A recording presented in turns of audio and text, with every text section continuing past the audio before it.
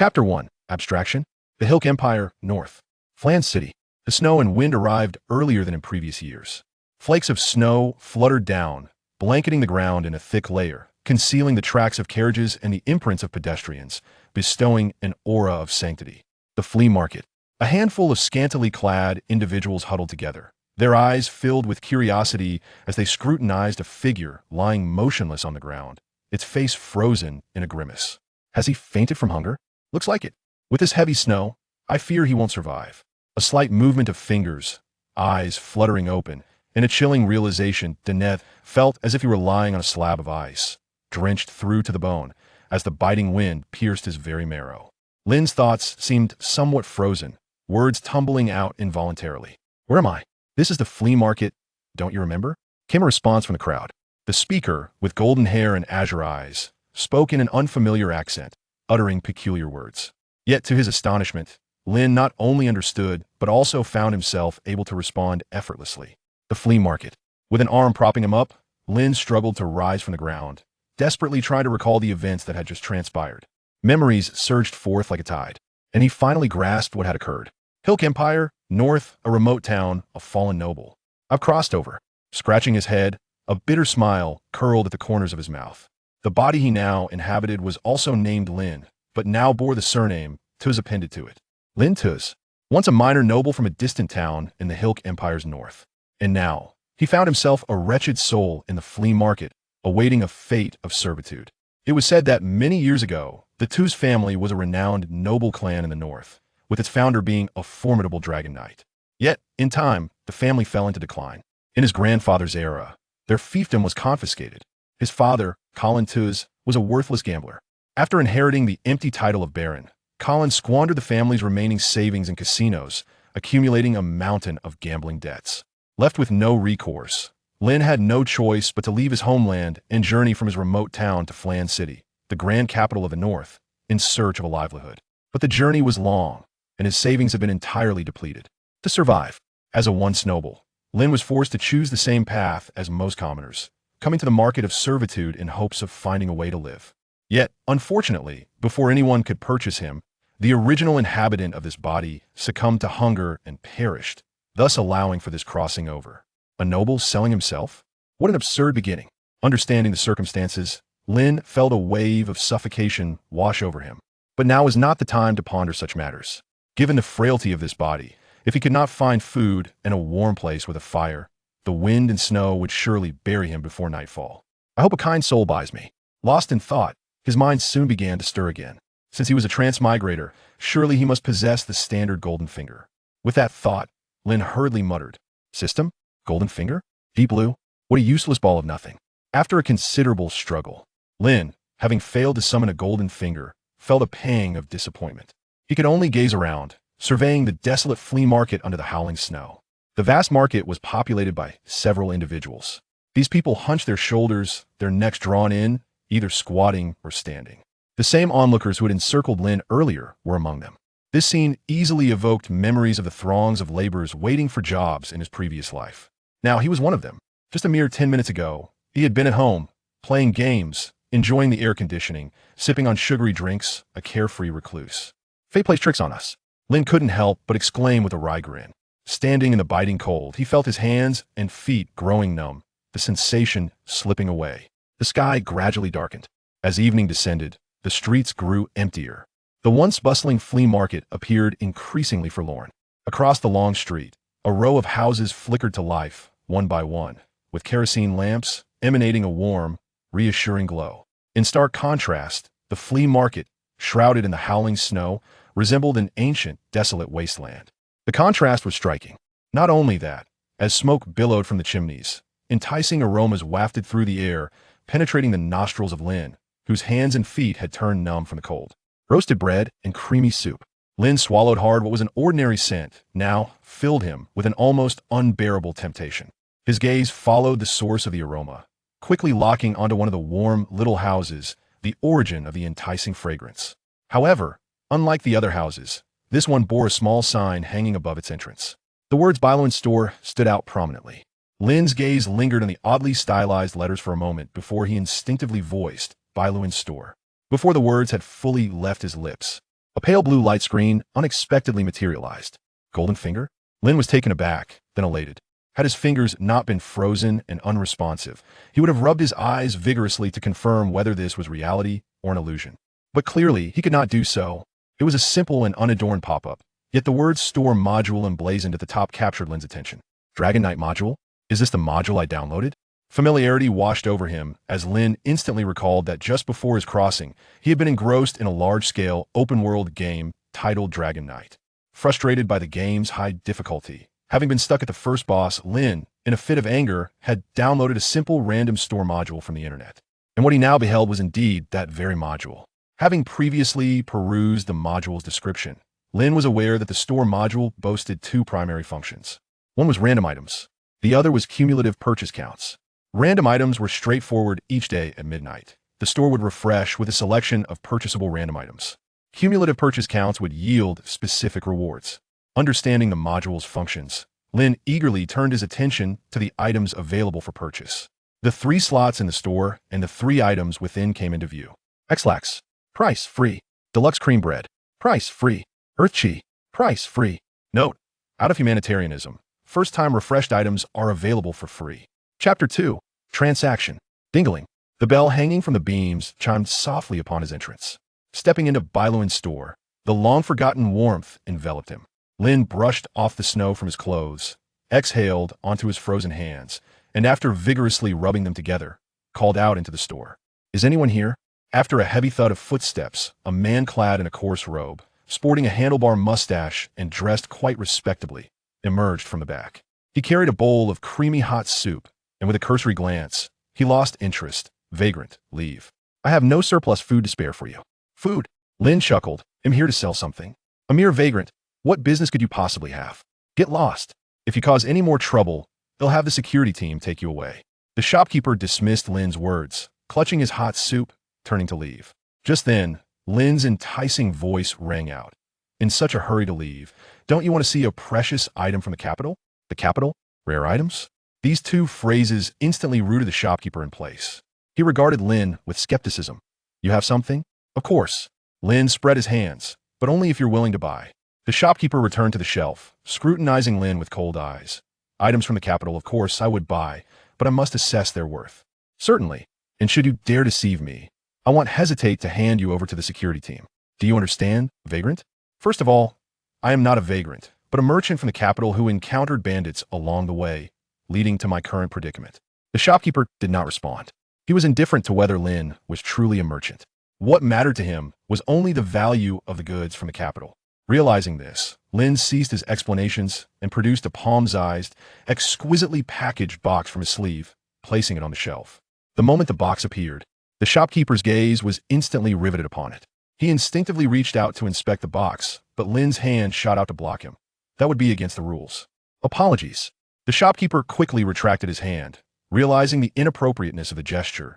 He had begun to entertain some belief in Lin's identity as a merchant from the royal capital, for such an exquisite box was clearly not something one would encounter in the northern territories. The shopkeeper inquired, what is inside? A piece of cake. Cake. The shopkeeper's eyes widened in disbelief. What sort of cake could possibly warrant such elaborate packaging? May I have a look? Of course. Lin replied readily, deftly opening the paper box to reveal a soft bread adorned with a delicate layer of cream, presenting it before the shopkeeper's eyes. Once the contents of the box were confirmed, the last vestiges of doubt evaporated from the shopkeeper's mind. He squinted at Lin and asked, how much do you wish to sell this piece of cake for? 1 gold coin. Why not just steal it?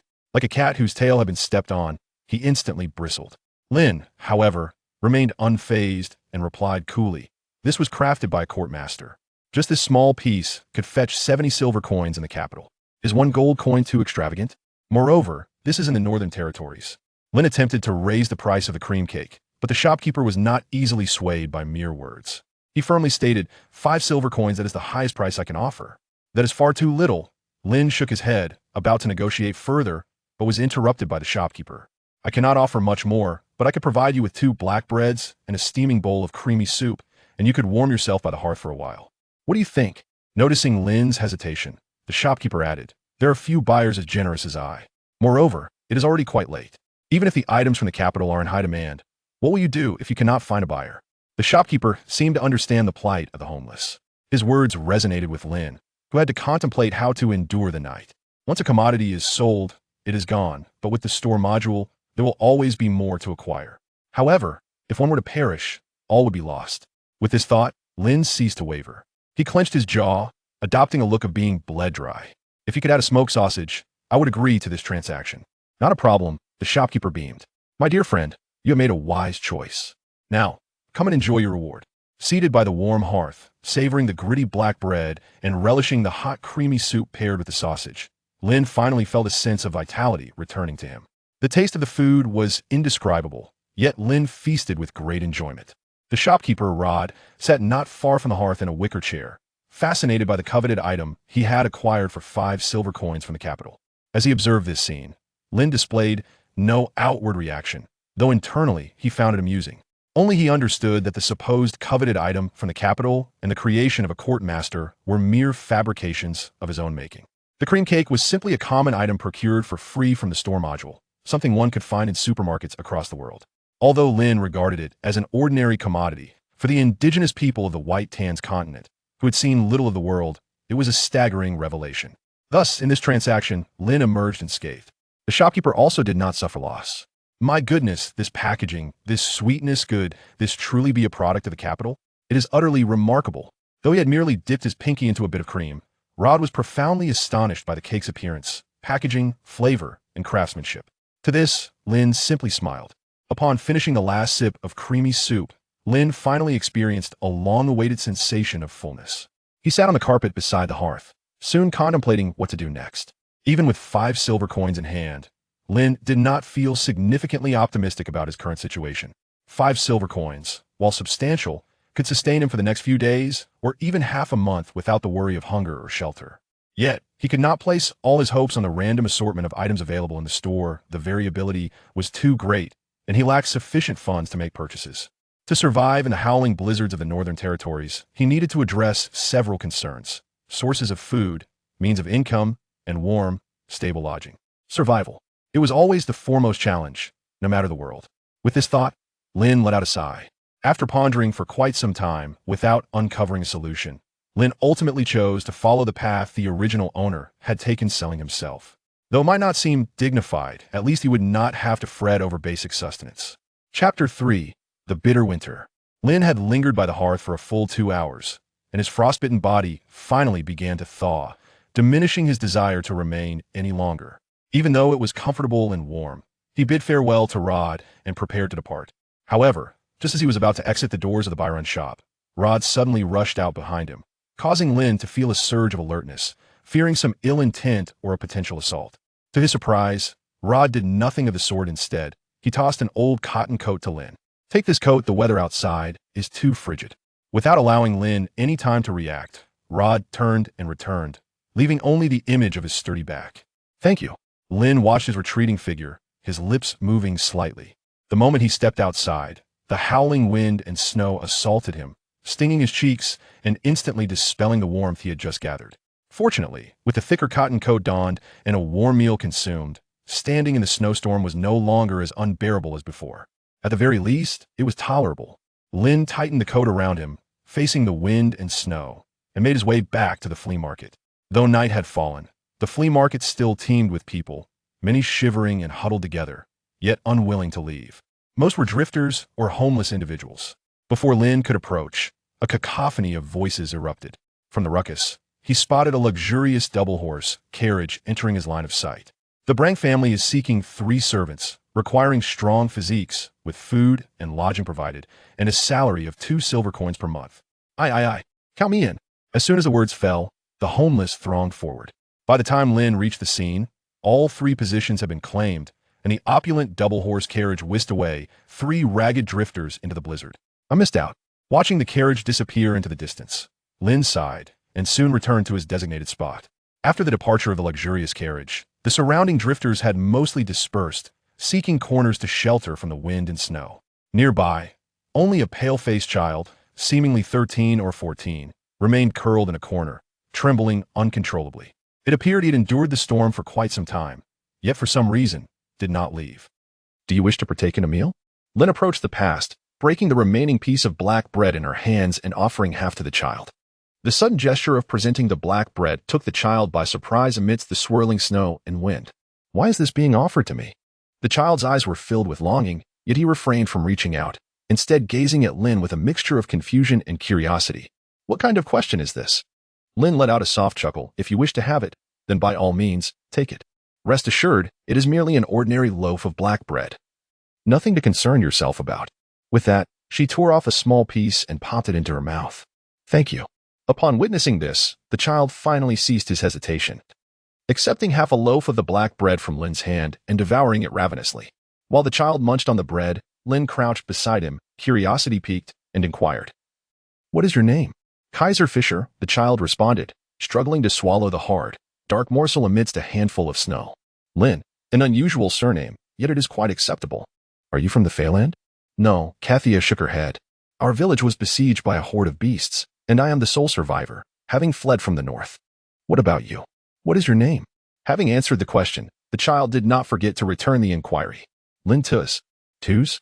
The child was taken aback, eyes widening in astonishment. "Are you of noble lineage?" "Noble?" Lin chuckled once more, reflecting on how he had once counted himself among the elite, and now found himself a fallen noble, for otherwise he would not have descended to the confines of a flea market. The child nodded thoughtfully, poised to speak. At the far end of the long street, another horse-drawn carriage approached, cutting through the biting wind and snow. In a swift motion, before Lin could utter a word, Kathia suddenly shoved the last piece of black bread into her mouth and hurried towards the carriage. Surrounding them, a number of vagrants also took notice of this spectacle, seemingly driven to madness, as they desperately rushed towards the vehicle. Though Lin was among them, he carried himself with far more composure than the vagrants around him. At least he wasn't desperate. The carriage was soon besieged by a swarm of vagabonds, halting its progress entirely. From within emerged a portly man clad in silk robes, his thinning hair barely covering his scalp, a frost-blue dragon emblem pinned to his chest, Tyrone. He stepped onto the carriage shaft, surveying the rabble with a cold gaze. "Who among you can tend to horses?" The moment the words left his lips, the crowd erupted into chaos. Hands shot up, voices clamoring over one another. "Me. I can. Same here." Until the cacophony grated on Tyrone's nerves. His expression darkened, his voice laced with menace. "Listen well, you wretches. Employment under House Wintervale is no jest. Should I discover any deceit, the gallows will be your fate. Understood?" Though his tone was measured, the weight of his words was undeniable, especially when invoking the name of Wintervale, the most formidable ducal house in the northern lands. The rabble fell silent at once, hands lowering in submission. Yet 2 hands remained raised, one belonging to a child Lin recognized. "Cather, have you both worked with horses before?" Tyrone's gaze flickered between them. "Names?" "Dade, the stablehand. Cather, the fisherman." Tyrone nodded, though his eyes lingered on the younger boy, skepticism creeping in. "You truly have experience?" In the land of Baizhu, commoners often bore surnames tied to their trades. For most, their lineage revealed their past vocations. Unfazed, Cather met his gaze squarely. "My grandfather was a stablehand. I helped him tend the horses as a child." "Very well. You two will accompany me." The explanation sufficed, though Tyrone's frown remained. "Are there others with experience?" "House Wintervale requires 3 stable-hands." Silence stretched. Just as Tyrone prepared to depart, Cather suddenly pointed toward Lin in the corner. "Brother Lin is nobility. Surely he's handled horses." A hush fell over the crowd. All eyes turned to Lin. "You are of noble birth?" Tyrone's voice carried a note of curiosity. "A fallen one." Lin corrected with a wry smile. "Might I know your name?" "Lin Tuzer, of House Tuzer from Sarin Township." Unlike his dismissive tone toward the commoners, Tyrone's manner shifted to deference, even toward a fallen noble. "Master Lin, might you consider employment in his grace's stables?" In the night-dominated north, even the son of a baron would have grown up alongside horses. Of this, Tyrone had no doubt. "Might I inquire about the terms?" "Of course, as is your right." Tyrone smiled. "The stables are his grace's pride. Beyond board and attire, stable hands earn 5 silver moons monthly and may even catch the eye of a lord, securing a squire's position." 5 silver moons? A chance at knighthood? The crowd stirred with envy. Knighthood, a title beyond the reach of most, a pinnacle of prestige. Even Lin felt the pull. "It seems I cannot refuse." Tyrone merely smiled from his perch. With the 3 stable hands chosen, the guards dispersed the remaining vagrants, and the carriage rolled onward once more. Behind the carriage, Lin, Kaiser, and Dade followed in succession, braving the biting wind and snow as they ventured deeper into the heart of Furlan City. Toward the castle of House Winter, The howling tempest could not dampen their fervent spirits. For Kaiser and Dade, escaping the identity of vagabonds and securing a stable job that provided sufficient sustenance and warmth was already a stroke of fortune. As for being chosen to enter the illustrious Winter family, even if it meant serving as a mere stable hand, it felt akin to a dream for them. Brother Lin, are you truly of noble birth? Dade inquired with wide-eyed curiosity amidst the swirling snow. Indeed, Lin affirmed with a nod. If you are a noble, shouldn't you reside in a grand castle within your fief, commanding numerous servants to attend to your needs? Dade pondered aloud. In his mind, nobles were typically adorned in opulent attire, dwelling in palatial estates laden with gold and silver, surrounded by a multitude of attendants. That is the life of a great noble, such as the Duke of Winter, who possesses vast lands. Lin cast a resigned glance at Dade, explaining, even ordinary nobles do not lead lives of extravagant luxury.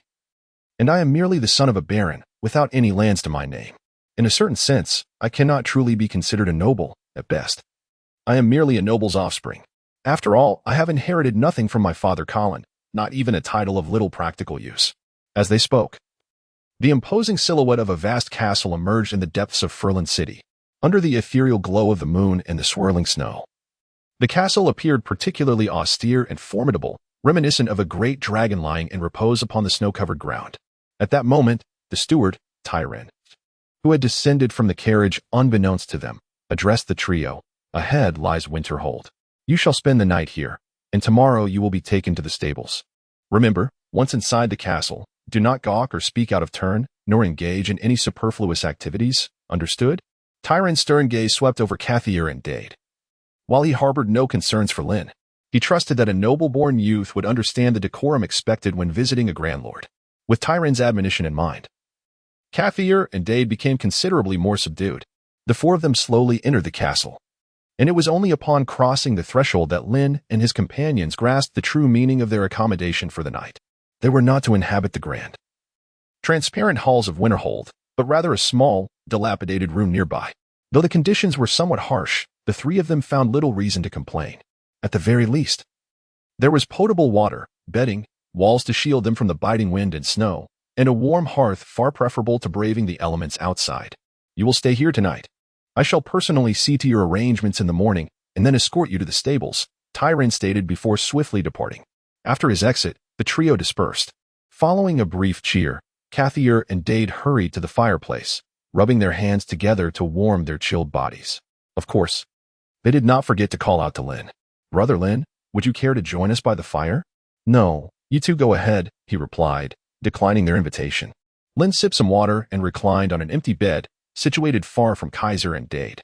With his basic needs adequately met, he finally had the opportunity to delve into the store module and the 3 items he had recently acquired. Among them, the most visually appealing cream bread was sold to Rod for 5 silver coins in exchange for black bread, creamy soup, smoked sausage, and a warm coat. What remained was an immediate source of frustration. The laxative he had purchased, labeled as a potent veterinary purgative, lacking any suitable application for the time being. Lin paid it little heed. However, the other item, the energy of the earth, was undoubtedly the most anticipated. Spirit, faith, and fighting spirit are revered as the 3 pillars of energy in the continent of Baizhu. The mental prowess corresponds to the mage profession, faith represents the priesthood, and fighting spirit forms the core secret art of the knightly path. Essentially, many noble families possess a legacy of fighting spirit. Take the Winter Fortress, where Lin currently resided.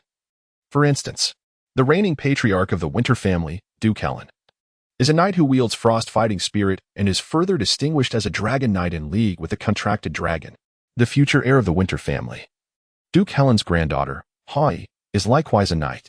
In the formidable north, knights are often regarded as the most esteemed of professions. Many years ago, the Too's family, one of the great noble families of the north founded by dragon knights, also mastered the legacy of fighting spirit. Unfortunately, during a battle, a predecessor possessing this familial heritage perished, marking the onset of the Too's family's decline. Yet, fortuitously, the store module has now refreshed with a technique for fighting spirit. Should Lin manage to grasp this art, he could still ascend to knighthood. Contemplating these thoughts, he felt a surge of ambition. Lin could not help but feel a surge of excitement. Who could resist the allure of becoming a knight endowed with extraordinary power? Chapter 5, Carlo, the first night of the journey. Lin had been contemplating the cultivation of Earth Chi. Initially, He believed that the douchi available for purchase in the shop would consist of obscure and intricate texts. However, to his astonishment, the method for cultivating earth douchi provided by the store implanted a segment of an explanatory video directly into his mind. With merely a thought, he could access the video at any moment. Truly, this was a remarkable advancement, both innovative and reasonable. He dedicated an entire evening to this endeavor. Although he had yet to cultivate any douchi, his progress was remarkably encouraging. He had advanced through one-third of the video. It was reasonable to assume that it would not be long before he could genuinely master douchi and ascend to the status of a knight. Ah! The title of knight, how exhilarating it was. Naturally, if he could forge a contract with a dragon, that would be even more splendid. Lin instinctively clenched his fists. Envisioning the future. Not far away, Kess and Dade had also risen early, gathered around the table enjoying breakfast delivered by the maid of Winterhold. Kess, with a piece of dark bread in his mouth, excitedly waved to Lin. Brother Lin, it's time for breakfast. I shall be there shortly. Lin took a deep breath, shutting off the video playing in her mind, and then hastened to the dining table. Before her lay 6 slices of dark bread, 3 bowls of creamy soup, and a small dish of minced meat, which constituted her breakfast for the day. It was quite a generous spread, certainly more abundant than the meager fare of her days as a vagabond. Lin was the first to lift a small plate of minced meat, scooping some into his soup bowl before sliding the plate towards Kaiser and Dade. The flavor of the meat in the soup was quite palatable. After making this remark, Lin took a generous sip of his creamy soup, followed by a hearty bite of the recently baked dark bread. Is this how one eats? Observing Lin's actions, both Kaiser and Dade were somewhat taken aback. The reason they had not touched the plate of minced meat was their utter unfamiliarity with its purpose. Such fare had never graced their dining table before. Mimicking Lin, they added the minced meat to their soup bowls and took a sip, their eyes soon lighting up in delight as they exclaimed, "Truly, one can see the mark of nobility in you, Brother Lin." Not long after their meal, the portly steward Tyron appeared. Following a brief exchange of pleasantries, he presented 2 contracts and got straight to the point. These are 2 employment agreements from the Winter family, one for a long-term position and the other for a short-term role. You may review them and choose which one you wish to sign. Lin inquired, "May I take a look?" Of course, Tyrone replied with a smile, handing over the 2 contracts. Upon receiving the agreements, Lin merely cast a cursory glance and formed a preliminary judgment about both documents. Each contract bore its advantages and disadvantages, yet both were deemed fair. The long-term contract resembled a lifelong servitude agreement. Once signed, the individual would remain bound to the Winter family indefinitely, with no option for early termination, albeit with superior benefits and higher remuneration. Conversely, the short-term contract functioned like a traditional agreement, requiring only a fixed duration of service, but offered less favorable terms compared to its long-term counterpart. "I choose the short contract," Lin stated decisively, without a hint of hesitation. Tyrone was not surprised by Lin's choice.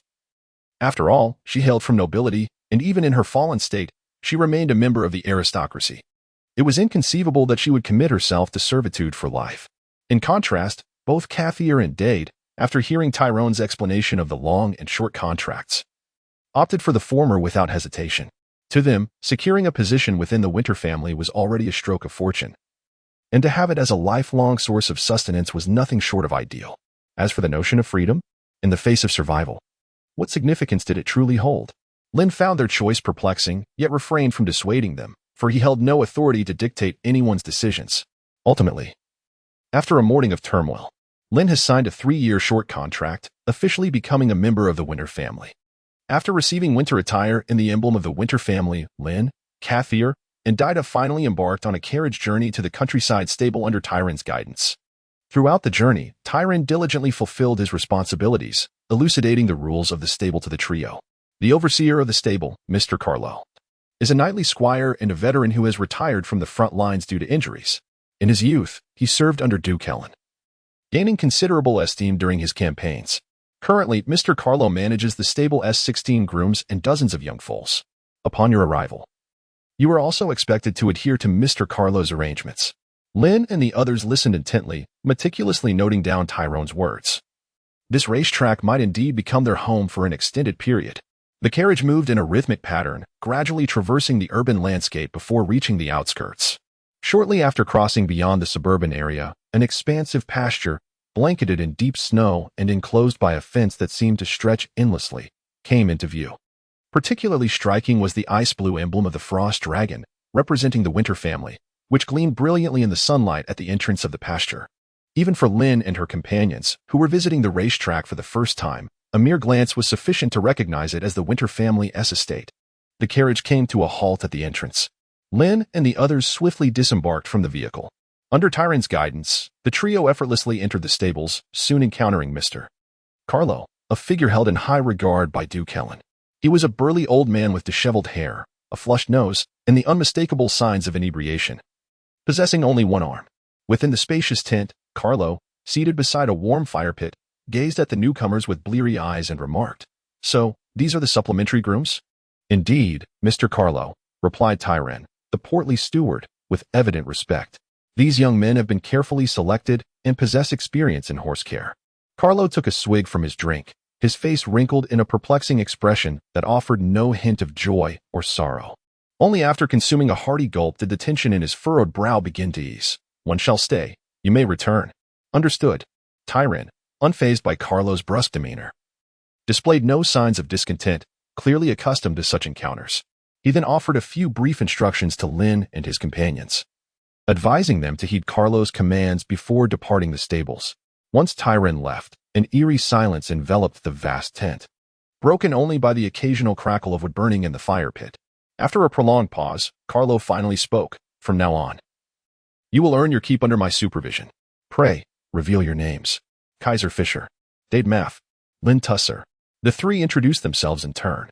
While Carlo's expression remained unchanged upon hearing the first two names, his demeanor visibly chilled when Lin uttered his own. "An aristocrat?" Carlo's voice dripped with iciness. Indeed. Though unaware of the cause, Lin was not naive. He sensed Carlo's displeasure upon hearing his name and surname, an unmistakable sentiment that was far from concealed. With a mere huff, Carlo continued, "My stables operate under different rules. Beyond daily feeding and herding, there will be training sessions and swordplay. I hope you can adapt, lest you turn out to be as disgraceful as the previous three inept individuals." As he spoke, Carlo cast a deliberate glance at Lin, a pointed gaze that left him perplexed, utterly unaware of how he had offended the steward. Their acquaintance had barely begun, before Lin could ponder further. Carlo waved his hand toward the entrance of the tent, calling out, "Ivan, escort them to their quarters." "Yes, Master Carlo." As the command echoed, a tall, slender man with an air of refinement entered the tent, leading the newly arrived trio away. The moment they stepped outside, the atmosphere lightened considerably. "Master Carlo certainly possesses an imposing presence," one remarked. "Indeed," Kaiser mused, with Dade nodding in agreement. Even Lin found himself inwardly acknowledging this fact. Though Carlo was an inebriated old man, his gaze and aura were truly formidable, suggesting a life steeped in hardship. Yet, the question lingered, why did he seem to harbor disdain for Lin? Lin was engulfed by an inexplicable sense of melancholy. "Allow me to introduce myself. My name is Ivan, and I am the deputy manager of the stable. Should you encounter any matters at the stable, feel free to seek me out. For more significant issues, you may approach Lord Carlo directly." "Very well, Deputy Manager Ivan." Subsequently, Ivan escorted them to their accommodations, small, independent tents, each furnished with bedding, beds, a fire pit, and firewood. The arrangements were quite comprehensive. After leading the three individuals to their quarters, Ivan intended to take his leave, as any further guidance within the stable would be provided by other grooms. Just as he was about to depart, hands clasped behind his back, Lin hurriedly emerged from the tent, calling out to him, "Deputy Manager Ivan, please hold on." "It is Deputy Manager." Stopped in his tracks, Ivan turned, deliberately emphasizing his title. "Very well, Deputy Manager." Though he insisted on the title of Deputy Manager, the genuine smile adorning his face suggested he took no offense at the appellation. Lin naturally acquiesced. "Is something the matter, Lin?" Seeing that he could not correct the address, Ivan resigned himself to it. Seizing the opportunity, Lin discreetly slid a silver coin into Ivan's pocket. "Excuse me for taking up a moment of your time. I have a few questions." Upon noticing the silver coin that had fallen into his pocket, a fleeting look of surprise crossed Ivan's face, which was soon followed by a shared smile between the two. "Go ahead. Does Lord Carlo harbor a disdain for nobility?" After a brief hesitation, Lin spoke candidly. "You noticed?" Ivan's surprise deepened. He had not anticipated that Lin could deduce such a matter from just a single encounter with Carlo. Indeed, upon receiving a definitive answer, Lin felt a weight settle in his heart. "May I inquire about the reasons?" Considering he would likely be stationed at the stables for an extended period, It was evidently not a pleasant prospect to be disliked by his superior. A strategy needed to be devised. It wouldn't hurt to tell you. Having been addressed as the steward and having received a silver coin, Ivan had no intention of withholding information. Besides, such matters were not secrets within the stables and would eventually come to light. The number of grooms at our stables is fixed. The 3 of you returning merely fills a vacancy. Prior to your arrival, 3 minor nobles had been assigned here, seeking refuge under the Duke. These 3 individuals, relying on their noble status, engaged in underhanded dealings, oppressing their peers, and often indulging in secret drinking during pasture time. On one occasion, their drunkenness led to a pack of wolves seizing 6 foals, which prompted Lord Carlo to expel them in a fit of rage. Is that the reason? Listening to Ivan's account, Lin widened his eyes, evidently struggling to comprehend why Carlo would hold a grudge against him for such an incident, or perhaps he felt he was being implicated. Of course, it doesn't tee in there. Ivan cast a knowing glance at him. Did you notice Lord Carlo's amputated arm? That was the result of betrayal by a noble comrade during the war, which naturally cultivated his aversion to nobility. However, this disdain is primarily directed at nobles outside of the Winter family. You are merely collateral damage. At the end of the conversation, Ivan made sure to exclude the Winter family from his remarks. This left Lin feeling even more disheartened. However, you need not worry excessively. Although Lord Carlo dislikes nobility, he is always fair in his dealings, as long as you are diligent and refrain from engaging in any untoward activities. He will not intentionally target you. In light of the silver coin, Ivan offered this earnest reminder. Thank you, Steward Ivan. Upon uttering these words, Lin felt an immense relief wash over him. As long as he was not being deliberately singled out, the remaining matters could be navigated. Are there any further questions? No. None. Very well. Ivan nodded. If you encounter any challenging issues within the stables in the future, feel free to seek me out.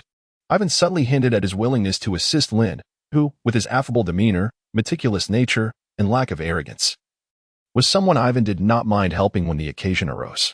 Then I shall express my gratitude in advance, dear steward. Lin's eyes brightened at Ivan's words, filling him with renewed confidence. One could say that the silver coin had not been spent in vain. After bidding farewell to Ivan, Lin returned to the small tent that belonged to him. For the time being, this would be his home. It was somewhat rudimentary. Nevertheless, he thought to himself that he could tidy it up when he had more time. Lin shook his head, silently calculating the passage of time in his mind. It seemed that it was nearly noon, and he estimated that the items in the shop module were about to refresh. With this thought, he opened the shop panel. Sure enough, the 3 items in the slots had been replaced with new ones. Gazing at the newly refreshed products, Lin couldn't help but feel a spark of excitement. Chili powder, 1 can. Price, 30 copper coins. Toilet paper, 1 box. Price, 70 copper coins. Combat skill, heavy slash. Price, 2 silver coins. Chapter 7, The Race Course Yesterday. He acquired Earth Chi, and today, a combat skill scroll. Such fortune could only be described as impeccable. Moreover, the prices could be deemed exceptionally reasonable. As a player utilizing a cheat, the shop module encompassed nearly all items and tools from the Dragon Knight gang. It was not surprising that a low-tier combat skill scroll had appeared. Even the emergence of a dragon egg would not be considered an anomaly. Lin was not particularly surprised. Without a moment's hesitation, he began to click through the items. In an instant, the 3 newly refreshed products in the store were swept away. Then, the 5 silver coins he had just acquired last night, which had yet to warm in his grasp, dwindled to a mere single coin in the blink of an eye. Lin, the heartache is profound. It is noteworthy that, despite being a realm of conflict, magic, and faith, the currency of the White Bamboo continent does not resemble the medieval penny. Similar to the monetary systems found in most novels, the White Bamboo continent also categorizes its currency into 3 types: gold, silver, and copper, maintaining a common ratio of 1:100. As for its purchasing power, Lin pondered for a moment and ultimately reached a conclusion. A copper coin is equivalent to approximately 1 yuan from a past life. A silver coin fluctuates around 100 yuan. As for a gold coin, it is roughly valued at around 10,000. This encapsulates the general concept. For the noble class, 5 silver coins may seem a trivial sum, merely a drop in the bucket. However, for the multitude of commoners residing in the land of Baizhu, 5 silver coins could represent the wages earned from a month of labor. Indeed, for the majority of the populace, copper coins are the most commonly utilized currency in everyday transactions, without exception. After purchasing 3 items, a box of tissues and a small jar of chili powder have been added to Lin's bed. As for the combat skill scroll, it remains entrenched in his mind. Total purchase count, 6. Lin cast a glance at the upper left corner, noting that only 4 more instances remained until the accumulation of the first tier reward. If finances permitted, it could be achieved as soon as the day after tomorrow. This could be considered a modest advancement, although the specifics of the reward remained unknown. Being a cheating module, Lin harbored a vague sense that it concealed some rather desirable items. Perhaps a dragon egg would emerge, or a succubus maid could be within reach. An elder sister elf also seemed appealing. Well, I'm not particular. Lin's thoughts began to wander freely. However, upon feeling the solitary silver coin remaining in his pocket, his musings were doused with a cold splash of reality, prompting a resigned sigh. He needed to acquire some funds. Lunch consisted once again of the hard, gnawing black bread, paired with a delayed yet steaming bowl of creamy soup. Compared to his time at Winterfell, the meal lacked a serving of minced meat. Yet, this was understandable, as they were situated in a rural horse farm, rather than in the opulent Duke's estate of Duke Helen. Having something to eat sufficed. One could hardly afford to be picky.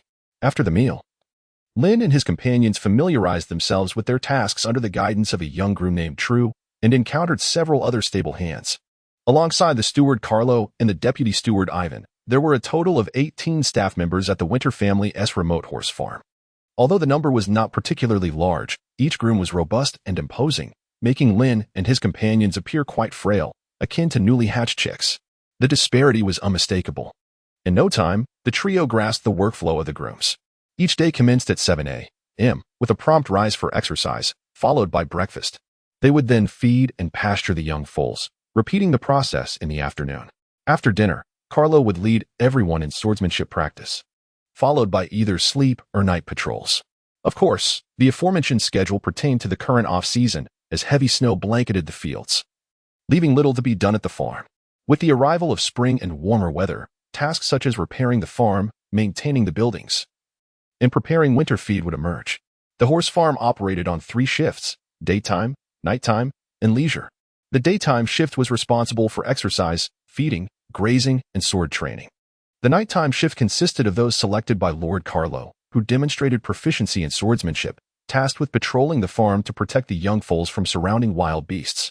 The leisure shift allowed individuals to take a day off, resting at the farm or, if chosen, venturing into the city of Furland for a reprieve. True provided a brief overview of the farm system. Lin listened intently, pondering the arrangement. There are duties, patrols, and rotational breaks, which bear a resemblance to a military regiment. Indeed. However, the 16 or 17-year-old youth, True, smiled shyly, explaining that Lord Carlo, having come from a military background, places great importance on such matters, thus enforcing strict divisions. I see. Lin nodded, her confusion dissipating. After a brief introduction of the system, I shall lead you to the stables, where the finest steeds of the Lin family reside, situated in our distant countryside equestrian center. As he spoke, a proud smile graced True's face, as if these magnificent horses were his own. Under True's guidance, the group of 4 swiftly arrived at the heart of the stables, where a series of constructed barns stood, revealing the young foals within. These foals were not merely newborns just learning to walk, but rather robust young horses that had yet to reach maturity. Their coats were diverse in hue and breed, yet all exhibited a lustrous sheen, their manes smooth and well-groomed, a testament to meticulous care.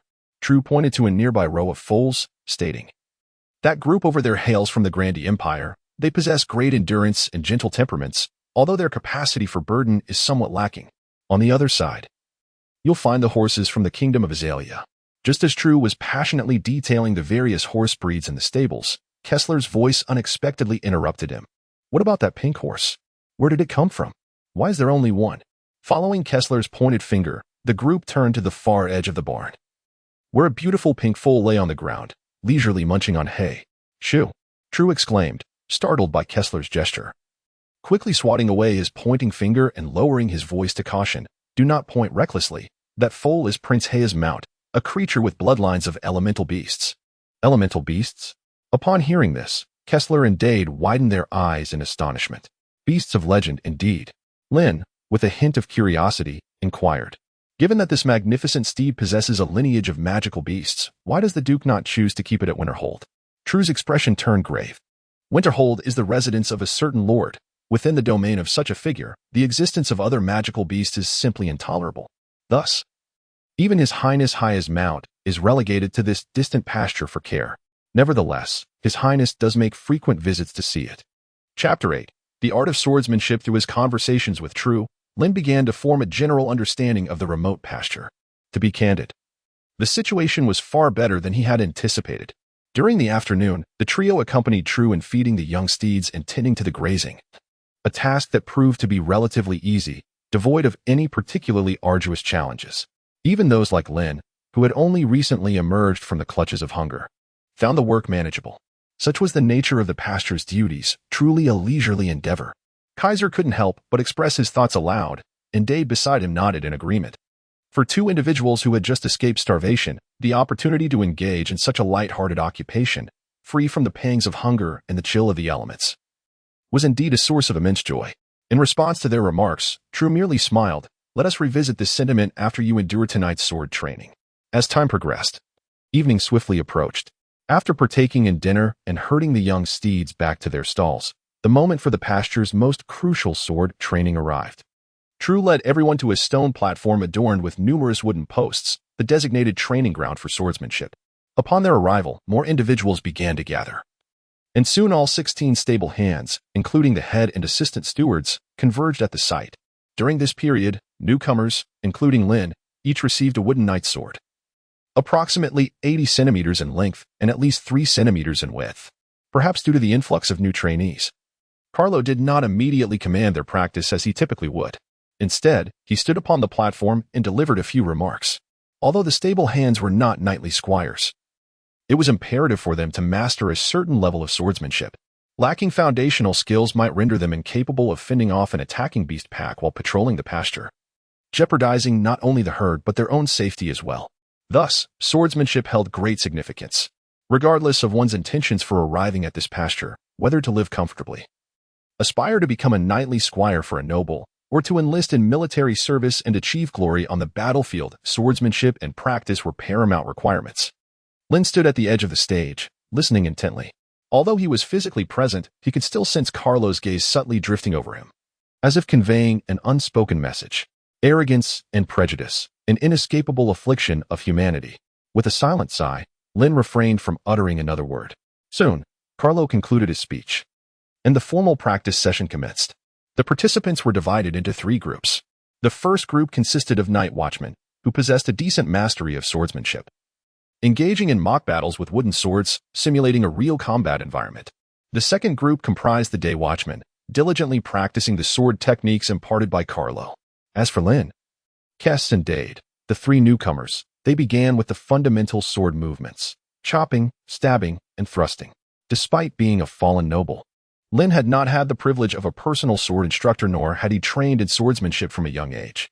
However, he had been exposed to some basics by his grandfather. He was adept at the foundational techniques, even if he had not practiced them in a long time. Some skills, after all, are ingrained in one's very essence. As he wielded the wooden sword with precision, Lin felt his hands warm up, and his initially clumsy movements became increasingly proficient. Quite the talent, Ivan remarked from the platform, noticing Lin's progress. Upon hearing this, Carlo, with his red-nosed demeanor, took a hearty swig of wine and scoffed dismissively. Do you call that talent? No matter how poor a noble may be, he still stands above the commoners who have never even seen a sword. Master Ivan, your assessment seems rather one-dimensional, he continued. Ivan, smiling, defended Lin, saying, I believe this young man is unlike other nobles. His gaze and demeanor are not so haughty, and he can stand alongside commoners. Huh, Carlo replied coldly. Who knows if he is merely a wolf in sheep's clothing? Ivan attempted to voice further thoughts but was cut off by Carlo's sharp glance.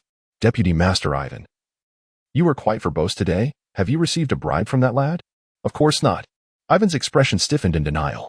That's for the best, Carlo warned before clumsily descending the platform to mentor the night watchmen in their sparring. Though he had indeed accepted a fee, Ivan genuinely believed that Lin was a commendable young man, polite, adept, and never exhibiting an air of superiority, which made him quite agreeable.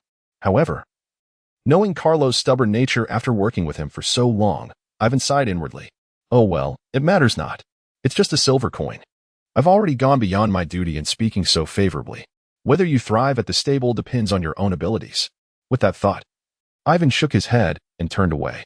Oh dear, I think I'm going to die, Kess lamented weakly on the way back to the tent. Beside him, Dade nodded in agreement, saying, "It feels like my arms no longer belong to me. How will I manage to work tomorrow?" From initial excitement and eagerness to a sense of despair, the entire ordeal unfolded over the span of merely 2 hours. In just one night, the two newcomers had developed an inherent dread of the sword training. Kess and Dade grumbled quietly for a while Lin remained silent. This tranquility and silence naturally piqued their curiosity. "Lin, aren't you tired?" Kess inquired. "I'm managing," Lin replied. Lin smiled in response to them.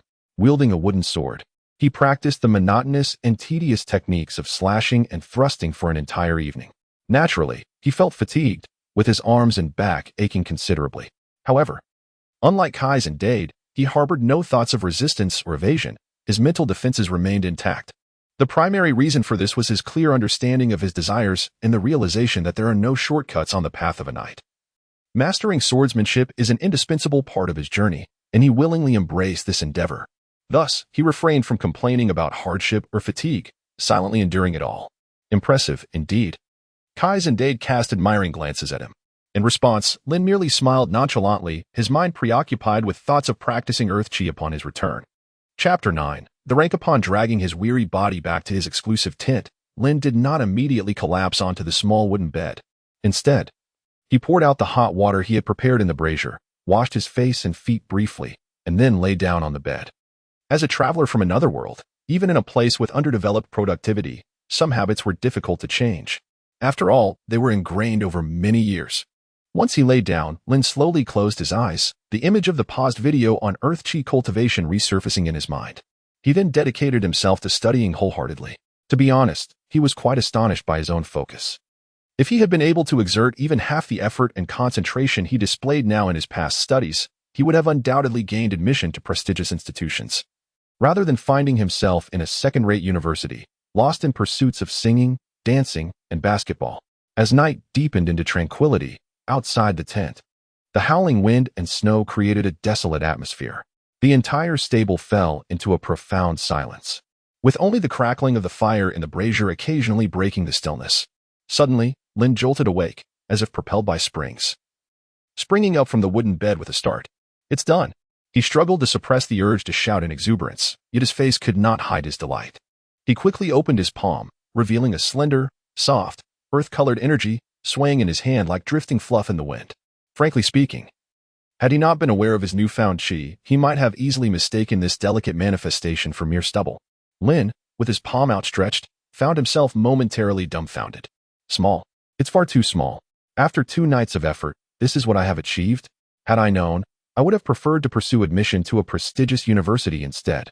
A sense of bemusement washed over him, a feeling of disproportionate effort and reward. However, despite the minuscule amount of condensed chi, he could sense a notable enhancement in his physical abilities since its manifestation. This was indeed good news. Lin pondered silently in his heart. After a moment, he found peace. It was merely the initial stage of cultivating his fighting spirit, having completed the first cycle. With a few more repetitions, he would surely improve. With this thought, Lin returned to his bed, once again centering his mind. He diligently followed the video tutorial, continuing his practice of fighting spirit. This endeavor persisted throughout the night. The following morning, as Lin finally opened his eyes, sunlight had already filtered through the canopy, and the fire pit within the tent had extinguished itself unbeknownst to him. After a sleepless night, Lin felt somewhat fatigued. As he attempted to stretch, he became acutely aware of the soreness and discomfort that permeated his entire body from head to toe. Lin gasped, a sharp intake of breath escaping his lips. He rubbed his aching back, taking a considerable amount of time to rise from his slumber. Although he was aware that after the initial bout of exercise, one would typically experience muscle soreness due to lactic acid buildup, the intensity of this discomfort seemed rather excessive.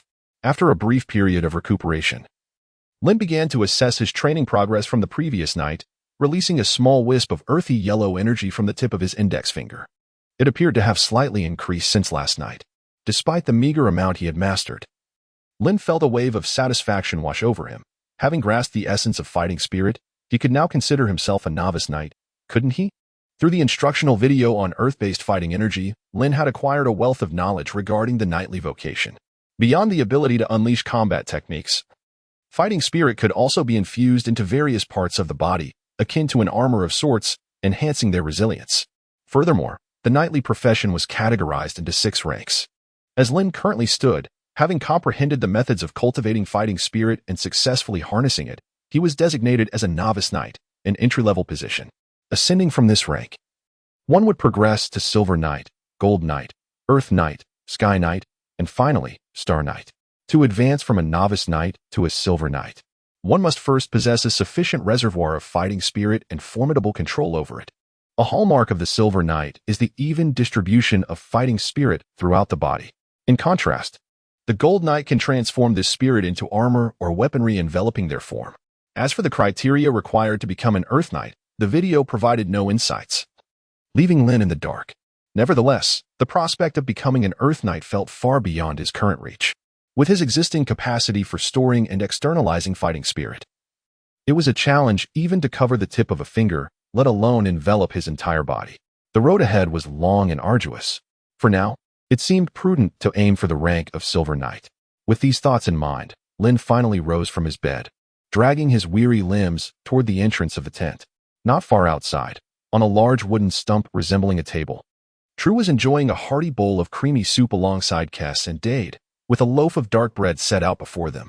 "You're awake, big brother Lin," True called out, a hint of shyness in his smile as he greeted Lin, who emerged from the tent with a slight tremor in his steps. "Good morning, True." Lin nodded and seated herself on an empty spot beside the wooden post. True pushed a bowl of rich cream soup in front of Lin and handed her a slice of dark bread, saying, "Lord Ivan has decreed that the three of you need not participate in the daytime herding today." "No herding?" Lin was momentarily taken aback, gazing incredulously at True. "Indeed." True nodded affirmatively, stating, "For today's herding duties, we shall manage just fine." "Why?" "Because every novice stablehand has traversed this path, naturally. Although it is Lord Ivan who has articulated this, it is also tacitly approved by Steward Carlo." True flashed a grin, revealing his neatly aligned teeth, glistening with remnants of grease. "Are the stable-hands from noble families truly that privileged?" Kess, who was voraciously devouring bread nearby, widened his eyes. Being a child who had fled from a northern village to Furland, he was entirely oblivious to the ways of the aristocracy. "Certainly not," True shook his head, his expression growing serious. "This kind of treatment is reserved solely for the servants of the Linwinter family.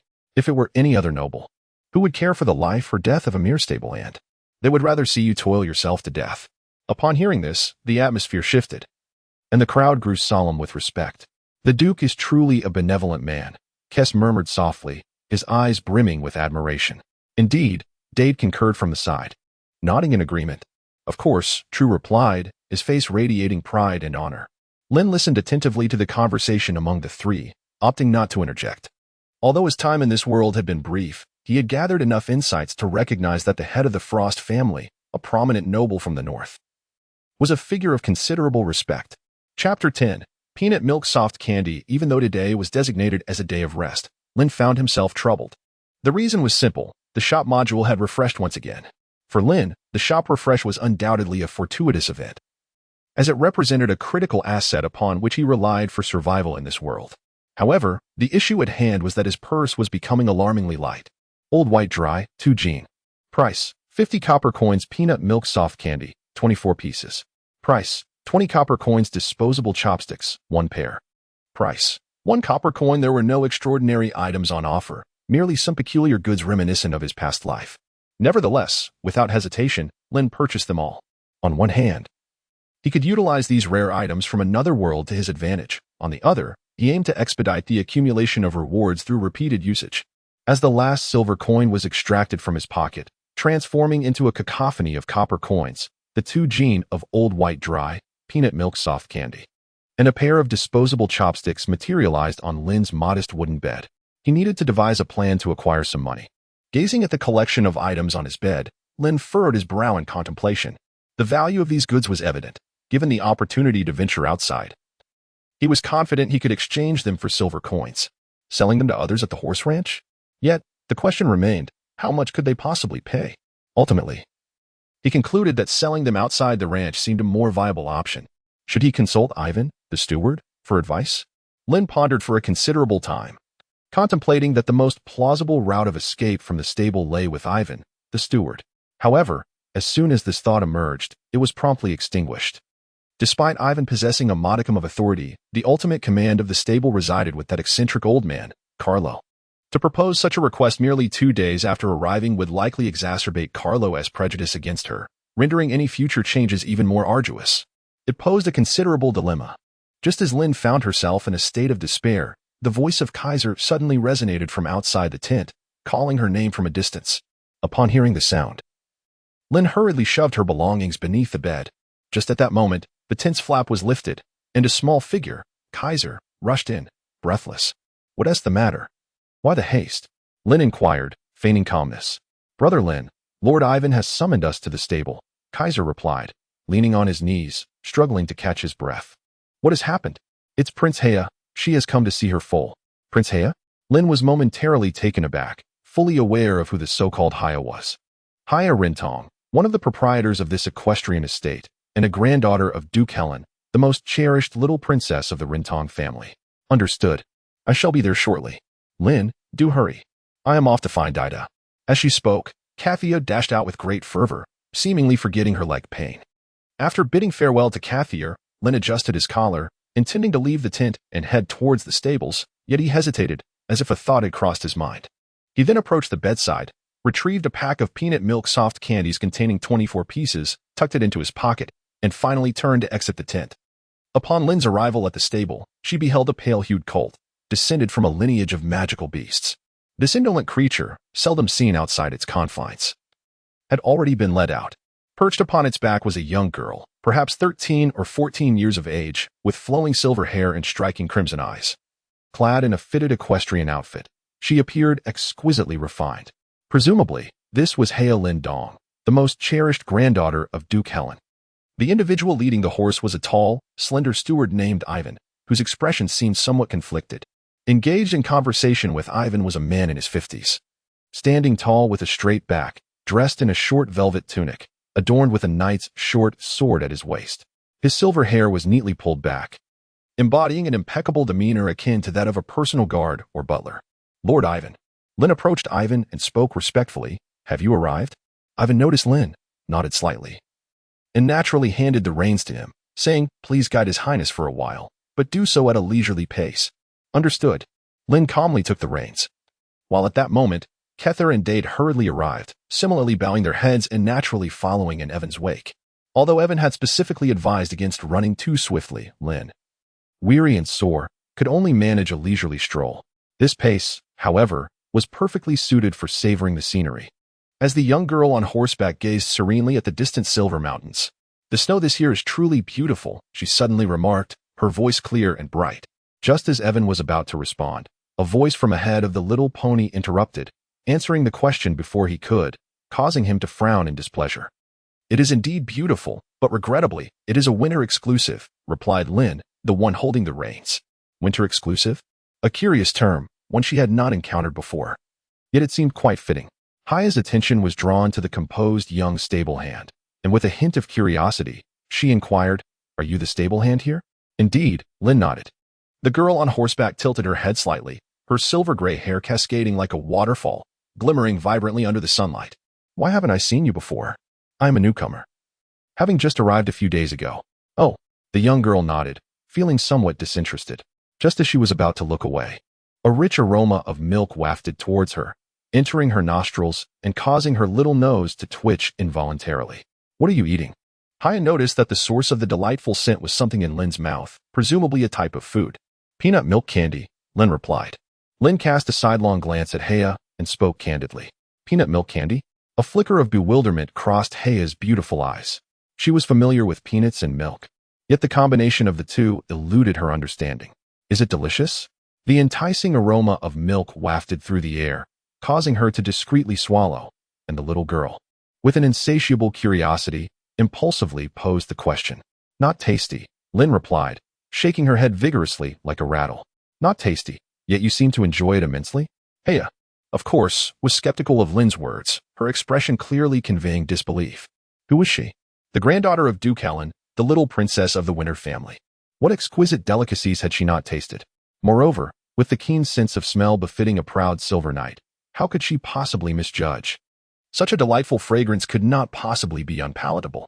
She was resolute in her belief that Lin was merely teasing her. "Present it for me to see," she demanded. Hands on her hips, her tone slightly imperious. Lin clutched his pocket hesitantly with one hand. Seeing his reluctance, Hea grew even more irritated. What are you afraid of? Do you think someone of my status would stoop to stealing from a mere stable boy? I swear upon the name of Winterfrost. Fine, Lin finally relented. Just one piece. Chapter 11. Under protection, the delicate sugar coating was peeled away, revealing a creamy white soft candy studded with crushed peanuts. The novel wrapping, the pleasing shape. The faint milky fragrance. Hea's gaze was instantly ensnared by this peanut milk candy. So this is peanut milk candy? Just as she was about to pop it into her mouth, her attendant abruptly intervened. Lady Hea, remember the rules. Oh, the young girl withdrew her hand timidly, casting a pleading glance at the stern-faced guard beside her. As a noblewoman of House Winterfrost, Hea was forbidden from consuming food without proper precautions. Even a simple treat required prior testing to guard against poison. Bryn, the guard assigned by Duke Helen to watch over Hea, fulfilled this duty. With a flick of his fingers, an icy blue light sliced the candy cleanly in half without damaging the wrapper. Bryn picked up one half and tossed it into his mouth. The moment the candy touched his tongue, a rich milky sweetness bloomed. His chewing quickened almost unconsciously. Grandpa Bryn. Hea pouted as she watched him devour half of the already small candy, her face a picture of grievance. But there was nothing she could do. After swallowing and waiting to confirm no signs of poisoning, Bryn finally nodded. It's safe, my lady. With permission granted. Hea, no longer caring for noble decorum, eagerly plucked the remaining half and popped it into her mouth. The moment it dissolved, the creamy sweetness unfurled, mingling with the nutty undertones of peanuts, growing richer with every chew. Hea, who prided herself on having sampled countless delicacies, couldn't help but marvel. Heavens, this is divine. She had never tasted anything so exquisite. Perfect. Lin suppressed a smirk. In the face of such superiority, even nobility was powerless. And this was exactly what he had intended. Before he could even finish the thought, a small, delicate hand shot out in front of him, palm upturned. Give me another piece, Hea demanded, her eyes gleaming with anticipation. Lin's face was filled with hesitation. Your Highness Hea, I don't have much peanut milk candy left. Before Lin could finish speaking, Hea waved her small hand and replied.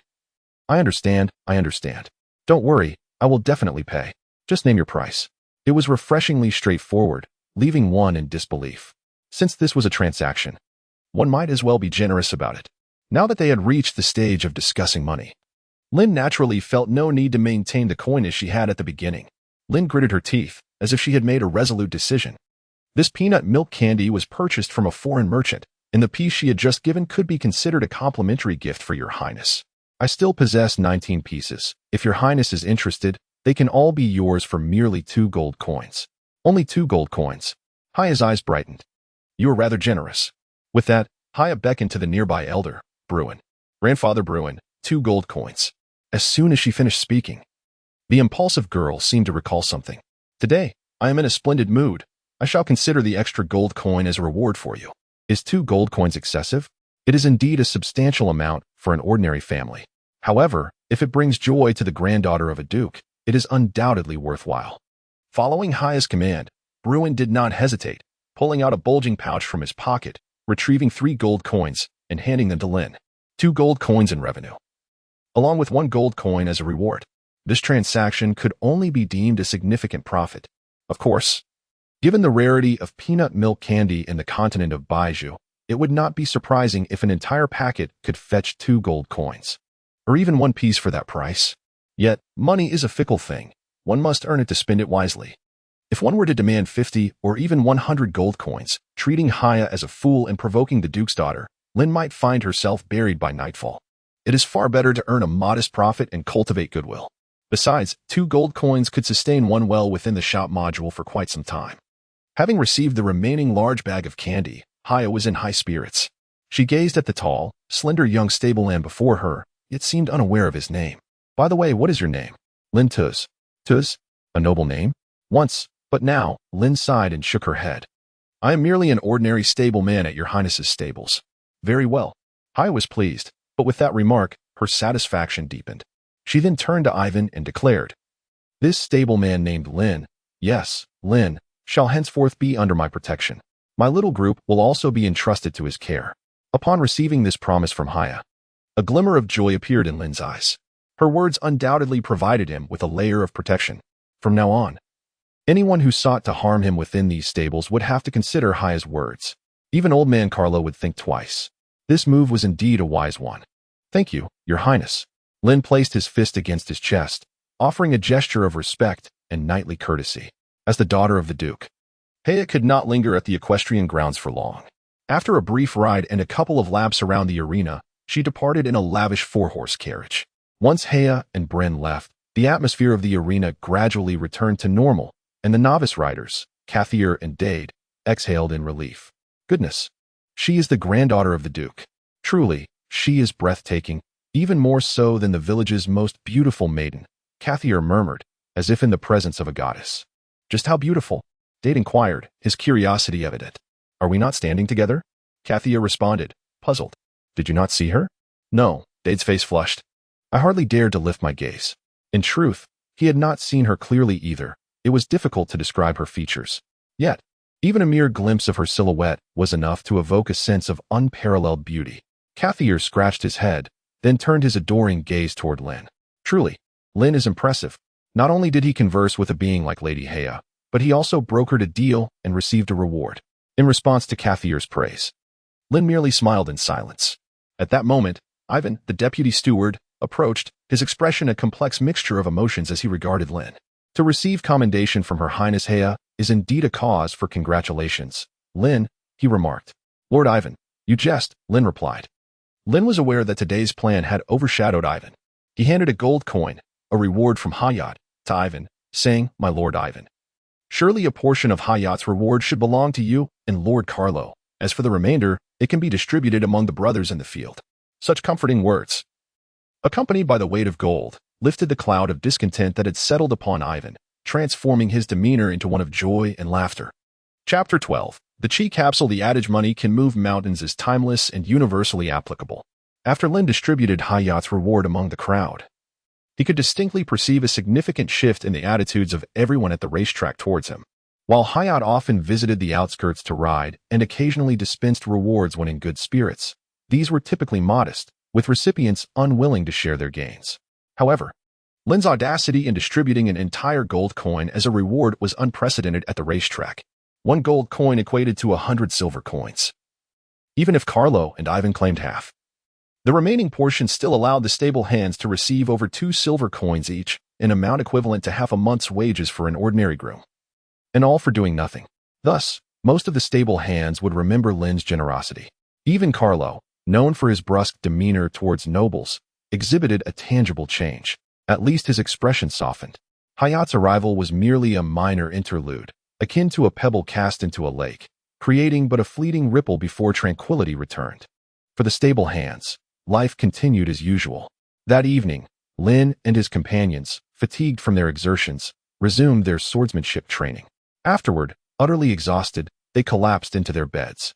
Kais and Dade did not even bother to change, falling asleep immediately, while Lin, despite his weariness, took a moment to wash up before lying down to engage in his routine practice of cultivating his qi. The following day, after lunch, the shop module was refreshed once more. Yunnan Daily Medicine Pair. Price, 99 copper coins Dove Chocolate Box. Price, 77 copper coins Glass Cup Single. Price, 5 copper coins. The goods were unremarkable, lacking in distinction. Yet, for Lin, whose pockets were filled and spirits high, price was of no concern.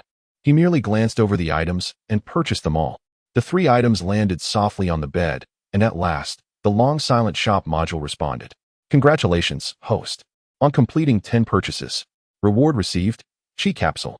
Distance to next reward, 12,100. A Chi capsule? Lin's heart raced at the notification. Although it was not the dragon egg or the enchanting demon maid he had envisioned, the very name suggested that this Chi capsule was indeed a treasure. Chi capsule. Consuming it will significantly enhance one's qi. Truly a remarkable find. Gazing at the translucent, milky capsule hovering in his palm, Lin wasted no time and consumed it eagerly. As the capsule slid down his throat, within mere breaths, he felt a searing warmth emanating from his lower abdomen, swiftly radiating through his internal organs and limbs. As he experienced the transformation within his body, he was filled with anticipation.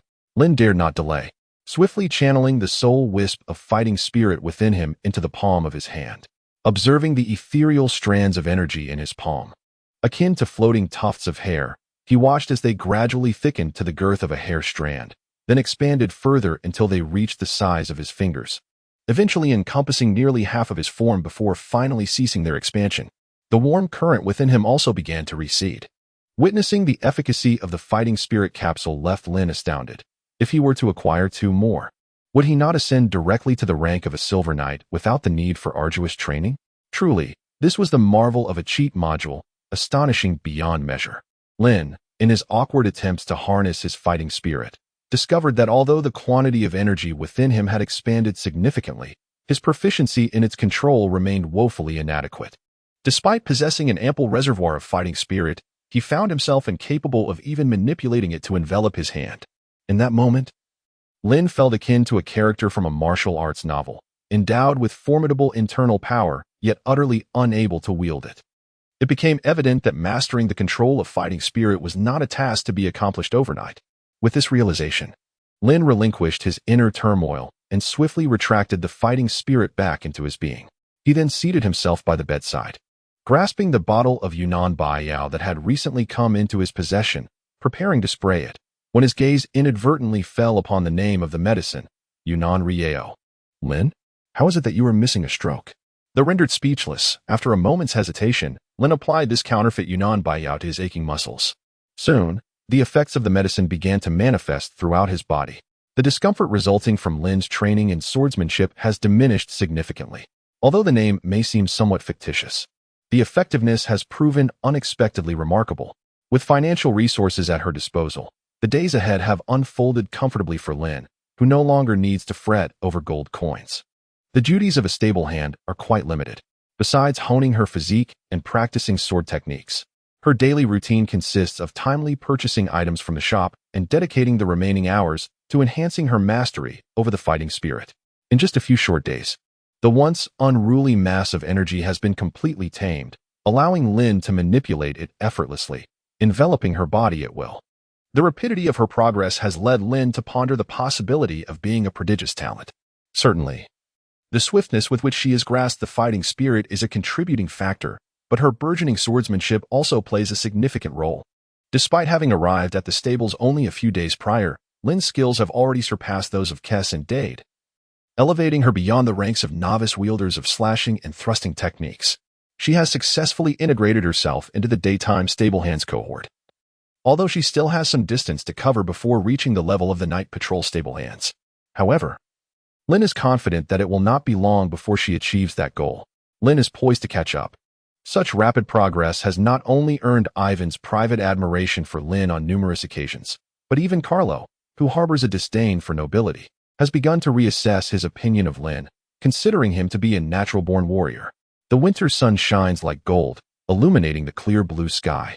To the north of the racetrack, the grassland, softened by melting snow, is a quagmire, where a dozen foals imported from the kingdom of Glandy meander leisurely across the expansive training grounds. Lin stood on a high vantage point, basking in the sunlight as he gazed down at the herd of horses. Soon, a robust young man with dark skin approached from behind and said, "Lin, why don't you take a break? I can keep an eye on the horses." "It's all right. I'm not tired yet," Lin replied.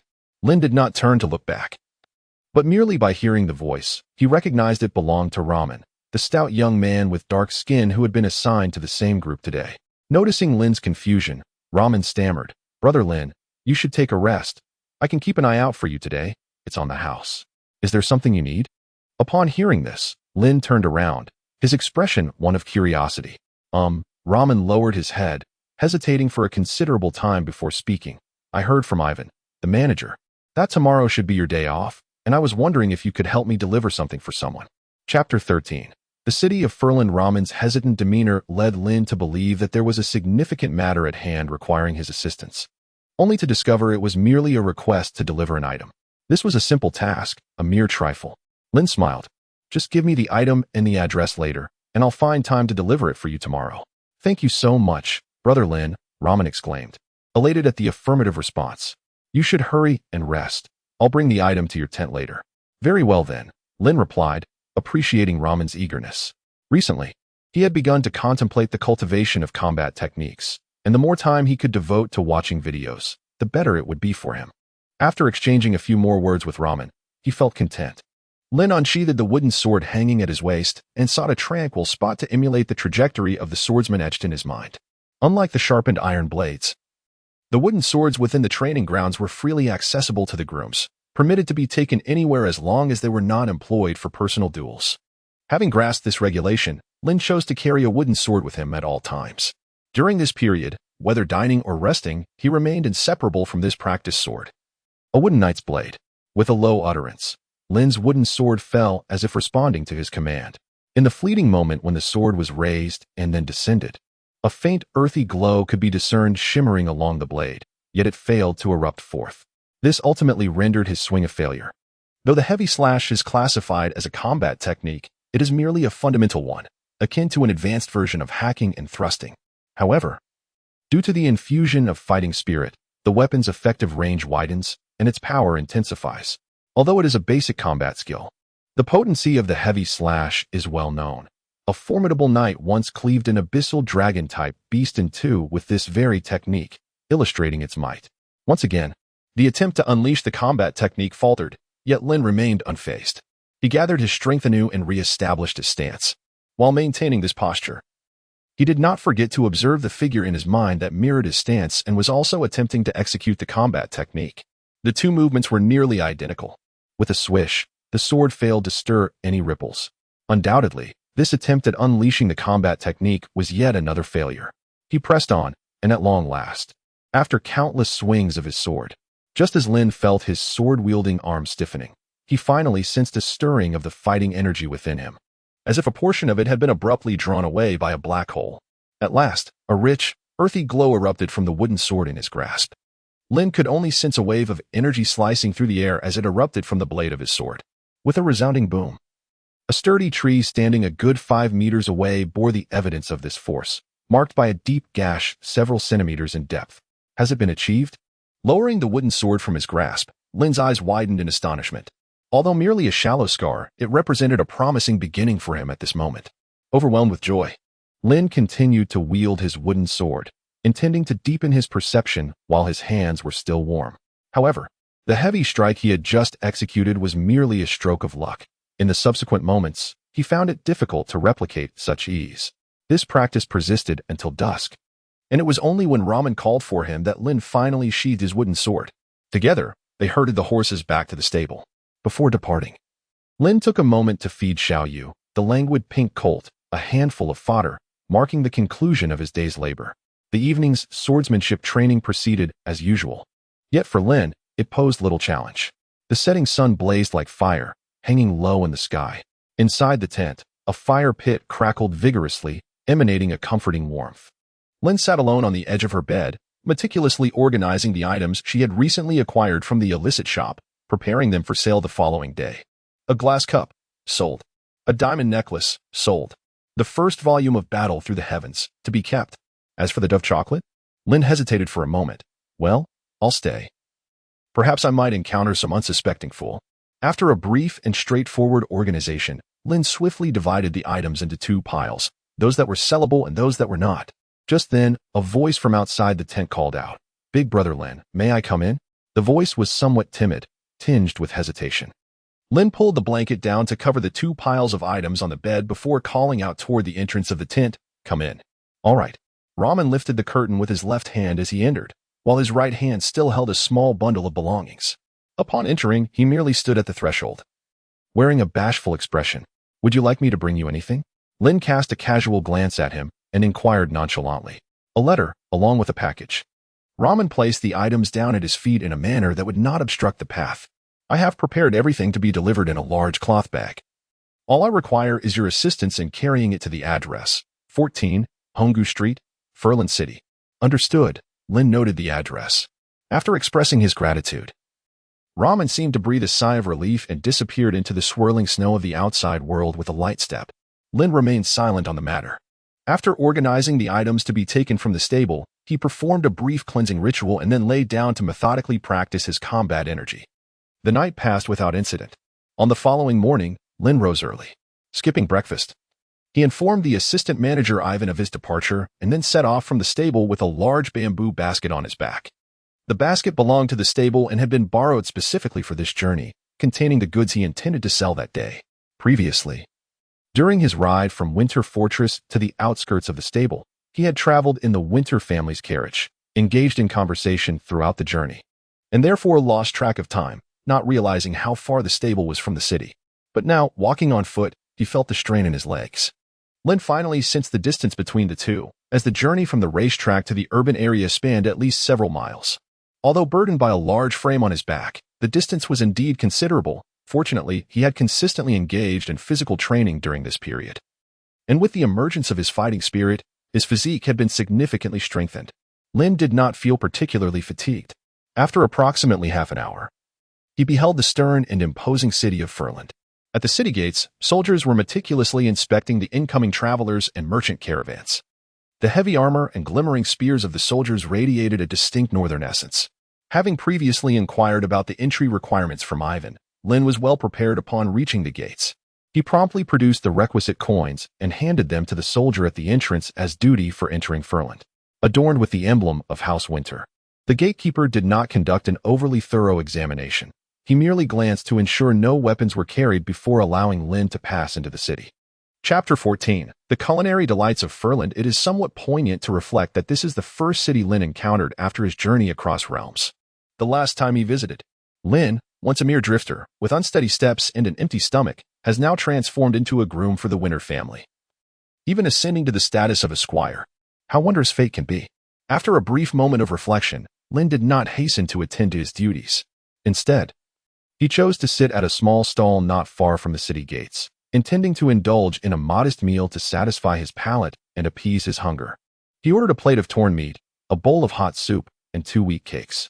Casting a glance at the oversized wooden menu, which resembled a gravestone and seemed rather out of place, Lin casually made his selections. He then turned his gaze to the surroundings. Although the stall where Lin found himself was a humble establishment, its business thrived unexpectedly well.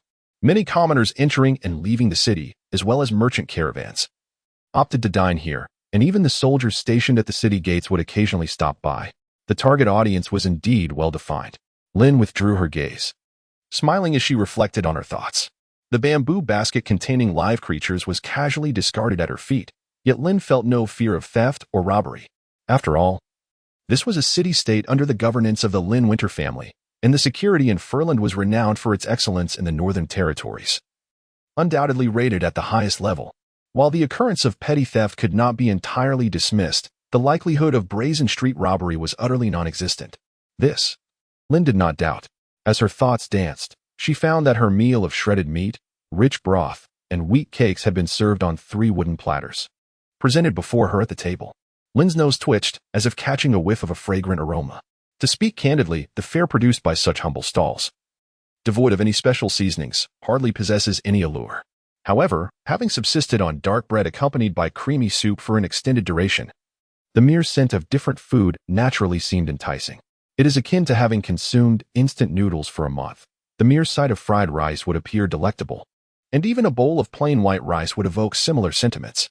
In Lin's perspective, what is labeled as hot soup is merely hot water with a hint of flavor, containing a few fragmented mushrooms whose type remains indiscernible. As for the rye cakes, they are palm-sized rounds made from rye, their texture coarse yet not overly abrasive, albeit somewhat dry. In terms of status, they surpass dark bread, qualifying as a superior meal for the common folk. The only dish worthy of attention on the table was the hand-pulled rabbit meat, though its portion was scant, the shreds varying in size, and the flavor rather mild and somewhat tough. Nevertheless, after a sprinkling of chili flakes, it was still consumed with delight, especially after several days without meat. In no time, the hot soup, rye cakes, and a small plate of hand-pulled meat found their way into Lin's stomach. When it came time to settle the bill, the cost of 60 copper coins drew several curious glances, with many speculating about Lin's identity. In this era, aside from the nobility, few would willingly spend 60 copper coins on such a meal. Fortunately, the emblem of the Winter family hanging from Lin's chest alleviated many potential troubles. After the meal, Lin shouldered his bamboo basket and made his way towards the city, with his first destination being a visit to the Baron's shop to consult with Rod, the shopkeeper, to explore any avenues for selling goods. Lin retraced her steps along a familiar path back to the flea market. Before she could approach, She noticed from a distance a throng of shivering homeless individuals huddled together in the biting wind and snow, a scene that felt eerily reminiscent. Though she did not take the time to count them meticulously, a cursory glance suggested that their numbers appeared to surpass her previous recollections. This was not entirely surprising. Given that this year's snowfall had arrived earlier than usual, and unrest lingered along the borders, prompting countless desperate souls to flee to Flanders City each day. Consequently, the flea market experienced a constant ebb and flow of individuals, with some being taken away while others arrived. An abundance of people was hardly remarkable. Ding! As she pushed open the door of the Burns store, the bell chimed melodiously. Rod, donning a pristine waistcoat and trousers, lay leisurely in the store's foyer, engrossed in a newspaper. Upon noticing her, his eyes widened in surprise, and he sprang up with a suddenness akin to a coiled spring. "Ah, it's you. Long time no see, Mr. Rod." Lin removed the bamboo basket from his back and smiled at Rod. Come in, come in." Rod eagerly approached Lin, disregarding his disheveled attire, and enthusiastically took his arm, guiding him into the shop. They arrived at a cozy wooden chair by the warm fireplace, which was adorned with a soft blanket. "Our last parting was so hasty. I realized I never caught your name," Rod said, pushing a cup of hot red tea towards Lin with a smile. "Lin Tuz," came the reply. Lin took the teacup, gently blowing away the steam, and responded with courtesy. It turned out to be a nobleman. Evoking a sense of solemn respect from Rod, a former aristocrat, Lin shook his head with a bitter smile. "It's merely a position as a servant," he remarked. "Mr." Lin jested. To serve in the grand estate of the Winter Duke is an opportunity not afforded to just anyone.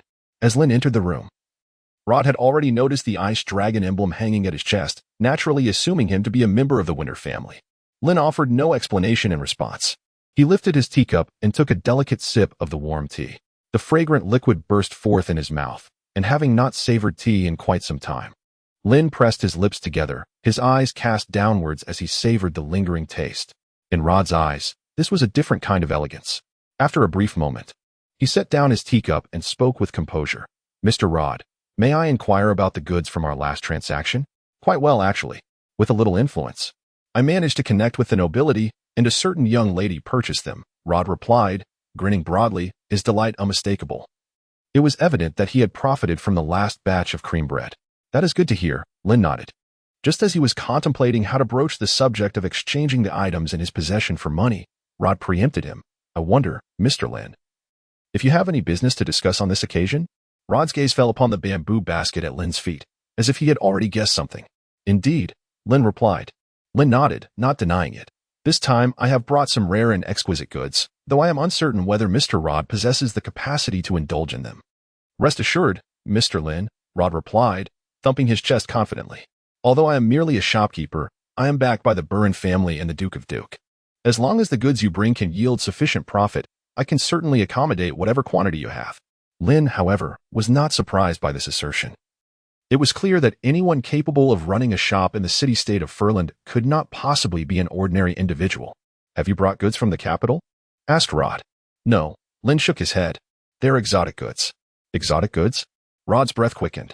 As a merchant, he understood the significance of those 4 words. Products sourced from Hilk, when linked to capital goods, could easily double in profit. The value of exotic goods was, of course, self-evident. "Lin, may I examine the merchandise first?" "Of course." Lin smiled, declaring, "This is your right." With that, she lifted a corner of the white cloth draped over the bamboo basket and, after a moment of searching within, extracted a beautifully crafted whiskey glass adorned with intricate patterns. She handed it to Rod, who stood before her. In Lin's eyes, it was merely a trinket, a commonplace item that could be found for a mere 3 or 10 yuan on various online marketplaces, utterly ordinary and reminiscent of street vendor wares. Yet, Rod's gaze ignited with uncontrollable fervor, and he could not suppress an exclamation of astonishment. Goodness, could this truly be porcelain? Lin did not mock the situation. In this world, there exists a plethora of distinctions, not only among people, but also extending to the very utensils they use. The primary reason for this disparity lies in the relatively antiquated porcelain craftsmanship of the Silk Empire, which is largely dependent on imports from the neighboring kingdom of Bougainvillea. Consequently, the dining tables within the Silk Empire exhibit peculiarities, reflecting a hierarchy of value among tableware. Porcelain dishes are predominantly reserved for royal use. While dukes may dine with golden utensils, earls are permitted silverware, and below that rank, one finds copper implements. As for commoners, their fare is served upon crude wooden pieces. Lin dined today on a humble wooden plate, a common utensil among the majority of the populace. Rod cradled the whiskey glass with great care, gently caressing it, his focused gaze akin to that of a man admiring his beloved. Where could this exquisite item have originated? Before Lin could respond, he began to muse aloud. Such meticulous craftsmanship and fine materials must surely hail from the kingdom of the Bougainvillea. Rod, an ordinary shopkeeper, could hardly have encountered the royal porcelain's quality and artistry. Yet, one need not have dined on pork to recognize a pig when it runs by. The renown of the porcelain from the Bougainvillea kingdom is likely known to all across the continent of Baizhu. Lin remarked. It certainly saves a great deal of unnecessary discourse. However, after a moment's contemplation, Lin felt compelled to add, Mr. Rod is aware that I was once of noble lineage. Though my family has fallen into disrepair, I still possess certain trade connections. Just as you surmised, this whiskey glass is a porcelain piece from the Bougainvillea. What significance could a glass purchased from a shop possibly hold? One can fabricate a story at will, for aside from myself, no one could possibly ascertain the true origin of this item. Lin pondered this thought deeply, and Rod harbored no doubts concerning Lin's interpretation. He merely gazed quietly at the whiskey glass cradled in his palm. Soon, a peculiar line of minuscule text, never before encountered, caught his attention at the bottom of the glass, made in dragon. Mr. Lin, what does this inscription signify? Rod inquired, pointing at the tiny lettering at the base of the glass. Lin felt a tinge of embarrassment, admitting, I'm not acquainted with it either. Rod let out a sigh, choosing not to dwell on the matter. The inconspicuous small print, although slightly detracting from the aesthetic appeal of the porcelain, further substantiated that this whiskey glass was not a native artifact. Surely, the noble gentleman would not take issue with it. After all, the incomprehensible only adds to its allure. After much contemplation, the time finally arrived to discuss the price. How much was Mr. Lin willing to offer for this whiskey glass? During his previous visit, Lin had been merely a famished vagabond, free to negotiate the price as he pleased. Yet, this transaction was evidently of a different nature. 10 gold coins, he declared. Lin did not hesitate to announce a price, one he had long contemplated. Before Rod could utter a word, Lin added, I am indifferent to how much you charge for this cup. I simply require 10 gold coins. What say you, Mr. Rod? Not a problem, Rod exclaimed, slapping his thigh. Accepting the offer without a moment's thought, his prompt and decisive manner left Lin momentarily taken aback. Does Mr. Rod not need to consult with your employer behind you? He inquired with a hint of perplexity. Although they were engaged in business, Lin was acutely aware that Rod was merely a figurehead. The true decision-maker was the nobleman who stood behind him. No need, Rod replied with a smile, refilling Lin's tea. I am quite familiar with Duke's character. While he may be displeased by my unilateral decision, missing out on a porcelain cup reserved solely for the royal family would incite far greater dissatisfaction on his part. Very well, Lin conceded, realizing there was little more he could say, especially given his own satisfaction with the price. Purchasing the glass cup for 5 copper coins and selling it for 10 gold coins represented a considerable profit. Yet, more than the 10 gold coins, Lin yearned for a reliable and consistent channel to ensure his goods could be converted into currency. A judicious sharing of profits would be essential to maintain the stability and longevity of this channel. A true merchant always seeks to earn a modest profit. Mr. Lin, do you have any other items? After acquiring the whiskey cup from Lin, Rod appeared still unsatisfied, glancing toward the bamboo basket that Lin had brought. Clearly skeptical that it contained only a single porcelain cup, certainly not just one. Lin retrieved 2 packages of tissues from the bamboo basket. After tearing open the packaging, she handed one to Rod and began to introduce them, saying, These are also foreign goods, crafted from a soft material that is gentle on the skin, suitable for wiping the face, mouth, and hands. Lin briefly introduced the uses of tissue paper, which left Rod quite impressed. He immediately grasped the inherent value of this so-called tissue. After all, the necessity of using the restroom is a common concern for many individuals. Mr. Lin, how many of these tissues do you possess? 14 packs? Lin hesitated momentarily before responding. In the store, a case of tissues contained 24 packs. However, Lin reserved 10 packs for herself. Such items are unlike others. One must ensure a personal supply. Rod, of course, sensed the potential opportunity concealed within the tissues. If these were to be sold, would Mr. Lin have any other means to acquire more? It was difficult to ascertain. Lin's words were ambiguous. This rare item, you understand. Rod sighed indeed. If this thing called tissue could flood the north, who knows how wildly the nobleman there would react. But alas, it is unrealistic. How much does Mr. Lin intend to sell this tissue for? 1 gold coin per pack. Gazing at the small pack of tissue, Rod hesitated briefly, but ultimately nodded. No problem. Let us see what other items you have. There are indeed some, but they are substantial items. I wonder if Mr. Rod has the authority to make a decision. Chapter 16. Charleston. When the diamond-studded, sparkling necklace was retrieved from the bamboo basket, Lin did not observe shock on Rod's face. Rather, he felt a tinge of disappointment. After examining the diamond necklace for a moment, he inquired with curiosity, Mr. Lin, is this necklace a magical artifact? No. Lin replied truthfully. Then it holds no value, Rod asserted confidently. No value? Lin was momentarily taken aback. He had anticipated selling this exquisite diamond for a substantial sum. Yet you were telling me that it holds no value? Observing Lin's expression, Rod chuckled softly, Mr. Lin, while this necklace is indeed crafted with great skill, it appears to be adorned with stones that are not particularly precious. In our northern region, ladies of high society and young maidens only recognize the value of gold, silver, and the vibrant hues of red and green agate. Thus, it is not worth much. Lin was momentarily taken aback, suddenly recalling that even in his previous life, diamonds only gained prominence in the late 19th century. Prior to that, the exorbitantly priced diamonds that later generations would come to regard as symbols of love were merely unvalued stones, devoid of any worth. How foolish. Misled by preconceived notions. He had spent 3 silver coins on what had turned out to be mere trinkets. Although it was a blunder, Lin felt no disappointment. With an air of composure, he tucked the necklace away, deciding that if it was not to be accepted, he would simply take it back with him. He placed the necklace back into his pocket. This outing had already yielded substantial profits from selling his wares. Although the necklace could not be sold, it was of little consequence. The key takeaway was to exercise more caution in future selections, taking into account the supply and demand of this world, or rather, the Northern Territories, to avoid any further misunderstandings. Mr. Lin, please allow me a moment to fetch your payment, said Rod. After surveying the items he intended to purchase, Rod swiftly rose from his seat and made his way to a room at the back of the shop. In a short while, he returned, this time holding a heavy bag in his hands. The total transaction amounted to 24 gold coins, which Lin acknowledged with a nod. Rod then extended the bag towards Lin. There is no need, Lin replied.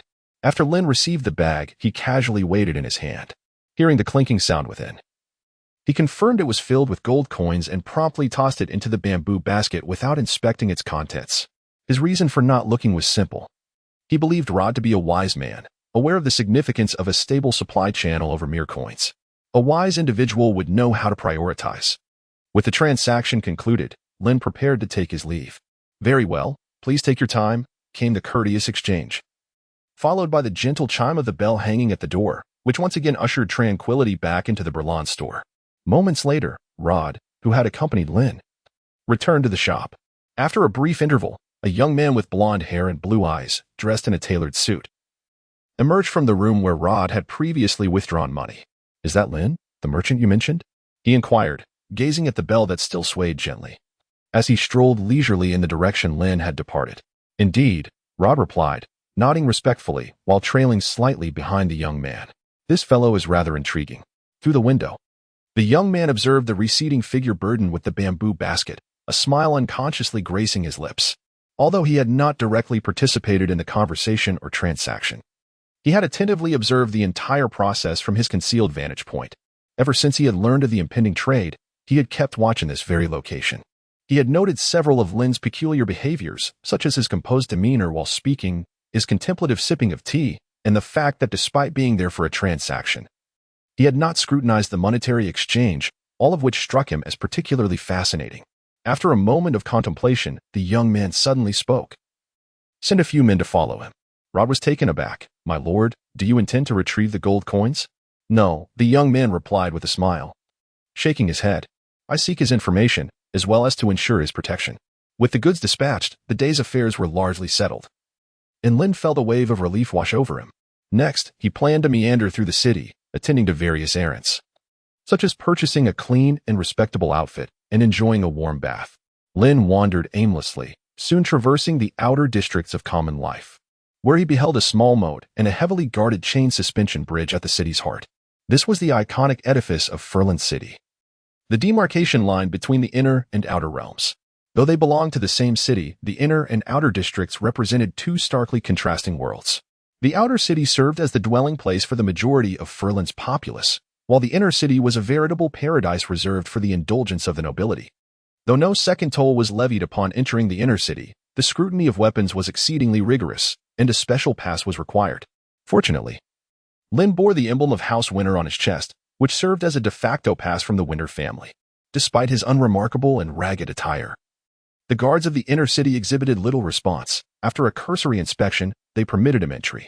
Upon stepping into the inner city, his vision expanded dramatically. The shops and houses lining the streets were constructed with remarkable orderliness. Whether nobles riding in carriages or pedestrians strolling by, their attire and demeanor exuded grace and poise. Their steps were leisurely, and they often engaged in conversation with acquaintances, all unfolding with a natural ease. Aside from the occasional filthy alley, little could be faulted. Moreover, in the inner city, one found no haphazard stalls. Instead, quaint shops flourished, merchants, bakeries, breweries, blacksmiths, tailors, public baths, and newsstands, among various establishments. Truly, it was the grand capital of the north. Although he had visited the inner city before and even ventured into the heart of Furland, Winterhold, that occasion was marked by a night of heavy snowfall, rendering his observations less than thorough. In comparison to towering metropolises, Furland might seem modest.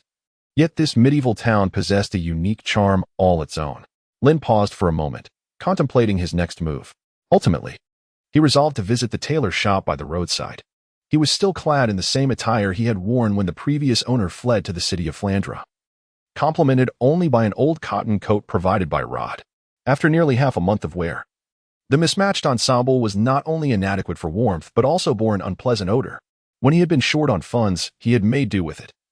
But now that he was financially secure, he felt it was time to procure a new wardrobe, something presentable and dignified. With this thought in mind, Lin stepped gently into a tailor's shop. Chapter 17. Tights. Upon entering, Lin was captivated by a row of vibrant fabrics displayed on the shelf. These fabrics predominantly consisted of velvets and silks, accompanied by an array of samples crafted from the same materials.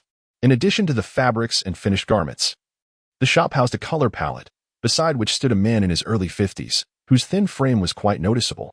His face was etched with a network of wrinkles, and his hair was sparse, while his sunken cheeks seemed incongruous with his features. He wore a brand-new velvet coat and trousers, complemented by a linen apron. Though not particularly elegant, his attire was at least respectable. He appeared to be the proprietor of the establishment. What might this gentleman be seeking? The elderly man inquired with a smile, having noticed Lin's scrutinizing gaze. Lin cast him a glance and retorted, "Are you the owner here?" "No." The old man shook his head. "I am merely a tailor." "Oh." Lin, feeling somewhat displeased, did not bother to inquire further and straightforwardly asked, "What garments do you offer here? Does the gentleman wish to purchase ready-made items or have something tailored for the host? Am I not allowed to wear anything myself?" The elderly man responded gently, suggesting that if she intended to wear the garments, she might be better off visiting a tailor in the outer city, where the materials are not only superior but also more reasonably priced. Though he did not intend to judge her by appearances, he doubted that Lin was the type of customer who could afford to buy clothing from his modest establishment. Despite its unassuming exterior and relatively small size within the inner city, his tailor shop exclusively offered garments made from velvet and silk. The cost of such fabrics, irrespective of craftsmanship, rendered them unattainable for the average person. Even the simplest velvet coat demanded a single silver coin, a sum most ordinary folks could scarcely justify spending on apparel. How disdainful it is to look down upon others. Lin undoubtedly comprehended the old tailor's implication. He promptly retrieved a handful of silver coins from his pocket, approximately 6 or 7, and placed them upon the table. "Is this sufficient?" The coins glimmered dully under the light, leaving the old tailor momentarily stunned. Noticing his silence, Lin reached into his pocket once more, producing another 6 or 7 coins and slamming them onto the table with increased emphasis. "What about now? Is this enough?" Yes, it is sufficient, please." "Do not take out more," the old tailor stammered, clearly flustered. Witnessing Lin's continued intent to dig deeper into his pockets, the old tailor found himself bewildered. He was merely a humble tailor, unaccustomed to such grandeur. In a hurry to intervene, his demeanor shifted to one of greater respect, no longer daring to underestimate Lin. Lin let out a cold smile. "Can we speak now?" "Of course," the old tailor replied, wiping his shining forehead. "In our humble shop, we offer both ready-made and custom services, with only 2 types of fabric available, velvet, and silk. How much for the silk? The old tailor hesitated for a moment before responding. Silk garments vary in price depending on the customization. They range from 1 gold coin to several. And the velvet? For ready-made items, it's somewhat cheaper, around a few silver coins. As for custom pieces, depending on the type, they can cost anywhere from a dozen to several dozen silver coins. Understood. Lin was not surprised by the tailor's answers. On the continent of Baizhu, 3 types of fabric were commonly found: linen worn by the impoverished, somewhat respectable velvet, and the silk favored by the nobility. To Lin, it translated to linen as street vendor goods, velvet as coconut, and silk as Burberry. Let's take a look at the velvet. I want ready-made. The silk was exorbitantly priced and not worth it. Custom orders would not be ready today, which was outside Lin's consideration. Ultimately, he chose the ready-made velvet garments, aligning more with the commonality and the identity of a stable boy he currently held. Please wait. Seeing that Lin seemed genuinely interested in purchasing clothing, the old tailor hurried into the back of the shop and soon returned with several brand-new ready-made outfits. Among them were formal wear, eccentric styles, and even some bizarre choices. This outfit is designed in the style of the Grandi Kingdom, with a template sourced from the royal city, imitating the attire worn by Prince Taria. The old tailor enthusiastically introduced several ready-made garments to Lin. However, to be frank, none were appealing. The jumpsuits and tights were one thing, but wearing sheer black tights bare-legged while strutting down the street? Was that not an affront to decency? Did they not feel a shred of shame? Admittedly, such garments would facilitate horseback riding, but a grown man like Lin could not accept the notion of wearing sheer tights. Among the heap of clothing, the only 2 acceptable outfits were a wizard-style garment featuring a woolen inner shirt paired with loose trousers and a ground-length hooded cloak, and a more modern suit, white velvet shirt with black trousers, complemented by a sleeveless long coat. Each outfit had its merits, making it difficult to choose. Of course, choices were for children. For an adult, the answer was obvious. One should have it all. In the end, he spent 10 silver coins on his first shopping experience after crossing over, successfully acquiring 2 outfits along with a brand new pair of sturdy military boots. Welcome to visit again, the old tailor respectfully bid farewell. Unable to resist, Lin teased, I preferred your former rebellious demeanor. Perhaps you could revert to that? After leaving the tailor's shop, Lin booked a private room at a slightly luxurious public bath nearby and indulged in a delightful hot bath before donning his newly purchased attire. Not bad, he mused, standing before the copper mirror, drying his damp hair with velvet cloth. He couldn't help but exclaim, indeed, one is judged by their attire, just as a horse is judged by its saddle. With his black hair, dark eyes, well-defined features, and deep, striking contours, combined with an air of composure. The only flaw was his slightly long hair, which seemed a tad unrefined, though that was of little consequence. As a descendant of the northern nobility, his lineage assured that his appearance would not be lacking. However, he had previously neglected his grooming. After a refreshing bath and a change into clean clothes, he transformed from a disheveled vagabond back into the poised nobleman he was meant to be, tying his still damp hair into a ponytail with a strip of cloth. Lin picked up his bamboo basket and stepped outside. It was time to visit the exchange and see if he could procure a spatial ring or some such item with the money he had. The cheat shop was appealing, but regrettably lacked storage capabilities. Chapter 18. The overbearing prince falls for me. The exchange, a place for bartering and commerce. As long as one possesses sufficient wealth or value, most things in this world can be easily obtained or slipped into one's pocket. Thus, the area before the Dorothy Exchange was bustling with pedestrians and the clamor of carriages. As an asset of the Fran family, the Dorothy Exchange could be considered the largest trading venue in Phelan City. Each day, caravans arriving from various regions brought rare and exotic items, the majority of which would find their way into the hands of the nobility through this establishment. Those who could freely enter were primarily the nobles of Phelan City. Sir, are you looking to sell or purchase something? As Lin stepped through the grand entrance of the Dorothy Exchange, carrying a bamboo basket, she was promptly approached by a young and beautiful attendant, who greeted her with a warm smile and inquired about her intentions, whether to buy or sell. Lin casually replied. Yet her gaze swept across the resplendent and luminous hall of the exchange, reminiscent of an opulent castle. Surrounding her were numerous handmaidens and sword-bearing guards, alongside well-dressed gentlemen and ladies engaged in hushed conversations. Pray tell, are you a member of the Winter family? Inquired one of the handmaidens, having noticed the emblem on Lin's chest. No. Lin shook his head, subsequently removing the badge and placing it into his pocket. The maid, who observed this scene, seemed to ponder for a moment, but soon her face returned to a courteous smile. May I inquire if you have a familiar appraiser?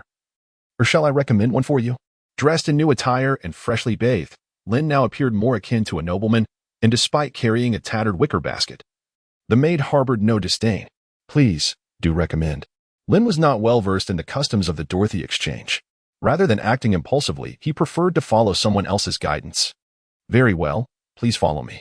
With Lin's affirmative response, the young maid led him through the grand hall and up the spiral staircase on the left, ascending to the second floor. Throughout the ascent, their conversation was minimal, although his knowledge regarding the Dorothy exchange was limited. Lin had gleaned some information while conversing with those around him prior to entering. For instance, the exchange was owned by the Fran family and held a stellar reputation in the city of Ferrand. It was named after the Count's young granddaughter. Additionally, he learned that the exchange comprised 4 floors. The first floor was the reception hall, the second was the appraisal room, the third housed noble boxes, and the fourth served as the auction hall. Presumably, the maid was guiding him to the appraisal room. Sir, we have arrived at room 7. Just as Lin's thoughts were in disarray, the maid's gentle voice broke through. Upon regaining his focus, Lin found himself standing before a pink wooden door, inscribed with the numeral 7 in the local script of the continent of Baizhu. Lin nodded, uttering no further words.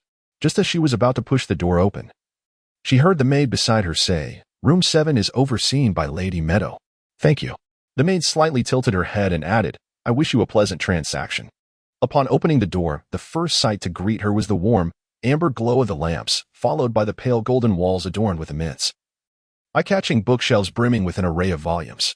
In front of the bookshelves stood a substantial, dark red long table with an oil lamp perched at one corner, surrounded by scattered books, ink, and exquisite feather quills. Both sides of the long table were lined with upholstered chairs, their frames echoing the dark red hue of the table, suggesting they were crafted as a harmonious set. At that moment, seated in the chair closest to the bookshelf was a round-faced girl clad in a black robe, her hair styled in braided twists. With her brow furrowed in concentration, she was engrossed in writing at the table, half of her face obscured, rendering her features indistinct. Lin lifted his foot and took a step forward. Yet, just as his foot touched the ground, a soft sensation enveloped him. He lowered his gaze and beheld a carpet of creamy hue, crafted from an unknown animal's hide, covering the entire room.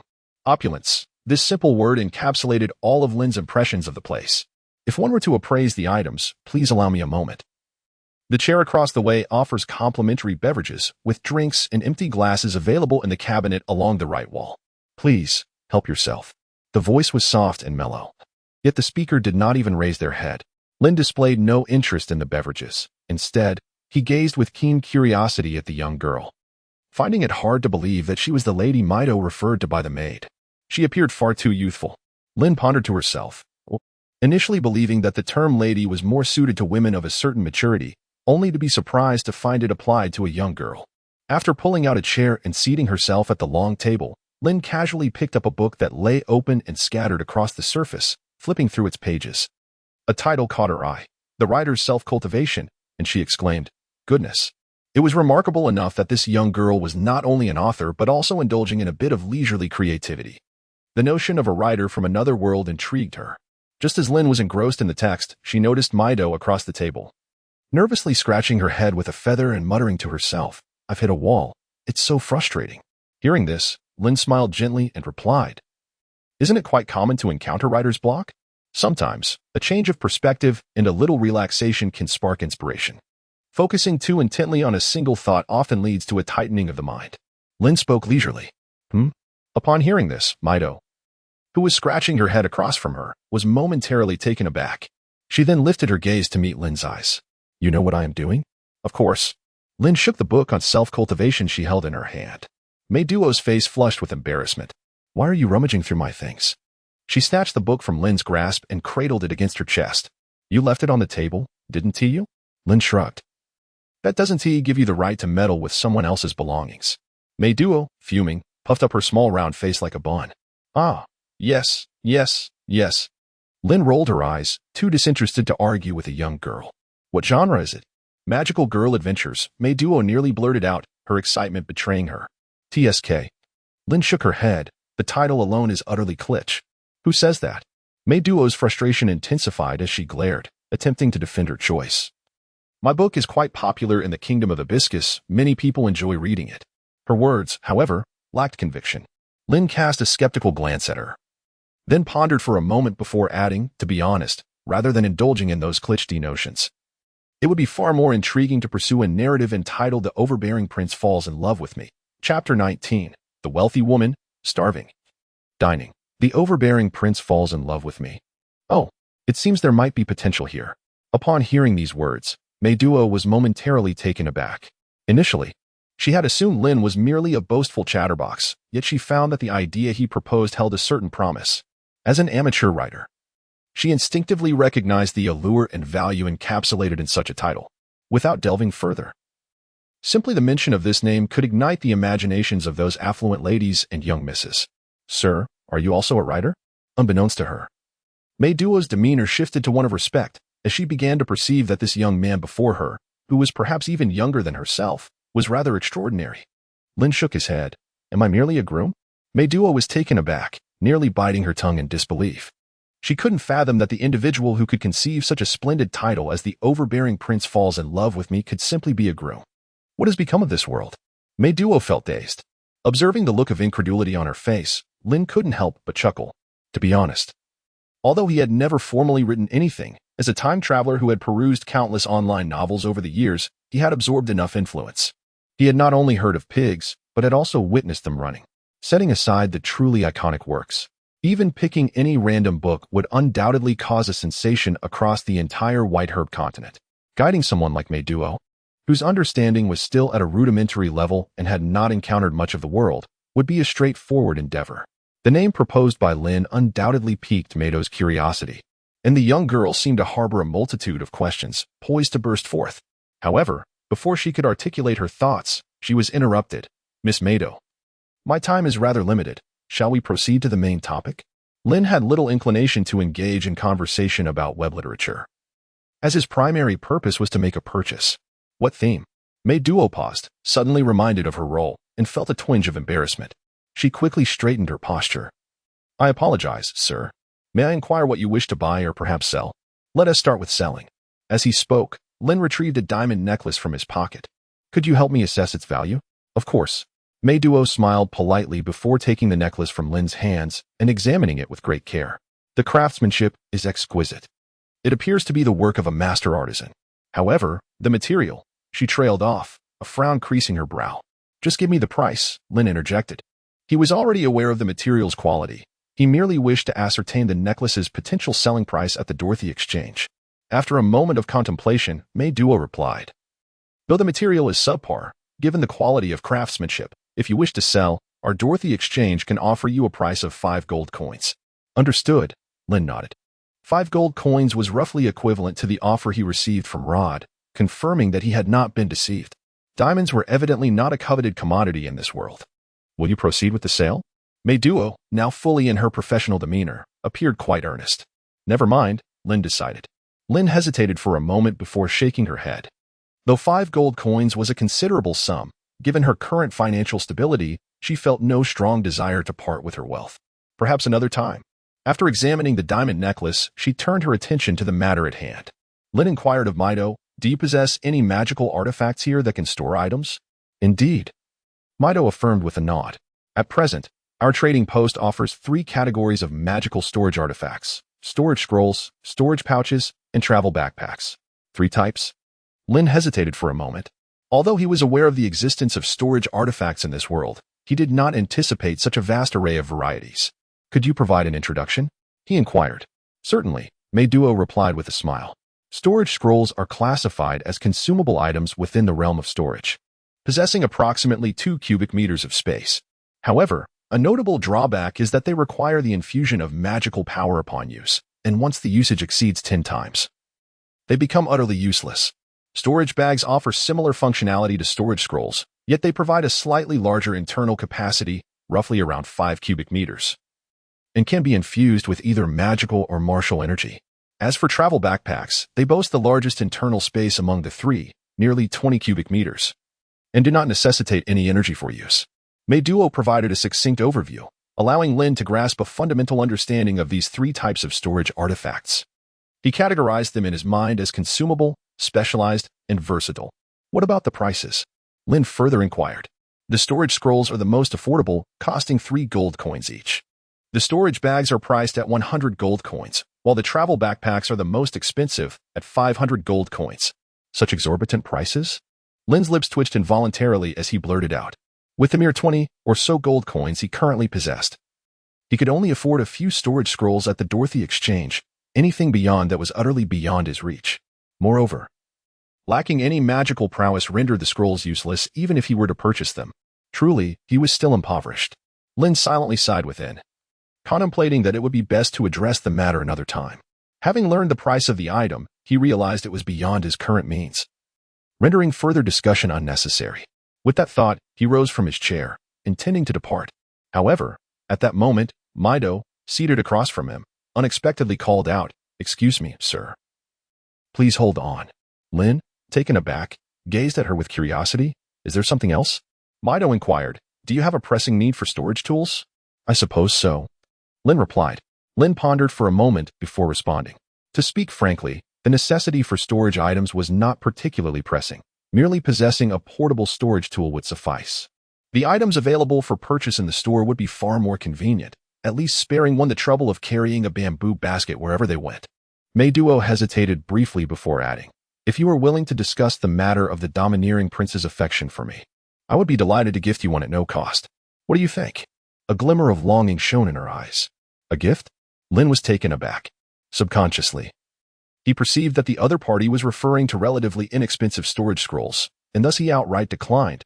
"As for storage scrolls, I shall pass. I do not wield magic, and such items hold no significance for me." "Then let it be a storage bag," Meiduo said, her voice resolute, devoid of jest. Lin was utterly bewildered. What kind of extraordinary twist of fate was this? A storage bag, such a precious item, was being offered so casually. Lin found it incomprehensible. Yet, at this moment, only one thought lingered in her mind: a wealthy benefactor, hunger, sustenance. Chapter 20, Honggu Street. "Surely, you cannot be jesting with me?" Lin felt that Mido might be toying with him, using the storage pouch as bait to coax him into revealing the so-called domineering prince's affections. Yet, upon reflection, he realized this was entirely unnecessary, a mere trope from a novel. How could it be otherwise? Mido shook his head, stating, "If you do not believe me, I can summon someone to bring forth the storage pouch right now." As he reached for the bell on the table to call the maid, Lin swiftly gestured for him to stop. "Enough, enough. I believe you," he conceded. After all, it was merely a narrative device, whether spoken or not. It would hardly impact Lin in any significant way, rendering concealment pointless. However, before proceeding, Lin needed to resolve a lingering doubt. "Are you truly an appraiser?" "Indeed," Mido replied with a smile. "Though, if one were to be precise, I am more of an amateur novelist." Lin curled her lip, skeptical of such claims. It was hard to believe that an ordinary appraiser, who also dabbled in writing fiction, could so generously part with an item worth 100 gold coins without a flicker of hesitation. Noticing the disbelief etched on Lin's face, Meadow shrugged. "Well, what I mentioned earlier is merely one facet of my identity. My full name is Meadow Fran." Upon hearing the name Fran, Lin's understanding crystallized. No wonder she could afford such generosity. It was, after all, a family enterprise. With this revelation about Meadow's background, Lin felt no need to hold back and decided to speak freely. "The central allure of the story, the overbearing prince's affection for me is..." Lin recounted an elaborate tale based on the familiar tropes etched in her memory. The bankrupt father, the malevolent stepmother, the envious younger sister, and the encounter with the cold, wealthy CEO who harbored a singular interest in her. Of course, this was the original narrative. However, when it passed through Lin's lips, it was seamlessly transformed with the lexicon of this world. For instance, the bankrupt father was reimagined as a fallen aristocrat, and the domineering CEO morphed into a tyrannical prince. This enchanting narration captivated Meiduo, eliciting gasps of astonishment as if she had just unlocked a portal to a new realm. The title and the overarching storyline had already unveiled the essence of the tale. The intricate details awaited her own imaginative embellishment. Lin recounted in one breath the myriad tropes of the domineering CEO narrative. Meanwhile, Meiduo appeared to be entranced by the storyline, exclaiming, "Oh my! How can there be such unfortunate individuals in this world?" Fortunately, they encountered the aloof Prince Charming. Lin was momentarily at a loss for words, feeling that the girl was beyond saving. However, one could understand her perspective. The tales of domineering CEOs seemed rather mundane and utterly ridiculous to Lin, a time traveler. Yet, Within the context of the White Herb continent, a realm dominated by kingdoms and nobility, these narratives held a deeper resonance and relatability. After all, which noble lady or young miss had not once dreamed of marrying a prince in her youth? Well, I have finished recounting the story you wish to hear. Now, may I have what belongs to me? Mei Duo, brought back to reality, felt somewhat dazed but managed to comprehend Lin's request. She clumsily reached out and pressed the bell button on the table. In a short while, a charming maid entered through the door. Madame Mei Duo, how may I assist you? Please fetch a storage pouch. Certainly. Upon receiving Mei Duo's command, the maid turned and exited. Just a few minutes later, she returned. This time holding a silver tray that contained a small fabric pouch, roughly the size of a palm. Here's your storage pouch. Mei Duo indicated towards the pouch on the tray. To be honest, compared to what one might envision as a magical artifact, the appearance of the storage pouch was rather ordinary. Although made of silk, it lacked any distinctive features. It can be utilized simply by infusing it with combat energy. Mei Duo softly reminded, noticing Lin staring blankly at the pouch. I know. Lin nodded, tucking the cloth bag into her pocket. It is a pleasure to meet you, Miss Maidu. As she prepared to take her leave, an idea suddenly struck her. By the way, if you are interested in this style of writing, I happen to have a similar book. If you would like, I can bring it for you next time. Really? Maida's eyes brightened at this. Of course. Lin Zheng nodded in agreement. It settled then. After a brief exchange of pleasantries, Lin took his leave, leaving Mei Duo filled with anticipation. However, once Lin had departed, Mei Duo suddenly realized that she had neglected to inquire about his name. I forgot to ask his name, she exclaimed, slapping her forehead. Oh well. I shall save it for next time. After all, a rider who possesses the mastery of combat energy and works as a groom is indeed quite intriguing. Having left the Dorothy exchange, the afternoon had already arrived. Lin first sought out a secluded corner to test the efficacy of her storage pouch. After confirming that she could indeed create a small sealed space by infusing it with her energy, she proceeded to toss both the bamboo basket and its contents into the void. It was as if she had stumbled upon a treasure without any effort at all. Gazing at her empty hands, Lin shook her head, feeling a sense of wonder. Nonetheless, one must admit that magical artifacts are remarkably useful with this item. Her hands were liberated at last. With some time left before the end of her shift today, she pondered what tasks remained and resolved to complete them swiftly. Glancing up at the sun, now tilting toward the west, Lin suddenly recalled Raman's instruction, as well as the package that had yet to be delivered. There is still a letter to send? ISNT there? The address is 14, Honggu Street, correct? Lin meticulously recalled the address mentioned by Raman. However, due to his unfamiliarity with the city of Farland, he could not conjure much useful information, and thus resorted to inquiring a passerby on the street. If you wish to reach Honggu Street, you must venture to the outer city, the detained pedestrian, seemingly a resident of the inner city, remarked with a hint of surprise in his gaze. Thank you, Lin expressed his gratitude. Armed with this precise information, he did not linger any longer and swiftly retraced his steps, successfully departing the inner city. As he walked and inquired along the way, Lin soon discovered the Honggu Street that Raman had referred to.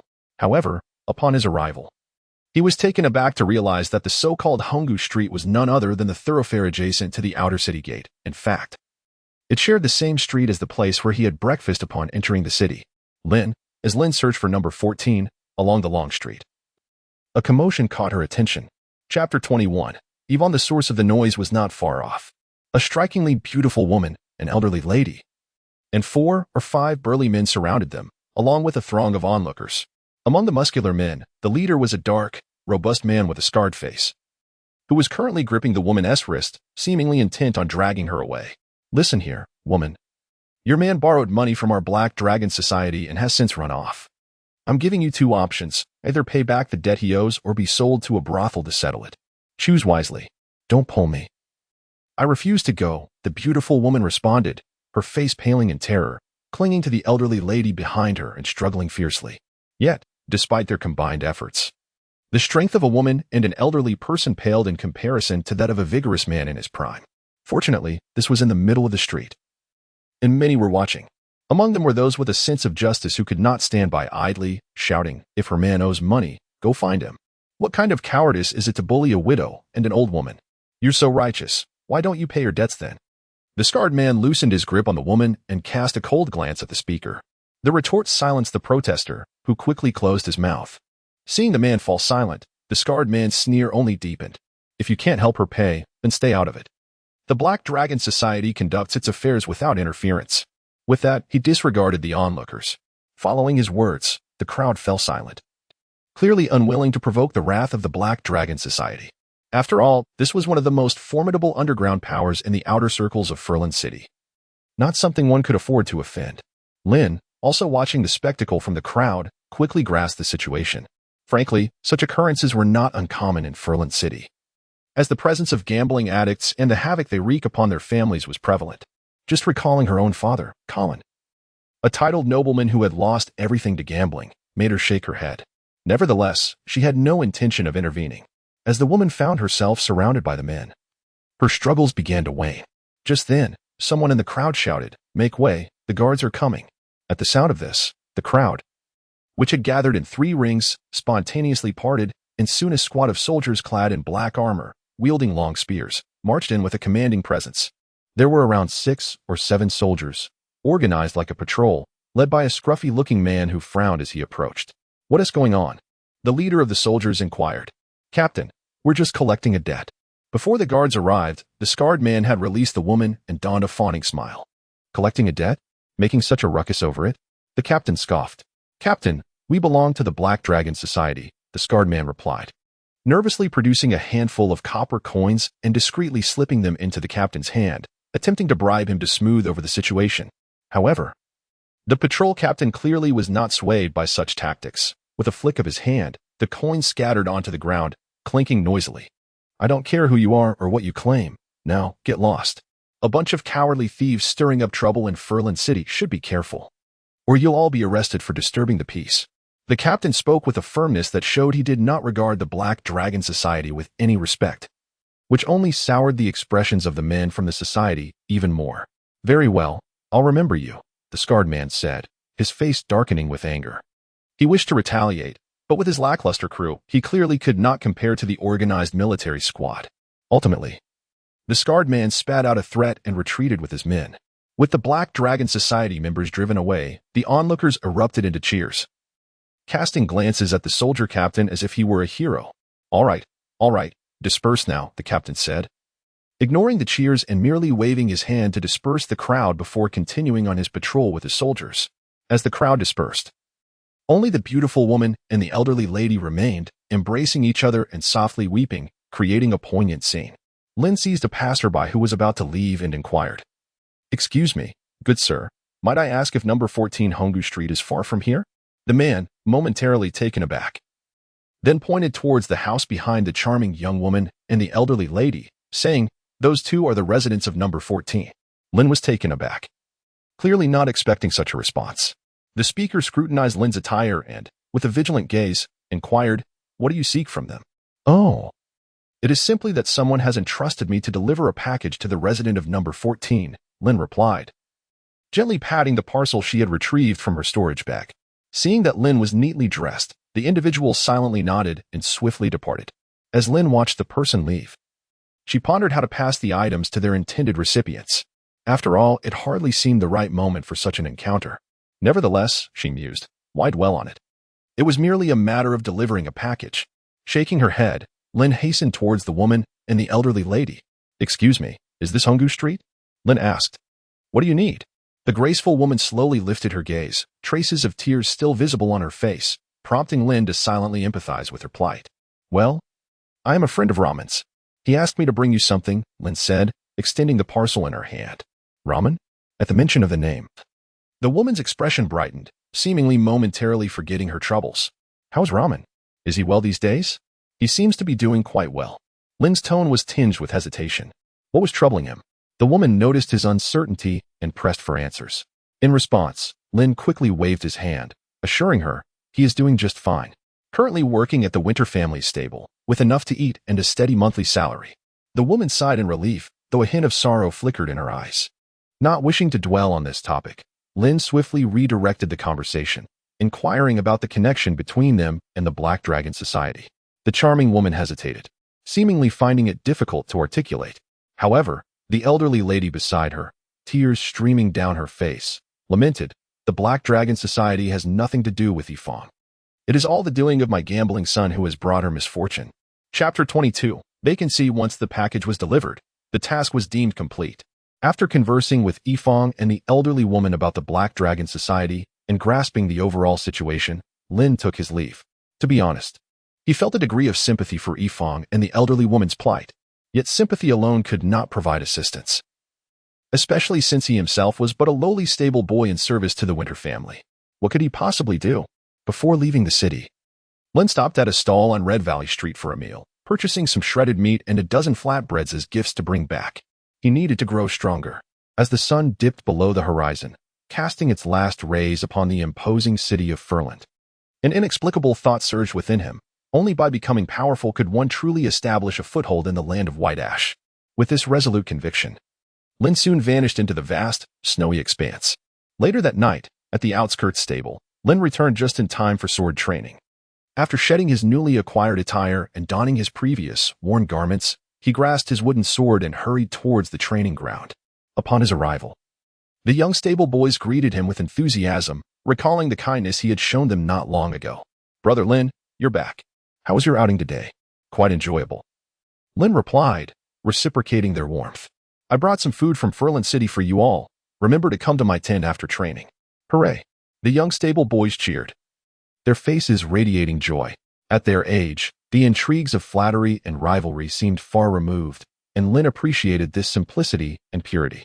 Having just finished dinner, the boys who arrived early at the training ground gathered in small groups, engaging in light-hearted conversation while awaiting the evening's practice. Lin was accompanied by Kais and Dade, two little shadows. The three of them were part of the same group that had entered the racetrack, and among the numerous stable hands, their bond was considered the strongest, at least in comparison to others. "Lin, you wouldn't believe it. His Highness Haya has come again today." After a day without seeing Lin, little Kai seemed to have a plethora of words pinned up inside, and upon finally meeting Lin, he began to chatter incessantly about the events of the day. "His Highness Haya has arrived?" "Indeed," Kais replied with a hint of mystery, his little hands tucked away. "You don't know, but His Highness specifically sought you out today. He was quite upset to hear you had gone out." And then, Lin was intrigued by Kether's words. Lowering her voice, Kether exclaimed with palpable excitement. Not only did His Highness Haya refuse to reward them, but he also berated Bob, the one responsible for holding the reins, in the most scathing manner. "Lin, no wonder I felt that Bob's gaze towards me was rather peculiar. I had no idea there was such a matter in between." Unmindful of Lin's expression, Kaiser murmured, "In my opinion, His Highness Haya's rebuke was well-deserved. What is that Bob? After all, arrogant and self-important, yet just a few days ago he received a reward. And now he clandestinely speaks ill of you. This behavior is quite typical." Lin chuckled nonchalantly, remarking that no one can be universally liked. For every admirer, there will inevitably be detractors, such is the nature of existence. However, Kessie pouted, wishing to defend Lin, only to be halted by a raised hand. "His opinion of me is of no consequence. I shall tend to my own affairs.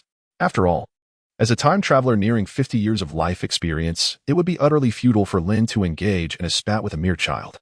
Instead of squandering time on trivial matters, it would be far more prudent to cultivate one's inner strength and refine martial skills. This is the true foundation of one's existence." Very well. Lin had already spoken, and even though Kaiser was dissatisfied, he could only swallow his words. Nevertheless, his face, adorned with a smile, still bore an expression of irritation. Observing this scene, Lin gently patted him on the shoulder, saying, "All right, let's practice swordsmanship. Afterward, we can head to my tent for some delicious food." Upon hearing this, Kaiser's eyes sparkled with excitement at the mention of food. Subsequently, the three of them began to wield their wooden swords with precision, marking the commencement of their training with a warm-up session. In a mere moment, Carlo, holding a wine flask and slightly intoxicated, appeared before them. Upon seeing Lin on the training ground, Carlo momentarily lost his train of thought. This obstinate old man, known for his bluntness towards nobility, nodded in acknowledgement. Not bad, he actually showed up. This statement did not lean towards either praise or condemnation, however. Hearing such words from him was undoubtedly a rare occurrence. The training proceeded in its typically monotonous fashion, a routine that Lin and his companions had long since acclimated to. It was not until the conclusion of the session that Carlo, who had remained with them throughout, finally spoke up. "In a while, Salen's contract will expire, and he may leave the stables. This will open a position for the night watchman." He continued, "In a few days, there will be a competition involving the day watchman, and the victor will fill Salen's vacancy, becoming a part of the night watch." At this revelation, many turned their attention towards him, secretly contemplating the implications of this position. Lin was one of the more seasoned workers at the outskirts of the stables, and the news of his contract expiration was no secret. Many within the stables were aware that he had no intention of renewing and was instead preparing to enlist in the military, seeking to prove his swordsmanship on the tumultuous battlefield. The position of night watchman was essentially a one-to-one arrangement. When one left, another would naturally take their place. Additionally, as the duties of a night watchman were relatively light and the compensation significantly higher than that of a day watchman, it was no surprise that many coveted this role. After delivering this news, Carlo wobbled off, leaving a multitude of individuals standing in place, engaged in fervent discussion. "Brother Lin, will you be participating in the upcoming competition?" Kaiser inquired curiously. His own swordsmanship barely reached the threshold of entry, making such a contest clearly beyond his capabilities. In contrast, Lin, though new to the stables, had made remarkable progress, clearly presenting an opportunity for him to seize. "I will participate," Lin replied without hesitation. After all, becoming a knight had always been his aspiration. Participating in such a swordsmanship competition, regardless of whether he ultimately joined the Night Watch, would certainly enhance his combat experience, which had always been lacking. Indeed, Dade chimed in supportively from the side. "I too believe that Brother Lin is well suited for this competition. Although he joined us at the arena, his progress in swordsmanship has been remarkably swift, rivaling that of any ordinary day watchman." Upon hearing this, Lin smiled and said, "All right, we'll discuss the competition later. For now, let us return to my tent and share the provisions." Chapter 23, Ramen. Lin took out the hand-pulled meat and rye cakes purchased during the day, prompting Kaiser to distribute them among the group. The portions of hand-pulled meat were modest, and with the number of people present, each individual could expect to receive merely 3 or 4 pieces, quickly depleting the greasy paper-wrapped package. Although the quantity was scant, no one seemed to mind, for in these times, meat was indeed a precious commodity. A jovial assembly gathered, with a piece of meat in one hand and a rye cake in the other, engaging in lively discussions about the upcoming contest scheduled for a few days hence. In such an atmosphere, time naturally slipped away swiftly. As the clock neared 8, most individuals returned to their tents to prepare for sleep. Within Lin's tent, apart from himself, the only person remaining was Ramen, who stood quietly in the corner, observing him. After such a long wait, he must be eager to inquire about Yifan, thought Lin as he regarded the boy's expressionless face. Indeed, the latter nodded in affirmation. In truth, during training earlier that day, Lin had noticed Ramen attempting to approach him on several occasions, yet he ultimately refrained from doing so, holding back until this moment. "Is she well?" Ramen summoned his courage to ask. "Yes." Lin hesitated for a moment, the words lingering on the tip of his tongue before he diverted the conversation. "What is your relationship with that girl named Yifan?" Ramen's voice trembled slightly, and after a prolonged pause, he replied, "She was once my fiancée. Lin was taken aback. He had speculated that Yifan might be Ramen's sister or a relative, but the term fiancée startled him. After all, the girl appeared to be at least 27 or 28, while the youth before him seemed to be merely 17 or 18 at most. "Is she married now?" Lin inquired again. "Yes," Ramen nodded. "She is my former fiancée." This time, Ramen's voice was no longer as vague as before. He deliberately emphasized the words former fiancée, though his tone carried an air of melancholy.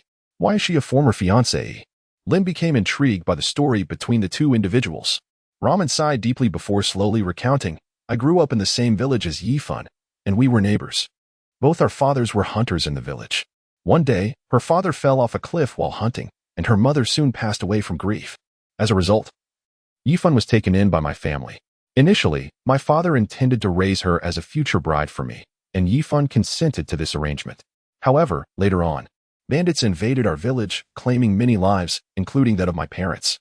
In the chaos of our escape, Yifan and I became separated.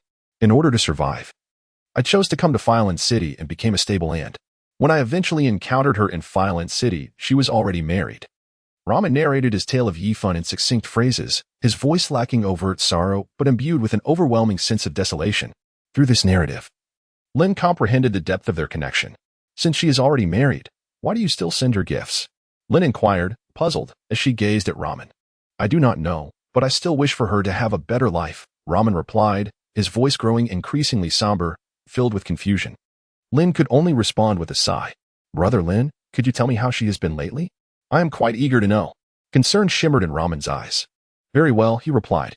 Lin pondered for a moment and resolved to cease his concealment. He recounted everything he had witnessed that day to Ramen. Throughout the entire narrative, Ramen remained as silent as a dark statue, his expression inscrutable, betraying neither joy nor sorrow, simply listening intently. It was only after Lin had finished speaking that Ramen abruptly responded, "Brother Lin, I am fully aware of the situation. Thank you for today." Without allowing Lin a moment to react, Ramen rose and swiftly vanished into the snowstorm beyond the tent. Lin's words caught in his throat. He remained stunned for a considerable time. It was only after Ramen's figure had completely vanished from sight that he abruptly shook his head, resigning himself to the notion that it was best to let others resolve their own matters and refrain from meddling unnecessarily. With this thought, Lin's spirits lightened considerably. He opened the shop, intending to purchase the newly stocked items before retiring for the night. Wei Long a case. Price, 20 copper coins. Lay by a case. Price, 40 copper coins. Fireball spell scroll. Price, 7 silver coins. Ah, a delightful selection. Upon observing the 3 newly refreshed items in the shop, Lin's eyes sparkled with interest. The first 2 were merely trivial foodstuffs, but the last item, the scroll, piqued his curiosity.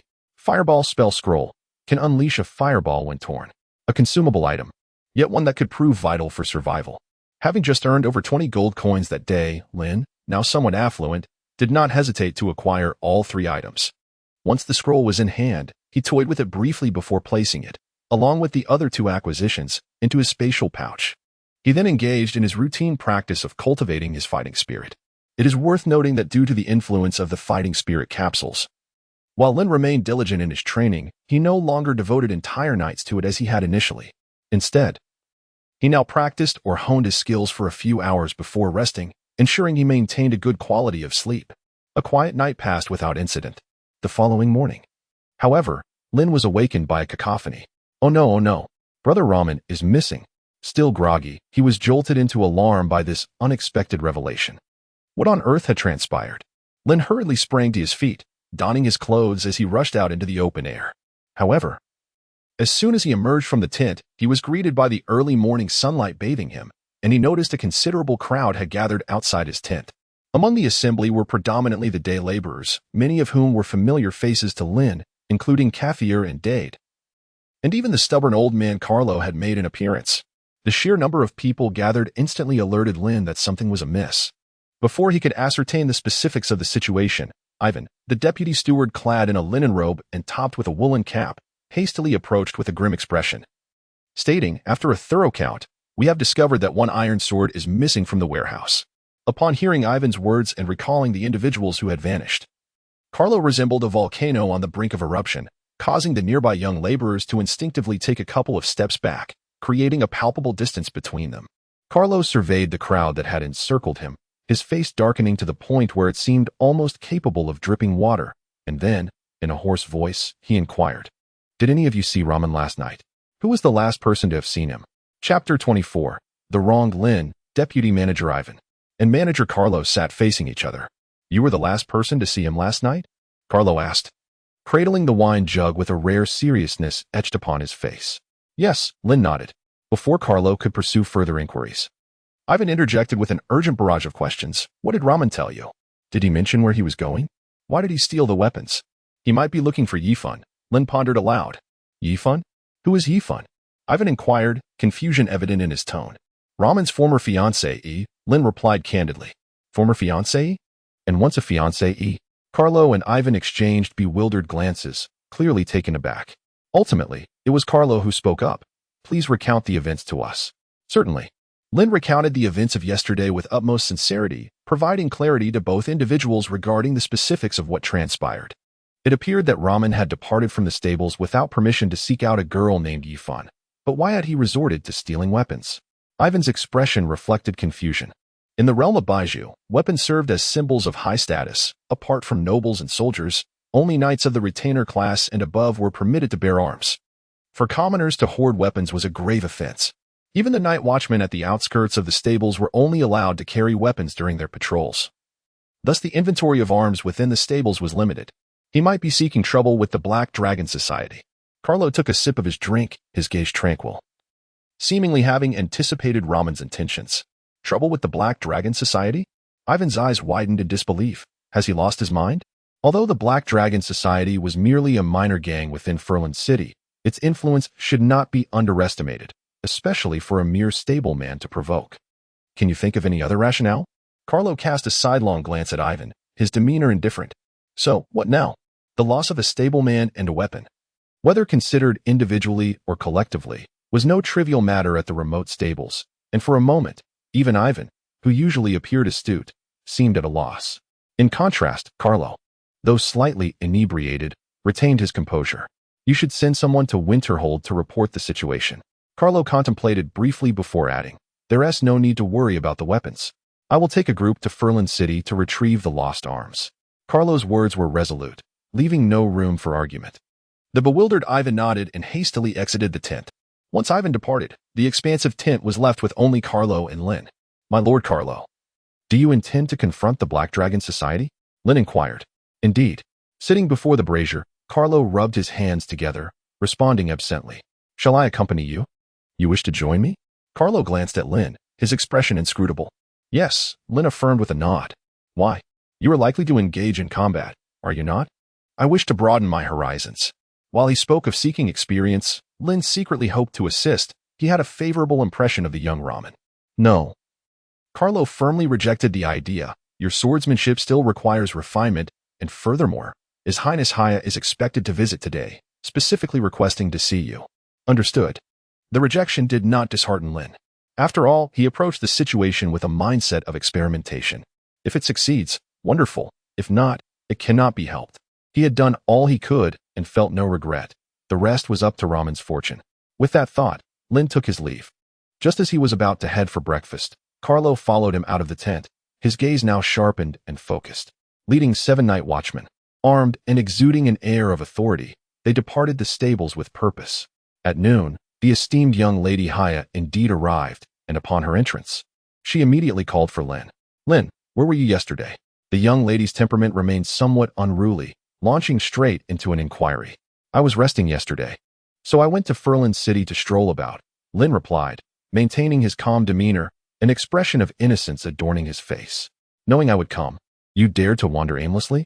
The young girl, dressed in a pristine white equestrian outfit that accentuated her youthful figure, with her silver-gray hair cascading over her shoulders, glared up at Lin with indignation. Lin wore an expression of utter helplessness. By heaven and earth, Your Highness Haya, how was I to know you would come to the racetrack yesterday? That is of no concern to me. The young lady huffed, placing her hands on her hips, embodying sheer obstinacy. Very well, very well. Lin rolled her eyes and replied with a hint of nonchalance, If you wish to come again, please inform me in advance, and I assure you I will be present. Does that suffice? This seemed to please the young girl, who brightened up with a smile. As for Bren, who stood behind her as a personal guard, he remained as still as a statue, adopting an expression that suggested he was observing the world with indifference, his gaze fixed on nothing in particular. Despite the light-hearted banter, Haya did not lose sight of the purpose of her visit. Lin, where did you acquire that peanut milk candy you had last time? Oh, from a foreign merchant caravan, Lin replied casually. Which country specifically? The Kingdom of Grandi or the Kingdom of Hibiscus? Lin was about to speak offhandedly, but upon gazing at the delicate, earnest little face before him, he quickly altered his words, smilingly inquired, Your Highness Haya, are you perhaps wishing to purchase some more gummy candies? How could this be? Caught in his little scheme. Haya felt a twinge of panic, yet was reluctant to concede. Lin pondered for a moment and said, Your Highness, Haya, as a noble, you should be well aware that the source of goods is a confidential matter that cannot be disclosed lightly. I did not inquire about the source, but merely wished to know where the gummies were purchased. Is that not so? Lin smiled silently. Never mind. If she does not wish to speak, so be it. Who truly cares to know? Haya, in a fit of irritation, waved her hand dismissively, her words betraying her true feelings. One glance at her pouting visage revealed her displeasure. Yet, she could not bring herself to coerce others, leaving her to stew in her own frustrations. Observing this, Lin realized she had ensnared a hapless soul. Your Highness Haya, although I cannot divulge the source of the merchandise, I do possess channels through which these items were procured. In fact, I returned yesterday with a considerable array of exotic goods. Might I inquire if Your Highness has any interest? Upon hearing this, Haya's eyes sparkled with intrigue. Is it peanut milk soft candy? Alas, it is not. Lin shook her head, but it's even more delicious than that. Really? You're not deceiving me, are you? Absolutely. Chapter 25. Uncertainty, is this what you call delicious? Rabai gazed at the array of Dove chocolates, lay long spicy strips, and ule snacks before her. Her large eyes filled with confusion.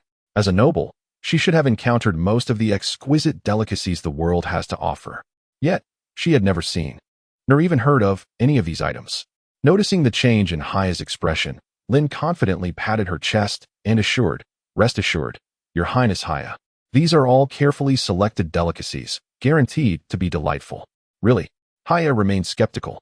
Indeed. Lin nodded repeatedly and then gestured towards a spread of items before her. Introducing them in succession, "This is chocolate, a delightful confection. That is a special beverage known as rebi, renowned for its invigorating taste. Over there is way long spicy strips, a snack with a notably piquant flavor. As for that, it is a chocolate-flavored cream-filled biscuit called ule." As Lin introduced the various items, Haya found herself utterly bewildered. Apart from the object known as a biscuit, she had no recollection of the other foods mentioned. Even with the biscuit, the pale blue packaging, made from an unknown material, bore no resemblance to the biscuits she had in mind. Nobles, compared to common folk, possess a broader perspective and are far more knowledgeable. Yet, gazing at these novel items, Haya suddenly entertained the disconcerting thought that she might be an imposter among the nobility.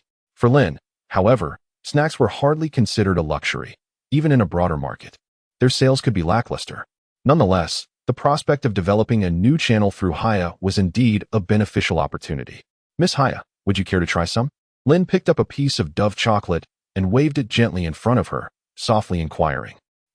Haya nodded in response, then cast a glance at the attendant, Brun, beside her. There was no need for excessive words. A mere exchange of glances conveyed the message. Brun also selected one item from the 4 offerings, and under Lin's guidance, he unwrapped it and tasted a small piece of each. When indulging in the chocolate and the delicacies, Brun's expression remained unchanged. However, upon drinking the lemon soda and sampling the spicy strips, his face slightly flushed, indicating his struggle to tolerate the heat of the spicy snack. "How does it taste, Grandfather Brun?" Haya inquired, her curiosity evidently surpassing her concern for Brun's demeanor. "It's acceptable, Your Highness," Brun replied, his face still tinged with color as he gasped for breath. Moments later, as the spiciness diminished in his mouth, Brun confirmed that the food posed no issue, gesturing to Haya that she could proceed.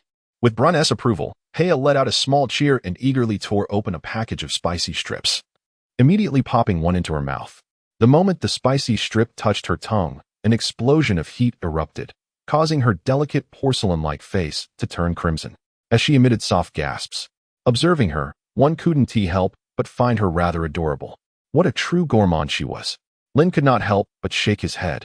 Having formed a deeper impression of the Duke's daughter, Haya, just as Lin was observing Haya, Bryn had unknowingly approached him. "Mr. Lin, may I have a word?" Though the request was polite, the tone was somewhat insistent. Aware that refusal was not an option, Lin nodded and followed Bryn out of the tent, leaving Haya to revel in her bounty of snacks. The sky appeared somewhat overcast, and the biting wind howled like a blade, with scattered snowflakes settling upon their shoulders. Yet, the two standing amidst the storm paid it no heed. "Mr. Lin, are you a noble?" Bryn inquired, gazing at Lin with a calm expression. "Indeed," Lin replied. Lin nodded, acknowledging the term fallen noble. Since his arrival in this world, he had lost count of how many times he had uttered such an explanation. However, Brun seemed unconcerned with notions of downfall, nor did he wish to engage in a discussion about it. His gaze remained as tranquil as water. "I merely seek to join the Winter family to secure a livelihood." "A livelihood?" Brun appeared skeptical of this assertion. A noble with a caravan capable of procuring rare goods cannot possibly be as destitute as one might presume. "You have seen through it." In response to Brun's doubt, Lin exuded an air of calm. "I wish to hear the truth." Brun's hand rested upon the hilt of his sword, his eyes sharp and piercing like those of a hawk. Lin sighed. "Since you have discerned my intentions, Mr. Blen, I shall not conceal the truth from you any longer. The reason I joined the Frostwinter estate was not solely to seek employment. Rather, I harbored aspirations of becoming a knight. To become a knight." Blen's eyes flickered with intrigue. This rationale was far more plausible and compelling than the mere pretext of seeking a livelihood, as it held a certain weight. If Mr. Lin were to pursue knighthood, I believe the border battlefield might indeed be a fitting choice. However, your chances of traversing this path through the Frostwinter family seem rather bleak. What leads you to this conclusion? Lin was momentarily taken aback, struggling to comprehend Bryn's words. Bryn cast a sidelong glance at him and spoke slowly. A knight squire is a title bestowed only upon those chosen by knights. Each knight, throughout their lifetime, may possess only 3 squires. Although the Winter family still adheres to the tradition of selecting squires from among stablehands, the Duke's family has now ascended to become the most prominent noble in the north, necessitating consideration of numerous factors, including the exchange of interests. Bryn's words were veiled, yet they rendered Lin silent. To be candid, his decision to become a stablehand was driven by the necessity of survival, as well as the aspiration to become a knight. The influence of the Winter family was also a significant factor, but of paramount importance was the legendary figure of Duke Helen. As a celebrated hero of the North, his history is not shrouded in secrecy, but rather recounted by wandering minstrels. In the early days, there was no family like the Winters in the North. Duke Helen himself was of humble origins, tending horses at the Lorraine family stables. His exceptional performance caught the attention of the then head of the Lorraine family, who selected him as a squire and entrusted him with the secrets of combat. Later, amidst the conflict between the Shirk Empire and the Kingdom of Azalea, Duke Helen departed from the Lorraine family, venturing alone to the battlefield, where he distinguished himself and achieved great feats. Eventually, he forged a pact with the Ice Dragon, securing his place in the north and founding the Winter family. Even as the Winter family flourished, Duke Helen never forgot his humble beginnings. He continued the tradition of selecting promising young individuals from the stables to become squires. However, now, as Lin listened to Bryn, it felt as though this cherished tradition was on the verge of being forgotten, replaced by the cold calculus of familial alliances and the exchange of interests. Chapter 26. Bob, thank you for your reminder, Mr. Bryn. Lin smiled at Bryn, saying, though hope seems faint, I still wish to try. I have faith that the wisdom of His Grace, the Duke, will not allow everything to be forgotten. Lin's words cannot be considered sincere. Primarily, he assigned a short-term contract, leaving him with no avenues for retreat. To rashly breach this contract would result in being blacklisted by the Winter family, effectively obliterating any chance Lin has of thriving in the north. Furthermore, when Bryn spoke of hope being dim, it did not imply an utter lack of possibility. There remains a chance worth seizing, and it is prudent to observe the situation further. You are indeed intriguing. Noticing Lin's composed demeanor, unperturbed by his comments, Bryn felt a twinge of surprise. He then shook his head, deciding against further discourse. His intent in visiting Lin today was merely to gauge his true motives. Now that he has disowned them, he feels no apprehension. As for Lin, though he appears somewhat eccentric and does not resemble a fallen noble, Bryn understands that given Duke Helen's affection for Heya, it is likely that Lin's information has already found its way to the Duke's desk shortly after their initial interactions. If Lin were truly a threat to Heya, he would not be standing here conversing with him, but would rather have become a lifeless corpse. Grandfather Bryn, what are you doing? Just as the two were engaged in conversation, Heya, with a mouth full of oil and holding a packet of spicy strips, poked her head out from Lin's tent, looking at them with curiosity. Chatting, Bryn replied with a smile. What are you chatting about? Heya inquired. Some matters concerning the night attendants, Bryn replied vaguely. Night attendants? Heya cast a puzzled glance at Lin. Do you wish to become a knight? Yes, Your Highness Heya. Lin nodded affirmatively. I see. Heya responded thoughtfully. How much do these cost? Having sampled the treats, Heya was keen not to let these unfamiliar delicacies slip away. She directly requested Lin to quote a price for all of them. 10 gold coins, Lin stated. Although he had positioned Heya as a Navi buyer, he did not intend to take advantage of her innocence. Instead, he sought a sustainable arrangement and symbolically requested 10 gold coins. All right, the price of 10 gold coins, while substantial, was merely a trifle for a duke's daughter. Heya generously waved her hand, instructing Bryn to pay the amount without hesitation. Once the transaction was settled, Bryn hastily packed the snacks into his storage bag. Observing this scene, Lin responded with a smile, Your Highness Heya, how about I reserve similar items for you next time they arrive? Sounds great. Heya exclaimed with delight, her initial elegance and dignity as a duke's daughter momentarily forgotten. Her character visibly diminished. With Lin's promise, Heya did not linger, leaving the horse grounds contentedly with Bryn, already contemplating how to boast about her new acquisitions. After bidding farewell to Heya, Lin took one of the 10 gold coins as a reward to distribute among his companions upon Ivan's return. The world is not merely about conflict, but also about the intricacies of human relationships. At noon, the store refreshed as usual, offering commonplace items. Although nothing particularly valuable was available, Lin consistently accepted everything to accumulate his totals. After lunch, he proceeded to tend to the livestock, and remarkably, today he found himself grouped with little Kaiser. With the horses set free, the bulk of their work was accomplished. During this leisurely interlude, Lin honed his swordsmanship, while Kaiser trailed behind him like a little shadow. Brother Lin, did His Highness Haya bestow any rewards today? She seemed rather cheerful when she departed. Indeed, a gold coin, Lin replied. Upon hearing about the reward, Kaiser's small eyes sparkled with excitement.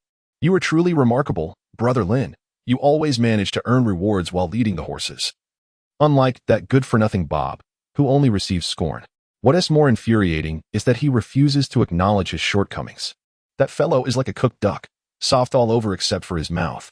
Mentioning Bob seemed to unleash a torrent of grievances from young Kaiser, who began to incessantly recount Bob's faults, his words laced with palpable animosity, as if they were on the brink of an irreconcilable feud. While wielding his sword, Lin listened attentively. As for Bob, Lin had heard of him. He was somewhat of a notable figure at the remote stable. Bob was not much older, merely 2 years senior to young Kaiser, and was one of the daytime grooms. Due to his considerable talent in swordplay, Carlo held him in high regard and occasionally provided him with special training, grooming him for a role as a night watchman. However, his relationship with Kaiser had always been strained. The discord began when the three first arrived at the stable. Bob, noticing Kaiser's youth, attempted to take him under his wing, but Kaiser vehemently rejected the offer. From that point onward, their relationship soured, and they would bicker whenever they crossed paths, as if their fates were irreversibly entwined in conflict. Though the stable was modest, it was a world of its own, and where there are people, there are inevitably struggles. Lin's easygoing and non-confrontational demeanor seldom provoked jealousy or enmity, making him a rarity among the others. However, for younger individuals like Kaiser, disputes were frequent, often escalating tensions. Lin had previously advised him to ease his stubbornness and find common ground with Bob, but his counsel fell on deaf ears. Eventually, Lin ceased his attempts to mediate. As their conversation continued, a clamor erupted from the direction of the stable's entrance. Soon after, a large group of night watch grooms, led by Carlo, came into view. Brother Lin, Carlo has returned, Kaiser exclaimed from his perch atop a mound of earth, spotting the newcomers with keen eyes. Indeed, Lin followed suit and glanced at the sword. Yet among the throng, he could not discern Raman's figure. It was best to tend to the pasture first. After a cursory glance, Lin swiftly averted his gaze. Although the specifics of the situation remained unclear, he could surmise, through mere conjecture, the general outline of Carlo's outing that day. As for the ultimate outcome, it remained shrouded in uncertainty. However, given the magnitude of the events occurring at the stable, it was unlikely that matters would be allowed to drift into ambiguity. The news would inevitably reach all. Lin found himself in no particular haste. With this thought, he quickly gathered his focus and resumed his practice, diligently wielding the wooden sword and immersing himself in the monotonous fundamental techniques of swordplay. Chapter 27. The duel as Lin had surmised. The matter concerning the stable personnel's desertion and the loss of weapons did not conclude without consequence. In the evening, Carlo summoned all the stable hands to his tent for a rare assembly. You are already aware of Raman's predicament, so I shall refrain from elaborating further and will get straight to the point, Carlo said, seated near the fire pit and surveying the gathered crowd, a wine jug cradled in his arms. Raman departed the stables without authorization, provoking the gang's forces, and has since met his demise. As for the missing weapons, they have been recovered. The subsequent matters will be handled by the Winter family. Carlo spoke with an air of indifference. The individuals surrounding him either sat with stern expressions or leaned against the pillars, arms crossed, exuding an aura of detachment. Aside from a flicker of sympathy on young Kai's face and the shock evident on Dade's, the rest seemed utterly unconcerned with Raman's fate. In just a few words, the matter was sealed. A once vibrant life had been extinguished so quietly that it stirred not a ripple, as if he had never existed at all. Upon hearing this, Lin felt a jolt within him. For the first time, he was struck by the chilling indifference of those around him. He paid little heed to the conversation between Carlo and Ivan, his attention wholly captured by the array of impassive faces illuminated by the flickering flames. Though the fire within the pit danced continuously, casting a warm glow, it appeared incapable of melting the icy hearts surrounding it. This scene left Lin feeling an unsettling chill, one that seemed far more profound than the frigid night of his initial arrival. Lin listened in silence, lost in thought, and remained speechless for a considerable time. It was only when Carlo mentioned the upcoming competition that he finally regained his composure. The selection of night watchmen could now be placed on the agenda. Let us settle it for the day after tomorrow. You all should prepare in advance, he concluded, thus bringing the meeting to a close. Upon leaving Carlo's tent, the usual sword training resumed. However, compared to previous sessions, the atmosphere in the training grounds felt significantly heavier this evening. This weightiness was not due to the loss of ramen, but rather the palpable determination of many, fervently honing their skills, eager to showcase their abilities in the forthcoming contest. Lin is also considered one of them. Although he continues to practice swordsmanship, a sense of unease lingers within him, and he occasionally glances towards the spot where ramen usually lingers, only to find it deserted. Brother Lin, what are you looking at? Little Kaiser, standing not far away, noticed Lin's peculiar behavior, halting his actions and gazing at him with curiosity. Oh, it's nothing, just a casual glance. Lin felt a certain heaviness in her heart as she spoke absent-mindedly. Oh, little Kether nodded, choosing not to say much. In truth, the relationship between Lin and ramen was far from intimate. Their interactions were limited, and it was only through this instance of helping to carry something that they had engaged with one another. Yet, from ramen, Lin sensed a palpable weight. Perhaps a reflection of a shared sorrow. Never mind, why dwell on such thoughts? After a moment of contemplation, Lin exhaled deeply, resolving to cast aside these uncomfortable musings and focus intently on her swordplay. Immersed in the rhythm of her strikes, time seemed to fly by, and the routine training soon came to an end. Kether and Dade, who had little desire for the upcoming competition, sheathed their swords early, intending to return and rest. However, they did not forget to invite Lin. Brother Lin, the training has concluded. Shall we return together? No, I shall practice a while longer, she replied. Lin shook his head in refusal, yet the hand wielding the sword showed no sign of hesitation. Then we shall take our leave. With their questions answered, the two did not linger, swiftly returning to rest. The expansive training ground was nearly deserted, with only a few individuals remaining, intent on continuing their practice. Lin was indifferent to the comings and goings of those around him. His thoughts were entirely consumed by the movement of his hands as they wielded the sword and the arc of the blade as it descended. What he was engaging in was merely the most fundamental of exercises, yet Lin found no tedium in it. He was unaware of his own talent, nor did he concern himself with the flashy techniques that the youthful stablehand so eagerly admired. Each day, he practiced simple horizontal slashes, vertical thrusts, parries, and diagonal cuts. For Lin, the art of swordsmanship was unlike anything else. It was, in fact, simple and pure. Even the most basic horizontal slashes and vertical thrusts, when met with diligent effort day after day, would undoubtedly yield rewards. Lin understood this principle and was resolute in his pursuit. The primary reason, of course, was that Lin was a time traveler, unable to hone his swordsmanship from a young age like many others, given his ambition to become a knight. He deemed it wiser to cultivate his physical prowess and combat skills rather than dedicating time solely to swordplay, as Lin immersed himself in the motions of wielding his sword. A slightly hoarse voice suddenly resonated from behind him. Your fundamentals are quite good. Startled by the sound, Lin turned to see Carlo standing behind him, grasping an iron sword and observing him intently.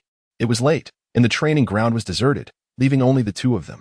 Why are you still practicing at this hour? Carlo inquired. I'm feeling a bit down and wanted to practice longer, Lin replied. Do you have thoughts about the selection in 2 days? Carlo, unusually sober, articulated his words with clarity. Sort of, Lin contemplated before admitting, but that's only part of it. More importantly, it's about my mood. Chuckling at this, Carlo gestured for Lin to come closer. You seem quite proficient with your basics. Come, spar with me for a few rounds. Sure. Seizing the opportunity to spar with a battle-hardened veteran like Carlo was an invaluable chance for Lin to learn. Carlo set down his iron sword and exchanged it for a wooden one, then took his place on the low platform, with Lin swiftly following suit. Under the night sky, snowflakes drifted gently as the elder and the youth stood facing each other, exchanging glances for a while. Come at me, Carlo challenged, his single arm displaying no hint of trepidation, reminiscent of a predator poised to strike. Despite Carlo's frail condition, Lin did not dare to underestimate him. Forgive me, Carlo, Lin said, positioning his sword before his chest and advancing with cautious steps while observing Carlo's movements, continuously probing with his blade. As he drew near, Lin suddenly launched an aggressive strike, a testing diagonal slash aimed at Carlo's face, with a resounding thud. The sound of their swords meeting echoed as Carlo deftly parried Lin's probing attack. Holding his sword with one arm, Carlo's stance resembled that of a coiled serpent, his gaze flickering like a striking viper. Good power, but too many openings, Carlo remarked. leveraging his hips to deflect Lin's sword and swiftly countering with a precise thrust of his wooden blade to Lin's chest. With a dull thud, Lin staggered back, pain shooting through him, causing his hands to tremble and almost lose grip of his weapon. Fortunately, Carlo demonstrated remarkable restraint, although the strike stung. It did not inflict true harm. If it had been a real sword, you'd be dead, Carlo said, retracting his thrust, though their encounter lasted but a fleeting moment. The disparity in their swordsmanship was glaringly evident, showcasing a clear hierarchy. Noticing Lin clutching his chest, looking somewhat defeated, Carlo offered a rare smile of encouragement. Don't be disheartened. You've only been practicing for a few days. I too was once a fierce warrior under the Duke, having survived the battlefield and even served as a drill instructor for new recruits. Carlo's eyes glimmered with a faint glimmer of hope as he spoke. Lin shook his head, saying, Lord Carlo, please forgive my impertinence. I have never considered myself your equal in swordsmanship. It is entirely natural to be defeated. He possessed a keen self-awareness regarding his own abilities and did not believe he could compete with an experienced warrior like Carlo without resorting to the use of combat energy or techniques. His silence stemmed solely from his embarrassment at his own lack of skill. The young man, wise enough to temper his pride and impatience, understood these truths. Carlo's smile widened, evidently pleased by Lin's self-awareness. Recognizing one's shortcomings is the first step, thus, you must practice diligently. As he spoke, Carlo launched an aggressive assault. Despite his age, his explosive power rivaled that of the youth. Notably, his swordsmanship was anything but rigid. He targeted vital spots, his chest, side neck, armpits, and groin, with lethal precision. The training ground echoed with the clashing of wooden swords. Carlo's attacks were as ferocious as a torrential downpour, forcing Lin to defend himself. Yet, as time passed, he managed to keep pace with Carlo's relentless rhythm. There's no opportunity to spar with me often, lad. Show me your true abilities, Carlo commanded. His tone cold as he forced Lin back with a swift strike. Angered by the pressure, Lin felt a surge of earthy combat energy emanate from within, enveloping his arm as he summoned his strength and swung his sword at Carlo. Fueled by the combat energy, the power of his strike was formidable. Caught off guard, Carlo raised his sword in defense but was struck with the force of a freight truck, sending him flying several meters away, astonishment filling his eyes. Clearly, he had not anticipated such raw power from Lin's unimposing frame. It was reminiscent of a raging bull. Not only was Carlo astonished, but Lin himself was taken aback. Although aware that using combat energy could enhance his strength and physical prowess, this was his first experience applying it in a real battle, and the results were surprisingly effective. As Carlo was sent sprawling, losing grip of his sword, his gaze remained fixated on Lin's arm, which shimmered with a faint yellow light, as if he sensed something amiss. You can wield combat energy? He inquired, disregarding the pain of his fall as he scrambled to his feet. Of course not, Lin instinctively denied, the words escaping his lips before rational thought could intervene. Yet Carlo was not convinced by Lin's protestations. Do not deceive me, though I am not adept in combat energy. I was once a member of the Duke's Guard and am well aware of its effects. His assertion, though logical, did not sway Lin, who had firmly resolved to deny any acknowledgement of the truth. As Carlo rubbed his sword back, he shook his head in resignation. However, a stablehand who has mastered combat energy still chooses to remain here. Are you seeking to follow the path of the Winter family to become a squire? Carlo discerned Lin's intentions with keen insight. Lin remained silent as ever. You've hidden away quite well, haven't you? All right, no more fighting. Come over and chat with me for a while. Carlo waved his hand dismissively and plopped down onto a wooden stump, addressing Lin. Very well. Lin likewise sheathed his wooden sword and took a seat beside Carlo. Beneath the night sky, the two sat in silence for an extended period, until Lin, somewhat taken aback, finally broke the stillness. Why haven't you had a drink today? Since arriving at the outskirts of the racetrack, Lin's impression of Carlo had been twofold, the stubborn old man and the heavy drinker. Yet today, the notorious imbiber had abstained, which surprised Lin considerably. Just like you, my heart feels heavy, Carlo replied in a hoarse voice, tinged with melancholy. Is it because of ramen? Lin instinctively inquired. Indeed, Carlo nodded. After all, he had been lingering under my very nose for years. A vibrant life, suddenly extinguished, it's quite jarring. As he spoke, he habitually reached into his pocket, retrieving a copper flask. After unscrewing the cap and taking a swig, Carlo continued, in my youth, amidst the battlefield, I paid no heed to life or death. Yet, in my old age, I have become increasingly sentimental. As he spoke, Carlo shook his head, his gaze seemingly lost in nostalgia. Lord Carlo, you left with the night watchman today. You must have gone to the Black Dragon Society, correct? What transpired? Lin, with a perplexed expression, pressed for clarification. The meeting had conveyed the outcome, yet the process was left unaddressed. It was of little consequence. That lad Raman was a reckless youth who pilfered weapons and injured several individuals at the Black Dragon Society's stronghold, only to be apprehended in the end. By the time I arrived with the night patrol, he was barely clinging to life. Utilizing my identity as a member of the Winter family, I managed to reclaim both him and the weapons. I had intended to take him to the church for medical attention, but alas, he succumbed halfway there. In his final moments, he was still preoccupied with thoughts of a woman named Yifan. As he spoke, Carlo tilted his head back and took another swig, seemingly unburdening himself as he rambled on to Lin. You would think, at such a promising age, after years of sword training, he could have carved out a remarkable future on the border battlefield. Yet, all of it was squandered for a mere woman. Truly, he was bewitched. Carlo's indignation was palpable in his tone. What became of Yifan? Lin inquired again. What could be done? Carlo shook his head. A few of us from the night patrol pooled some money to settle her husband's debts, thus fulfilling that lad's final wish. The unexpected revelation left Lin momentarily stunned. He had never anticipated that the matter would conclude in such a manner, revealing a different facet of the obstinate old man. Observing Carlo's gesture of shaking the empty flask, Lin suddenly smiled. Carlo, my good sir, allow me to treat you to a drink. Chapter 29, A Small Feast. Carlo, my good sir, do sample this. Lin swirled the bottle containing the exquisite liquor before Carlo, then deftly twisted off the cap, releasing a fragrant bouquet. Is this truly alcohol? Overwhelmed by the enticing aroma, Carlo could hardly restrain himself from swallowing. The crystal-clear liquid within the glass vessel, along with the subtle scent wafting from the uncorked bottle, captivated Carlo's gaze entirely. Lin placed the bottle of wine upon the table and proceeded to elucidate. This is authentic Hengshui Lao Baigan, a truly rare and exquisite find. Although it may merely be a commonplace item from the previous generation, to describe it as seldom seen is not an exaggeration.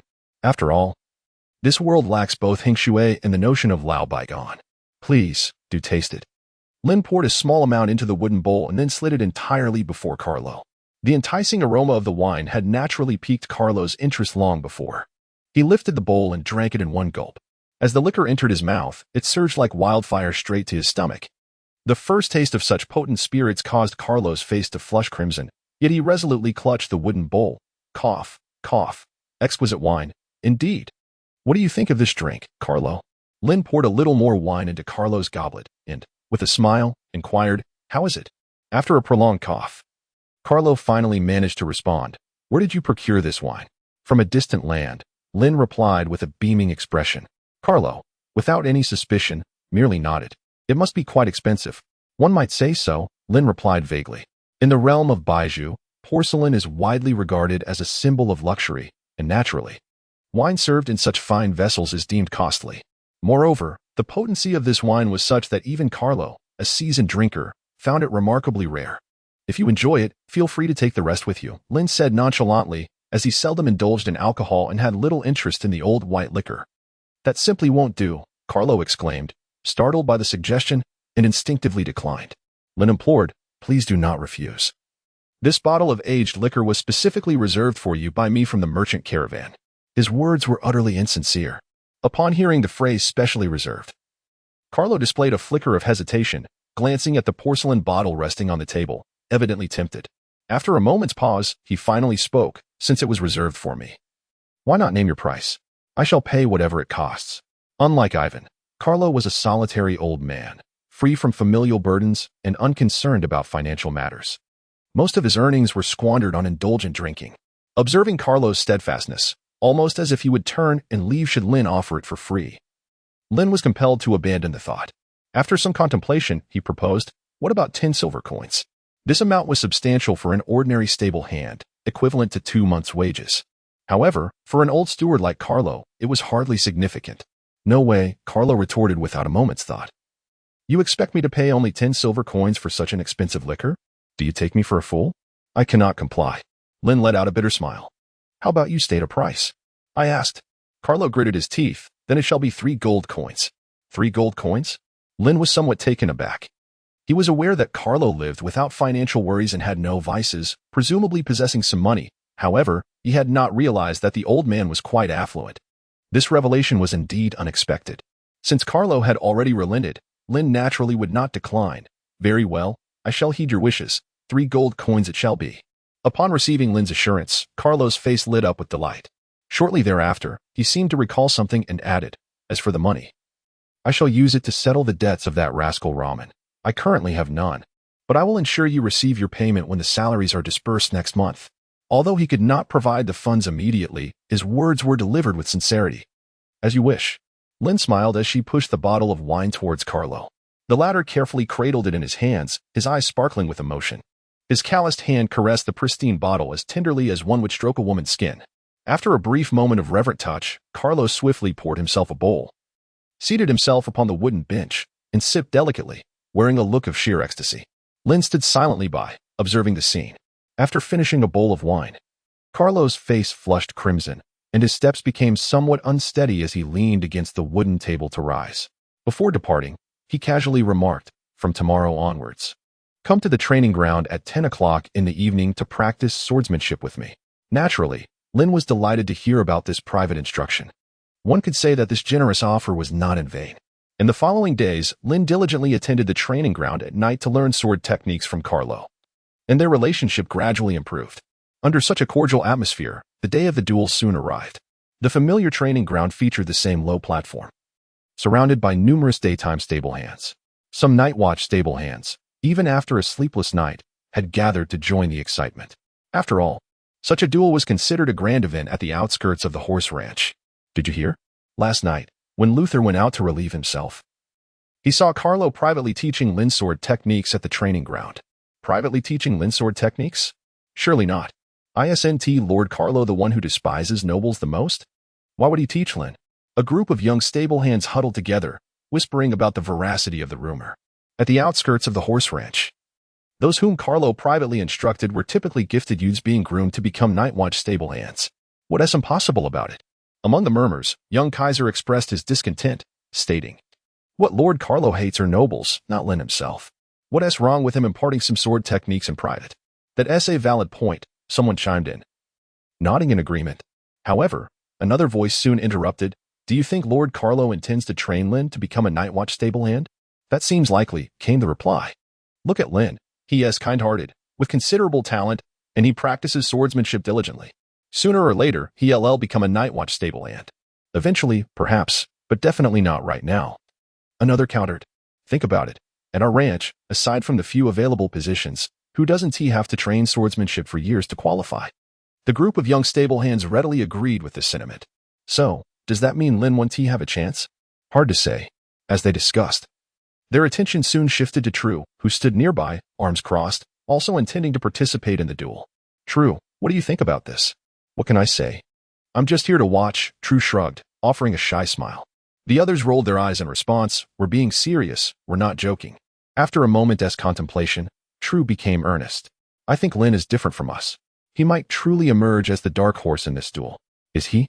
A dark horse? How is that possible?" True's assertion garnered mixed reactions. Some agreed while others expressed disbelief.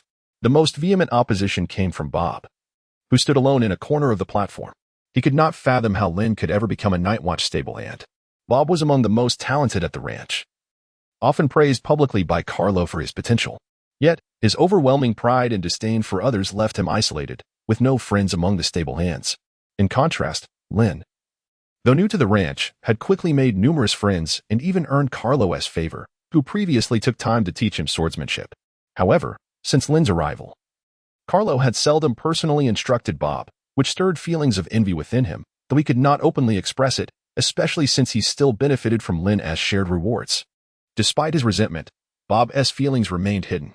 His gaze darkened as he contemplated his circumstances, his clenched fists, calloused and tight, fixated on Lin, who was nearby, lost in meditation. In his heart, he silently vowed, "If you dare step onto the platform, I will show you the gap between us." Unbeknownst to Bob, Lin was wholly unaware of his thoughts. At that moment, he was focused on adjusting his state of mind. Despite his significant progress under Carlo's tutelage, Lin understood that without utilizing his fighting spirit, he still lagged behind those young stable-hands who had trained for years. To succeed in the duel, he needed to muster every ounce of concentration. Taking a deep breath, Lin reflected on his previous bout with Carlo and the lessons learned from their sparring session. Just then, Carlo and Lord Ivan appeared together, strolling into the training ground. "Are you all prepared?" Carlo asked softly. "Almost ready," came a response from the edge of the platform. Carlo nodded slightly. "Then let us begin." As it was merely a routine selection, the formalities and introductions were deemed unnecessary. The focus was on who could remain standing at the end of the skirmish. The rules for today's duel were simple. It would be a free-for-all, allowing anyone inclined to participate to ascend the platform. As Ivan rose from his seat, he outlined the rules. No sooner had he finished than a towering stablehand, over 2 meters tall, leaped onto the platform, looking down at the others. Lin recognized him as Luther, one of the contestants. "Luther, are you scheming?" With Luther's sudden ascent onto the platform, the other stablehands followed suit, and soon the small platform was crowded with youths wielding wooden swords, including Lin. The number of participants was considerable. Aside from Kaiser, Dade, and Ramen, nearly all the other stablehands were present. A free-for-all. This form of combat was the least regulated among knights, simulating the chaos of a battlefield. The criteria for victory were straightforward. The last one standing would be declared the winner. As the young stablehands climbed onto the platform, they gripped their wooden swords, their expressions growing tense. In this free-for-all, there were no allies. Every direction held an enemy. "Go Lin, you can do it. Come on, come on." As the atmosphere grew tense, with everyone reluctant to be the first to strike, Kaiser and Dade's cheers inadvertently drew attention to Lin. "Should we take down Lin first?" A suggestion was proposed, causing Lin's body to tense involuntarily, fearful that a moment of carelessness might render him the primary target of collective aggression. Possessing the mastery of combat energy, Lin was certainly not daunted by the prospect of being overwhelmed. However, on such a confined arena measuring barely over 10 meters, his objective was not to vanquish anyone but to secure victory. Fortunately, the young stablehands were not devoid of reason, and the suggestion was swiftly dismissed. Someone murmured, "Are you foolish? Even if Lord Carlo has taken a particular interest in Brother Lin, it has only been a few days. We should first eliminate Bob, as he is the true contender." In the chaotic fray of battle, prioritizing the weaker and the strongest could indeed be a prudent strategy. Yet, it was evident that they opted for the latter. In the eyes of the young stablehands, while Lin garnered Carlo's favor, he still lacked the stature of a formidable opponent, especially when compared to Bob, who had trained with a sword for several years. After exchanging glances, the most robust among them, Luther, took the initiative to launch an assault on Bob, promptly followed by True, who lunged fiercely at Bob. In an instant, the 5 participants, including Lin, were embroiled in tumult. The sound of fierce collisions echoed, yet Bob remained silent, weathering the trio's onslaught led by Luther without yielding an inch, and even managing to counterattack. As for Lin's opponent, he faced a lean, stable hand named Ram. Unlike the others, Ram chose not to join the assault on the strongest, Bob, but opted to first eliminate the perceived weaker Lin. "Brother Lin, cease your struggles. It would be more dignified to concede," Ram taunted, blocking Lin's path and attempting to psychologically undermine him. "Words are futile. Let me witness your swordsmanship," Lin replied, gripping his wooden sword firmly before his chest, unfazed by Ram's provocations. "Then I shall offend you," he declared, and with that, Ram charged forward. A swift and vicious thrust aimed at Lin's throat was deftly evaded, as Lin anticipated the attack. While dodging, Lin bent low, channeling earthy combat energy along his left arm. With a swift motion, his hand, glowing faintly yellow and resembling an iron claw, seized Ram's sword at its tip, propelling his entire body forward like a heavy truck into Ram's embrace. "What?" Ram, utterly unprepared for such an assault, widened his eyes in shock, attempting to evade, but it was too late. A resounding thud echoed as Ram, still staring in disbelief, was forcefully knocked off the stage by Lin's charge. Chapter 31. Eliminated in a single move? The swiftness with which one was ousted left everyone astonished. In a flurry of confusion, Ram, having fallen to the ground, quickly rose, his face flushed with embarrassment and fury as he confronted Lin. "Did you cheat?" "Cheat?" Lin sheathed his sword with a smile, apologizing. "I regret to inform you that this is a free-for-all, rather than a duel governed by rules. Thus, victory cannot solely depend on the longsword." Lin had thoroughly studied the dynamics of a melee. It was permissible to knock opponents off the stage, or even to obliterate them with a bulldozer, as long as one remained standing on the platform. They would be declared the victor. Such a battle was devoid of reason. As Lin spoke, he glanced towards the distant judges, Carlo and Ivan, who remained silent, their expressions unyielding. Ram's face flushed crimson, resembling a clown, and he slinked back into the crowd in defeat. With Ram out of the picture, Lin shifted his focus to the others. In stark contrast to the nonchalance displayed by his side, The skirmish involving Bob was fiercely intense. Despite facing 3 opponents, Bob showcased his exceptional swordsmanship, managing to suppress the trio with remarkable skill, leaving Lin in awe of Bob's prowess. Just then, the tall yet somewhat clumsy Luther, in a moment of reckless attack, exposed a vulnerability, which Bob capitalized on, sending him crashing off the platform, sprawled on his back. With Luther, the formidable offensive force, eliminated, Bob felt a significant alleviation of pressure, allowing him to engage with the remaining 2, True and his companion, with newfound ease. Conversely, True and his ally began to feel a sense of trepidation. Seizing the opportunity presented by their faltering spirits, Bob grew increasingly emboldened, swiftly exploiting their openings to topple True to the ground, while simultaneously sending the nameless servant tumbling off the stage. The battle had reached a decisive conclusion. Indeed, it was a remarkable feat, defeating 3 opponents single-handedly. Lin, a witness to this display, could not help but reflect on the sheer ferocity of Bob's accomplishment. After dispatching Luther and his companions, Bob, though panting and visibly fatigued, showed no signs of respite. Instead, he raised his longsword, pointing it towards Lin with a fervent gaze that conveyed a complex array of emotions. Next, it is your turn. Lin brandished his sword and strode towards the center of the arena. The 2 opponents stood face to face. Considering your brief training with the sword, I shall not take advantage of you. If you can endure for 3 minutes in my presence, I shall grant you the opportunity you seek. Bob's eyes gleamed with arrogance. He was indifferent to the position of the night watchman. With his mastery of swordsmanship, it was merely a matter of time before he would attain that role. However, what he truly desired was to prove himself before Carlo, to demonstrate that he was the one truly deserving of cultivation.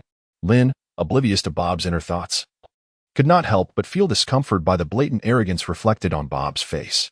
Lin admonished, "Youth, reckless abandon is not a virtue. Unchecked arrogance will only lead to your downfall." "Youth?" Bob replied, casting a peculiar glance at Lin, who was of similar age. "You need not concern yourself," he scoffed, clearly displeased with the lecture. "Very well." Lin shrugged nonchalantly. "Since you wish to wager, I shall indulge you. Let us dispense with the trifles of time and pretense. I propose a single strike. Should you manage to withstand my blow, I shall concede my place in this contest to you." Bob, incensed by Lin's somewhat disdainful remarks, retorted, "A single strike? Do you think so little of me?" His gaze turned fierce, resembling that of a wounded wolf.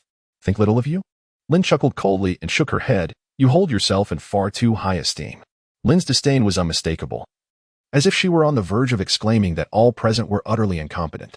Thus, let the sword determine the victor. Although Bob was proud, he was also a man of integrity. He preferred the clarity of a duel over a war of words. With that, he raised his sword before his chest, adopting a stance that was both offensive and defensive.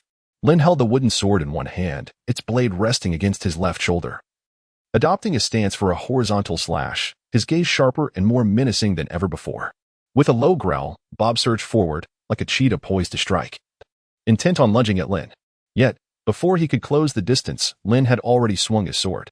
In an instant, Bob's vision was engulfed by a wave of ochre energy. The moment it made contact, his sturdy wooden sword shattered with a resounding crack, pain radiating from his hands and swiftly spreading throughout his body. With a thud, Bob's form crashed to the ground like a sack of potatoes, unable to rise for quite some time. The training ground fell into an eerie silence, everyone holding their breath, eyes wide and mouths agape, yet no sound escaped their lips, as if their vocal cords had been left at home. At the humble referee stand, Carlo slammed his thigh and leapt to his feet. "That little rascal. Why doesn't he ever listen? I told him not to use that." His voice was loud enough to rouse Ivan, who was astonished beside him, his eyes widening. "Sir, that was fighting spirit." Carlo shot him a sidelong glance, his tone calm. Fighting spirit, such simple words burned like embers.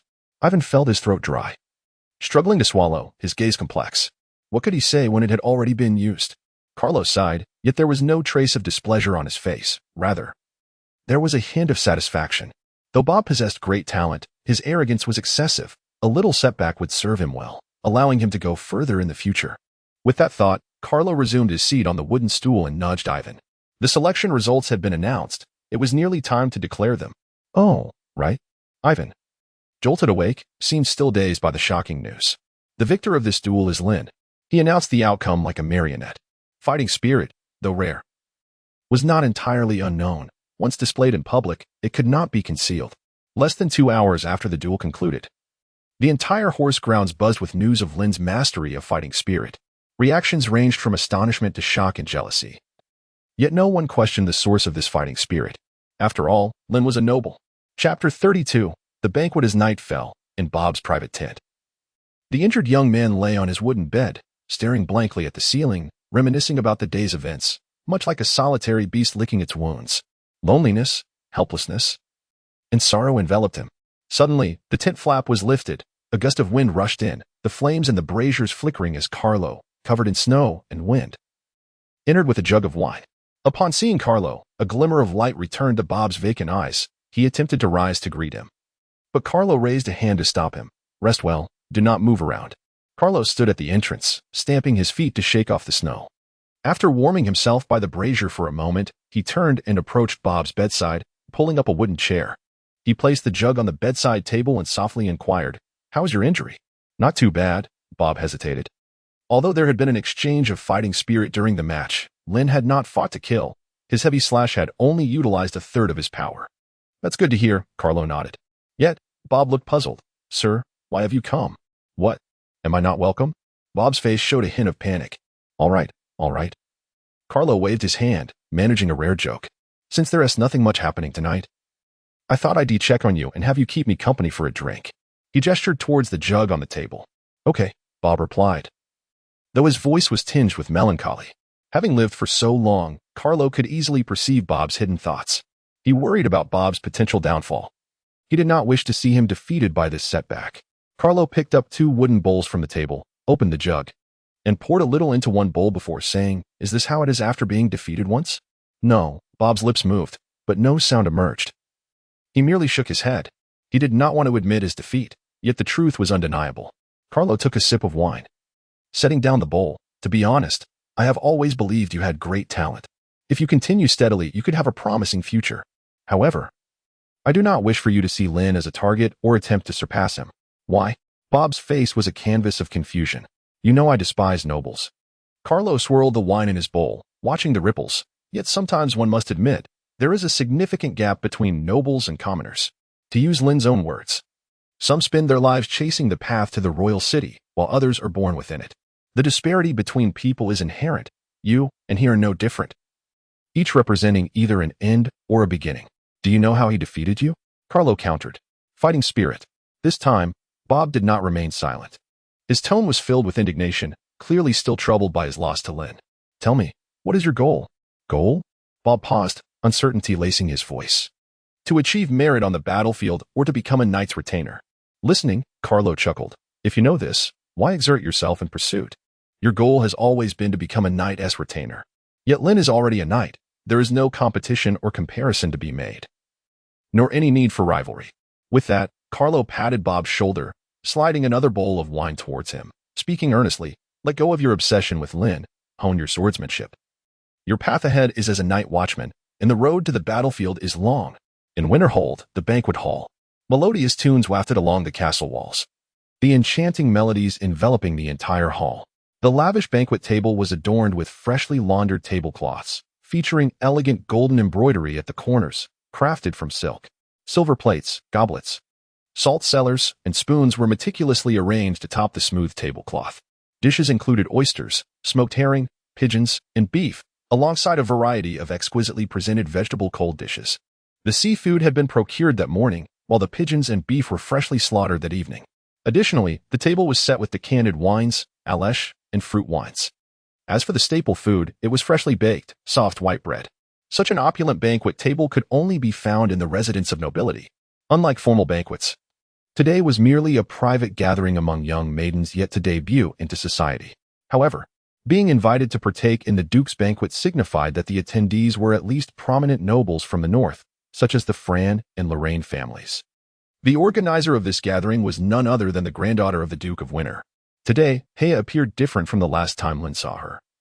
No longer clad in the pure white riding attire. Instead, she donned an intricate, resplendent white gown, complemented by her flowing, silvery gray hair, resembling a radiant swan. Not only had her attire changed, but her demeanor was now marked by grace and propriety, a far cry from her previous impishness. After a lengthy absence, Heya inquired with a smile about what her sister Maidu had been occupied with.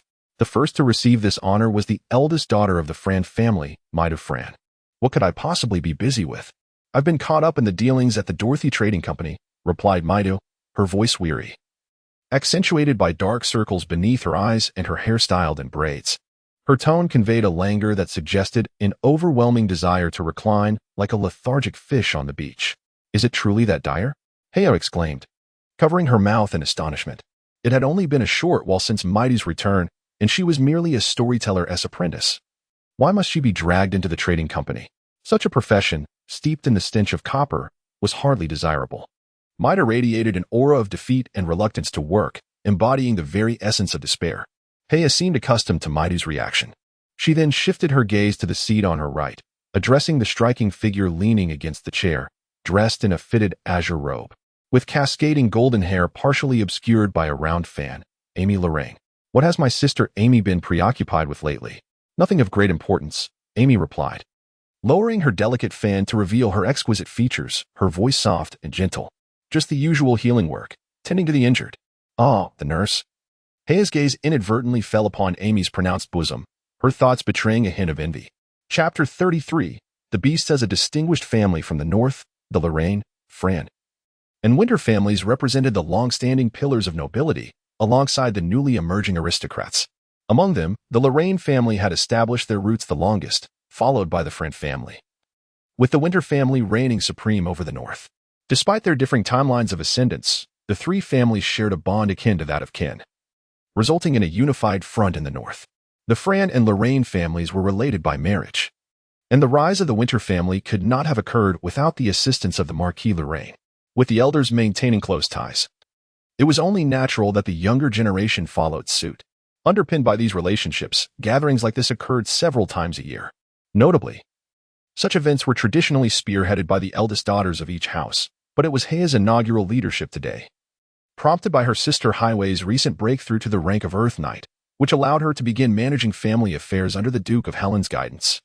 Mida sliced a piece of smoked herring onto her plate, remarking, Sister Highway is truly impressive. She can assist Duke Hea with family matters. You're no different. Having secured a position at the Dorothy Trading Company, Hea replied, accepting Mighty's compliment on her sister with grace. Don't flatter me, Mida rolled her eyes. I was forced into it, all right? With that, she lowered her head, her demeanor dulled. However, Amy, who had been quietly listening, suddenly spoke up. Since Sister Highway has achieved the rank of Earth Knight, the selection of knightly attendants should be on the agenda, shouldn't it? Though Amy's role primarily involved healing. She understood the significance of a knight selecting their squire, especially for a dominant family like the Winters, where even the slightest action could stir significant repercussions. There are indeed potential candidates, and several nobles have sent letters recently, but grandfather is still deliberating. Amy opened her mouth to say more, but she was interrupted by Baizhu. Rest assured, Duke Hea will handle matters concerning Highway. There is no need for us to worry. After a moment, her previously glum expression lifted, her voice returning to its usual gentle tone. Let me tell you, I recently encountered an intriguing individual. What kind of intriguing individual? At this, both Hea and Amy perked up with interest. Having known Mida since childhood, they understood that anyone she deemed interesting must possess some remarkable qualities. I met someone who inspired me, Mida began, her words flowing as she recounted the inspiration she gleaned from her encounter with Lin in the tale of the overbearing prince. The concept of the overbearing prince was indeed captivating, and Midu's description piqued Amy's interest. While it might not be accurate to say it was mere interest, the notion of a prince charming was undeniably enchanting for young maidens, difficult to articulate in words. Unfortunately, he left in a hurry, and I forgot to ask his name. I wonder if he will honor his promise to send me the book he mentioned. As she spoke, Midu's tone grew somber. Hea, puzzled, then asked, What about the magical girl adventure you were conceptualizing? That's been shelved, Mida replied matter-of-factly. How regrettable, Hea lamented. To be honest, she was more intrigued by the magical girl adventure than the idea of the overbearing prince falling in love with her. The atmosphere of the banquet was delightful. After indulging in food and drink, Hea beckoned the two to her room. Sister Midu, Sister Amy, come with me. I have something wonderful to show you. What is it? The two asked, their faces filled with curiosity. Hea smiled mysteriously. You'll find out once we arrive. The selection competition has concluded. As the victor, Lin has officially detached himself from the ranks of the day stablehands and commenced his training to become an adept night watchman. Guiding Lin in his acclimatization to the duties is a seasoned stableman named Clow, who has dedicated many years to serving House Winter. in his early 30s. Clow possesses an unremarkable appearance, tall and slender, seemingly disinclined to smile, yet his speech is imbued with warmth and kindness. Although their acquaintance is still in its infancy, Lin has gleaned considerable insight into the responsibilities of a stableman through their conversations. Clow first led Lin on a tour around the inspection points near the stable, highlighting several critical locations. The role of a night watchman is, in essence, quite straightforward. It involves patrolling designated routes during the night to prevent the foals from being snatched away by nearby wild beasts. The patrolling area primarily encompasses the vicinity of the stable, along with several paths leading to Mount Shiwang. Compared to the duties of a day stableman, this job is somewhat less strenuous, though it inevitably carries its own risks, with the primary adversaries being packs of wild animals and even magical beasts. Magical beasts? Lin meticulously noted down Crow's words, but upon hearing the mention of magical beasts, his expression inevitably shifted. "Brother Crow, are there magical beasts nearby?" "Indeed," Crow nodded. "However, to be precise, the magical beasts are not in the vicinity of the ranch, but rather on Mount Shiwang." Given the knowledge of magical beasts in the area, Lin couldn't help but wonder why the ranch was established here. Magical beasts, while not rare in the continent of Baizhu, possess a level of danger that far surpasses that of ordinary wild animals. When confronted with common beasts, an average person might still have a chance to resist, but facing a magical beast leads only to certain doom. "I'm not entirely certain about that." Crow pondered for a moment. However, it is said that when the ranch was established, there were no magical beasts roaming Mount Shiwang. "Did the Lin family not send anyone to hunt them?" Lin inquired further. "Of course they did," Crow replied. "A few years ago, the Grand Duke dispatched a night squad to exterminate the nearby magical beasts. Yet, the terrain on Mount Shiwang is complex, and even the professionals had little recourse. Ultimately, they could only drive the magical beasts back to the mountains." "I see." Lin nodded, feeling that everything had become much clearer. Noticing the somber expression on Lin's face, Klaus offered some words of comfort. "There is no need for excessive worry. Although there are beasts on Mount Shiwang, they have not been seen for many years. Our responsibility is merely to conduct our routine patrols." With that, Klaus patted Lin on the shoulder. "I understand, Brother Klaus," Lin replied. "Well, the information I had to share with you isn't extensive, so let us proceed to the warehouse to collect your weapon." Chapter 34. Fellow countrymen. As for the weapon, it was a standard forged iron longsword. Each night patrolman was issued one, strictly for use during patrols. Upon reaching the barn's warehouse, they found the assistant manager, Ivan, already awaiting their arrival at the entrance, eagerly anticipating something. Upon seeing the two, he hurried over with a warm greeting. "Lin." Ivan waved his hand enthusiastically, his demeanor far more approachable than usual, exuding a sense of friendliness and warmth. "Master Ivan," the two responded respectfully, mindful of their positions, one being the manager and the other's mere stable hands. "You've come for your weapon, I presume?" Ivan inquired, paying attention to the nuances of the moment, as he enthusiastically took Lin's hand. Come, follow me." As they conversed, they entered a spacious wooden building, akin to a factory, which served as the barn's warehouse.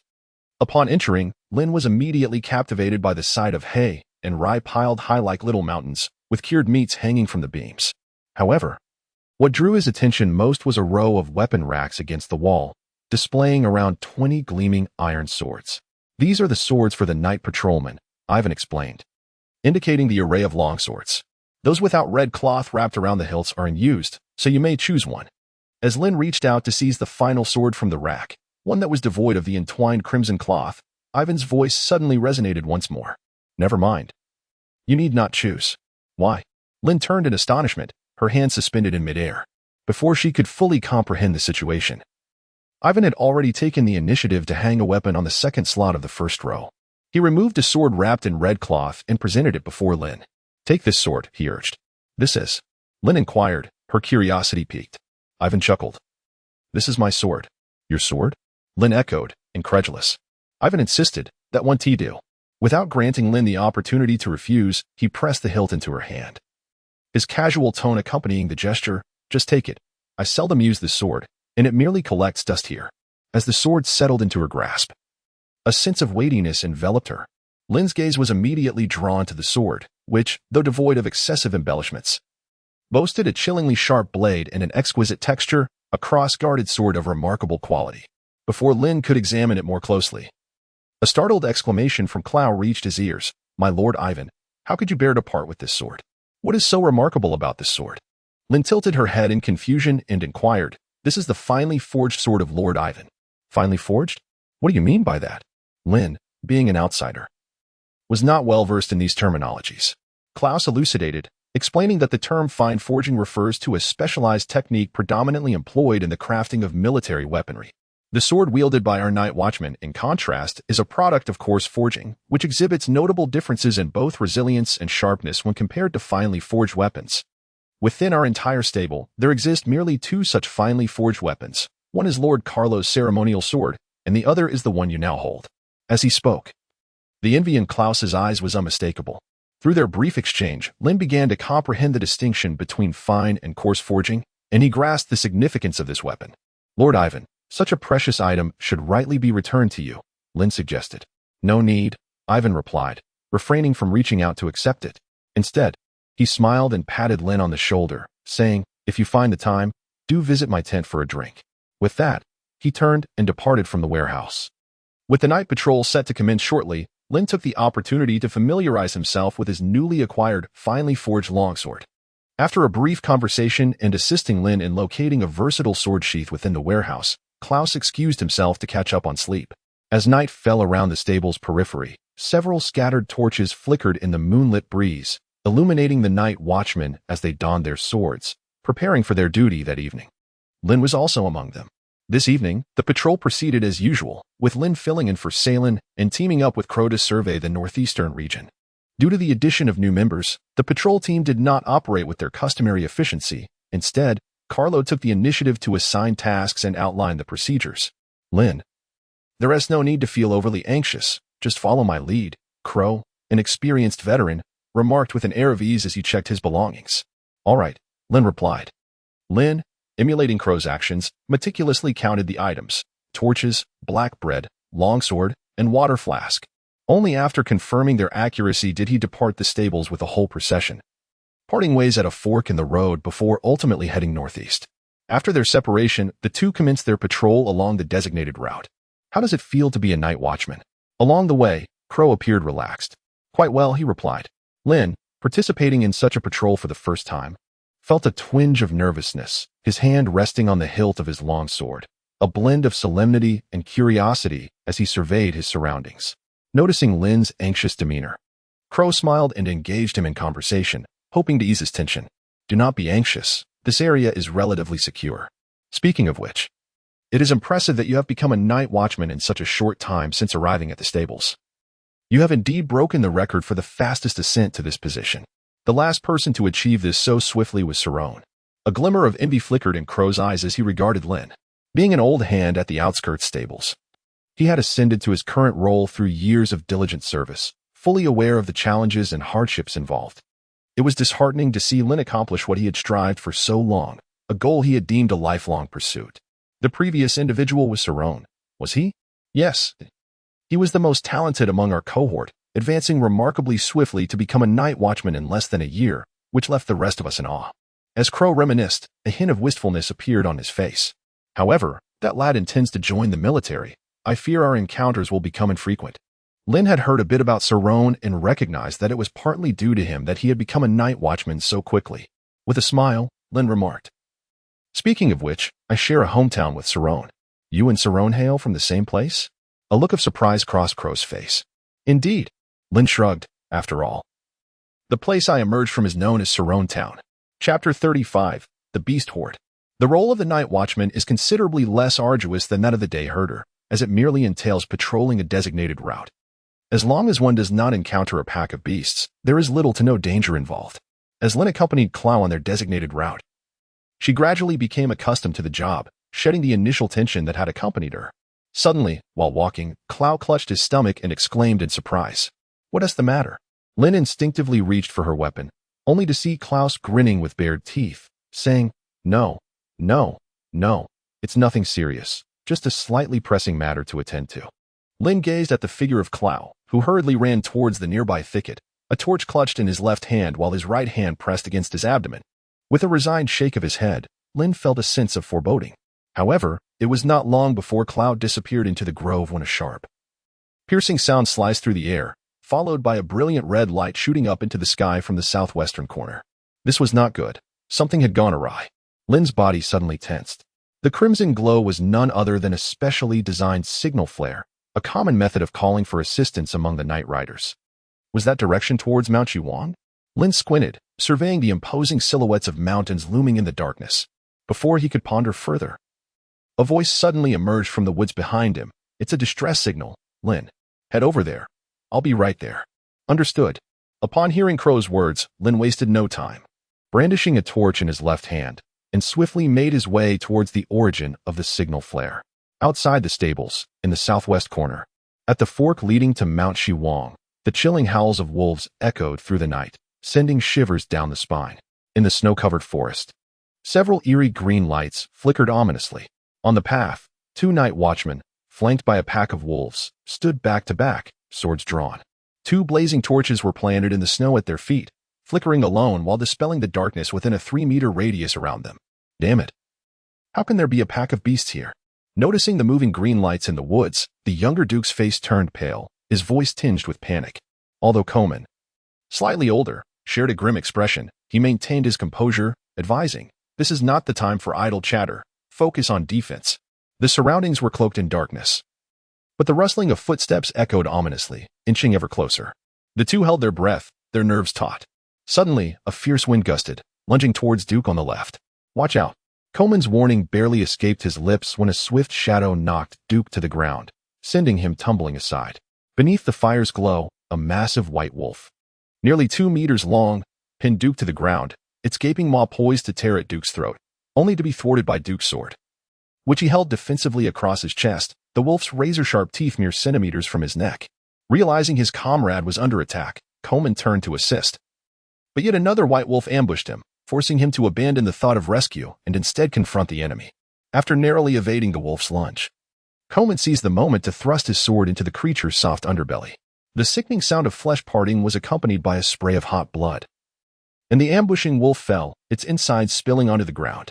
Before Coachman could breathe a sigh of relief, the haunting howl of wolves resounded once more. And before he could react, more shadows surged from the forest, charging towards him. "We're doomed." Coleman's heart tightened as he instinctively rolled to the ground, evading the first wolf's attack, then sprang back to his feet, widening the distance. "Duke, help me." In his peripheral vision, he caught a glimpse of Duke struggling against the white wolf, but he felt no compulsion to save him. With hard-earned experience, Coachman understood that Duke, pinned beneath the wolf, was as good as dead. There was no hope for rescue. Charging in recklessly would not only be futile but could also lead him into the wolf's trap. Before Coachman could dwell on the grim reality, Duke's agonizing screams pierced the air. The scent of blood attracted the wolves, encircling the fallen Duke, who served as a bait, buying Coachman a precious moment to escape. Without a moment's hesitation, he fled towards the stables, leaving behind the escalating cries that soon faded into silence. Desperately sprinting along the dark path, Coachman strained to recall the way to the stables, his pace hindered by the absence of the torch's light. In just a few minutes, the sinister rustling footsteps reappeared behind him, tightening his chest with dread.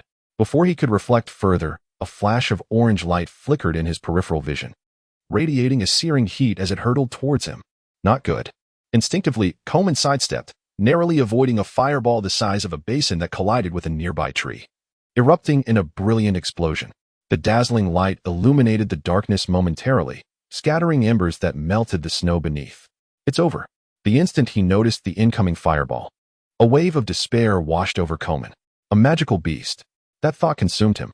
As he turned his head, he beheld a colossal white wolf, over 3 meters long, adorned with a spiraled red horn, standing less than 10 meters behind him, its burning crimson eyes scrutinizing him intently.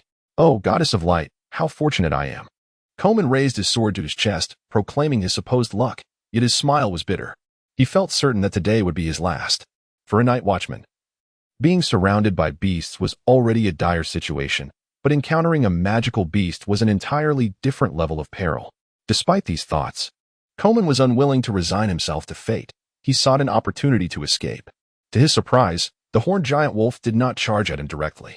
Instead, it mimicked his movements. When Coachman stepped back, the wolf advanced, its gaze teasing him. "Does it look down on me?" Trapped and toyed with by this beast, Coachman's anger flared. "Beast, if you have the capability, grant me a swift end." The silver-white giant wolf seemed to comprehend his words, finally ceasing its mockery of its captured prey. It opened its mouth and unleashed a fireball. In that moment, Coachman anticipated the impending doom. He relinquished his weapon, preparing to close his eyes. Yet, just then, a figure cloaked in earthy light dashed from behind him, positioning itself in front of Coachman. Chapter 36. Blurring the lines of enemy and ally, the figure standing before Coachman was none other than Lin. The fireball struck him squarely in the chest, enveloped in the earthy glow, exploding upon impact. The scorching flames scattered, billowing Lin's clothing and hair, but miraculously, he sustained no significant harm. Lin, gazing at the lean yet steadfast silhouette shielding him, an unexpected surge of joy flooded Coachman's heart, which had previously been resigned to despair. The pendulum of fate swung dramatically in an instant. Return and deliver the message. Ordinary individuals linger here to no avail, rather than letting them wait idly. It would be more prudent to hasten back to deliver the message. With a commanding shout, Lin drew his longsword from his waist and charged towards the imposing silver-white wolf, initiating the first strike. At the sound of Lin's voice, Coachman, as if awakening from a dream, promptly turned around without hesitation and sprinted toward the direction of the stables, vanishing from sight in the blink of an eye. Meanwhile, Lin, channeling his energy to half of his body, had already reached the silver-white wolf, delivering a swift slash. To the white wolf, Lin's sudden appearance was somewhat unexpected, as was the attack itself. Instinctively, it leapt backward, causing Lin's strike to miss its mark. Upon landing, the flames flickering in its slit-like eyes blazed even more intensely as it opened its mouth to conjure a fireball aimed at Lin. However, before the fireball could fully charge, a yellowish sword light surged forth, intercepting it before it could take shape. The unfinished fireball was forcefully repressed by this strike, leaving a distinct gash upon the wolf's form. Letting out a pained howl, the wolf gracefully retreated, the rhythm of the flames in its eyes intensifying, resembling a furious tempest unleashed. A successful blow had been struck. Lin, however, did not pause. Although this was his inaugural battle in a foreign world, having immersed himself in games for many years, he was well aware of the tactics involved in close combat against ranged opponents, particularly the knight's strategy against mages. Closing the distance was paramount. Thus, Lin denied the creature any opportunity to cast its spells. Yet, just as he charged once more towards the White Wolf King, a more intense surge of fire elements began to coalesce within its maw, forming a blazing elemental longsword. The White Wolf King held the blade, devoid of a hilt, in its jaws. Clang! The iron sword clashed against the elemental blade, sparks flying in all directions. Lin was momentarily taken aback. Is he truly a melee mage? The combination of the White Wolf, the mage profession, and elemental weaponry inevitably conjured images of a creature named Daragon from the realm of Elden Ring. Bang! Bang! Bang! The two weapons clashed in rapid succession, sending forth countless sparks. Although the elemental weapon conjured by the White Wolf King could indeed engage in combat, it ultimately lacked physicality. And after a few brief collisions, its radiance began to dim. However, Lin suddenly noticed that while the weapon held in the Wolf King's mouth appeared dull, an even more vibrant flame ignited upon its white fur. Could it be that he is about to unleash a formidable attack? Lin pondered, perplexed, surely. After merely landing a single strike, it could not have lost half its vitality?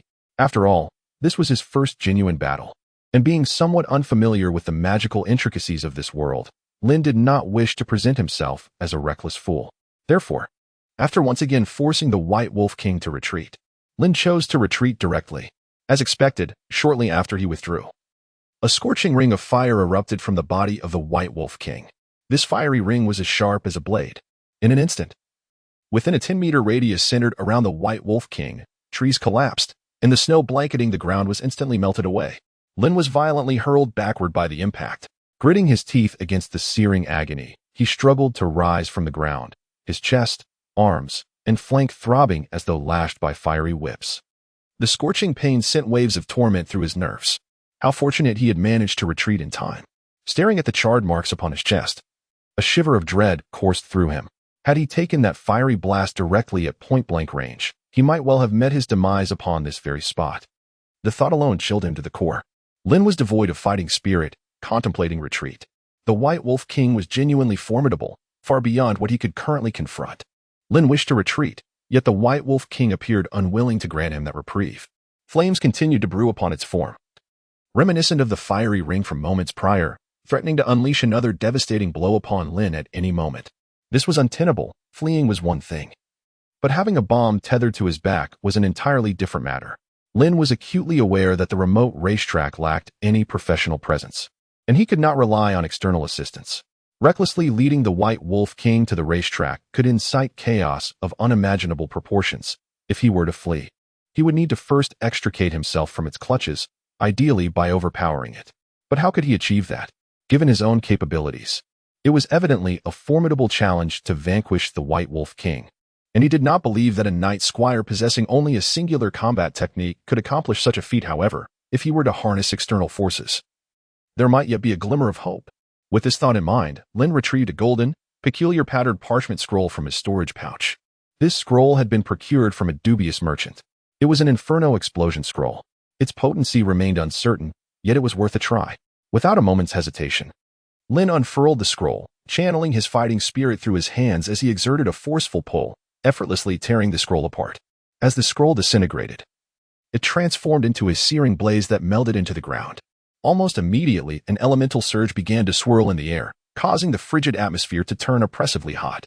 The accumulated snow on nearby tree trunks began to melt away rapidly.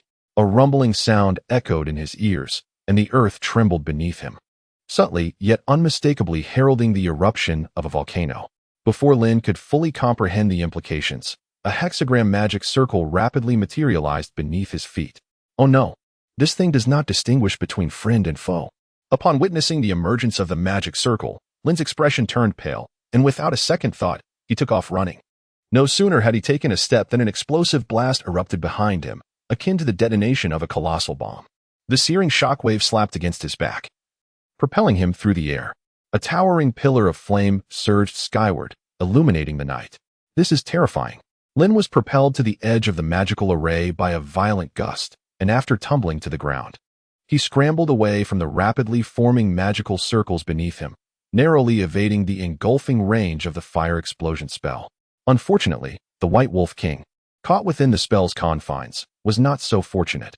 He was unceremoniously dispatched to the heavens, a pillar of flame sending him skyward. Chapter 37 ended. Though the fire explosion struck with ferocity, its duration was fleeting. Observing the limping figure of the White Wolf King as he escaped the spell's reach, Lin was astonished. He survived? There existed a chance to pursue and eliminate the adversary, yet Lin deemed it unnecessary to engage in a desperate struggle. Let it be, he thought. As he watched the White Wolf King depart, Lin rubbed his somewhat numb arm, a reminder of the recent confrontation. His physical prowess still left much to be desired. Training was imperative. The snow had melted away under the fire explosion, leaving the ground dry beneath him. Leaning against a broken tree root, Lin settled down to recuperate. In the midst of his contemplation, a flicker of firelight suddenly erupted from the darkness in the distance, accompanied by the sound of heavy footsteps. Quick, it was coming from that direction. The voice carried a hint of familiarity. Lin turned his gaze towards the source of the sound, yet remained remarkably unperturbed, presuming it to be the return of Coachman with his entourage. As anticipated, with the flames drawing nearer, Lin discerned the faces of 5 or 6 individuals, all night patrollers, with Callow, clad in armor, at the forefront. What of the beast? Callow inquired, his urgency palpable upon their meeting. They've been driven away, Lin replied with a casual shrug. That is indeed reassuring, Callow exhaled, visibly relieved, before stowing a tightly gripped scroll back into the crevice of his armor. Lin's account was met with no skepticism from Callow, for Lin was unlike the other patrollers.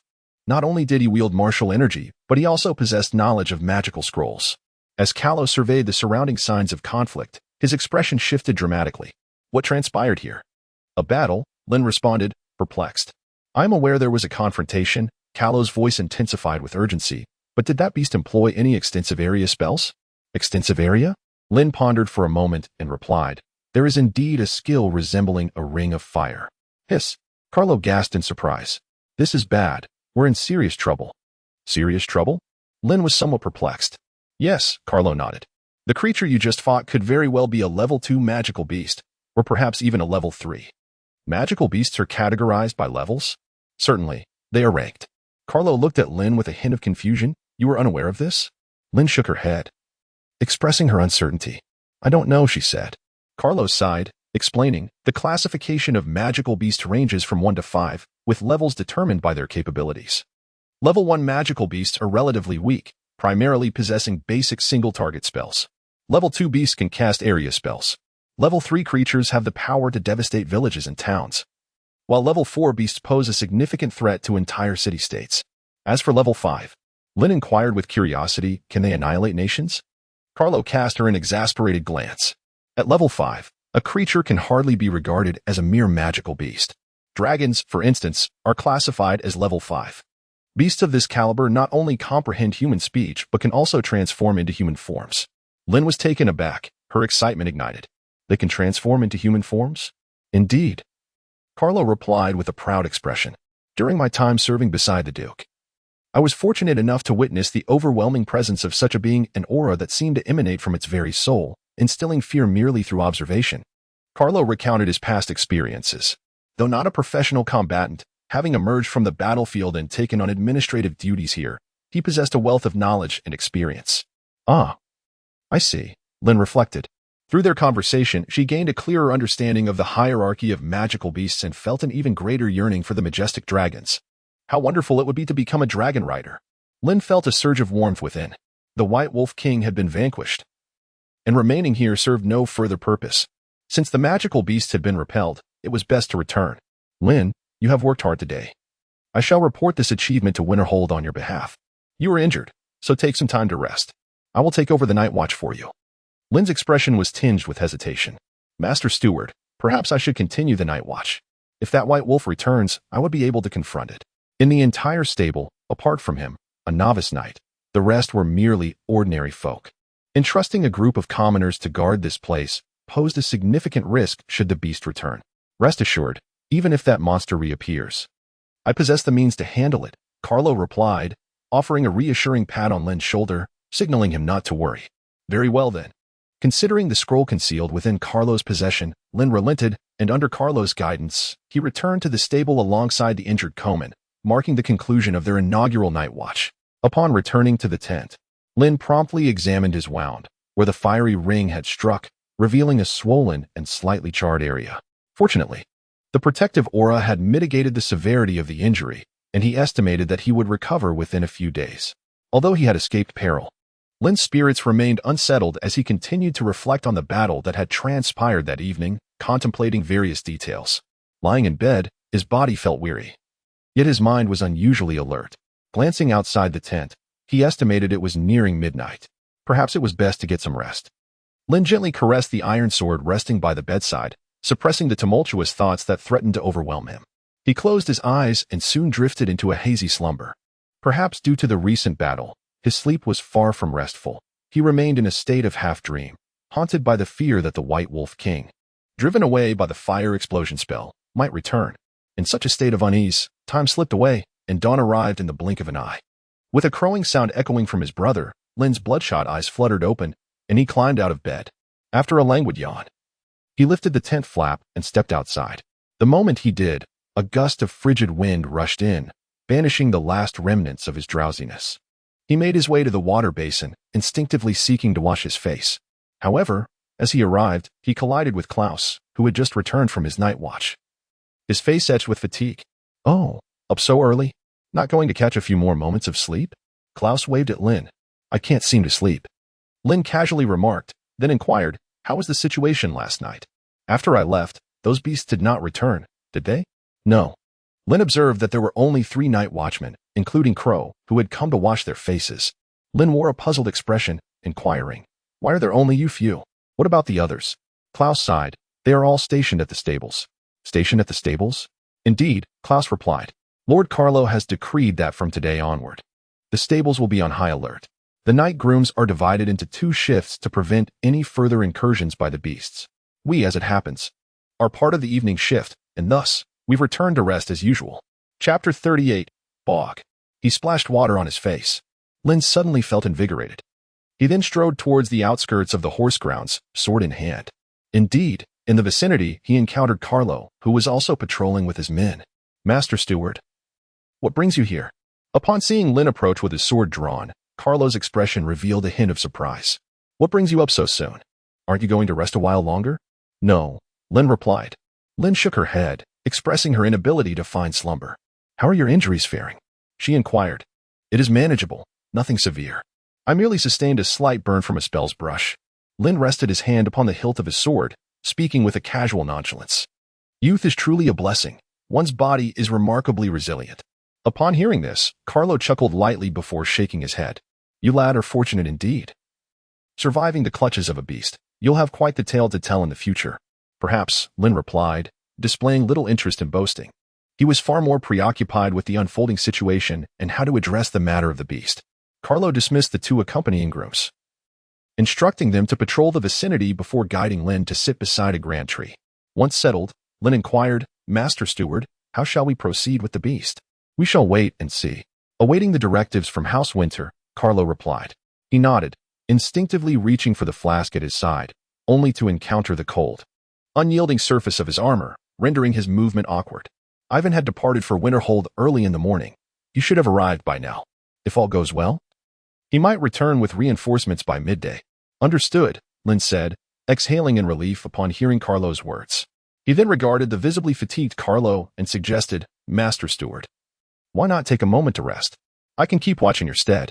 The sudden turn of events had roused Carlo hastily the previous night, and after enduring the chill of the night air, he appeared rather disheveled. Given his age, he found it increasingly challenging to endure sleepless nights. No. Given the current situation at the stable, it is imperative that I remain here. You've stood vigil all night. No one would fault you for taking a brief respite, especially with my watchful presence here. Lin advised. Moreover, when the people from Winterhold arrive, you cannot present yourself in such attire, can you? After all, age has taken its toll, and your physique is not what it once was. Contemplating this, Carlo nodded. He then retrieved a scroll from the compartment of his armor and pressed it into Lin's hand. This scroll contains the Duke's decisive strike. If the magical beasts return, simply tear it apart. Very well. After handing the scroll to Lin, Carlo appeared significantly relieved. He then exchanged a few words with the nearby patrolling stableman before returning to the stables. Once Carlo departed, Lin gazed down at the martial arts scroll in his hand, realizing it bore the mark of the Duke of Winterhold, which explained the confidence displayed. Although he had not witnessed it firsthand, Lin understood the scroll's value. For the Duke was a Star Knight, one of the elite few on the continent of Whitewood. He pondered how it compared to the fire explosion spell he had employed the previous night. With such complex thoughts swirling in his mind, Lin slung his sword and began patrolling the vicinity of the stables. The morning passed without incident. The stablemen continued their herding as if oblivious to the prior day's events, save for Duke, who had perished amidst the beasts. As 11 o'clock approached, a carriage bearing the emblem of the Winterhold family slowly entered the stables. Shortly thereafter, young Kaiser hurriedly approached Lin, stating that Carlo had summoned him.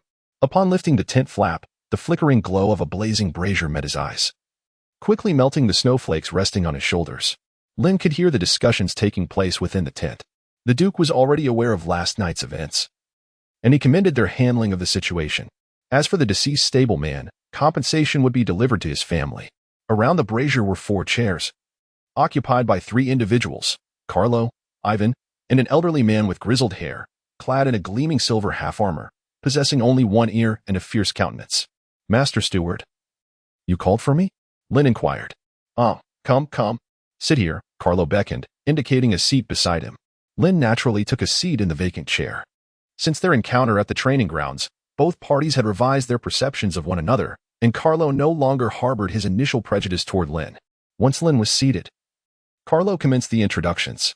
Lin, allow me to introduce you to Sir Borg, one of the Duke's nightly attendants. Sir Borg, this is Lin, the young stableman who recently repelled the beast horde, as I mentioned. Lin responded respectfully, indeed. The stern old man slightly nodded, his gaze scrutinizing Lin for a moment. Yet there was an unmistakable hint of approval in his eyes. So, you are Lin? I have heard you are of noble descent. That is somewhat accurate. Lin chuckled wryly, acknowledging his status as a fallen noble. Borg flashed a broad grin, revealing a set of impeccably white teeth. You performed admirably this time, helping His Grace recover considerable losses. You are now appointed as the knight attendant to Duke Helen. Borg undoubtedly embodied the strength and formality of a true knight. To receive praise from such an individual was an immense honor for a mere stableman. Yet, Lin remained composed and unassuming. Your kindness is excessive, Lord Borg. The recent repulsion of the beast horde was largely a stroke of luck. Moreover, it was not solely my achievement. Steward Carlo, Lord Ivan, and the brothers who participated in the night watch all contributed significantly. Although the act of fending off the monsters was indeed Lin's solitary endeavor, he refrained from claiming sole credit, instead acknowledging the efforts of others. Intriguingly, a flicker of surprise danced in Borg's eyes. He had not anticipated that a fledgling like Lin would exhibit such worldly sophistication and discretion. No wonder even the cantankerous Carlo, who harbored disdain for the nobility, held this young man in high regard. Rest assured, the Duke is a generous man. Your contributions and sacrifices will not be forgotten. Once we resolve the beast crisis, each of you will receive your rightful reward. Thank you, Lord Borg. Now, let us set aside the matter of accolades for the time being. With a wave of his hand, Borg concluded that topic. Having come from Winterhold, he was not merely there to confer rewards but was tasked with addressing the beast menace. Please recount in detail the encounter you had with the beast that day. Chapter 39. Kaya Lin meticulously recounted the events of that evening. Borg listened intently, probing further into the creature's appearance, characteristics, elemental affiliation, and the spells it employed. In no time, he had gleaned all the pertinent information and formed a conclusion. The white wolf king you described, with its wolf-like form, spiraled horn, and white fur, must be a fire elemental, mutated white wolf. As for its ability to unleash a spell like the fire ring, it is preliminarily estimated to be a second-tier magical beast. However, as the conversation progressed, Borg discerned an inconsistency. His gaze sharpened immediately. This is not right. The fire ring spell possesses considerable power, leaning towards impact and incineration, and should leave no trace upon the ground. Have you omitted something? Carlo had reported to the Winter Fortress, which included deductions about the beast's tier and descriptions of the battlefield environment. This contradicted Lin's current assertions. Yet, even as the deceit was unveiled, Lin remained unperturbed. Lord Borg, you truly are a seasoned professional. Such matters are indeed not easily concealed from you. Concealed? Upon hearing this, the onlookers exchanged bewildered glances, struggling to comprehend the implications of Lin's words. Lin sighed. The beast was not actually driven away by my strength. Rather, it fled in fear after I utilized a magical scroll. A magical scroll? Bog squinted his eyes. What kind? Fire element, specifically the fireball spell. Lin shrugged nonchalantly, articulating his thoughts. He was already aware that certain lies could not withstand scrutiny. After all, the fireball spell had an extensive range and left behind conspicuous signs of rupture and scorch marks. Any knowledgeable observer could discern the truth with a mere glance. Fireball? Borg exclaimed, taken aback, instinctively reaching for the sword at his waist, his tone turning icy. Pray tell, who exactly are you? The fireball spell, being a third-tier magic of the fire element, could only be mastered by a sorcerer, and the creation of a fireball magic scroll required the expertise of a magus. Such a scroll was far beyond the means of a mere stablehand, leading Borg to question Lin's true identity, suspecting he might be an infiltrator in the north. Noticing Borg's scrutinizing gaze and actions, Lin hastily reassured him. My Lord Borg, please remain calm. You may not fully understand my situation. What do you mean? Borg's furrowed brow deepened. Although my current role is that of a humble stablehand, my surname is Tews, and my ancestors were once prominent nobles of the north, akin to Duke Helen, powerful dragon knights. This scroll is a relic passed down from my forebears. While the origins of the scroll from a dubious merchant were difficult to explain, Lin boldly attributed it to the legacy of a fallen noble family, a narrative that would not raise suspicion. Borg's astonishment deepened, prompting him to inquire almost instinctively, you are of the Tews family, a descendant of Duke Kaya? For ordinary folk, events from centuries past seemed distant, easily forgotten with the passage of time. Yet for a knight, dragon knights represented an almost spiritual belief. The name of every dragon knight who emerged in the north was etched into their very being, cherished like a family heirloom. Indeed, the Kaya family is my ancestral lineage. Kaya Tews is the name of the founder of the Tews family, and he is also my nominal ancestor. Borg regarded Lin with a gaze akin to that reserved for a treasure, his words imbued with reverence. I never imagined you were a descendant of Duke Kaya.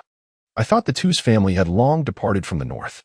With this explanation, Borg's doubts dissipated, and even as he mentioned the name Kaya Tews, his voice bore an inherent respect. It was not merely a matter of decline. Yet, upon hearing this, a more bittersweet smile graced Lin's face, one that was unfeigned. This smile was not feigned. Had the Tews family not fallen from grace, perhaps he could have lived as an extravagant scion of wealth after his transmigration. Alas, such dreams remained elusive. Well, at least I have not resorted to selling straw sandals, he consoled himself. Since he was indeed a descendant of Duke Kaya, perhaps there was nothing more to be concerned about. Borg's voice returned to its former steadiness. Lin's revelation of his identity serves to lend credibility to the origin of the scroll. A fallen noble retains an essence of nobility, with a depth that is incomparable to that of commoners. This is beyond dispute. After scrutinizing Lin for a moment, Borg redirected the conversation. Since the magical beast was frightened away by the fire explosion, did it sustain any injuries? Yes, it did. Did you witness this with your own eyes? Indeed, Lin nodded emphatically. This is troubling. Borg's expression darkened considerably. If it is injured, how could this still be a bad omen? Having listened for quite a while, Carlo and Ivan appeared perplexed, struggling to grasp the situation. They were not entirely informed. Observing their confusion, Borg elucidated. Magical beasts are not devoid of intelligence. If it had not been injured, it might have led its pack out to hunt. However, if it has retreated to lick its wounds, resolving the issue becomes considerably more complicated, consuming a lot of time. I see. Upon hearing Borg's explanation, the others began to understand. Old Ghost, what do you intend to do about this matter? Carlo, being an old acquaintance of Borg, spoke with a less formal tone. Let us first attempt to track its whereabouts. Borg's voice carried a hint of uncertainty. With such a vast expanse as King's Seat Mountain, if the White Wolf King wishes to conceal itself, there is little we can do for the moment. At this juncture, Lin suddenly interjected. Lord Carlo, may I partake in this hunt for the magical beast? You wish to join? Carlo looked at Lin with a puzzled expression. Indeed. Lin was eager not to miss this opportunity to gain experience while following an esteemed leader. Let him accompany me. Before Carlo could finish contemplating, Borg interjected. Since you can harness fighting energy, you may assist me closely. Borg was not oblivious. He understood Lin's intentions. It was a trivial task, and he did not mind.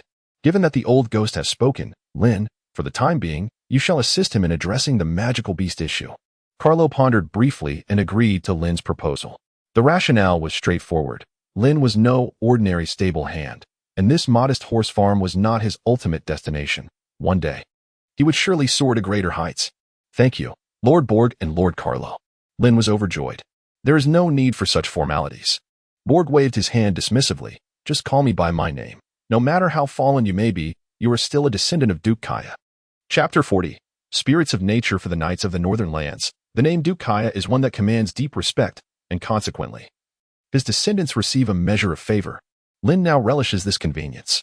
After inquiring about the White Wolf King, there was little for Lin to do in the tent. Carlo waved his hand and said, in that case, you should return and rest. After 8 o'clock this evening, wait by the entrance of the stable. All right. With a mediator like Borg present, there was no need to worry about the safety of the stable. Lin nodded and turned to leave Carlo's tent.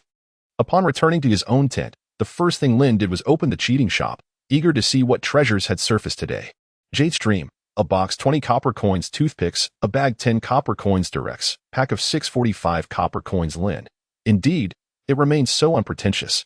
After casually purchasing the items within the store and placing them into her storage bag, Lin felt a profound sense of tranquility as she lay down on her bed, drifting into a deep slumber.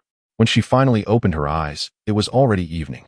Lin rubbed his eyes and groggily made his way out of the tent, inadvertently colliding with Kais, who was carrying a longsword and preparing to partake in the evening training. Ah, Brother Lin, you're awake. How did you sleep? Upon seeing Lin emerge from the tent, Kais hurriedly approached him. Not too bad, Lin replied. Lin cast a glance at the sky and inquired, what time is it? It's 7 o'clock, came the reply. Young Kaiser waved the sword in his hand and remarked, it's time for training. Indeed, it is already 7. Lin was slightly taken aback.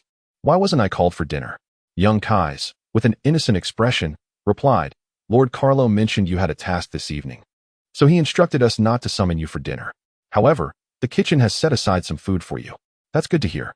Lin sighed in relief upon learning that the kitchen had saved him a meal. In these times, life was not as it once was. One could not simply order takeout at any moment.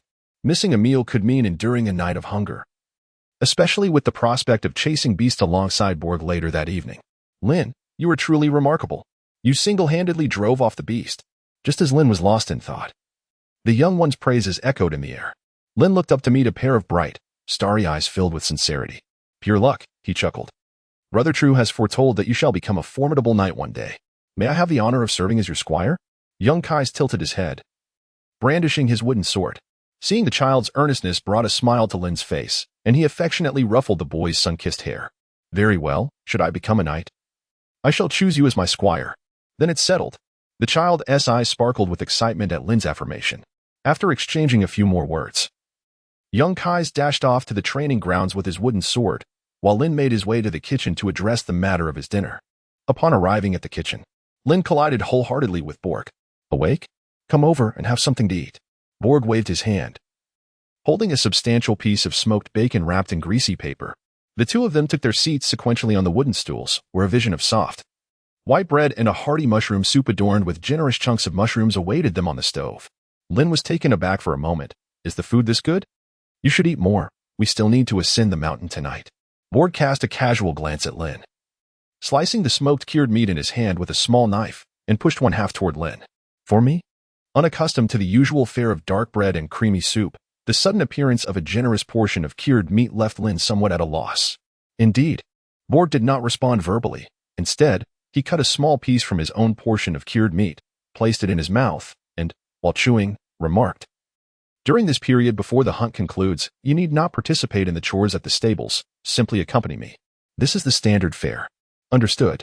Lin nodded, having never considered such a fortunate circumstance. However, upon reflection, it was quite reasonable. After all, Borg was a knightly attendant to Duke Helen, and his status and rank were incomparable to that of a mere stablehand. It was only logical that his daily provisions would be of a superior quality. Lin unceremoniously seized another small knife resting on the stove and sliced a small piece of bacon to savor. The subtle smoky flavor combined with the rich aroma of the meat was a delight she had not experienced in quite some time. Delicious, Lin murmured involuntarily. Initially, both of them displayed a semblance of decorum while eating, yet as the meal progressed, they became too lazy to use utensils, resorting instead to grasping the meat with their hands and indulging heartily. By the end of the meal, they were thoroughly satiated. Lin devoured an entire slab of cured meat, accompanied by 3 generous slices of white bread and 2 bowls of slightly salty mushroom soup to boot. After dinner, the two lingered in the kitchen for a while, and then Borg let out a hearty belch, patting his somewhat round belly. "Let us tidy up and gather in front of the stable shortly," he declared. All right. Lin had little to prepare. Most of her belongings were packed in a storage bag. Thus, she merely returned to the tent, donned her gear, and made her way to the entrance of the stable. After waiting for no more than 10 minutes, Borg appeared in her line of sight, clad in half armor and bearing a sword nearly 40 centimeters wide, while carrying 2 large bundles in his hands. Lin hurriedly approached and took one of the packages. The moment it was in her grasp, she sensed its considerable weight. She casually remarked, "Lord Bog, these contain provisions, water, and other essentials that may be required during our time in the mountains." Bog's gaze swept over Lin, and he replied with calm assurance, "My dear Lin, how long do we anticipate our stay in the mountains?" Observing the heft of the various packages, Lin understood that their sojourn might not be brief, prompting her to inquire further. "If all goes well, perhaps 2 or 3 days. If not, it could extend to a week." Bog hesitated before responding. "Such a lengthy duration." Indeed. Lin was somewhat taken aback. "Is it too long?" Borg glanced at him with a cold demeanor. "No, it merely feels quite novel." Lin offered an awkward smile. "All right. Lead me to the previous battlefield." The two made their way through the entrance of the horse arena, heading towards the direction of King's Seat Mountain. In less than 20 minutes, the site of the prior battle with the White Wolf King came into view. Although snow had fallen over the past 2 days, obscuring the original landscape, the collapsed trees and the charred earth were unmistakable. "This is the place, Lord Borg." Borg remained silent, scanning the surroundings. He then retrieved a jade green bracelet from the package he was carrying. Infusing it with his energy, a deep green hexagram magic circle was inscribed around him. Soon, a creature resembling a green-glossed dachshund emerged from the circle. "Lord Borg, what is this?" Lin inquired, puzzled by the unfamiliar sight. Borg replied calmly, "It is a spirit of nature."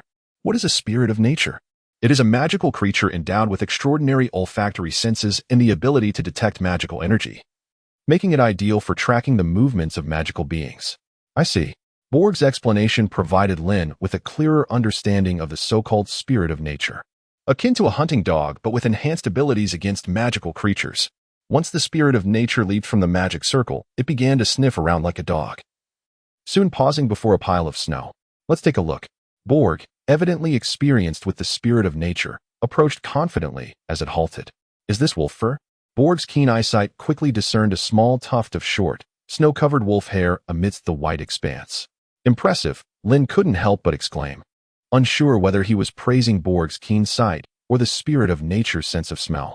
Borg held the tuft of wolf fur before the spirit, which soon transformed from its vibrant green hue to a fiery red, then dashed off towards King Seat Mountain. Noticing the change in the spirit, Borg appeared somewhat pleased. At least the initial step in tracking the magical beast was proceeding smoothly. Follow it. Borg took long strides, swiftly keeping pace with the running spirit of nature. Lin, receiving the command, followed closely behind. As they ran, their field of vision narrowed, and the surrounding contours of the silver-white mountains grew increasingly distinct.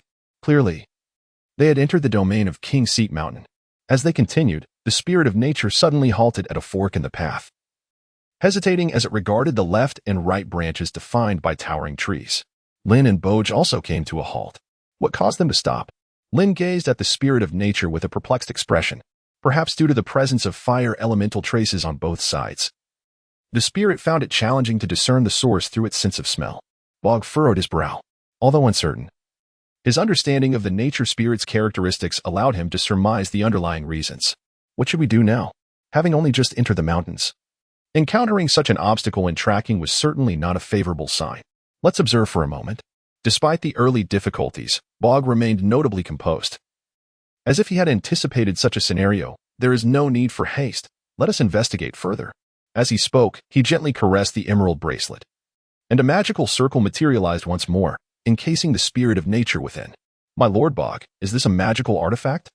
Lin's gaze was captivated by the bracelet in Borg's hand, an artifact capable of summoning and dismissing magical creatures, clearly a remarkable item.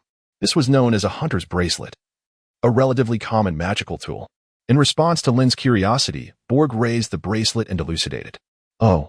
Lin nodded, inquiring, what shall we do next? Let us first seek out a nearby water source, Bog replied, relying solely on his experience, as the spirit of nature could not be depended upon. After a moment of contemplation, he added, do you intend to track the wolves? Indeed, Bog affirmed. Although this was his first venture into such an undertaking, and he possessed little experience, the heavy snowfall blanketing the mountains made it evident what Bog was contemplating. The notion of searching for a water source was sound, yet the challenge lay in determining where to begin amidst the vast, snow-covered terrain. Lin felt a profound sense of bewilderment. Noticing the confusion etched on Lin's face, Borg managed a rare smile and said, follow me. With that, he led Lin towards a path to the left. As night fell upon Mount Shiwang, the emerald hills were draped in a blanket of snow. The darkened landscape was shrouded in obscurity, surrounded by desolate, leafless trees. Somewhere along the mountainside, a spring exuded wisps of steam into the cold air. Lord Borg, how did you discover this place? Lin stood by the spring, gazing at the surging thermal currents within, his eyes widening in astonishment. To discover such a spring amidst these desolate hills was knowledge that surpassed his understanding. It was not merely a matter of discovery. Borg, casting his bundle to the ground, casually remarked that during the upheaval caused by the beasts at Mount Shiwang, the Winter family had previously dispatched individuals to this area. Although they had not completely eradicated the monsters, their endeavors were not in vain. They had crafted a map of the mountains. Coincidentally, I had reviewed it prior to my departure. Thus enlightened, Lin experienced a moment of clarity. Nevertheless, he could not help but admire Borg. For finding a water source in the vast mountains merely by consulting a map was no trivial feat indeed. There are signs of animal activity. While conversing, Borg had already circled the spring and discovered numerous strands of fur and a medley of tracks. This was undoubtedly promising news. We shall spend the night here. The pursuit of water was inherently linked to the search for traces. Having found such signs, it was only logical to remain vigilant overnight. With a clear objective, the next step was action. The two found a small cave near the spring that offered excellent visibility, allowing them to observe the spring while providing shelter from the wind and snow. However, it is worth noting that this cave was not uninhabited. It served as the lair of a hibernating rock snake. Poor creature, it was severed into several pieces in its slumber by Borg, destined to become a savory snake stew for their evening meal. Given that you are a descendant of Duke Kaya, what brings you to serve as a stable hand for the Winter family? Beside the campfire, the snake meat simmered and bubbled in the pot as Borg poked the snake's head with a stick, nonchalantly posing this question that piqued his curiosity. My family has fallen into decline. Lin sighed and raised his hands in resignation, expressing the weight of history. After all, it was centuries ago that the nobility flourished. Yet their legacy barely cast a shadow upon the present. By the time of my grandfather, the family estates had already vanished. My father squandered the remaining wealth, and now, In my generation, nothing remains. Understanding this, Borg nodded, his gaze towards Lin tinged with compassion. In the northern borderlands, the rise and fall of the nobility is a common tale. Each year, minor nobles emerge from the battlefield, earning military honors and titles, while others face decline as they lose their lands. As a man of the battlefield, Borg was not unfamiliar with such cycles. He ladled a bowl of hot soup for Lin and offered words of comfort, although your family may have fallen into disarray. Duke Kaya has still left you with considerable assets. With diligent effort, it is not beyond possibility to carve out a future on the battlefield that could restore your family's former glory. Thank you, Lord Borg. Lin accepted the bowl of soup and the pre-sliced white bread with a word of gratitude. Perhaps due to ancestral ties, he sensed that Borg was quite attentive towards him, at least on the surface. After handing the wooden bowl to Lin, Borg served himself a bowl as well, and then advised, eat quickly, rest after you finish. I will come to relieve you in the latter part of the night. Chapter 42, The Poison Dagger. It has a somewhat fishy taste. Lin lifted the wooden bowl to her lips and took but a single sip, only to furrow her brows in discontent. To be frank, the flavor of the snake soup was far from delightful. It bore a hint of fishiness and an overt salinity, while the texture of the meat was quite peculiar. Aside from its warmth, it offered little to redeem itself, being far more unpalatable than the usual creamy soup served at the racetrack. Out here in the wilderness, the scarcity of seasonings forced one to make do. At the very least, it provided some warmth against the biting cold. However, Borg displayed no such fastidiousness. Unfazed by the briny taste, he drank heartily, and in the blink of an eye, he had consumed an entire bowl of the steaming broth. Lin was undoubtedly aware that this was Mount Shi Wang, and he knew that the options for sustenance during the night were scarce. Nevertheless, he found it difficult to accept the taste. After a moment's contemplation, Lin turned around and pretended to rummage through his clothing for a while, ultimately retrieving a canister of chili powder from his storage pouch. The vibrant red chili powder cascaded into the bowl of soup, appearing particularly striking and eye-catching in the flickering light of the fire. Lin held up a bottle, gesturing towards the distant Borg. My Lord Borg, would you care for a dash of seasoning? Seasoning? For what purpose? Borg's gaze fell upon the bottle containing chili powder, his expression one of skepticism. It was evidently a novelty he had never encountered before. It's akin to salt, but when added to soup, it can transform the flavor, Lin elucidated.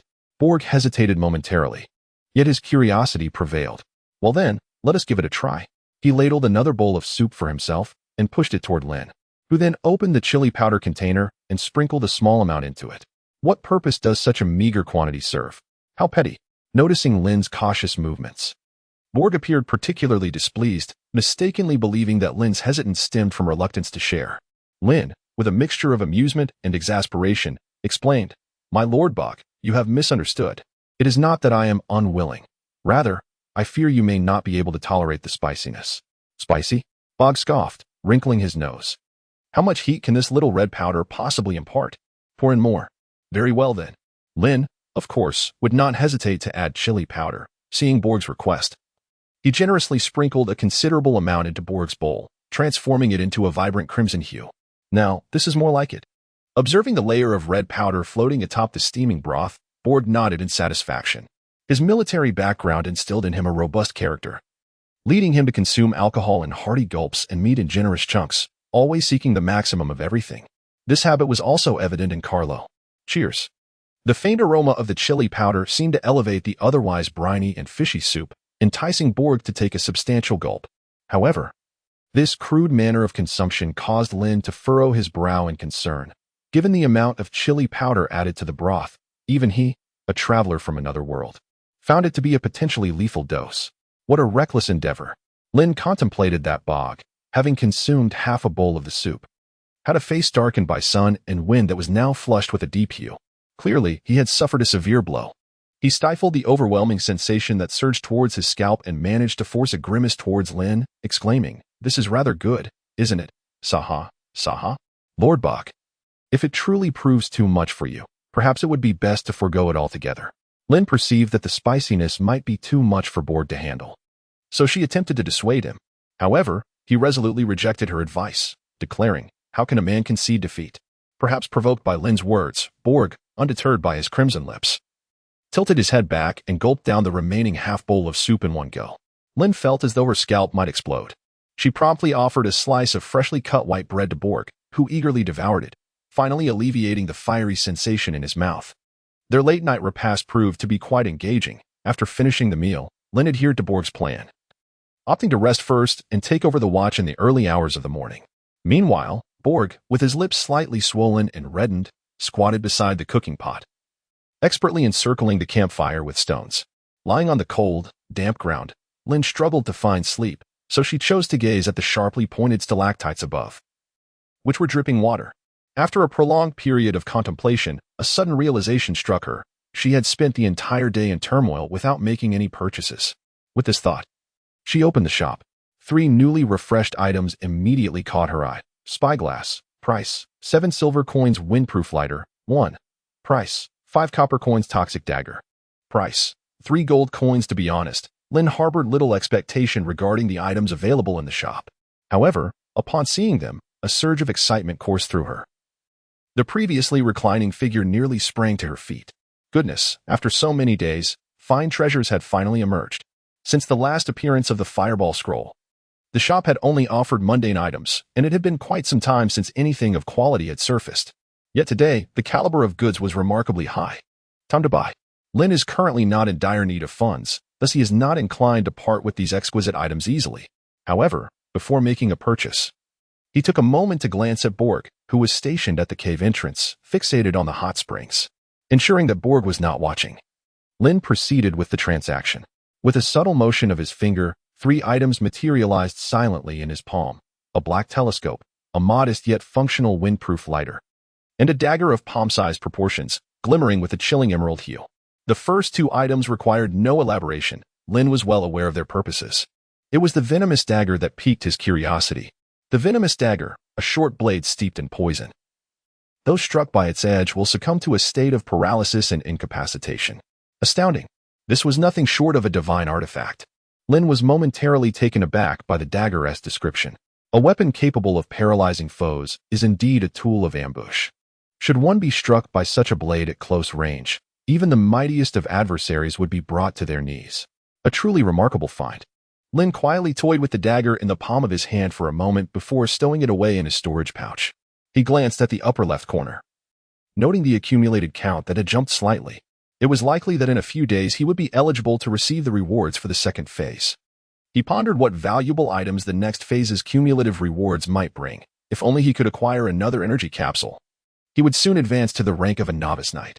With these thoughts in mind, Lin effortlessly closed the panel, finding it uncomfortable to lie on the ground. He chose instead to sit up and made his way to a corner of the cave, leaning against the wall while cradling his sword to rest. The cave was tranquil, and time seemed to pass swiftly. Suddenly, as he drifted in and out of a light slumber, Bog's voice roused him, indicating that it was time for a shift change. "Lord Bog, is it time to switch?" Lin inquired, rubbing his eyes. "Wake up properly. Go to the cave entrance and keep watch. If you notice any signs of animals approaching, observe closely. If a pack of wolves comes to drink, be sure to wake me immediately," Bog instructed. "Understood." Lin nodded, rising to his feet while grasping his sword. At that moment, Borg tossed the heavy garment lined with fine wool into Lin's hands, advising, "The wind is fierce at the cave's entrance. You should wear this." Chapter 43. The target. A cold moon hung low in the sky, beneath the starlit expanse. Snowflakes gently descended like whispers from above. Lin, draped in a cashmere coat, sat at the mouth of the cave, feeling the biting wind against his face, while the flickering flames within grew ever dimmer. "Ah, it is indeed rather chilly," he murmured. After mastering the martial arts, Lin's physical condition had significantly improved, including his resistance to cold and heat. Nevertheless, the mountain's frigid temperatures still caused him to shiver slightly. Lin tightened the collar of her coat and instinctively turned her head to glance at Borg, who was clad in half armor and resting against the wall, his snores rising and falling like the tides. A fleeting glimmer of envy crossed her eyes, as the squire knight to Duke Helen. Borg's prowess had attained the rank of Earth Knight, far surpassing Lin in levels. At this juncture, his resistance to the cold had transcended that of ordinary men. Even in the frigid snow of midwinter, he could sleep naked through the night without a care. Perhaps it was wiser to focus on the warm springs instead. Lin shook her head, dispelling the distraction swirling in her mind, and then settled at the mouth of the cave, gazing intently towards the hot spring. Despite the late hour, she and Borg had strategically placed numerous luminous orbs in the vicinity of the spring to keep watch. These orbs, a cost-effective magical creation, function somewhat like incandescent bulbs, however. They derive their illumination not from electricity but from stored magical energy. From Lin's elevated perspective, it appeared as if a series of miniature lamps illuminated the surrounding area of the spring, brightening the depths of the long night. Given the season of winter and the hour of darkness, the wildlife near the spring was scarce, predominantly comprising nocturnal creatures. Yet, the targeted pack of wolves had yet to make their appearance. After observing the spring for a while, feeling somewhat out of her element, Lin retrieved a telescope from her storage pouch, deciding to give it a try. The telescope was heavy in her hands, its lenses finely polished, clearly a high-quality item. Justifying its price of 7 silver coins, Lin brought the telescope to her eyes, bringing distant objects into sharp focus, rendering everything crystal clear. Through the lens, she observed the red-haired bats hanging upside down from the barren trees, the snow rabbits foraging amidst the snowdrifts, and the fireflies flitting around the hot springs. The effect was quite impressive. With the telescope in hand, the task of surveillance became considerably easier, though it remained time-consuming and rather tedious. Over the next 2 days, Lin and Borg took turns monitoring the hot springs, yet they did not encounter the desired target. Bound to the hot springs, they could not stray too far. Their food supply consisted mainly of what they had brought from the stable, with occasional encounters with wild beasts nearby that Borg skillfully dispatched, roasting them to enhance their meals. This situation persisted until the evening of the 3rd day, when their provisions were nearly depleted, and finally, the hot springs revealed the anticipated change. "Lord Borg, there are wolves." At the moment of discovery, Lin exclaimed, relaying the news to Borg, who was inside the cave counting the remaining supplies. "Where?" Upon hearing this, Borg abandoned his task and hurried to the cave entrance, leaving the jerky behind. "Hand me the telescope." Borg instinctively extended his hand toward Lin. "All right." Lin unhesitatingly extended the telescope, which the other party naturally raised to their eyes, gazing towards the hot springs. After several days of companionship, Borg had transitioned from initial astonishment to adaptation, ultimately forming a habitual reliance on the device. Lin's explanation regarding the telescope remained consistent, describing it as one of the treasures bequeathed by Duke Kaya, which filled Borg with envy. As Borg adjusted the telescope, the scene beside the hot springs unfolded before him. A few white wolves ambled forward, startling the small creatures that were drinking nearby. Among them was one with festering wounds. The injury was extensive, resembling not the marks of teeth or claws, but rather the cruel incision of a blade upon flesh. "Lord Borg, that must be the wolf pack," Lin remarked, pointing towards the injured white wolf that was drinking at a distance. "Indeed," Borg replied, lowering the telescope and nodding. He had certainly noticed the injury on the white wolf and understood that this was the target they had been observing for days. "What shall we do now?" Lin, being a traveler from another world, naturally turned to Borg for guidance, whose experience far surpassed her own. Borg spoke with an unusual calmness, devoid of any fluctuations in tone, and even took the time to enlighten Lin on the first principle of hunting: patience is paramount. His words, though seemingly straightforward, carried an undeniable weight of wisdom. Yet, as Lin observed the undulating movements of Borg's sausage-like lips while he spoke, she couldn't help but stifle a laughter that bubbled within her. Maintaining a serious demeanor, she replied, "Understood." After glancing through his binoculars at the wolf pack by the hot springs and confirming that they showed no intent to depart hastily, Borg turned to her and said, "You go ahead and gather your things. I will keep watch here." "All right." Lin, without hesitation, turned back to the cave, gathering the necessary items into her pack. However, before she could finish, Borg's gruff voice resonated. "Hurry up, they are about to leave." Prompted by his urgency, Lin hastily stuffed whatever she could find into her bag, and in a few swift strides, she reached the entrance of the cave, burdened by the heavy pack. At that moment, the group of white wolves by the hot spring, having quenched their thirst, prepared to retreat. Borg, shouldering his great sword, emerged from the cave, his movements as agile as a cheetah as he pursued the departing wolves. Lin followed closely, carrying 2 bags. Being an experienced hunter, Borg understood the nuances of tracking prey and maintained a prudent distance, ensuring neither he nor the wolves felt threatened. Thanks to the telescope in his possession, he felt no concern about losing sight of them, which conserved his energy significantly. "This telescope is truly remarkable," Borg mused aloud during their journey. "Have you ever considered selling it to me?" "No," came the reply. Lin shook his head, acknowledging the significance of the ancestral possession. This telescope, indeed a valuable artifact, served a purpose that Lin would be foolish to exchange for money. "What a pity," Bog sighed, a hint of regret in his voice. He genuinely cherished this rare item. As they conversed, the two had traversed the mountainside for quite some time, and the sparse trees around them gradually diminished, offering a wider view. They were nearing their destination. Suddenly, after a prolonged silence, Bog spoke up. Upon hearing his words, Lin quickly raised his head, noticing several white wolves they had been tracking entering a cave in the mountainside. Chapter 44. The stench gland powder. As the pack of white wolves vanished into the cave, Lin and Bog hastened their steps, eventually stopping beneath a withered tree, a mere dozen meters from the cave's entrance. This was likely the lair of the magical beasts. The cave was shrouded in darkness, obscuring the internal structure and environment, yet that did not deter Bog from making conjectures, considering wolves are social creatures. As an extraordinary being, you will inevitably encounter magical beasts in the future. If your aim is to eliminate them, what do you think should be the initial course of action? Without establishing a direct plan, Bog turned his head to inquire. Let us first observe the situation, Lin replied. Lin hesitated momentarily, responding with a hint of uncertainty. As his words lingered in the air, he swiftly added, or perhaps we should charge indirectly. Both options were judgments made by Lin based on the current circumstances. The former leaned towards caution, while the latter relied on the assumption of Borg's formidable strength. The conditions within the cavern remained unknown, and in the absence of the ability to enter recklessly, the most prudent course of action would be to lure them out from within. But how shall we entice them? Such specialized matters are best left to those with expertise. As a time traveler, Lin, lacking any experience in hunting or wilderness survival, has learned everything from Bear Grylls and cannot possibly be compared to Borg. He simply follows instructions and does as told. Hand over the package. Very well. Lin extended the parcel in her hand towards him. Borg placed the two packages on the snow-covered ground and began to rummage through them. After a brief search, he carefully retrieved a small packet of grease, presenting it to both of them. This will suffice, Borg declared, handing the oiled paper package to Lin. This one? Lin gazed with perplexity and inquired, what is this? It is a powder derived from the anal glands of the skunk weasel, which, when ignited, emits an intensely irritating odor. Specifically designed to drive away wild beasts, Bog explained, gesturing towards the paper package. Although Lin was unfamiliar with the creature known as the skunk weasel, she could glean from Bog's words that he intended to use this substance to expel them. Indeed, but doesn't it require fire to activate? You need not worry about that.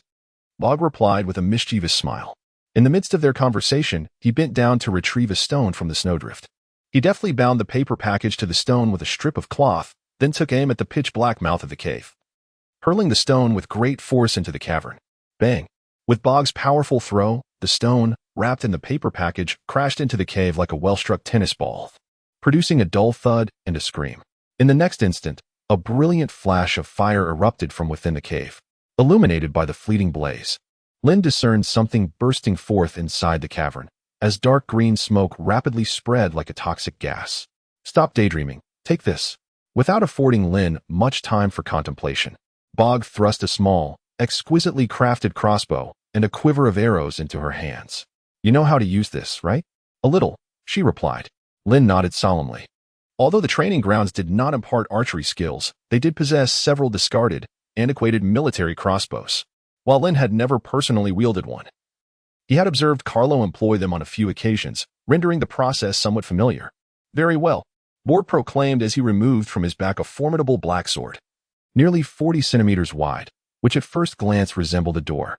Once the beast horde emerges, I shall seek out the White Wolf King, and you will use this to cover me, preventing any other wild creatures from launching a surprise attack. Understood. Lin fiddled with the small crossbow in her hands, while Zheng nodded earnestly.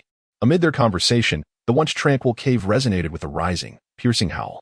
Lin also observed a swirling mist of dark green emanating from within the cave, tendrils of it drifting languidly from the entrance. It was evident that the foul powder from the skunk's scent glands was at play. Before Lin could fully gather his thoughts, Borg had already charged into the cave. Wielding a sword resembling a door panel, his entire form glistening with an icy blue luminescence, a distinctive sheen characteristic of ice elemental energy. Lin withdrew an arrow from her quiver, the shaft awkwardly snagging on the crossbow. Meanwhile, within the cavern, a pair of emerald eyes glinted as a white wolf, positioned near the cave's entrance, burst forth. In an instant, however, as its form barely emerged, a swift, ice-blue blade of air sliced through, cleaving it in two.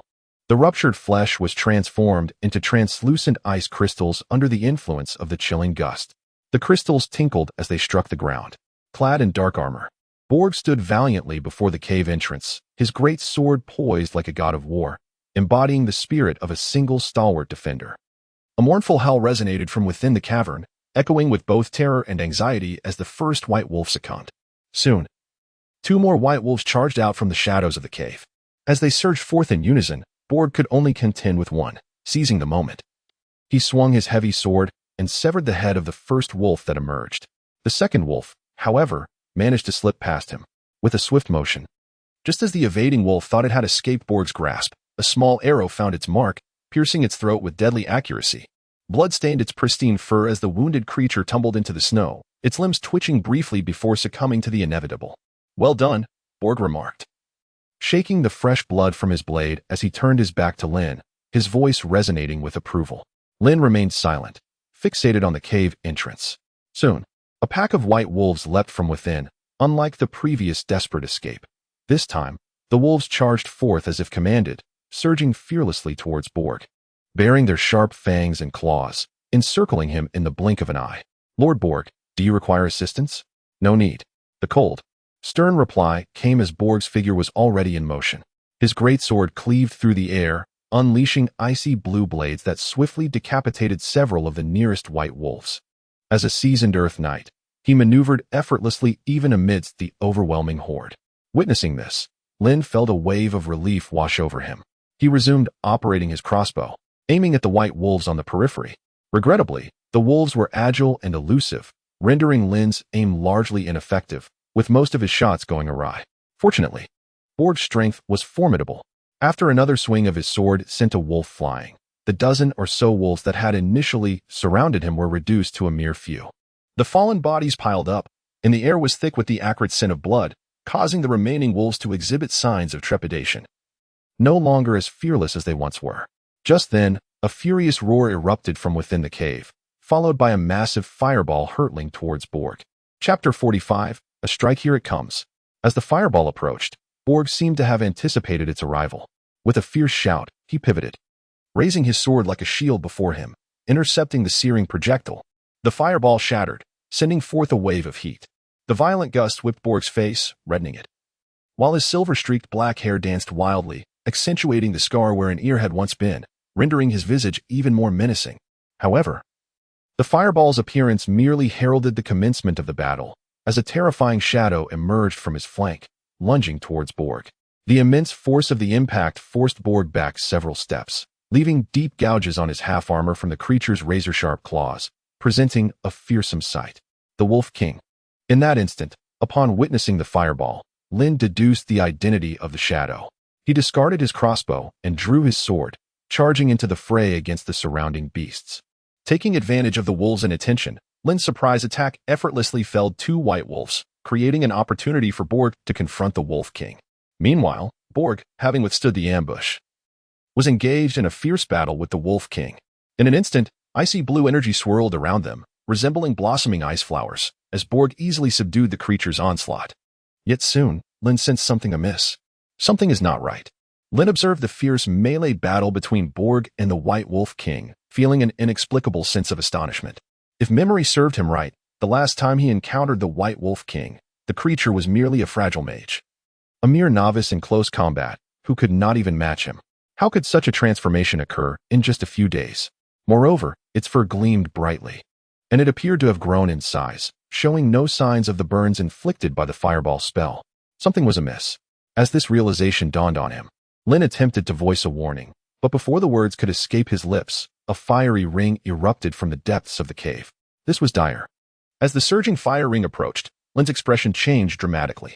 Without a moment's hesitation, he threw himself to the side, narrowly avoiding the blade-like flames that grazed his lower back, scorching the fabric of his clothing. Several white wolves caught within the spell's radius howled in agony as they were severed in half, transforming the cave entrance into a scene reminiscent of a blood-soaked hell. Having narrowly escaped disaster, Lin tumbled to his feet, spitting out clumps of snow from his mouth, and caught sight of Borg and the White Wolf King, both of whom had also been knocked down, their appearances disheveled and clearly affected by the sudden fiery assault. The White Wolf King's condition was relatively stable, though large patches of charred fur marred its pristine coat, while Borg fared much worse. His right arm hung limply, clearly having been used to shield himself from the fire ring. With a pained roar, Borg's irritation intensified. He bellowed and seized his unscathed left arm to wield his greatsword, encasing himself in a chilling aura of ice energy that swirled around him like ethereal ribbons, enveloping the massive blade entirely. As he swung the sword down, a thunderous frost storm swept through the area, obliterating everything within a 10-meter radius of Borg. Trees, snowdrifts, and piles of stones crumbled under the onslaught, the cacophony echoing like a thunderclap in the clear sky. Such overwhelming force compelled even the previously formidable white wolf to retreat, but alas, the creature's agility allowed it to evade most of the attack, suffering only the loss of its tail. Howling in agony, the tailless white wolf, dragging its bloodied stub, leaped to a nearby fallen tree, fixing Borg with a menacing glare while releasing a mournful wail. From within the cave, another slightly smaller white wolf emerged, its emerald eyes gleaming with a cold light.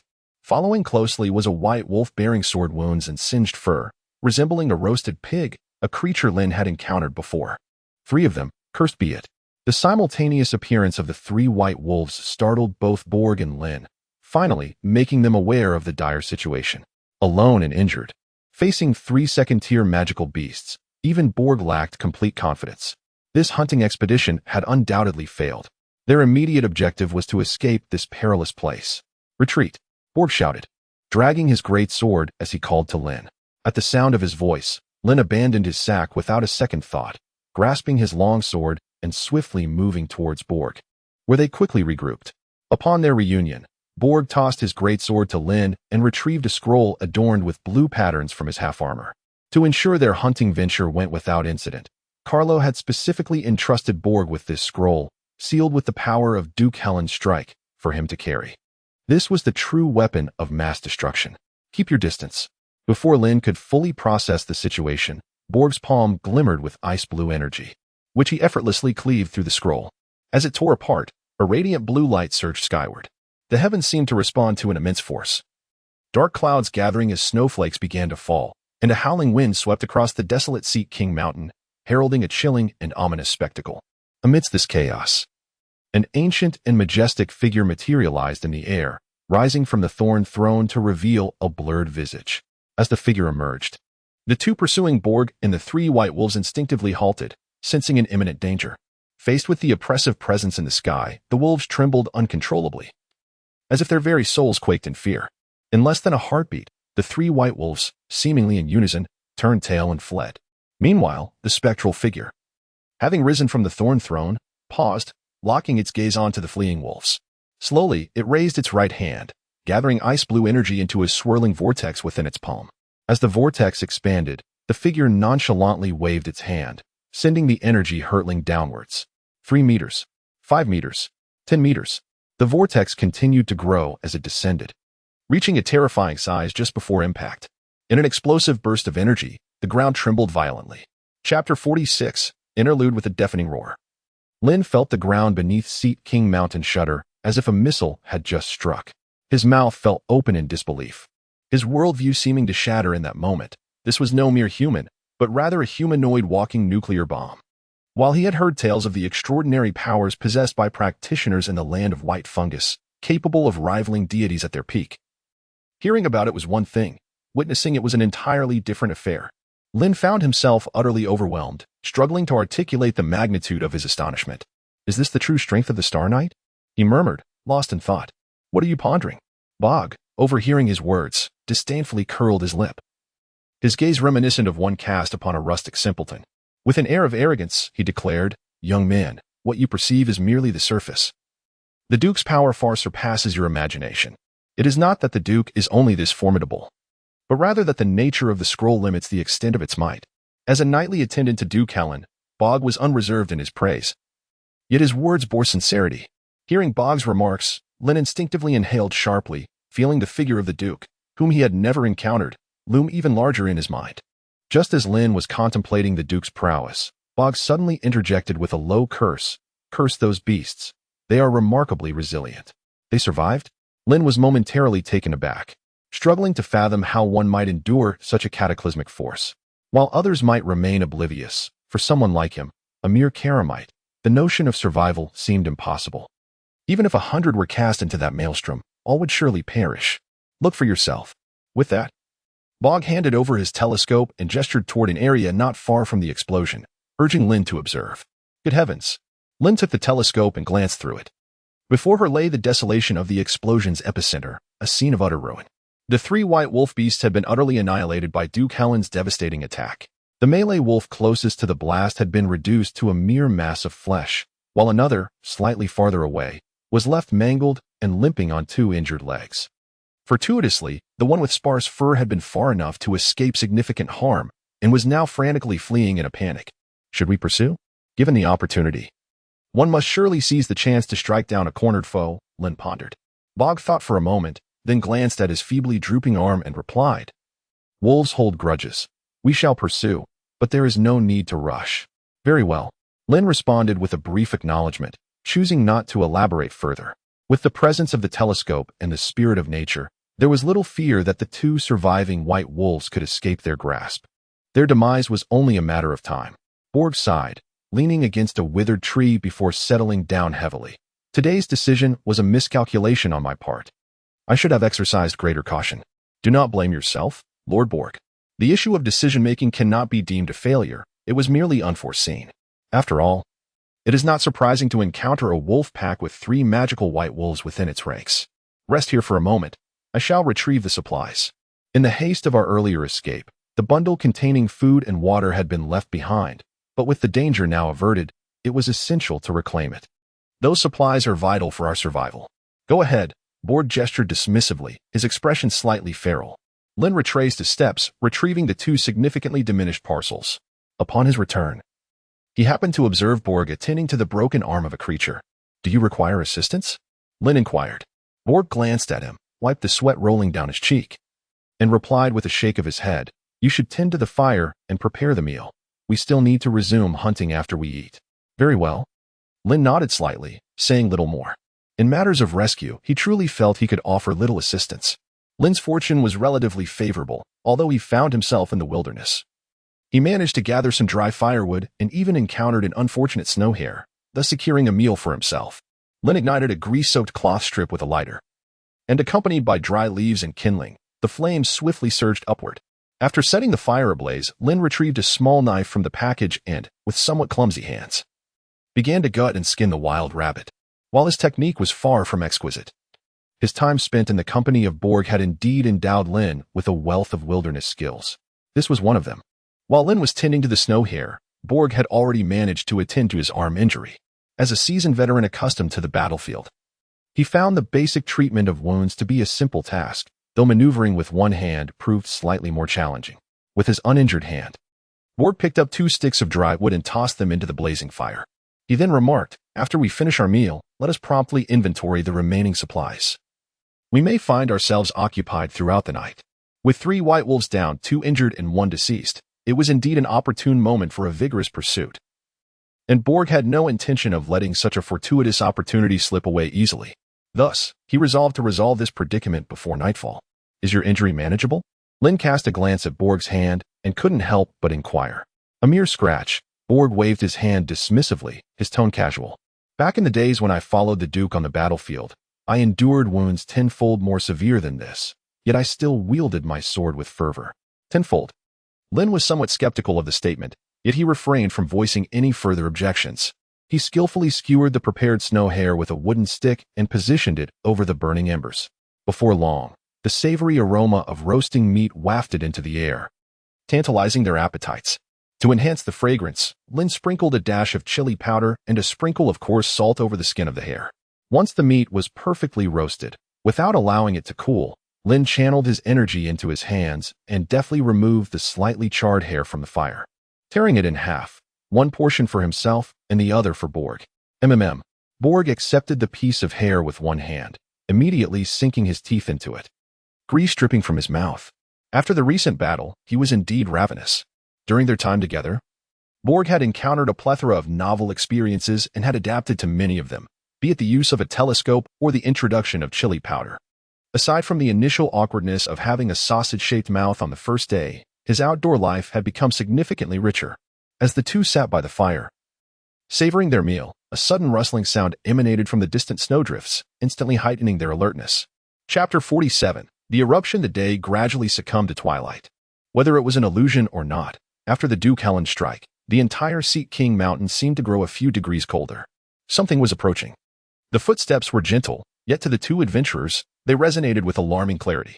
They simultaneously halted their actions and turned their gaze in unison towards the direction of the sound, where a faint, eerie green light flickered in the depths.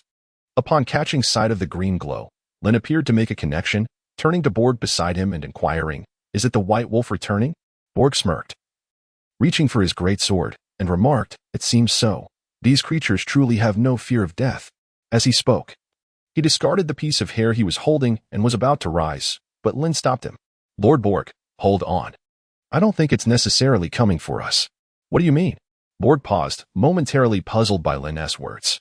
Lin shook the rabbit meat in his hand and mused. Perhaps the enticing aroma of the meat drew them in? At the mention of this, Borg paused for a moment, having not considered it from that angle before. Now, upon hearing Lin's words, he found there to be a certain logic in them. "Pray, elaborate further." Lin pondered for a moment and remarked, "It seems that the recent strike from Deucalion has frightened the nearby creatures away. They are now temporarily devoid of prey and, having sustained injuries, are lingering near us in hopes of seizing some food from our hands. It is the innate nature of beasts to seek advantage and avoid harm. The principle of the strong preying upon the weak remains unchanged. Although these white wolves are magical beasts endowed with a measure of intelligence beyond that of ordinary wild animals, they still cannot be equated with humans." While this assertion possessed a semblance of reason, Bog remained perplexed by Lin's implication.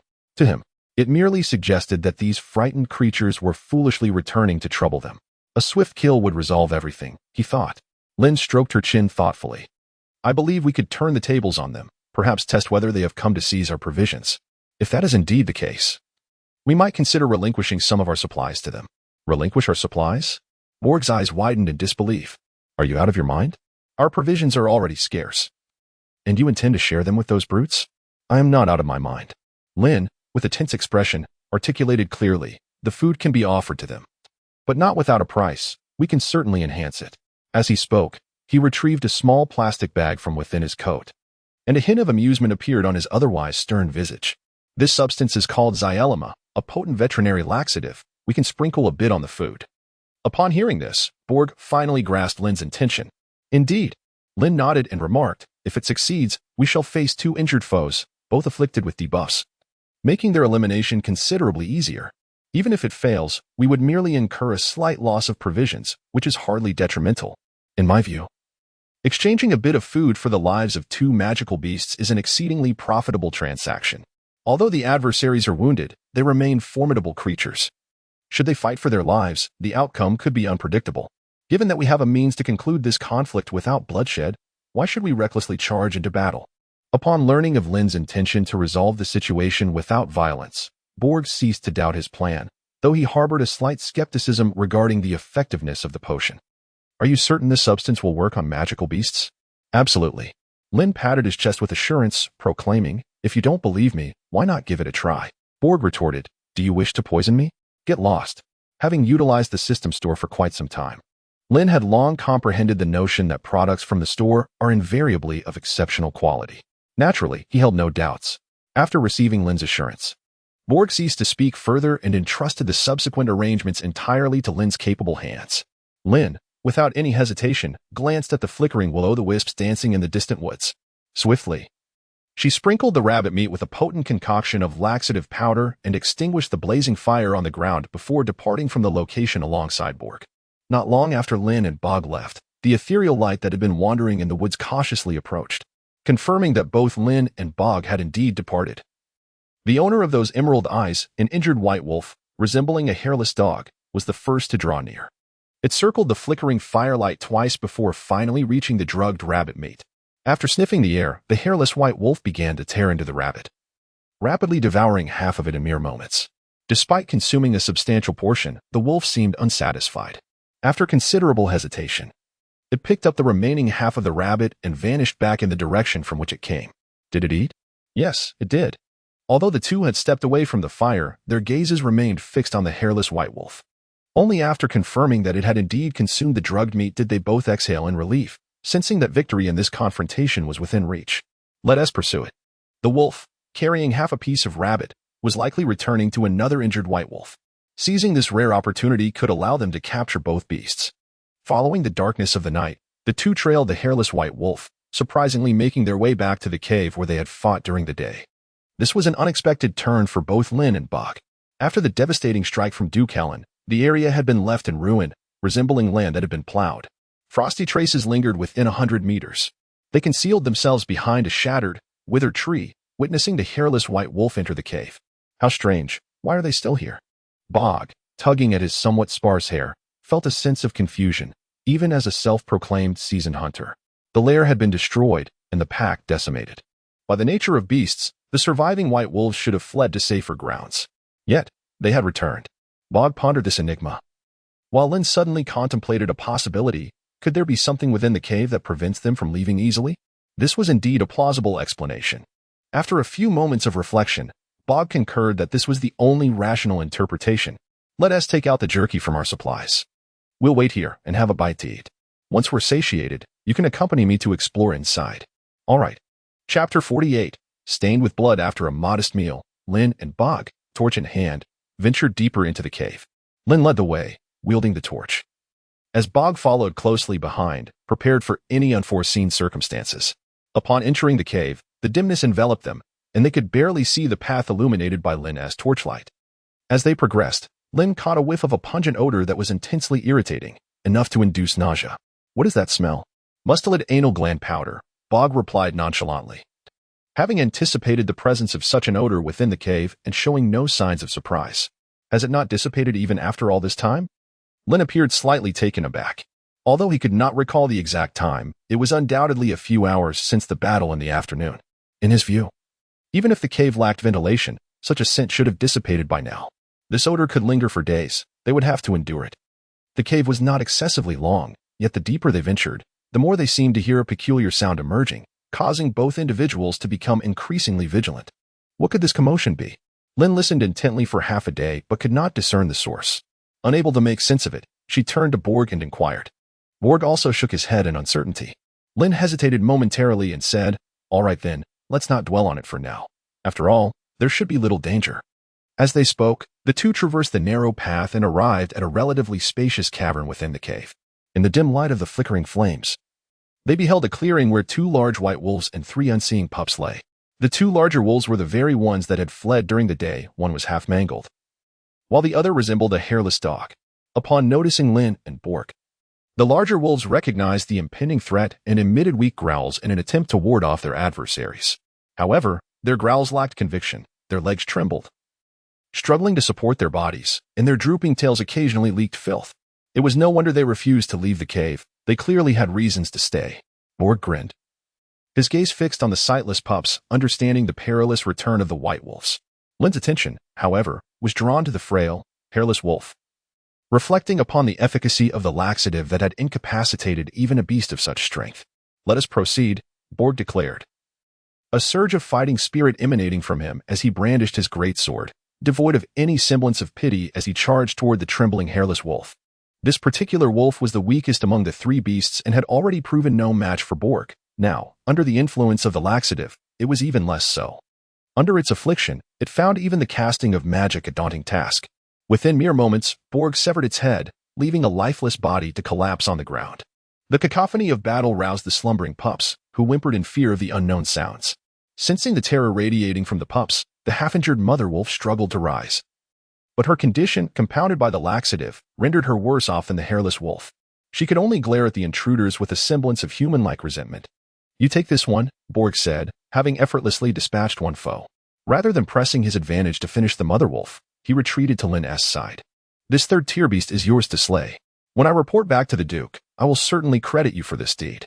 Though Borg had taken the lead on this journey, Lin had contributed significantly, and Borg bore no ill will towards the young man, thus willing to share some of the glory. "Thank you, Lord Borg," Lin replied, elated at the acknowledgement. For someone of Borg's stature, hunting beasts was hardly a feat. But for Lin, a mere stable hand, it represented a monumental achievement. He would not let this opportunity slip away. With Borg's consent, Lin unsheathed his sword and approached the fierce mother wolf with cautious steps.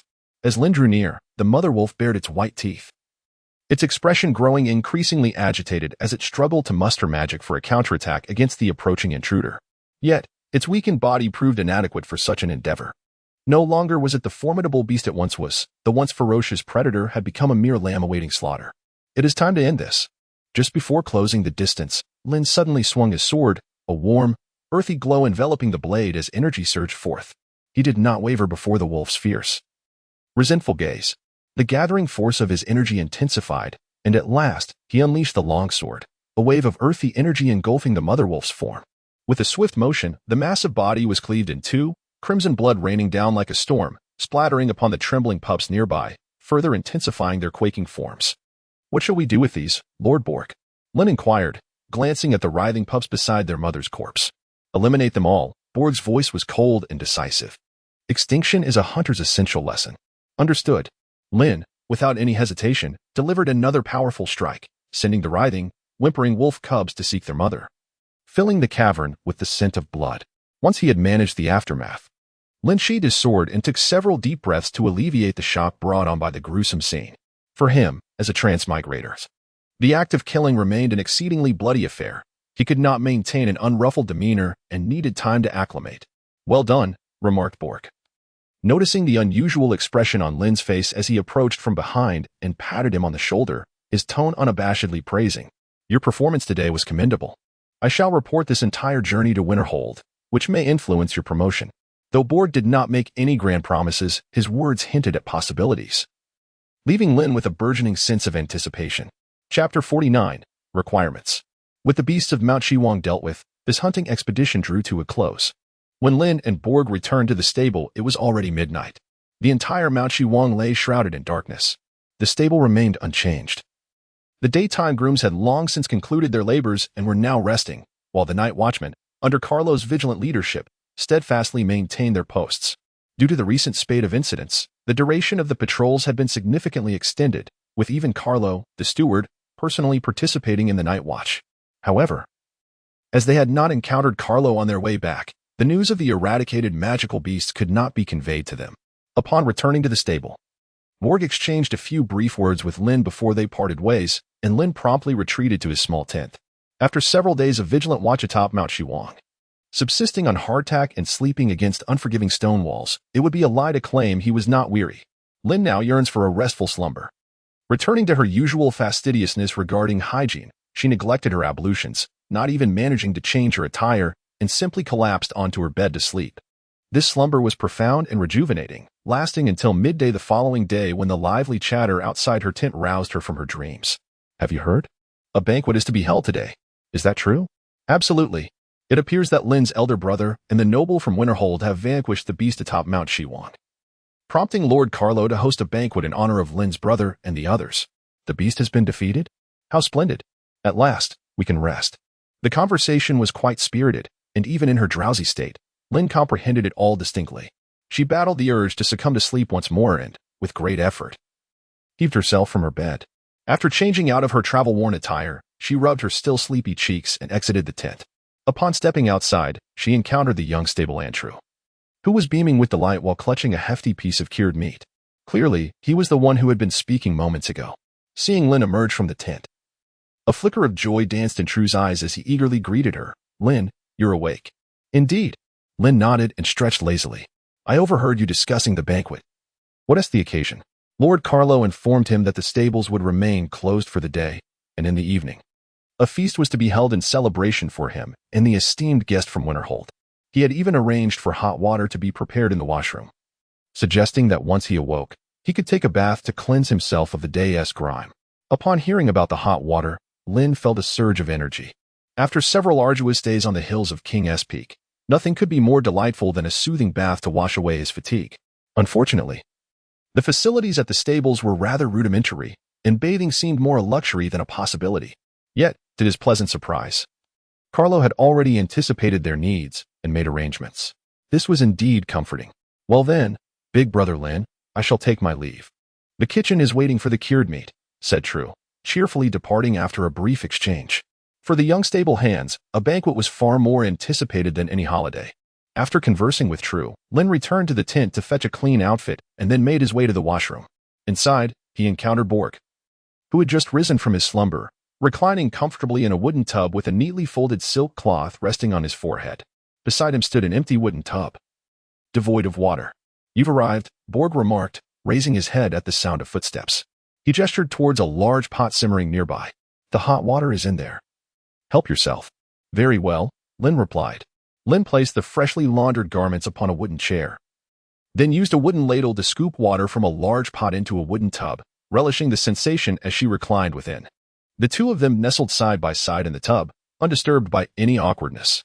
Before her journey into this realm, Lin hailed from the north, where the custom of openly visiting public baths was not unfamiliar to her, having partaken in it countless times.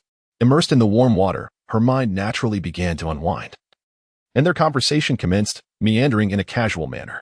"Who taught you that combat technique?" "No one taught me. I learned it myself by observing." "Oh? How long have you practiced?" "About 2.5 years, Lin replied nonchalantly. 2.5 years? Bog's astonishment deepened, his gaze fixed upon Lin, his voice tinged with admiration. "Impressive. To reach such a level in just 2.5 years without guidance suggests you possess considerable talent." Lin had initially intended her response as a light-hearted jest, yet the gravity with which Bog took it left her suppressing a laugh, feeling a twinge of embarrassment. "The document for the Duke has been drafted. Is there any particular reward you desire? If so, feel free to express it. Given the Duke's generosity, as long as it is not excessively extravagant, he will likely grant your request." Having resolved the matter concerning the beasts, Bog's spirits were notably elevated. With nothing pressing on his agenda, he was inclined to engage in further dialogue with the fledgling Lin, perhaps as a means to mentor the younger generation and foster a lasting bond. "Anything is possible?" Lin pondered for a moment before hesitantly voicing the question that weighed most heavily on his mind. What if I aspire to become a squire? He wondered if there might be a chance for such an opportunity. For Lin, nothing was more coveted at this moment than the formal title of a knight. Otherwise, even if he mastered the art of fighting, he would merely be considered a wild knight. "I can certainly attempt to recommend you, but you must also prepare for the worst-case scenario," Bog remarked. In his view, as a descendant of the Tuzer family and possessing the skill of combat, Lin was indeed qualified to become a squire. However, the current state of the Winter family had drastically changed. A squire from the Winter lineage wielded considerable influence in the north and had become a coveted prize in the eyes of many. Hence, even Bog, the squire to the Duke of Winter, could not guarantee anything to Lin with absolute certainty. All he could offer was a promise to do his utmost. Having already engaged in a conversation with the guard Bryn about this matter, Lin had mentally prepared himself for the possibility. He merely wished to test the waters now. "I understand, Lord Bog."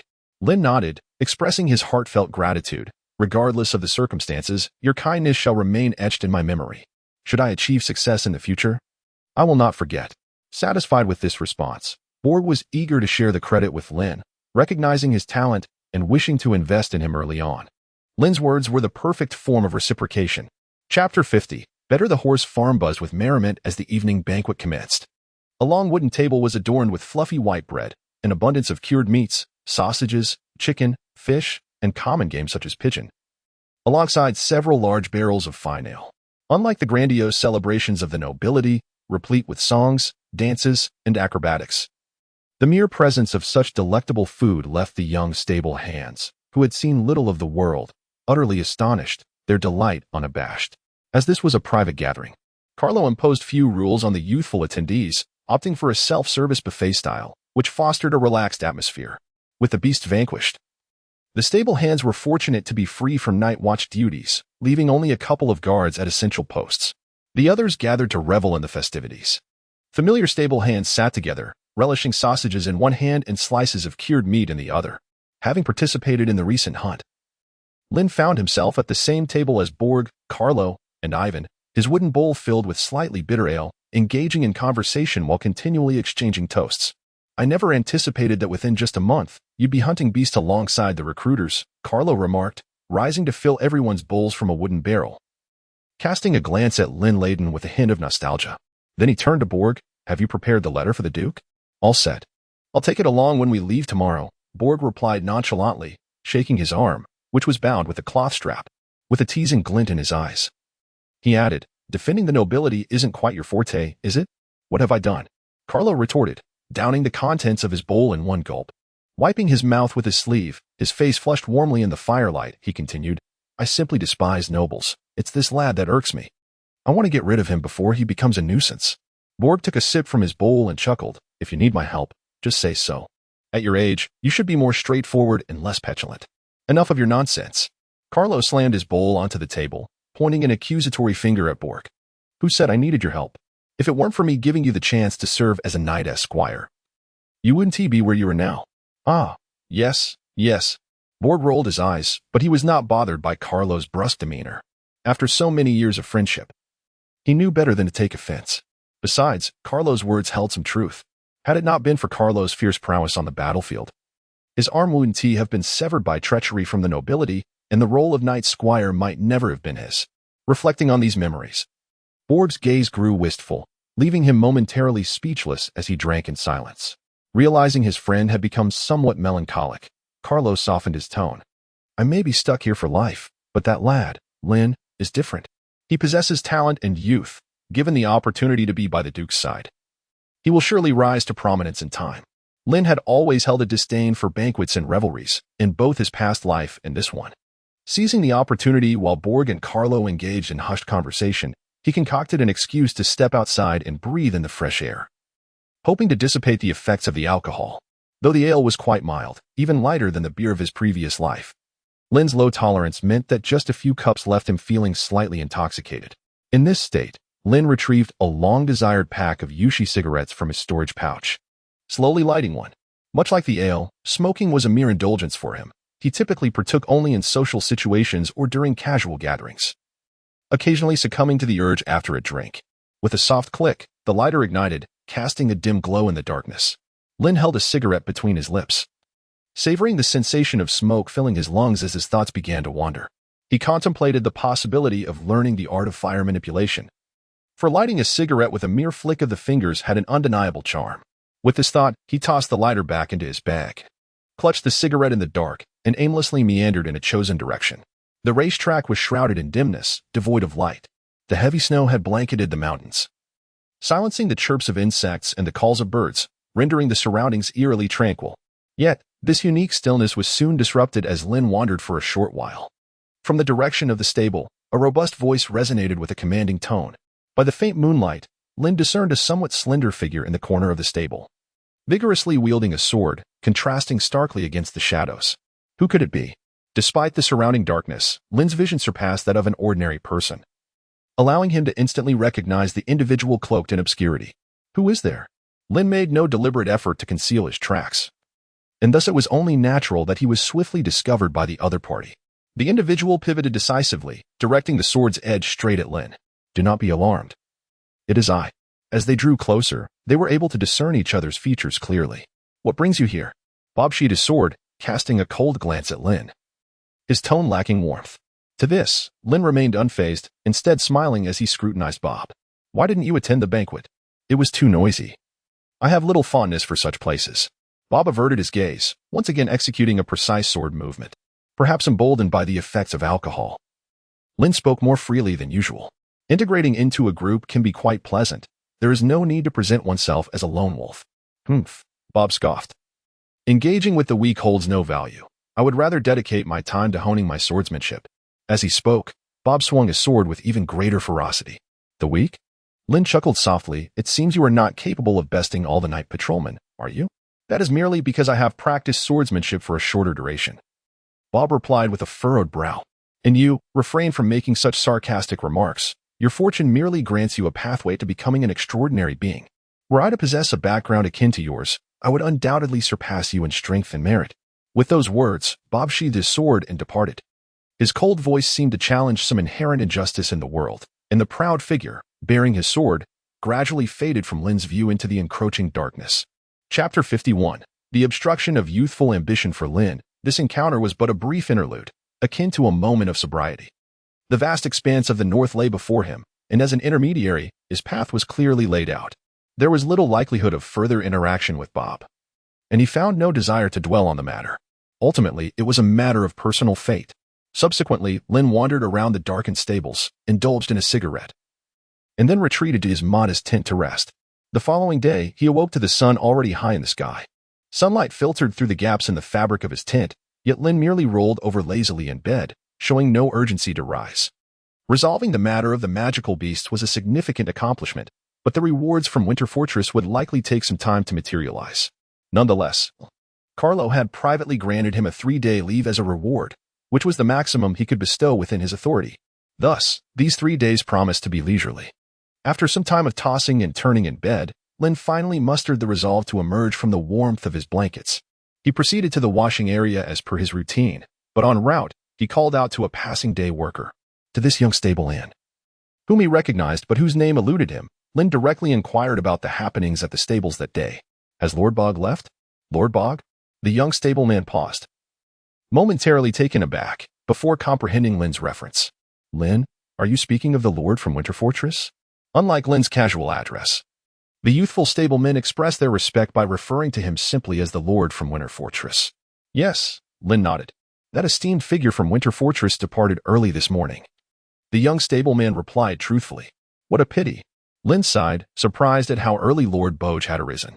Had he known, he would have risen earlier to accompany him. The arrangements for today's outing had already been communicated to Ivan the day prior. Lin had hoped to travel to Furlan City alongside Baizhu, for the presence of such a prominent figure would afford him the opportunity to save on the entrance fees. A small yet advantageous endeavor. Alas, he had awoken too late. Noticing Lin lost in thought, the young stablehand hesitated before speaking. Brother Lin, if there is nothing else, I shall be on my way. Go ahead, Lin replied. Lin waved his hand dismissively, allowing him to depart. After that, Lin quickly refreshed himself and noticed the leftover white bread and smoked sausage from the previous night's banquet in the kitchen. He consumed a modest amount to satiate his hunger before returning to his tent to inventory the items he had recently acquired from the store. After a flurry of activity, he found that it was nearly noon. The shop had once again refreshed its stock. Goose down quilt. Price, 10 silver coins. Pikachu short sleeve shirt. Price, 30 copper coins. Divine mask. Price, 15 gold coins. Goodness. Among the 3 newly available items, Lin's gaze lingered longest on the Pikachu short sleeve shirt. Observing the current offerings in the shop, Lin exclaimed in astonishment. The first 2 items he would procure without hesitation. However, the divine mask posed a dilemma for him. This dilemma, of course, did not stem from the quality of the item. Anything priced at 15 gold coins in the shop was undoubtedly of superior caliber. The real issue was that Lin simply did not possess enough gold coins to afford it. Damn it, a money-sucking beast. He patted the storage pouch at his waist, feeling a pang of frustration. After the tumultuous escapades in Falanda City, he had managed to amass a considerable sum of gold coins, believing it would suffice for a substantial duration. Yet, just a few days had passed, and his funds had dwindled to nothing. Earning money, earning money. It was all about making money. After a brief moment of grumbling, Lin closed the shop panel, stowed the recently purchased goose down quilt and Pikachu shirt into his storage pouch, and then exited the tent. Upon stepping out of the stable, Lin was suddenly filled with a sense of expansiveness, a feeling reminiscent of vast skies and distant mountains, much like the last time he ventured into the city. As he gazed dreamily at the far-off hills, a horse-drawn carriage, emblazoned with a silver-white lion, unexpectedly halted beside him, obstructing his path. With the carriage now at rest, 2 disheveled yet imposing men emerged, their demeanor lacking vitality. Mr. Lin, our master wishes to see you, one of them stated. Your master? Although taken aback by the sudden obstruction, Lin remained composed, for behind him lay the stables of the Winter family. He found it hard to believe that anyone would dare to act against a member of that esteemed family within their own territory, even if it was merely a lowly groom. Despite his confidence, Lin, for prudence's sake, placed a hand upon the hilt of his poisoned dagger, prepared to retaliate should the need arise. Noticing the alertness in Lin's gaze and his subtle gesture towards his weapon, the balding man quickly raised his hands in a placating manner, clarifying, Mr. Lin, please do not misunderstand. My master is a friend of yours. We harbor no ill intentions. A friend? The balding man's words left Lin somewhat bewildered. He scrutinized the man before him and cast a glance at the silver lion insignia on the carriage. A glimmer of recognition dawning upon him. The dual-horse carriage and its emblem indicated that this so-called master belonged to the nobility. Having recently traversed into this realm, the only noble families Lin had encountered were the Winters, the Frans, and the Barons. He had seen the Winter family crest before, and it did not resemble this one. As for the Fran family, the only connection he had was with Motto, but their acquaintance was superficial at best, merely a pleasant exchange, hardly enough to be termed friendship. Lin did not expect his counterpart to make a grand gesture to invite him. Excluding the families of Winter and Fran, the identity of this so-called host became apparent. "You are from the Byron family?" Upon having his identity unveiled by Lin, the bald man hesitated momentarily but ultimately nodded in acknowledgement of Lin's statement. With the revelation of his counterpart's identity, Lin's body relaxed slightly and a hint of a smile graced his face. After all, it would be inappropriate not to accept such a warm invitation.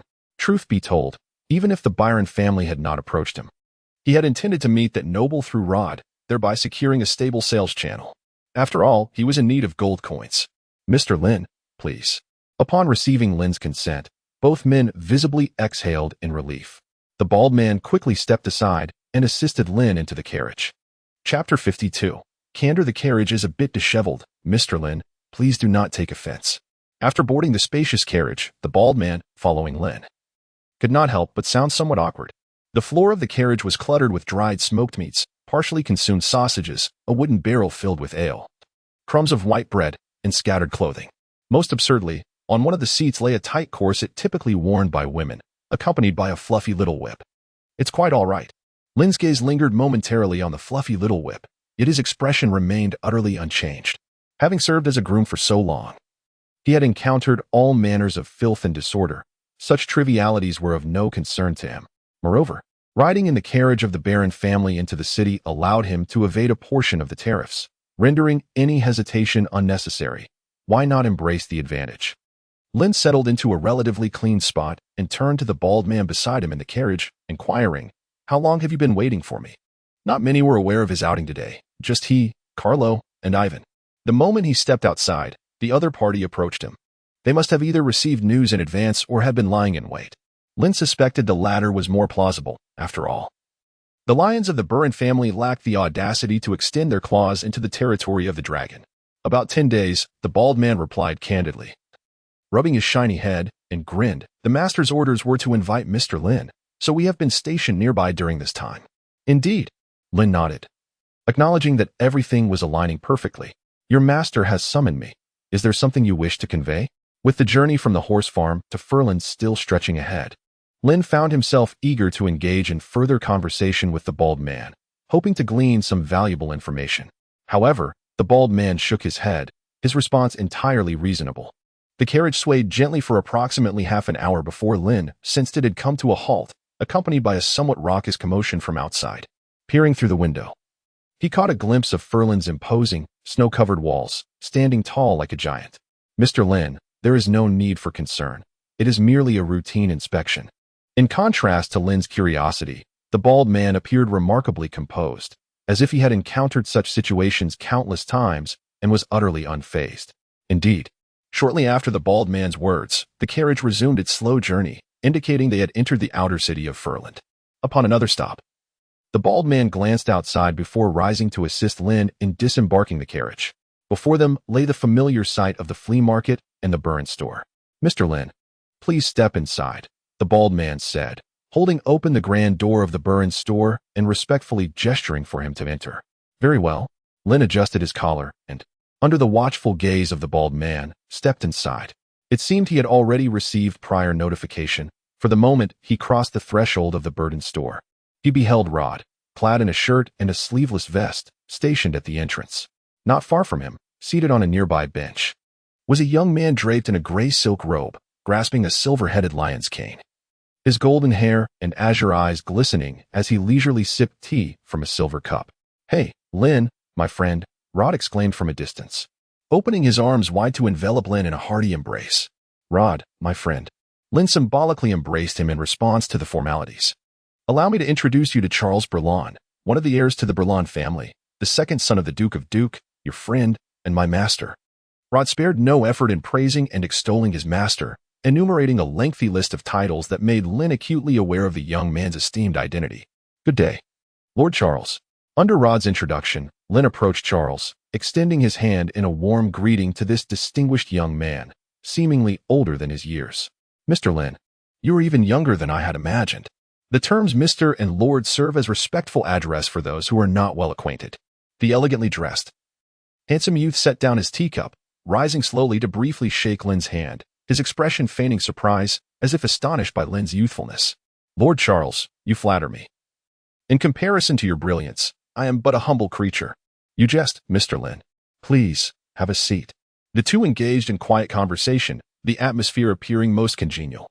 Meanwhile, Rod, displaying keen awareness, discreetly withdrew to prepare refreshments and pastries. After a few simple pleasantries, neither party lingered, steering directly to the crux of the matter. I am aware, Mr. Lin, that you possess a channel to a foreign merchant caravan. Might I inquire if you would consider transferring this caravan to me? Name your price.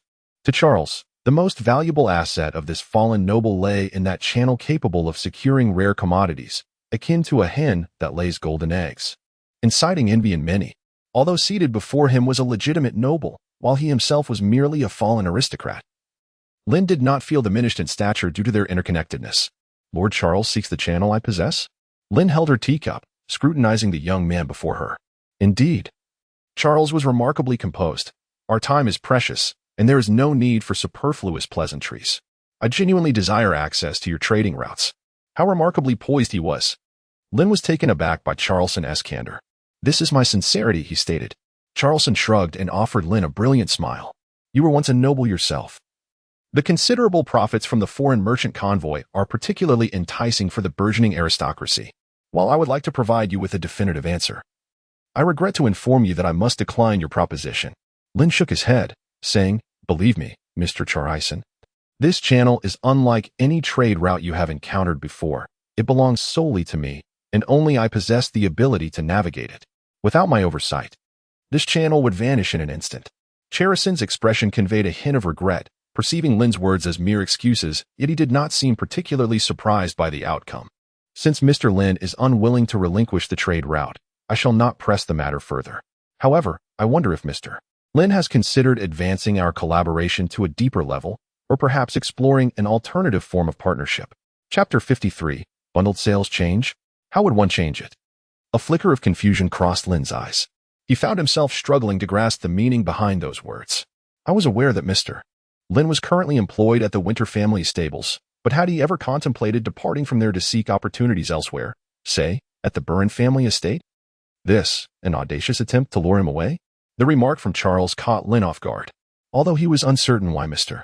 Lin had chosen to lower himself to the role of a stablehand, it was clear that if he wished to leave the Winter estate, the Buren family would be more than willing to extend their assistance. Charles spoke candidly, implying that should Lin be inclined to switch jobs, he would cover any contractual penalties incurred.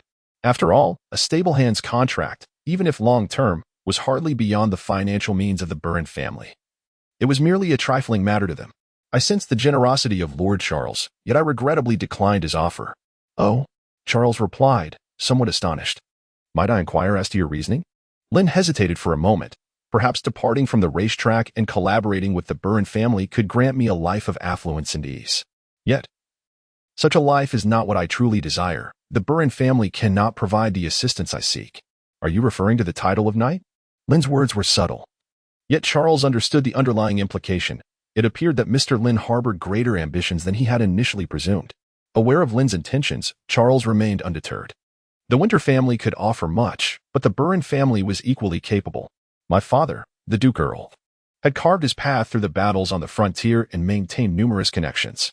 Should Mr. Lin seek to revitalize his family, the Buren family would extend its unwavering support. Lin remained silent, merely shaking his head with a smile. To be candid, had Charles approached him with such words a few days prior, Lin might have been genuinely swayed to contemplate the matter. However, now that he had finally emerged from obscurity, seizing the opportunity to become a squire in the Winter household, how could he possibly relinquish it so easily? The position of a squire in the Winter family is undeniably prestigious. In simpler terms, the distinction between a minister's apprentice and that of a fourth-rank official is starkly evident. Although the Buren family stands as a commendable representative of the emerging nobility, possessing considerable power, they still fall short compared to the true military aristocrats of the North. The Duke of Winter's dominance over the North is not solely attributed to his status as a star knight, but is significantly bolstered by his noble title and the valiant knightly order he commands. Moreover, the continent of White Sage is a realm governed by royal authority and noble dominance. To ascend beyond the ordinary, one cannot evade the topic of nobility. To Lin, this dilemma presented but a singular answer. It appears I have indeed overstepped. Noticing the resolute expression on Lin's face, Charles understood that persuading him was futile, and he could only emit a resigned sigh. In response, Lin offered a faint smile. "Do not be too disheartened, my esteemed Charles. While I cannot engage in deeper collaboration with you, you remain my sincere business partner. Would you care to see what delightful new items I have brought this time? New merchandise? For a merchant, it is the allure of goods that captivates the most." Indeed, upon hearing this, Charles's earlier dejection evaporated, and he was instantly revitalized. What astonished him most, however, was that merely half a month had elapsed since their last transaction. Even if Lin's caravan had been set in motion the moment the previous deal was settled, half a month was insufficient time to transport goods from the north into the realm of the royal lilac, even with magically enhanced carriages. Yet, Lin had procured new merchandise. And this remarkable speed genuinely surprised Charles. Perhaps he had not revealed everything at once. Unable to fathom how Lin achieved this, Charles could only categorize it as having received 2 batches of goods at once, with Lin only presenting one. Such an explanation seemed more plausible, and he found it easier to believe. "Show me at once," Charles exclaimed, placing his silver lion-headed cane aside and rising eagerly. Meanwhile, Lin, unfazed, retrieved 3 carefully selected items that he believed would appeal to the nobility and fetch a handsome price. "What are these?" As he beheld a blush-pink goose-down quilt, a 100 milliliters square bottle of perfume, and a delicate red lacquer pendant exuding a subtle fragrance, Charles, the self-proclaimed worldly young nobleman, found himself momentarily bewildered. He did not comprehend, yet was profoundly impressed. Lin pointed to 3 exquisite items and introduced them one by one: a goose-down duvet, a bottle of white orchid perfume, and an incense pendant, all of which are meticulously sourced luxury goods. "You may indulge in the exquisite materials of these items." Lin extended a corner of the goose-down quilt towards Charlton, who gently caressed it, his expression swiftly shifting to one of astonishment. "Is it truly this soft?" The act of crafting a quilt from silk is indeed a luxury, yet it is not uncommon among the nobility, who enjoy a relatively affluent lifestyle and place a greater emphasis on privacy compared to commoners. Nevertheless, even amidst such indulgence, the quilt's unparalleled smoothness, its rare hue, and its exquisitely soft texture rendered Charlton momentarily speechless. Furthermore, the distinct fragrance of the brandy perfume, along with the uniquely aromatic embellishments, intrigued him. He believed that with a modicum of marketing finesse, these extraordinary items could command a handsome price, and the noblewomen would eagerly pay for them. "Mr. Lin, may I inquire about the price you intend to set for these items?" Having confirmed the value of the merchandise, Charlton was eager to acquire them. Envisioning a substantial influx of gold coins, Lin, with unhesitant candor, quoted a price: 3 items for 50 gold coins, no negotiations. "Splendid," Charlton decisively agreed. While 50 gold coins is no trifling sum, it is a price that an ordinary younger son of an earl might hesitate to part with. However, Charlton, being a burgeoning nobleman with a commercial focus, wielded gold coins as a powerful asset. Moreover, having tasted the sweet fruits of previous ventures, he felt no hesitation. Purchasing at this price from Lin, he could easily turn around and sell the items for 100 gold coins or even more. Such an opportunity was not to be missed. With both parties in accord, a pouch containing 50 gold coins exchanged hands, and the 3 items became Charlton's possession. To celebrate their successful transaction, Rod presented 2 goblets of wine, one for Lin and one for Charlton. The 2 clinked their cups, toasting, "May our collaboration be fruitful." Chapter 54. The mage. With the transaction complete, Lin exchanged a few pleasantries before taking his leave. Although their conversation had not reached a consensus, both parties were nevertheless satisfied with the trade. Upon exiting the Borun store, Lin reboarded the Borun family's carriage, which awaited him at the door. Notably, at Charlton's behest, the rights to this carriage had been entrusted to Lin, along with 2 drivers who also served as guards. "Mr. Lin, the carriage has been thoroughly cleaned. As per the master's instructions, both Burleigh and I will be at your service for the foreseeable future." The speaker was a bald man named Rollo, a private guard employed by the Borun family, skilled in swordsmanship and with a military background. As for Burleigh, he was the driver, lacking any remarkable attributes, sharing the same status as Lin as a mere coachman.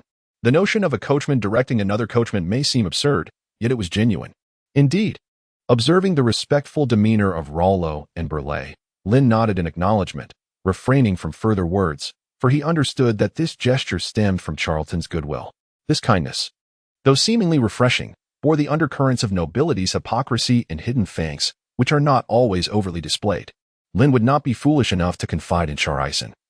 Their relationship was merely one of mutual interests. As for Charison keeping individuals close by for surveillance or ulterior motives, Lin remained indifferent. After all, the circumstances surrounding the cheating shop were known only to him, and as long as their interests aligned, there were no significant issues. On the contrary, he had gained 2 guards who required no wages and a carriage from the Burin family. Such fortunate circumstances were indeed to be embraced. Let us proceed to the Dorothy Exchange. Lin instructed after settling into the carriage.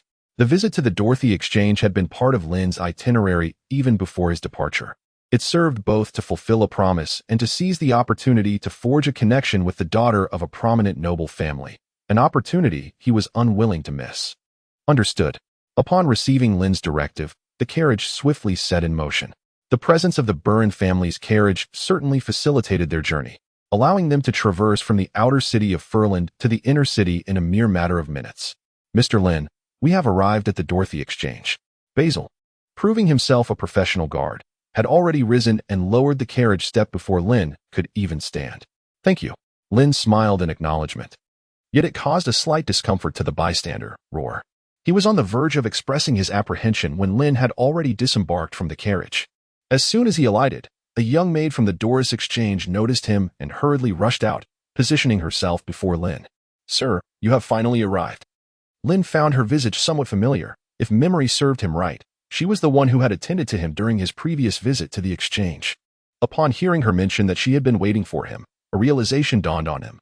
Did Meadow send you to await my arrival? Indeed, the maid nodded. Miss Meadow has been expecting you for quite some time. Then lead me to her. They traversed the opulent hallways and ascended to the 2nd floor. Following the familiar path that brought them to the door of room 7, the maid gently rapped on the door. Knock, knock, knock. Who is it? Came a cool yet slightly languid response from within. It is I, Miss Meadow. I am Pame. Is there something you need? The gentleman you were awaiting has arrived. The gentleman? The voice from within hesitated momentarily before shedding its previous languor, infused now with a hint of excitement. Please, come in. After you. The maid gestured, gracefully pushing open the rather heavy black door, her demeanor exuding impeccable etiquette. Thank you. Lin gently adjusted the brim of his short-brimmed hat with his left hand and bowed slightly in greeting before stepping into the valuation room number 7. Before his eyes lay a scene of opulence, and there sat behind a mahogany long table a delicate young lady with braided hair. The two regarded each other for a considerable moment until the door behind them was softly closed by a maid, producing a faint sound of impact. The young lady, who had been studying Lin with her elbows resting on the table and her fingers intertwined under her chin, finally spoke. It has indeed been a long time since we last met, to the point where I thought you had forgotten your promise. Her words flowed like a babbling brook, infused with a hint of languorous reproach, causing Lin to chuckle softly. He jested, forgetting my promise is hardly the case. I've simply been too busy to leave the stables. As you well know, I am a groom. Lin had no intention of concealing his identity from Mido.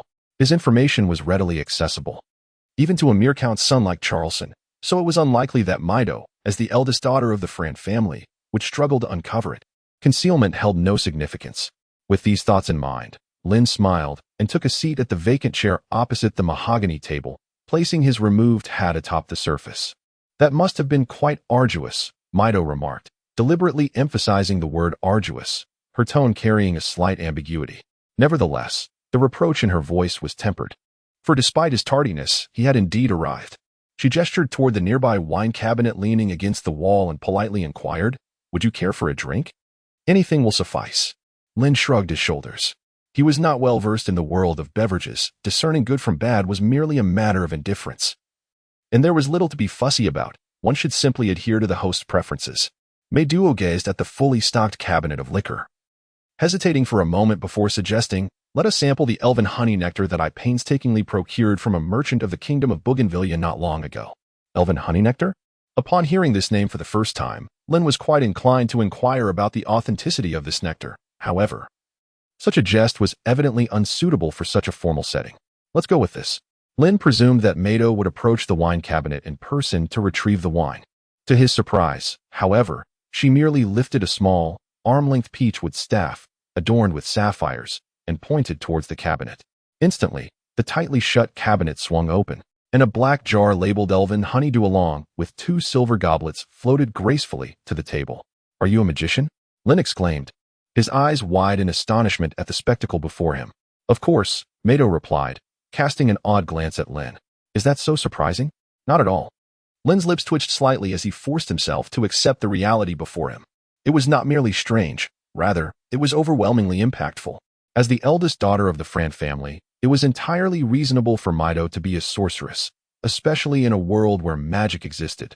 That, in itself, was not surprising. However, what Lin found most difficult to fathom was the appearance of a living, spell-casting sorceress right in front of him. His exposure to such beings had been woefully limited, with his only encounters with sorcerers occurring through various online platforms in his past life. Chapter 55. 3 potatoes from pouring wine to serving it. Meido's gestures, imbued with magic, flowed gracefully like a gentle stream. Yet, it took Lin quite some time to come to terms with this reality. With a flick of her wrist, Meido poured herself a glass of elven honeydew, then, with a deft manipulation of her magical energy, summoned an invisible hand to present the bottle to Lin. Still enshrouded in astonishment, Lin, like a marionette, took the wine jug and, in the simplest and most unadorned manner, filled his own glass. The liquid cascaded from the bottle's lip into the chalice, its crystalline clarity revealing a delicate fruity aroma that wafted into Lin's nostrils, bringing him back to his senses, drawn in by the enticing fragrance. Lin lifted the cup to his lips and took a sip. The rich, robust fruitiness blossomed between his teeth, evoking a sense of wonder even in someone like him, who was not particularly fond of wine. This elixir was indeed delightful, compared to the Alesh and wines he had previously encountered. This elven honeydew was of a far superior quality, unmistakably authentic. Of course, it was a product of the reclusive elven race, a treasure that could not easily be purchased even with wealth. It had taken considerable effort to procure it. Meido twirled her silver cup, her expression radiating pride akin to that of a peacock. Upon hearing her words, Lin nodded in agreement, though he refrained from elaborating. Their brief exchange subtly underscored the formidable stature of the Fran family. Lin leisurely savored the fruit wine, exuding an air of tranquility, while her companion, Meido, appeared rather impatient and inquired, "Have you brought the items?" Of course. Lin retrieved the promised volume from Meiduo from her storage bag, tossing the pristine copy of Do Putsong Qiong towards her. "This is the divine tome I mentioned last time. Feel free to peruse it." Upon receiving the book, Meiduo eagerly began to leaf through its pages. However, as she continued, a frown creased her brow. She abruptly turned towards Lin, brandishing the open book and pointing with her delicate, fair finger at a section where the text had been obscured by what appeared to be marks made by a carbon pen. "What does it say here? Why is it illegible?" Lin cast a casual glance, seizing upon any excuse. "I don't know. It was like this when I received the book." "Fine." Meiduo sighed but ultimately acquiesced to this explanation. Meanwhile, Lin was acutely aware that the crossed-out sections were not as trivial as suggested. They pertained to the narrative of time travel within the book. Although it somewhat affected the reading experience, it was evidently not a matter of great significance, and would not detract from the overall enjoyment of the text. In a world starved of entertainment, a novel as imaginative as Do Putsong Qiong was undoubtedly a bombshell. Even though Meiduo was not entirely familiar with many of the book's concepts, she quickly became engrossed in the story. Meanwhile, Lin continued to savor the fruit wine, genuinely appreciating its flavor and hoping to acquire more in the future. In this tranquil environment, where one indulged in drink while the other immersed herself in literature, half an hour slipped by unnoticed. Until the very moment the book was closed, Meiduo's face still bore an expression of shock and lingering fascination. A genius turned into a useless person, an annulled engagement as the starting point, a 3-year pact. What sort of individual could possibly pen such a work? As she mused aloud, a shiver ran down Meiduo's spine, though parts of it appeared somewhat obscure. The emergence of Do Putsong Qiong undeniably opened a portal to a new world for her, one never before experienced. Treating it like a cherished treasure, Meiduo carefully placed the first volume of Do Putsong Qiong on the table, then turned to Lin with eager anticipation. "Why is there only the first volume of this book? Where is the second volume?" Lin shook her head, stating that the next volume was not available for the time being. As for whether it could be released in the future, it was merely a matter of luck. Upon hearing this, Meiduo felt a wave of disappointment wash over her. "Could you at least tell me who authored this book?" she inquired. "Isn't it written on the cover?" Lin pointed to the book cover and said, "Heavenly Silkworm Potato." "What?" Meiduo looked utterly bewildered. "3 potatoes?" "Lin, Lin exerted considerable effort to reveal to Maida the connection between the pseudonym Tiank and Tado and its author, simultaneously extinguishing her desire to meet the original creator. Maida was left in a state of contemplation. Remarkably, you managed to finish an entire book in such a brief period? The first volume of Do Putsong Qiong is indeed a hefty tome, if it were presented to Lin. Even a cursory reading would take no less than half a month. Yet, Maida accomplished this feat in merely half an hour, a speed that was truly astonishing. Observing Lin's bewilderment, Maida pointed to her temple with her index finger and smiled. As mages, we possess extraordinary mental acuity and memory. Had there not been numerous concepts I found perplexing, requiring careful examination, I could have read even faster. Is she not akin to a human computer? Lin muttered under her breath, processing Maida's explanation. Meanwhile, Maida pondered another matter. What if I were to write a book? Could I incorporate elements from this? For instance? Perhaps a broken engagement or a 3-year agreement, something along those lines. Are you suggesting theft? Let us not use such harsh terminology, Maida retorted with a pout, emphasizing. It's merely borrowing. Indeed, that makes sense. Lin shrugged, acknowledging that matters concerning scholars cannot truly be deemed as theft. Mei Duo responded. If it pertains to the book about the domineering prince, I would advise against emulating it. However, if you have any other ideas, feel free to explore them. With a nod of acquiescence, Mei Duo proceeded to pick up a hefty stack of manuscripts from the table. Regarding the book titled The Domineering Prince Fell in Love with Me, I have drafted a few openings. Would you kindly review them for any potential shortcomings? No. Lin waved her hand in refusal, stating, I am not a writer and possess no understanding of these matters. I have already provided you with the creativity and the manuscript. The remaining aspects are yours to navigate. Lin enjoys banter, yet he does not relish engaging in it incessantly. To him, the relationship between himself and Mei Duo is merely a transaction devoid of deeper significance. Now that the exchange has been finalized, it is only natural that all debts are settled. The book has been handed over. How you choose to utilize it is your prerogative, and I shall refrain from interference. Let us now return to matters of substance. What matters? Lin sighed, then revealed another purpose of her visit. Do you sell combat techniques in this exchange? You wish to purchase combat techniques? Mei Duo's eyes widened slightly in surprise. However, when it came to business, she adopted a more serious demeanor. Of course. Our Dorothy exchange offers them, though the price may be a tad steep. A tad steep? Lin harbored doubts about this statement. It seemed implausible that someone of Maido's stature, an affluent young lady from a prestigious family, known for her lofty expectations and extravagant generosity, could be described as possessing anything of modest value. Surely, whatever she owned must be of considerable worth. Lin felt a surge of anxiety. However, recalling the subtle suggestions made by Borg on the day of the banquet at the racetrack, which hinted at the necessity of making certain preparations, he steeled himself. May I first have a glimpse of the combat techniques you possess? Chapter 56, Exorbitant Crushing Strike. A fire attribute combat technique, priced at 1,300 gold coins. Whirlwind Slash, a non-attribute combat technique, priced at 500 gold coins. Thunderbolt Flash, a lightning attribute combat technique, priced at 1,000 gold coins. Blessing, an earth attribute combat technique, priced at 1,200 gold coins. Arc of the Wind, a wind attribute combat technique, priced at 1,000 gold coins. Maida had a favorable impression of Lin and did not conceal her intentions, instructing someone to present all 5 combat technique scrolls available at the Dolores Exchange. In such circumstances, a typical appraiser would lack the authority to do so, yet Maida, as the young mistress of the Fran family, faced no such reservations. With items valued at several thousand gold coins laid out before him, Lin finally grasped the true meaning of the term expensive as articulated by Maida.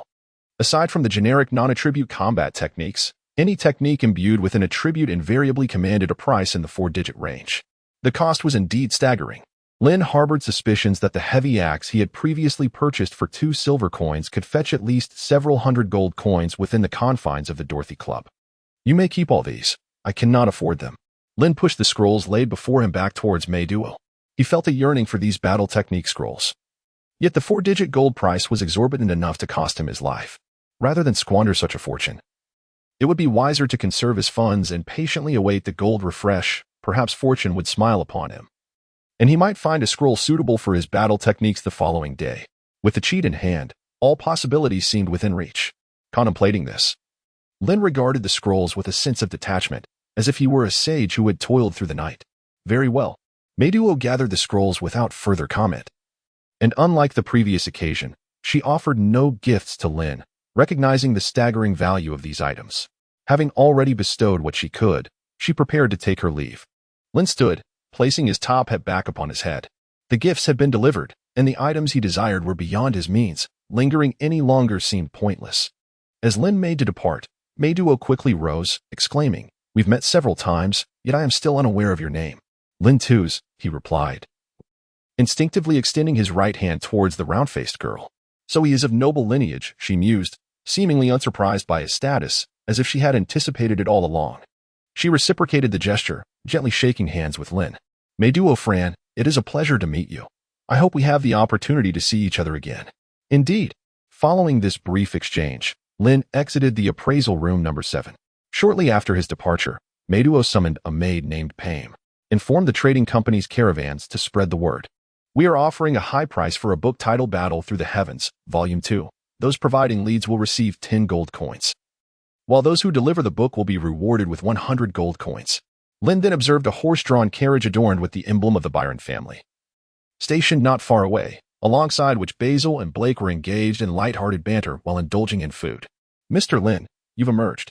Upon noticing Lin's approach, the bald-headed Baizhu hastily shoved the morsel in his mouth, wiped his greasy hands on the back of his coat, and hurriedly advanced towards him. "What are you eating? You seem to be devouring it." Lin couldn't help but jest at Basil's puffed cheeks, stuffed with food. "Apple pie," Baizhu replied, his words somewhat muffled as he chewed, before he offered an untouched apple pie to Lin. "Mr. Lin, do try this. Blake procured it from the most authentic shop in the inner city, and it's still warm." "I am not particularly fond of such confections." Lin graciously declined Bull's proposal. During noon, he indulged in a substantial meal, and coupled with the absence of his usual sword training and the leisurely travel by carriage, his physical exertion was minimal, leaving him devoid of any sense of hunger. Despite this internal reasoning, upon observing Bull and Burley beside him, both weary from a day of running and nibbling on apple pies, Lin placed a reassuring hand on their shoulders. "If you're hungry, let us find a place to eat. Today, I shall treat you." Having made a modest profit today, Lin was certainly not reluctant to foster goodwill. Moreover, with Charleston placing the two of them in his proximity, it was undoubtedly prudent to cultivate a favorable rapport with those he would engage with in the future. As soon as Lin spoke, both Bull and Burley were taken aback and subsequently filled with trepidation. "My Lord Lin, this is against the rules."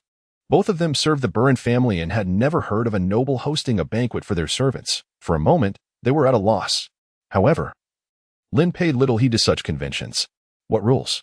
There is no need for such intricacies. Lord Charles' son has commanded you to heed my words, and thus it is an order." Under the authoritative tone of Lin, the two exchanged glances but ultimately acquiesced, seeking out a reputable eatery in the inner city to satisfy their hunger. After their meal, Lin took a carriage to Honggu Street. Upon inquiring among the residents, Lin learned that since the incident with the Black Dragon Society, the woman named Yvonne, whom Ramen had been enamored with, had moved away from Furlan City. With this knowledge, Lin chose to remain silent. Subsequently, he purchased some wheat cakes and shredded meat from a roadside stall near the city gate as gifts, before returning to the outskirts of the stable in the Byron family carriage. "Thank you for your hard work today. Please wait in the nearby village. If I need anything, I shall find you there." As they approached the stable, Lin alighted from the carriage a distance away. He preferred to keep his private relationship with the Byron family discreet. "Understood, my Lord Lin," replied the bald Bull, showing no dissent to Lin's arrangements. The command from Charles' son was to follow orders, so he would do as Lin instructed. Watching Lin's departing figure, Burley, holding the reins from his position on the yoke, couldn't he help but feel a twinge of envy. "You say Lin is a coachman. I'm a coachman too. When will I achieve greatness like him?" "You?" Bull scoffed. "You wish to compare yourself to Lord Lin? What? Is that not possible?" Burley retorted angrily. "Did not Lord Rod say that one must have dreams? Dreams are not meant to be mere fantasies." Bull shook his head, rolling his eyes. Even if Lord Lin were to fall from grace, he would still remain a noble. Just his composure alone is something you would take ages to emulate. Wait until you can speak before Lord Charles' son without soiling your trousers. Then we can talk about comparisons. Chapter 57. The rock armor. Upon stepping through the gates of the stable, Lin saw Kaiser squatting at the entrance, idly drawing circles in the dirt with a small stick. Hearing footsteps, Kaiser hurriedly dropped the stick and stood up, his face lighting up with uncontainable joy. "Brother Lin, you're back. Were you waiting for me?" Yes. Lord Carlo asked me to wait for you here." Kaiser nodded vigorously. "Lord Carlo?" Lin was momentarily taken aback. Is something amiss? No, Kai's replied, shaking his head. A letter has arrived from Winterhold, indicating that there is a matter of great importance. Lord Carlo requests your immediate presence. Very well, I understand. The mention of Winterhold brought a sense of clarity to Lin, who then handed the food he had brought back to Kai's, flatbreads, shredded meat, and apple pie. Please distribute these among everyone. I must hurry to see Lord Carlo. All right. Upon hearing about the food, the little one was more enthusiastic than ever. Clutching 2 oil paper bags and darting away, leaving Lin shaking his head in resignation. After bidding farewell to young Kai's, Lin wasted no time, without even changing his clothes.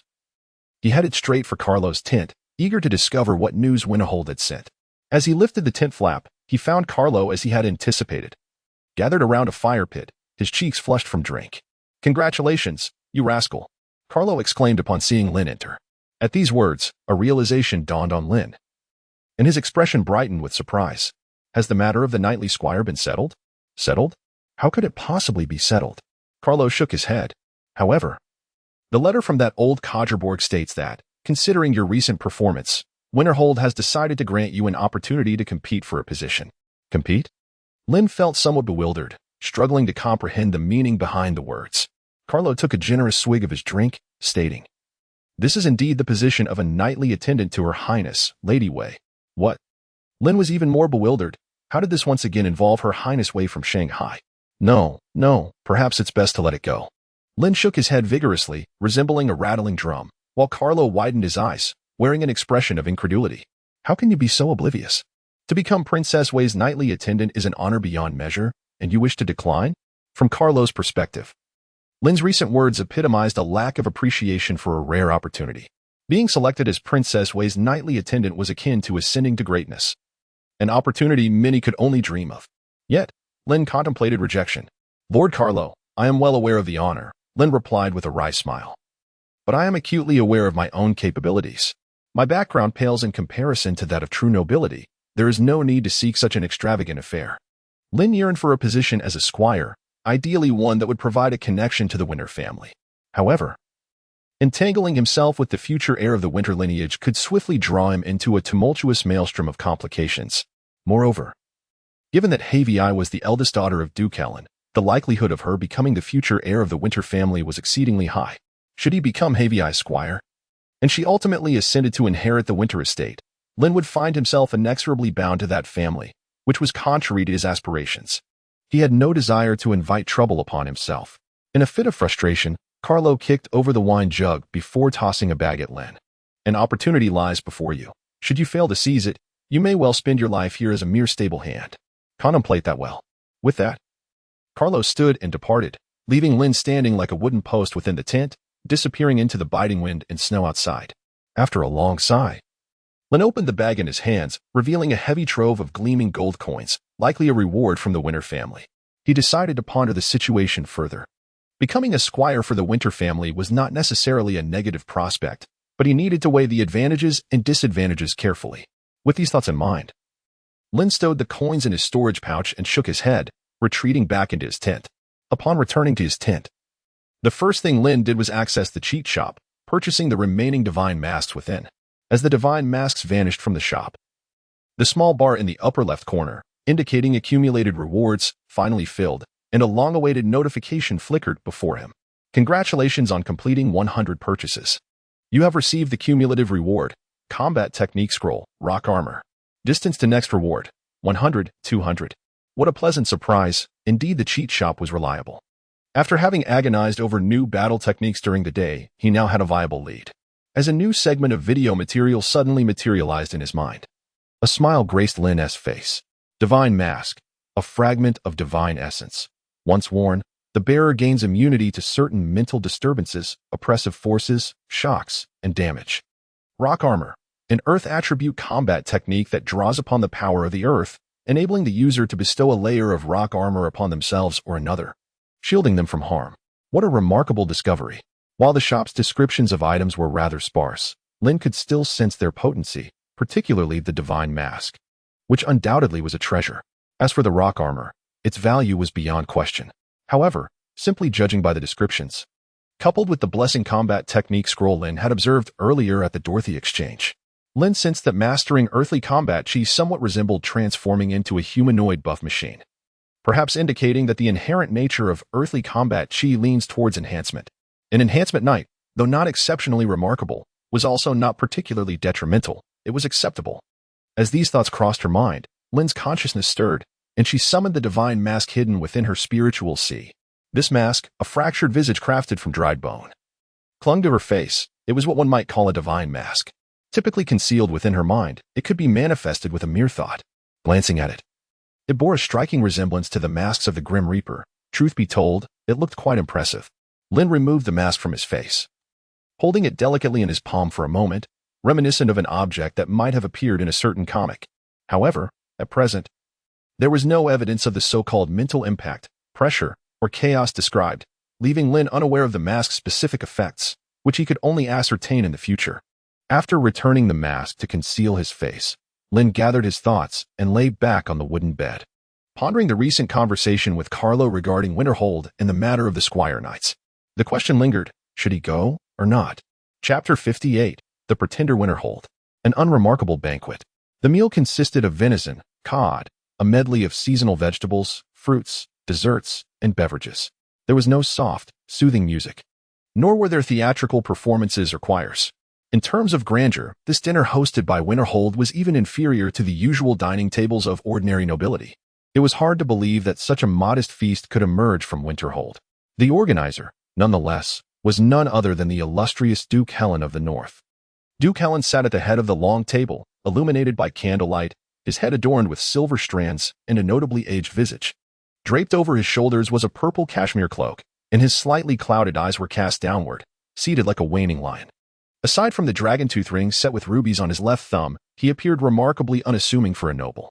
To his left sat a young woman in her early 20s, known as the Rose of the North and the Little Martial Goddess, Hei Wei, who was also Heia's elder sister. Hei Wei's countenance was serene, imbued with a cool elegance and a hint of heroism.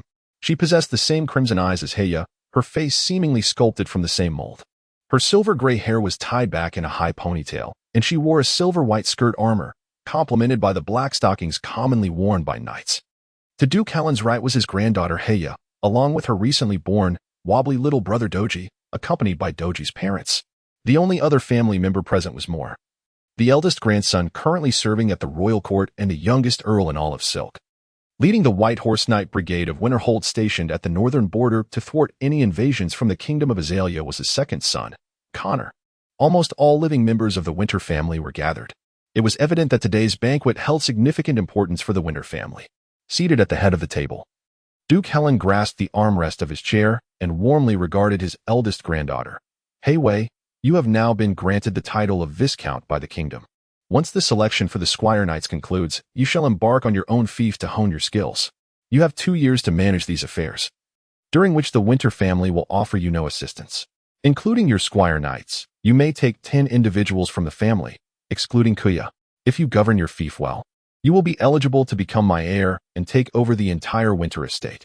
Duke Helen announced the future heir's matter before all family members, without any hint of concealment.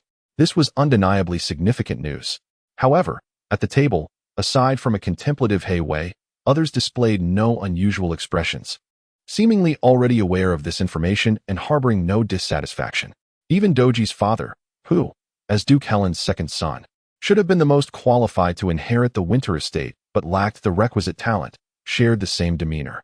Hei Wei seemed to have prior knowledge of the assessment Duke Helen mentioned, showing little surprise.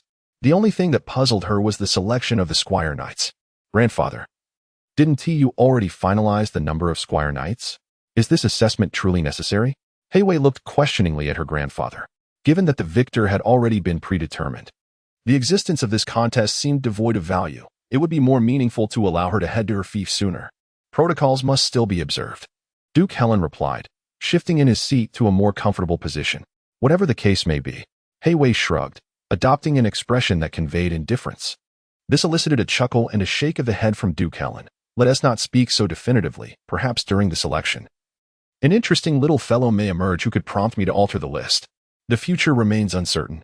Change the list? Hei Wei expressed skepticism. The names you've already selected were chosen after much deliberation. Among the new nobility, you've picked those who merely kept pace with the horses and lack even the most basic combat skills. How can they possibly compete? Do not be so certain. Duke Helen chuckled. A few days ago, Borg recommended a young lad to me, purportedly a descendant of Duke Kaya, and he seems quite intriguing. Duke Kaya? Heiwei paused, her brow furrowing. Is he not the dragon knight you often speak of, who once guided you in your youth? His descendant? Indeed. Duke Helen nodded, a glimmer of nostalgia in his eyes. I never expected that after all these years, I would hear of a descendant of Lord Kaya. Not wanting to interrupt her grandfather's reminiscence, Heiwei lifted her cup and took a sip, gazing into the distance at the fireplace while contemplating her fief. The adults remained quiet, respecting one another's space.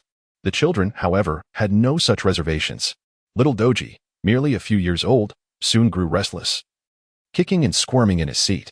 As his mother reached out to restrain him, Heiya, sitting beside him, cast a warning glance, and Doji immediately froze, his eyes brimming with tears, nearly frightened to the brink of tears. Lin was oblivious to the events unfolding at Winterhold. He was unaware that his name had already graced Duke Helen's banquet table. As for the decision to participate in the selection of the Squire Knights, he was still in contemplation. Nonetheless, while he pondered, he diligently continued his daily training in swordsmanship, practicing his combat aura, and learning the new technique rock armor. For these were essential to his very existence. Is brother Lin going to become a knight? Lin is still contemplating whether to participate in the upcoming selection. While news of his potential appointment as a squire has already spread throughout the stables, this information has circulated rapidly and widely, not only among the grooms but also reaching even those who seldom interacted, such as the matron responsible for the kitchen. During one of Lin's meals, she curiously inquired if he was leaving the stables to become a knight, leaving Lin feeling rather embarrassed, and he could only vaguely acknowledge the existence of such an opportunity. Under the persistent questioning from those around him, the indecisive Lin finally reached a conclusion. He would indeed participate, the primary reason being that he simply could not decline. However, should he participate and ultimately not be selected, that would be an entirely different matter. With this thought, Lin's spirits lifted somewhat. After all, engaging in a sham competition was not as daunting as it seemed. Chapter 59. The arena. Unlike the usual tranquility of the day, the stables were particularly bustling today. At the entrance, grooms led by Carlo and Ivan gathered to bid farewell to Lin, who was about to embark on his journey to Winterfell to contend for the position of squire. The expressions of the grooms were predominantly filled with joy and reluctance.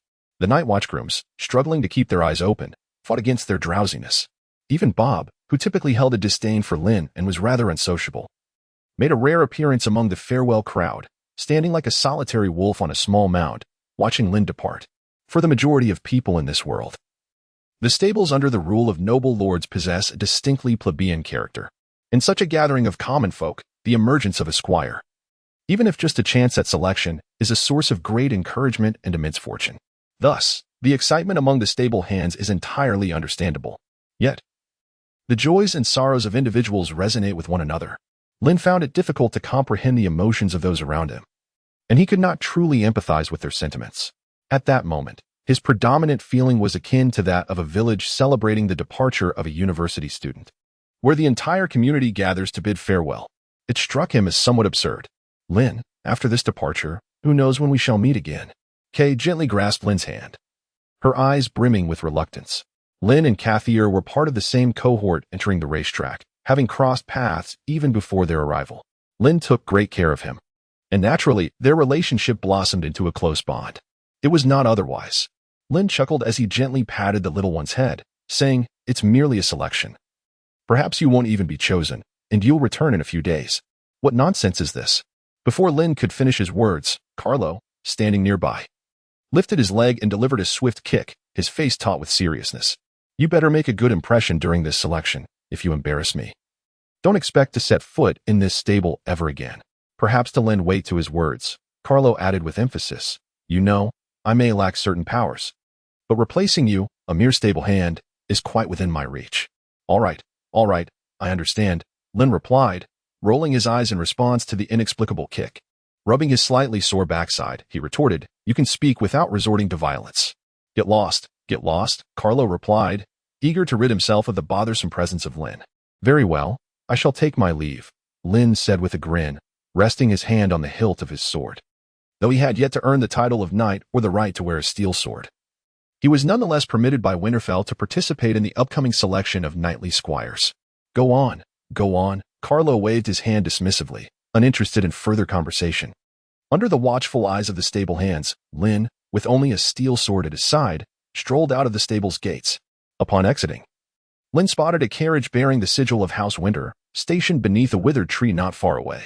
Clearly, it had come to fetch him. Lord Lin. It has been a while, called a well-dressed portly man, accompanied by the coachman, as he waved politely from beside the carriage. Indeed, it has been some time, Tyrone. Lin replied, recognizing the chubby steward who had brought him into House Winter on the very night of his arrival, offering him a chance at a new life. Mr. Lin, you truly embody the essence of nobility. In just a month, you are already vying for the position of squire to Lady Hai. If their initial meeting had been merely a servant's courtesy to a fallen noble, this time, Tyrone's words carried a hint of flattery. It was indeed remarkable that Lin had ascended from a humble stablehand to a candidate for the position of knightly squire in such a short span. It was no surprise that Tyrone felt compelled to commend him. Moreover, should Lin secure the role of squire to Hai, his status within Winterfell would elevate him to unprecedented heights. Your praise is excessive. Lin smiled, her demeanor as humble as ever. Please, do get in, she invited. Tyrone respectfully bowed and gestured for her to enter the carriage, and Lin did not hesitate. Inside the carriage, Lin subtly inquired about the selection process, learning that their destination was an arena in the eastern outskirts, where the knight attendants would be chosen. This selection involved 4 noble gentlemen and 7 stable hands selected from other stables, prompting Lin to exercise caution. As the steward of Winterfell, it was unsurprising that Tyrone's sources of information were more extensive than Lin's. Thank you for the reminder, she replied. Lin responded with a smile, seemingly indifferent to the remark. The selection committee comprised 4 nobles and 7 grooms, which might indeed impose a degree of pressure on an ordinary candidate. However, for Lin, who had already resolved to forfeit the selection, it mattered little. Winning, undoubtedly, is a challenging endeavor. Yet, is losing not equally straightforward? As Lin pondered, the carriage jolted along. Having traveled quite a distance, the dim, profound silhouette of the open arena gradually emerged outside the window. The carriage entered the arena, and the voice of Tyrone followed. Due to the longer journey, some participants in the selection would not return until tomorrow. Thus, Lord Lin would need to stay here for the night. There is no need for concern regarding accommodation and meals, as the Winter family has dedicated servants to handle all arrangements. The portly steward Tyrone guided Lin on a brief tour of the sparsely populated arena before leading him to a pre-prepared room. Should Lord Lin require anything, he may directly summon the maidservants outside, who will attend to his needs. Thank you, Steward Tyrone. You are too kind, Tyrone replied with a warm smile. I wish you great success in the arena. After bidding farewell to Tyrone, Lin wandered around his spacious and well-lit single room. There was drinking water, a fireplace, a fresh and clean bed, and bright windows. Compared to the tents at the stables, the living conditions here were vastly superior. After taking a stroll, Lin removed the long sword from his waist and placed it on the bedside. He then routinely accessed the cheating shop, intending to purchase the day's offerings. Titanium alloy saddle. Price, 17 gold coins a pair of cotton pants. Price, 30 copper coins a white lab coat. Price, 120 copper coins? Lin rubbed his eyes, doubting his own perception. He was familiar with titanium alloy and also recognized a matza. However, what could possibly be the significance of their combination? Who would utilize a metal as robust as titanium alloy for a matza? It seemed utterly absurd. Chapter 60. Tosa and Owen. As the 17 gold coins vanished from the storage pouch, a somewhat lightweight, silvery matza stool suddenly appeared in Lin's hand. Gazing at the stool, Lin found himself lost in contemplation. Titanium alloy matza. A stool crafted from titanium alloy, a divine weapon that can be sat upon, yet instills dread in your adversaries. A pair of worn-out cotton trousers, a tattered pair of trousers that have seen better days. A lab coat. Donning it might just transform you into a doctor. The descriptions were succinct, yet seemed rather trivial. Lin remained perplexed regarding the purpose of this titanium alloy stool. To sit? If merely defined by its function as a stool, that would be uncontroversial. Yet, did his posterior truly merit such an extravagant seat? However, if it were intended as a weapon, it lacked the convenience of a sword for carrying, even if it could be stowed in a storage bag in the event of an emergency. Retrieving it would be far less expedient than drawing a sword. He could hardly carry it slung over his shoulder, could he? Wielding the stool in his hand for a moment, he found its weight satisfactory, not so heavy as to be unwieldy, yet not so light as to feel insubstantial. Nevertheless, its length posed a disadvantage. It was shorter than a standard cross sword, and even more so when compared to a smaller curved blade. Never mind, he thought. He would ponder it later. After considerable reflection, unable to ascertain a reasonable use for the stool, Lin tossed it into his storage bag and decided to take a stroll outside to familiarize himself with the surroundings. This was not a habit he had cultivated prior, but rather one he had adopted since arriving in this world. Only by thoroughly understanding his environment could he feel a sense of security. Declining the company of the maid waiting at the door, Lin simply inquired about where he could and could not go, then wandered alone near the Colosseum. As the sun set, casting its golden hues, light danced upon the dark, towering walls of the Colosseum, reflecting an eerie sheen. As a traveler from another realm, Lin had encountered many skyscrapers and diverse architectural styles. Yet, he had never seen a structure that, from a distance, resembled a sprawling beast, and up close appeared as a confining cage, with a view from above akin to a gaping abyss. The very sight of such a building emanated a palpable sense of oppression, and it was indeed his first experience of this kind. While Lin examined the Colosseum, he noticed two young men clad in half-armor and armed with swords nearby, also scrutinizing the daunting arena. Both youths were strikingly handsome. One had fiery, wavy hair, a gentle visage, and donned golden armor, with a finely crafted cross-sword at his waist, seemingly a local from Furlan City. The other had tousled golden hair, black armor, and carried a round black shield and a longsword, with a black eye patch over one eye, his facial lines hard and resolute. The youth in golden armor, Tasa, pointed towards the magnificent Colosseum and addressed the youth in black armor, Owen, saying, "My lord Owen, behold, this is the Prington Colosseum, the largest in Furlan City and indeed the Northern Territories, famously dubbed the Meat Grinder." The youth clad in black, known as Owen, who rested his hand on the hilt of his sword, felt a flicker of fervor in his eyes. He instinctively licked his slightly cracked lips. He had long heard of the bloody reputation of the Meat Grinder, but had never had the opportunity to visit, as he had always been stationed nearby with his father. Otherwise, he would have relished the chance to participate and experience the gruesome spectacle firsthand. There would surely be an opportunity in due time. Tasa clapped Owen on the shoulder. "If you are interested, my lord Owen, after this selection process concludes, I can arrange for you to experience it firsthand." "Certainly, that would be splendid," Owen replied, his smile broadening, his eyes glimmering with anticipation. As the two engaged in light conversation, Lin, who had been observing from the periphery, found himself drawn to their side and inquired, "Are you both here to participate in this selection?" "Yes." Tasa glanced at Lin. "Are you as well?" "Indeed," Lin affirmed. Lin nodded and subsequently offered a brief self-introduction. Lin Tuzer, hailing from the city of Phalender, is currently a skilled horse groom. Lin introduced himself as a stableman, his attire appearing rather modest in comparison to Tasa and Owen, yet due to his noble lineage, neither of the two looked down upon him. Clad in black armor, the youth named Owen spoke first. "I am Owen, the constable, hailing from a neighboring border town, my status being that of a warrior." In contrast to the somewhat ambiguous introductions of Lin and Owen, the sole true noble among them, Tasa Ayala, provided a much clearer introduction. Tasa Ayala, of the Ayala family nobility. As he spoke, Tasa made a courteous bow, and the elegance of his gestures revealed the true essence of nobility. Tasa's gaze lingered upon Lin for a moment before he inquired, "Is Mr. Lin's family among the newly established nobility?" "No," Lin replied, shaking his head. "An old noble family, then?" Tasa furrowed his brow, seemingly attempting to recall where such a family might be located in the north. Noticing the confusion on Tasa's face, Lin smiled calmly. "The two's family is merely a waning lineage, Mr. Tasa. It is entirely understandable that you have not heard of them." "Is that so?" Tasa nodded, appearing to grasp the situation. "It seems, then, that Mr. Lin must be serving as a ward in the Winter family, a scion of a fallen noble house working at the stables of the North's overlord." To Tasa, it was likely that he was indeed a ward. Such arrangements were not uncommon among the nobility. The term ward served as a subtle euphemism among the noble circles.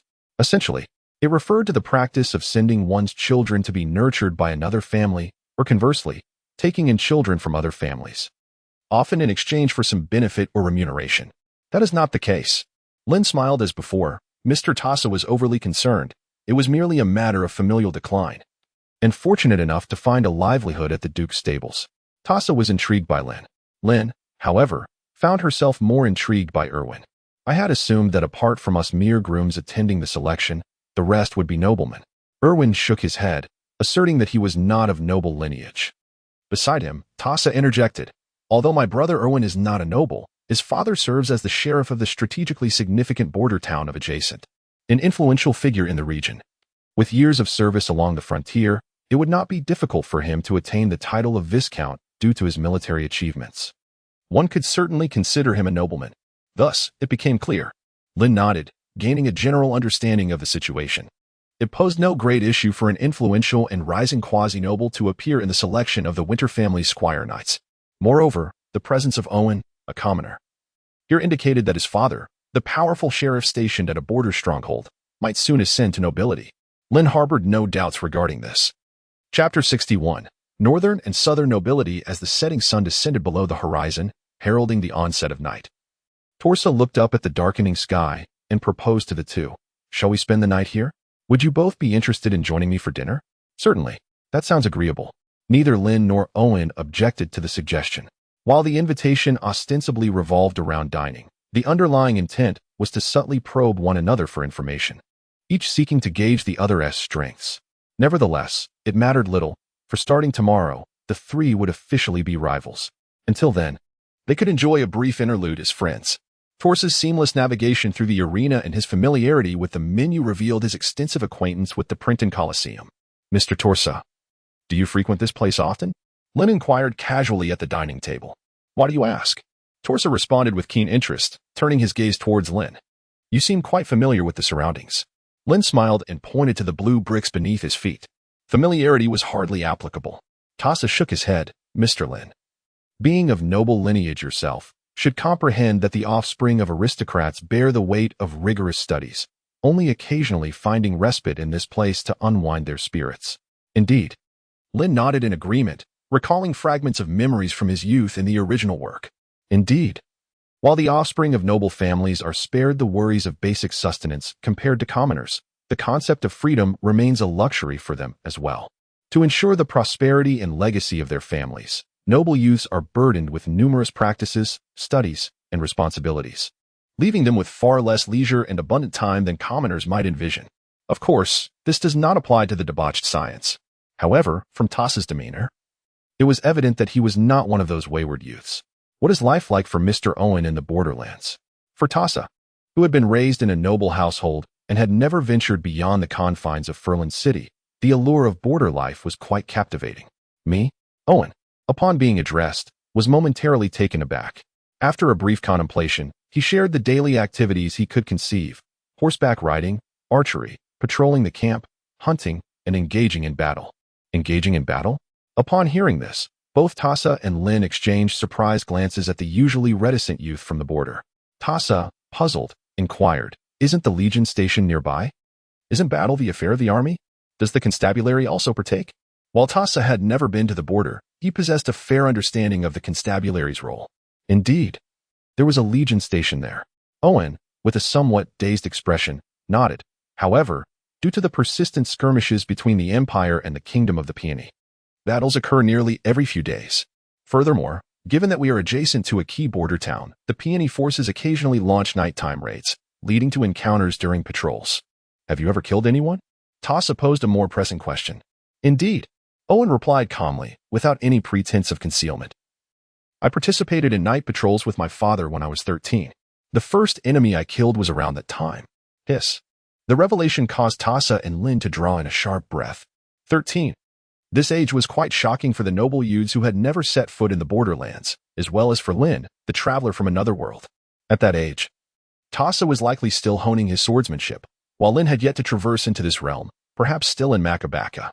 Yet 13-year-old Owen, this seemingly dull boy, had already shed blood and possessed the ability to take a life. Although it had been anticipated that the candidates for the attendant selection would not be lacking in prowess, it was only upon this realization that Lin comprehended the true extent of the disparity. The difference was unmistakable. No wonder this was the selection for the night attendants of Her Highness, Princess Highway. After a brief comparison, Lin silently lamented in his heart. No wonder he had described himself as a warrior in his self-introduction. To kill and to engage in battle are two distinct matters. However, upon learning all this, Lin did not feel burdened. After all, he had never intended to secure a place in this selection. Tasa, on the other hand, appeared slightly disheartened. Observing this, Lin skillfully shifted the topic. By the way, aside from the three of us, does anyone know who else is participating? No, Owen. Being a native of the border and having recently arrived in Furlan City, found it quite normal not to be familiar with the selection list. However, after some thought, Tassa named 2 individuals. I am unsure about the stablehand, but regarding the nobles, I know Judith from the Hella family and Shoot from the Tangzer family. Judith? Lin expressed her confusion, remarking that it sounded like a girl's name. Indeed, it belonged to a young lady. Tassa cast a puzzled glance at Lin and elucidated. She is the eldest daughter of the Hera family, a newly emerging noble house that has gained some renown in the northern regions in recent years. Affectionately referred to as the Little Thorn Flower. And what of Shut? Are you not acquainted with the Tangsa family? They're an established noble lineage. Upon hearing this, Tassa's gaze towards Lin grew even more peculiar. In response to Tassa's inquiry, Lin offered a sheepish smile. You know how it is, after my family's decline. I have paid little attention to the happenings within our circles and have become somewhat out of touch. Her explanation, albeit reasonable, masked her ignorance. Very well, Tassa remarked, glancing at Lin without harboring much suspicion. Subsequently, she began to introduce the Tangsa family. The Tangsa family is a branch of southern nobility. Shut is the eldest son of the current head of the Tangsa family, the future heir, and one of the most formidable opponents in this selection, a silver knight. Southern nobility? Lin and Owen were taken aback, unable to comprehend that the Duke would permit a member of the southern nobility to participate in the selection of Princess Holly's knight attendants. After all, this was the southern aristocracy, while the north was characterized by its martial fervor and the south by its inclination for peace. The rivalry between the northern and southern nobles was well known throughout the entire Hilk Empire. Yet, here was Duke Helen allowing a southern noble to contend for the position of knight attendant to Princess Hai, a decision that raised many questions. What could the Duke be thinking? Owen stared in disbelief, struggling to grasp the rationale behind this choice. Tozar shrugged, then replied, ultimately, this is the Duke's decision, and it must be made from a perspective that we cannot perceive. Moreover, the Tangsa family is merely a branch of the southern nobility. Regardless, I noted that Shoot's name was on that list. Let us keep this information to ourselves. Owen, the young man from the border, seemed eager to say more but was interrupted by Tozar, who was mindful of the sensitivity surrounding the topic of Duke Helen and the Northern Dominion. After revealing the details of the list, Tozar wisely chose to remain silent. Lin maintained his silence throughout the conversation, while Owen appeared overly excited. As the trio conversed, a young maid promptly brought their ordered meals to the arena dining hall. Chapter 62, Truth and Falsehood, Happy Mid-Autumn Festival, as night fell. The Printon Gladiatorial Arena was anything but tranquil. A family of Northern Dominion was to select attendants for their heir, an event that was evidently significant. The servants of the Winter household, already in place, were visibly busy preparing items for the following day and attending to various matters. Their presence was apparent throughout the vast arena. After dinner, the three naturally parted ways. Tozar, taking the Yala family's carriage, announced his intention to show Owen, the border youth who had never visited the northern capital, around Philandry. Before departing, Tozar courteously invited Lin to join them, but Lin declined. His reason was simple: he had to practice swordsmanship. Every evening, he dedicated time to training, a habit cultivated under the tutelage of old Carlo since arriving in this world. However, upon meeting Tozar and Owen, Lin suddenly realized that this relatively new habit was undergoing a rigorous test. As a time traveler, Lin possesses unparalleled innate advantages and extraordinary abilities. However, Tassa and Owen, being natives, also possess advantages that Lin lacks. Setting aside other aspects, when it comes to horsemanship, swordsmanship, mindset, and the art of killing, Lin humbly acknowledges that even 10 of him would not be able to match just one Owen. This is beyond doubt. He cannot even measure up to the slightest degree. With such a vast disparity, what means does he have to bridge the gap? In the past, Lin believed that sheer strength could overcome cunning, relying on his fighting spirit to crush his enemies. This approach may work against those unskilled in the art of combat. But when faced with equally capable opponents, its efficacy diminishes, leaving Lin with diminished confidence. Whether Owen and Tassa are adept in the art of combat remains uncertain to Lin.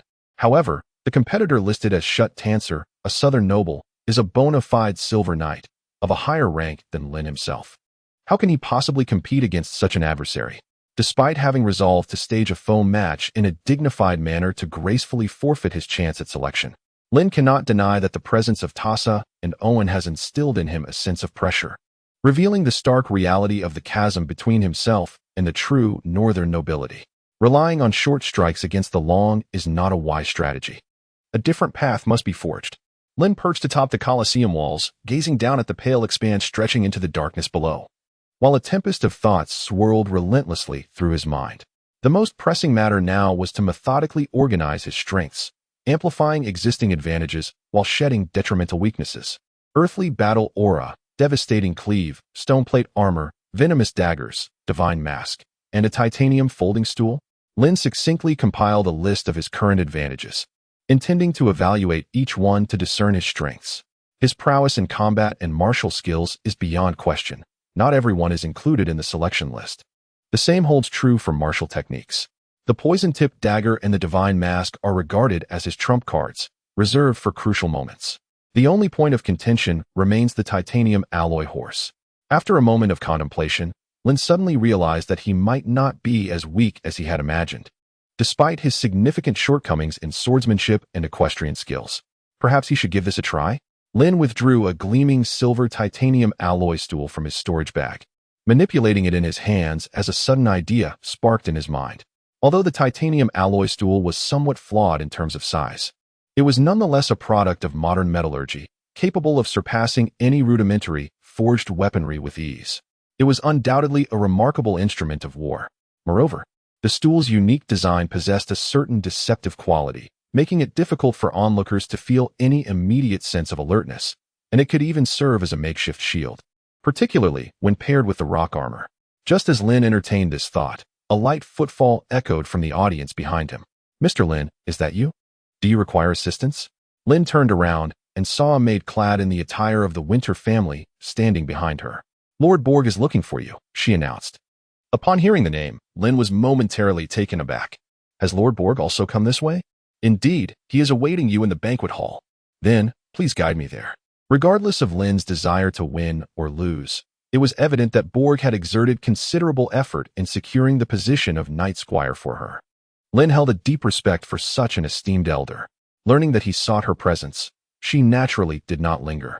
Setting aside her current task and departing with the maid. Under the maid's guidance, they traversed the arena and returned to the very restaurant where they had recently dined. Within the establishment, Lin spotted Borg's familiar figure. He still donned the same black half-armor as when they first met, with his large sword, akin to a door panel, resting against an empty chair beside him. His injured arm had healed remarkably over the past few days, and at that moment, he was voraciously devouring the food laid out before him. "Lord Borg, Mr. Lin has arrived." "Understood. You may continue with your duties," Borg replied, pausing his ravenous consumption.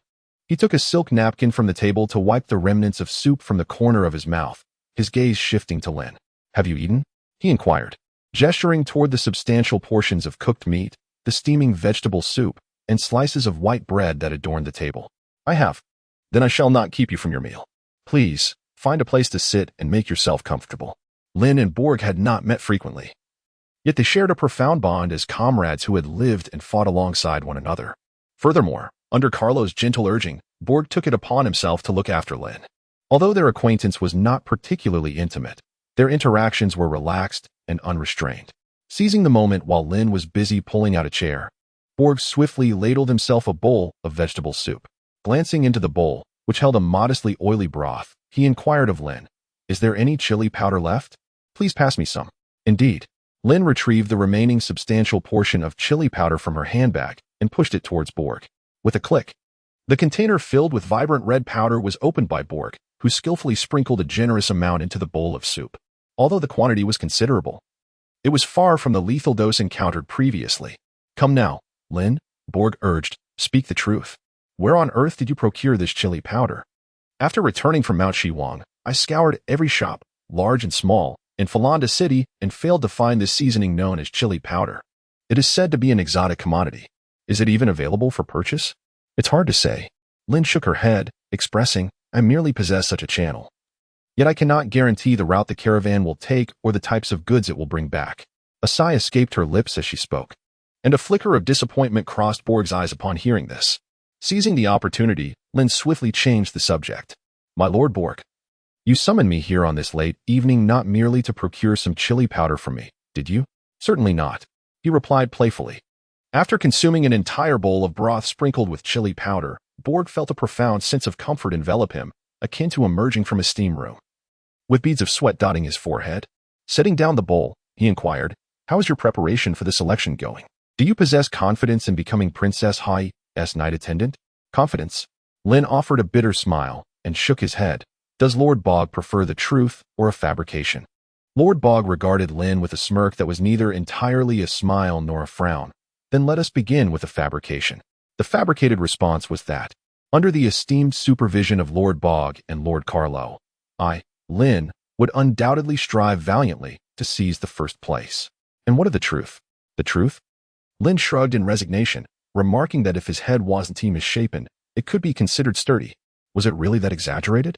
Bog, with a puzzled expression, replied, "You possess the skills of both combat and technique, and with Princess Highway offering 2 slots, is it possible that you cannot secure even one?" Bog believed he had a fair understanding of Lin, having fought alongside him. Despite a slightly deficient foundation in swordsmanship, it seemed implausible that he could be so thoroughly bested. "I assure you, I am not deceiving you," Lin explained, noting Bog's bewilderment. "The competitors this time are formidable. I am uncertain about the situation with the stable hands. But every noble here is quite challenging, particularly one named Shoot, a silver knight." "What? A silver knight?" Bog tilted his head, a clear expression of confusion on his face. "A silver knight is coming to compete in a mere selection for attendants? They could very well train their own knightly attendants. You are unaware?" Lin was taken aback by Bog's reaction. He had assumed that as a knight of Duke Helen, Bog would be privy to the list of candidates before him. "I am not," Bog shrugged. "After dealing with the matters at Mount Shiwang, I was dispatched by the Duke to attend to other affairs. I just returned to Winterhold this afternoon before being summoned here." "Very well." Lin observed Bog's fierce yet innocent demeanor, a smirk tugging at his lips. It seemed this selection was unlike any previous ones. After swallowing a substantial piece of meat, Bog wiped the corner of his mouth with the back of his hand and remarked with a hint of nostalgia, "Indeed, it is different. After all, we are talking about the future attendant knight of the Winter family." Lin silently pondered. Regardless of the circumstances, this opportunity was indeed rare. He hoped the young man would excel.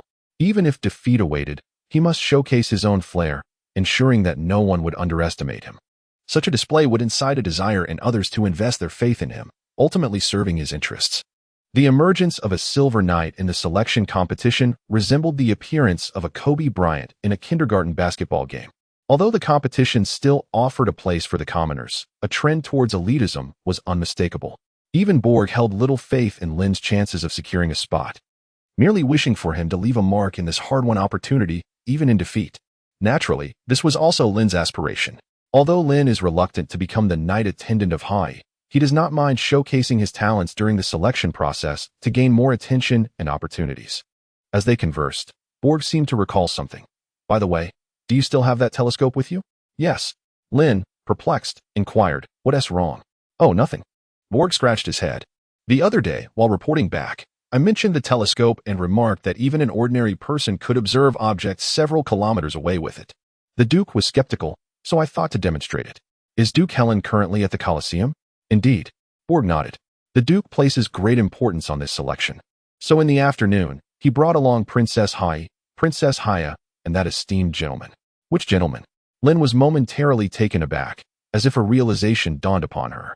No wonder, during the evening, she had witnessed the servants of the Winter family collaborating with individuals from the arena to relocate the beasts and magical creatures intended for the fights to another location.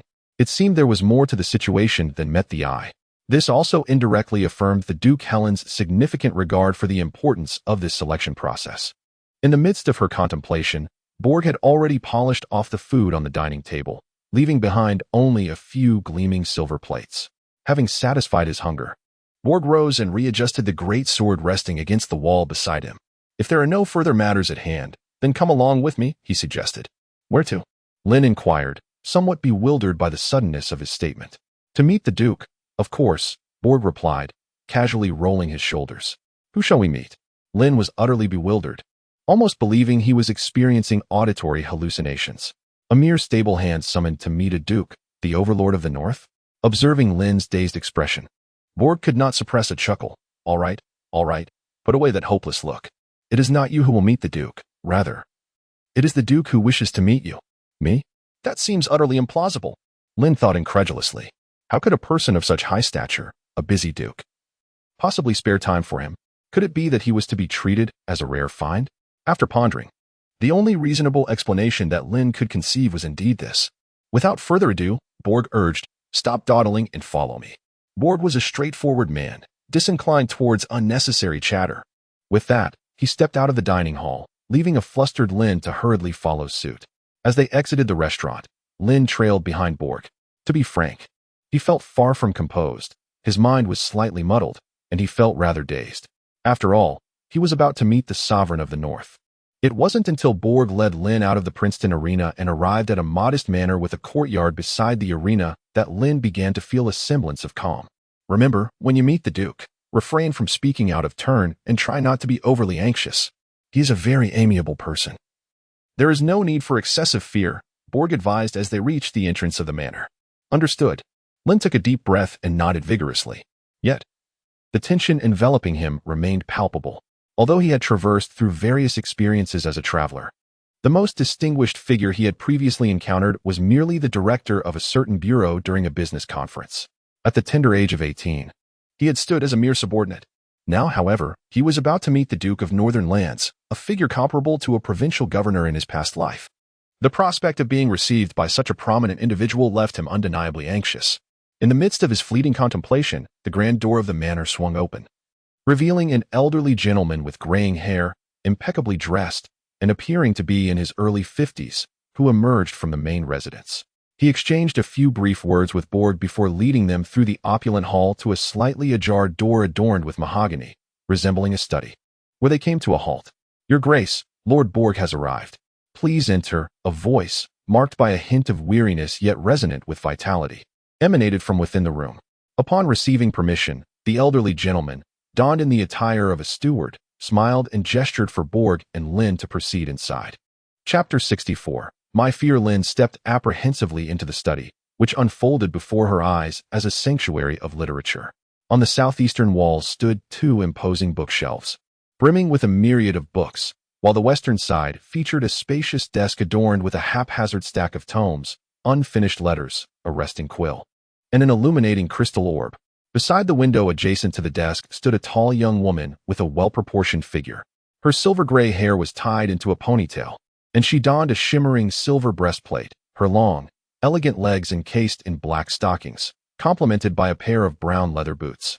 Although she faced away from the door, obscuring her features from Lin's view, her silhouette alone was enough to stir one's heart. Not far from the young lady, on a modest sofa, sat an elderly man dressed simply, his eyes squinting as he perused a copy of the Western Evening News. There was no doubt. This venerable figure was the renowned Duke Helen of the North. "Your Grace, Princess Hai," Bob declared, thumping his fist against his chest and kneeling on one knee, offering a proper knightly salute to the elderly man engrossed in the newspaper and the young lady by the window. He presented his loyalty, respect, and honor. Lin, standing behind him, also performed a knightly gesture, albeit without kneeling, merely bowing slightly. "Please, sit, while I finish reading this report," Duke Helen said, glancing up from his reading to regard the 2 at the door, a gentle smile gracing his lips as he motioned for them to find a place to sit. "Yes," Bog replied, rising to lead Lin to a vacant chair within the study. This rugged soldier, typically brash and carefree, exuding an aura of indifference, transformed into a docile lamb in the presence of Duke Helen, a striking contrast indeed. Of course, this dichotomy was not exclusive to Bog. Duke Helen himself exhibited a certain contrast as well. In Lin's imagination, the formidable ruler of the North, celebrated in countless tales, ought to possess a piercing gaze, a reputation for bloodshed, and an aura steeped in the sin of battle, seated upon a throne constructed of bones, sword in hand, with a fire-breathing dragon lurking behind him. Yet, upon witnessing him in person, her preconceptions began to unravel. Lin discovered that the reality was not as exaggerated as she had imagined. Affable, kind-hearted, and gentle, he resembled a venerable old lion in the twilight of his years or an elderly gentleman leisurely enjoying tea and chess in the alleyway. There was an air of authority and nobility, yet it was not overtly pronounced. Consequently, the tension within Lin inexplicably dissipated. Just as she discreetly assessed the grand figure before her, the young lady standing by the windowsill turned gracefully, a subtle smile gracing her lovely cheeks. "Your Grace, Grandpa Borg," she greeted, lifting the hem of her skirt with impeccable poise. "Your Grace, Princess Highway." The unexpected salutation left Borg momentarily astounded. As though a spring had been coiled beneath him, propelling him upward in surprise, his face a canvas of bewilderment. If the elderly Duke exuded warmth, kindness, and gentleness, then Highway, as the future heir of the Winter family, radiated an impression of nobility, icy beauty, and formidable grace, deserving of reverence. She was akin to a white flower blooming in the night, bright and resplendent. Lin prided himself on having encountered numerous enchanting sorceresses and technologically advanced beauties in his past life, having been well-versed in the company of women. Yet, even so, upon beholding Highway's angelic visage, he could not help but be momentarily taken aback, his gaze lingering upon her with an involuntary fascination. To fixate on a lady in such a manner was hardly befitting of a nobleman. Lin's gaze was neither fervent nor tainted by desire, yet it still elicited a sense of discomfort in Hai. Her voice rang clear, as melodious as a mountain stream. I sincerely apologize, Your Highness. It is simply that your beauty is so striking, so exquisite, that I find myself at a loss for words, leading to this inadvertent indiscretion. Realizing her faux pas, Lin hastily sought to remedy the situation. So you are blaming me then? Hai released her grasp on the hem of her gown, purposefully seizing upon the flaw in Lin's words, the corners of her lips curving upward, her enchanting eyes glimmering with a hint of playful mockery. No, no, no. How could that be? Lin felt as if she were a cat whose tail had been stepped on, teetering on the brink of unraveling. Her denial was so fervent that her hand nearly resembled a whirring fan. If this were their first encounter, having offended the future heir of the Winter family, it seemed that Lin's prospects of mingling with the Winter household would be severely compromised. Just as Lin was at a loss for what to do, Helen, the Duke, who was perusing the Westling Evening News, shook her head with an amused smile and suddenly spoke up. Enough teasing her. TCH. Highway scoffed, choosing wisely not to voice any further opinions. Helen set down the newspaper, rubbed her eyes, and regarded Lin with a gentle smile, inquiring, You are Lin, correct? Yes. Lin's body stiffened abruptly in her chair. Helen waved her hand dismissively. No need to be anxious. I summoned you today to discuss the telescope that Borg mentioned and to meet the descendant of an old friend. Lin was aware of the matter regarding the telescope. But what did she mean by old friend? Was there some hidden truth of which she was unaware? Noticing the bewilderment on Lin's face, Helen smiled and elucidated, Your ancestor, the first dragon rider of the North, Kaya Tussur, was a dear friend and comrade of mine.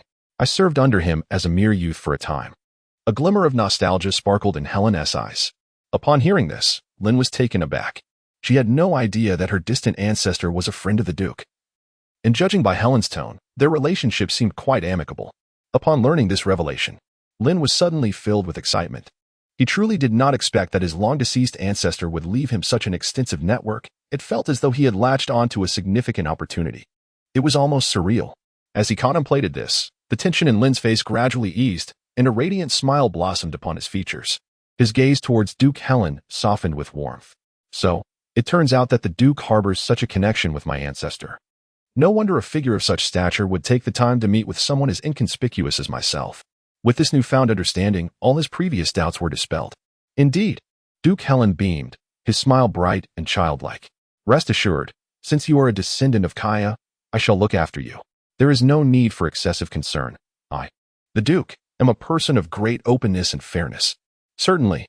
Lin nodded vigorously, acknowledging the Duke's esteemed reputation, well known across the Northern Territories. Despite the fact that the old scoundrel had caused me considerable trouble in the past and had even swept away the goddess I admired, I shall not hold his descendants accountable for his transgressions. Helen, the Grand Duchess, continued to smile, yet her clenched fists betrayed a tension that echoed ominously in the room. As her words lingered, an eerie silence enveloped the study, where even the faintest sound of a falling pin could be heard. Lin's garlic crushing abruptly ceased, and the radiant smile on her face gradually stiffened. At this moment, only one expression remained on Lin's visage, sheer terror. Chapter 65, The Attempt. Lin was in a state of panic. He felt utterly disoriented, as if his entire being had been rendered numb. Just a moment ago, he was soaring in the heavens. The next, he was unceremoniously thrust into the depths of despair. Were it not for the persistent voice of reason reminding him that the formidable figure seated before him was the overlord of the Northern Territories, a Star Knight reigning supreme over the continent of Baizhu, he would have nearly bolted for the door. Yet, even so, his turmoil remained palpable. Lin's mind remained in a persistent buzz for quite some time, rendering her incapable of coherent thought. Observing Lin's frozen expression as she stood in a daze, Helen, comfortably settled on the sofa, shifted into a more relaxed position and teased, "Are you not inclined to elucidate anything about your ancestors?" As the words hovered on the tip of my tongue, I found myself abruptly silenced. Lin's mouth gaped for an eternity, yet not a single word escaped his lips. At this juncture, what was there left to explain? In that moment, he felt an overwhelming urge to strangle that wretched ancestor of his.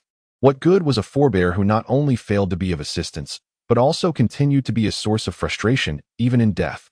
Lin felt utterly exhausted. After a prolonged silence, Helen encouraged her, saying, "There is no need to hold back. There's no reason to wear yourself out. Speak your mind freely." Lin's lips twitched, and he took a deep breath, pondering, "By heaven's conscience, I wonder if it is still possible to sever ties with my ancestors now."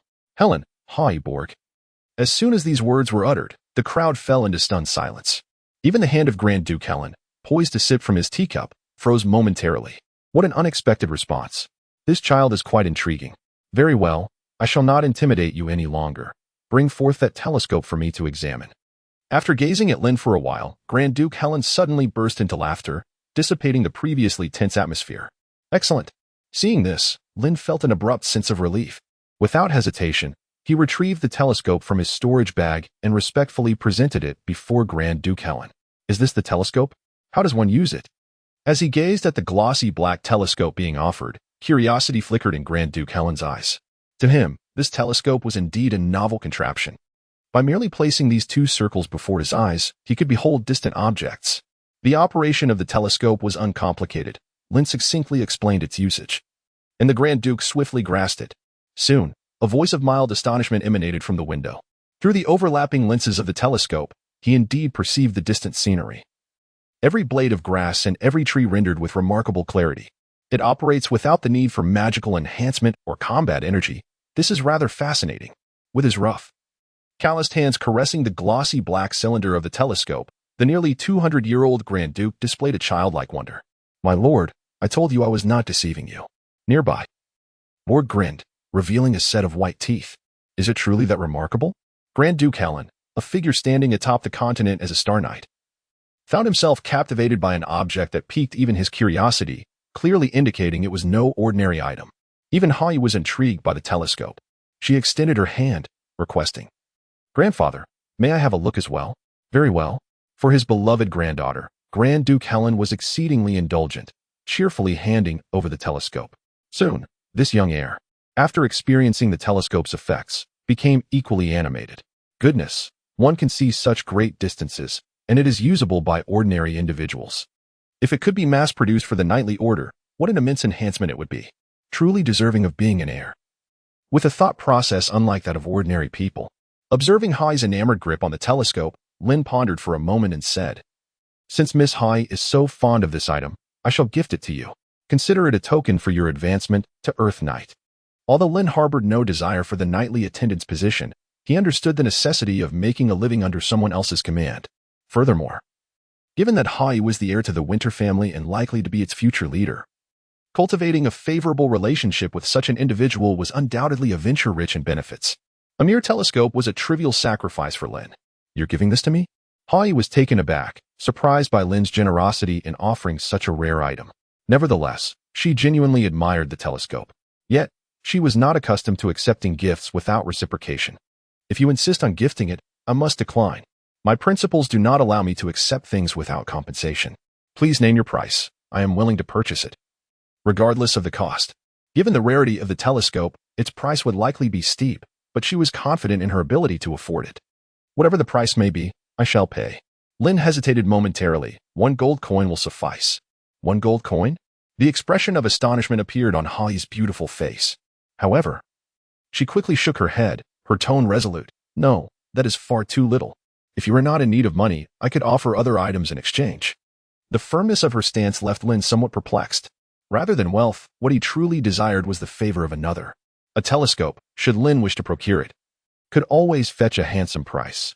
However, the goodwill of a duke's heir was a far rarer commodity. As Lin pondered how best to offer this favor, the Duke Helen, standing by the window, unexpectedly spoke, her voice serene. "I heard from Borg that this telescope was a legacy from your ancestor. Am I correct?" "Indeed." The query seemed somewhat bewildering, Yet Lin answered truthfully. Such a precious heirloom left by your ancestor, would you part with it so easily? Duke Helen continued her inquiry. Certainly not. Lin sighed, expressing a sentiment as old as time itself, the union of a remarkable sword and a hero. Thus, he resolved to endure the pain of parting with it. He clutched his heart, feigning a visage of sacrifice, yet his lips continued to utter flattering words. All in an effort to cultivate goodwill. Duke Helen squinted, seemingly attempting to see through Lin's facade. You, young one, seek neither reward nor recognition. Yet you bestow such a lavish gift upon my granddaughter at our first encounter. Surely, you harbor no ulterior motives towards my precious granddaughter? As her words echoed, the atmosphere around them grew noticeably colder. Lin observed the Duke Helen's clenched fists and the palpable aura of menace emanating from his gaze. In an instant, a chill ran down Lin's spine. Chapter 66, The Legacy of the Family. Your Grace, you are overly concerned. I harbor no intentions towards Her Highness, Lady Highway. Lin, in a state of panic, endeavored to convey his sincerity, hoping to earn the trust of his interlocutor. However, to his astonishment, the other party's expression grew even frostier. Seated on the sofa, Helen, the Grand Duchess, leaned slightly forward, an intangible pressure radiating from her presence. Are you suggesting that my granddaughter is inadequate? That you hold her in disdain? How could that be? Lin's expression froze. That is not what I meant. What does that mean? Duke Helen seemed determined to cling to Lin's words, resembling a petulant child. In response, Lin appeared utterly helpless. What I intended to convey is that as the heir of the Winter family, Her Highness Weiwei is exalted and will inevitably become a figure of great renown in the Empire, much like yourself. Someone of my standing is undoubtedly unworthy and cannot afford to offend. There was no escape from this predicament, so he had no choice but to muster the courage to speak favorably. Indeed, Duke Helen appeared quite satisfied with this statement. He leaned back slightly, offering Lin a look of understanding before reclining once more into the sofa, allowing Lin to breathe a sigh of relief. I hear you practice Earth Battle Chi. Yes, Lin replied. Yet I recall that your ancestor practiced Thunder Battle Chi, and the inheritance of the Tuz family is the same. How is it that it has transformed into Earth Battle Chi in your case? There was a hint of confusion in Duke Helen's gaze. Battle Chi serves as the bond of noble inheritance. Cultivating Battle Chi is not an endeavor of a moment, and nurturing a knight requires an immense investment of time and energy. Within the Shirk Empire, many factors determine the prosperity and legacy of nobility. But the decisive aspect remains Battle Chi, alongside cultivation insights, discovered shortcuts, and corresponding combat skills. The Winter family inherits Ice attribute Battle Chi as a family legacy. From the heir down to the knights and attendants affiliated with the family, they predominantly cultivate Ice attribute Battle Chi, with combat skills being uniformly aligned. As a friend of Lin's ancestors and an old acquaintance, Duke Helen is certainly aware of the Tuz family's Battle Chi inheritance, Thunder attribute. In that era, Duke Kayat, the first Dragon Knight of the North, was revered as the Thunder Knight. Yet now, Lin practices not his family's Thunder attribute Battle Chi, which perplexes Duke Helen. To answer your question, Duke, the Tuz family's inheritance was lost due to the demise of our ancestors. What I now practice as Earth Battle Chi is merely a patchwork of remnants. It can hardly be considered a true family legacy. Lin had indeed contemplated this explanation and deliberately forced a bitter smile to enhance its authenticity. 3 parts feigned, 7 parts genuine. This mixture of truth and deception was intended to obscure the existence of the cheating shop. Well, although not entirely reasonable, it fell within a plausible range of explanation. And Duke Helen nodded, accepting Lin's words. The Duke prided himself on his fairness, sitting squarely at the center of balance, impartial. He dotes on each of his grandchildren. Yet even among them, not all have mastered Battle Chi. It is purely a matter of innate talent and inherent gift. Take his eldest grandson, Moore, who resides in the royal court as a hostage. According to the order of seniority, he should be the most qualified to inherit the Winter family. However, due to issues of talent, nearing 40, he remains merely an apprentice knight. Although he is dubbed the youngest count in the Empire, in Duke Helen's eyes, he hardly surpasses the average person. In contrast, the chosen heir, Weiwei, possesses exceptional talent. At not yet 20, she has already attained the status of an Earth Knight. The matter of family inheritance is fraught with too many variables and uncertainties. Even those at the pinnacle of the continent, the demigods wielding prophetic abilities, cannot guarantee the fate of their descendants. If the day comes when he closes his eyes, should Weiwei be unable to forge a new pact with Kaya, it is quite possible that the Winter family might face a fate akin to that of the Tuz family. He has offended too many. If things do not go well, the Winter family's end could be worse than that of the Tuz family. Contemplating these thoughts, a shadow of gloom flickered in Duke Helen's eyes. Noticing the fleeting expression on the Duke's face, Lin hesitated for a moment before daring to inquire, "Are you concerned about the family's future?" "Indeed." Duke Helen reclined in the sofa, his gaze calm. Rarely did this aging lion, marked by the twilight of his years, refrain from finding fault with Lin. Lin also understood that the opportunity to cultivate goodwill had arrived. The rise and fall of a family cannot be solely determined by an individual. Therefore, the Duke need not be so anxious. Just look at me as a living example before you. Though I have fallen from grace with your esteemed patronage, I find myself living quite comfortably. Lin began with an example of his own, yet he quickly realized that he had misspoken and promptly corrected himself. Of course, I do not mean to imply that the Winter family is destined for ruin. I firmly believe that with His Highness Haya's capabilities, the Winter family can achieve even greater glory. His words, infused with a compelling desire for survival, brought a smile to Duke Helen's face. "You little rascal. Just like your scoundrel ancestor, so silver-tongued. I have commanded respect in the North for a lifetime. Do I really need you to offer me comfort?" The Duke's imposing presence was undeniable. Lin, utterly shameless, merely grinned. Duke Helen, visibly exasperated, waved his hand dismissively. "Take those combat technique scrolls and get lost. Don't obstruct our view." "Yes, my lord." Lin longed to take flight at that very moment. After bidding farewell to Lin and Borg, the study quickly descended into silence. After a prolonged period of silence, Highway approached the sofa and sat beside Duke Helen, linking her arm with his. "Grandfather, do you think he could be one of those cultists they have infiltrated?" Duke Helen shook his head with certainty. "Why do you say that?" A glimmer of curiosity flickered in Highway's beautiful eyes. Duke Helen chuckled softly. "I am well acquainted with the members of the Faceless sect. If they had indeed planted someone among us, they would have meticulously prepared, leaving no detail overlooked. This young man, however, is rife with flaws and far too weak. If it were you, would you choose to place such a person in our midst? So, does that mean he is truly a descendant of Duke Kaya?" "It's hard to say." Duke Helen affectionately stroked his granddaughter's silvery gray hair, his voice taking on a somewhat ethereal quality. "Regardless, it is wise to remain vigilant." Unbeknownst to Lin, who had just traversed the gates of the underworld, the conversation between Duke Helen and Highway unfolded after his departure. Even upon returning to his own abode, Lin felt his heart pounding relentlessly. "That old man nearly scared me to death." Sitting at the edge of his bed, Lin reminisced about the events that had just transpired. Yet, upon seeing the scroll titled Settlement, valued in the 4-digit range, a sudden sense of worthiness washed over him. Though the old man was somewhat benevolent, he was still quite generous with the gold coins. As for his performance today, Lin felt neither wholly satisfied nor entirely dissatisfied. After all, it was his first encounter with such a significant figure. Despite feeling awkward, he was in the presence of the formidable dragon of the North, who wielded the power of life and death. He allowed himself to understand this as a first-time experience. Chapter 67. Shoot to answer. After lying on the bed and taking some time to regain composure, Lin reflected upon the events of the day and felt an increasing sense of peril. In his mind, figures of the caliber of Duke Helen loomed like ominous clouds over the northern sky, capable of transforming fate with the slightest gesture. The most perilous aspect, however, lay in the element of surprise. In the past, whether meeting with Charleston, Meadow, or others, regardless of their status, Lin had always maintained his composure, for he had been prepared and had anticipated the encounters.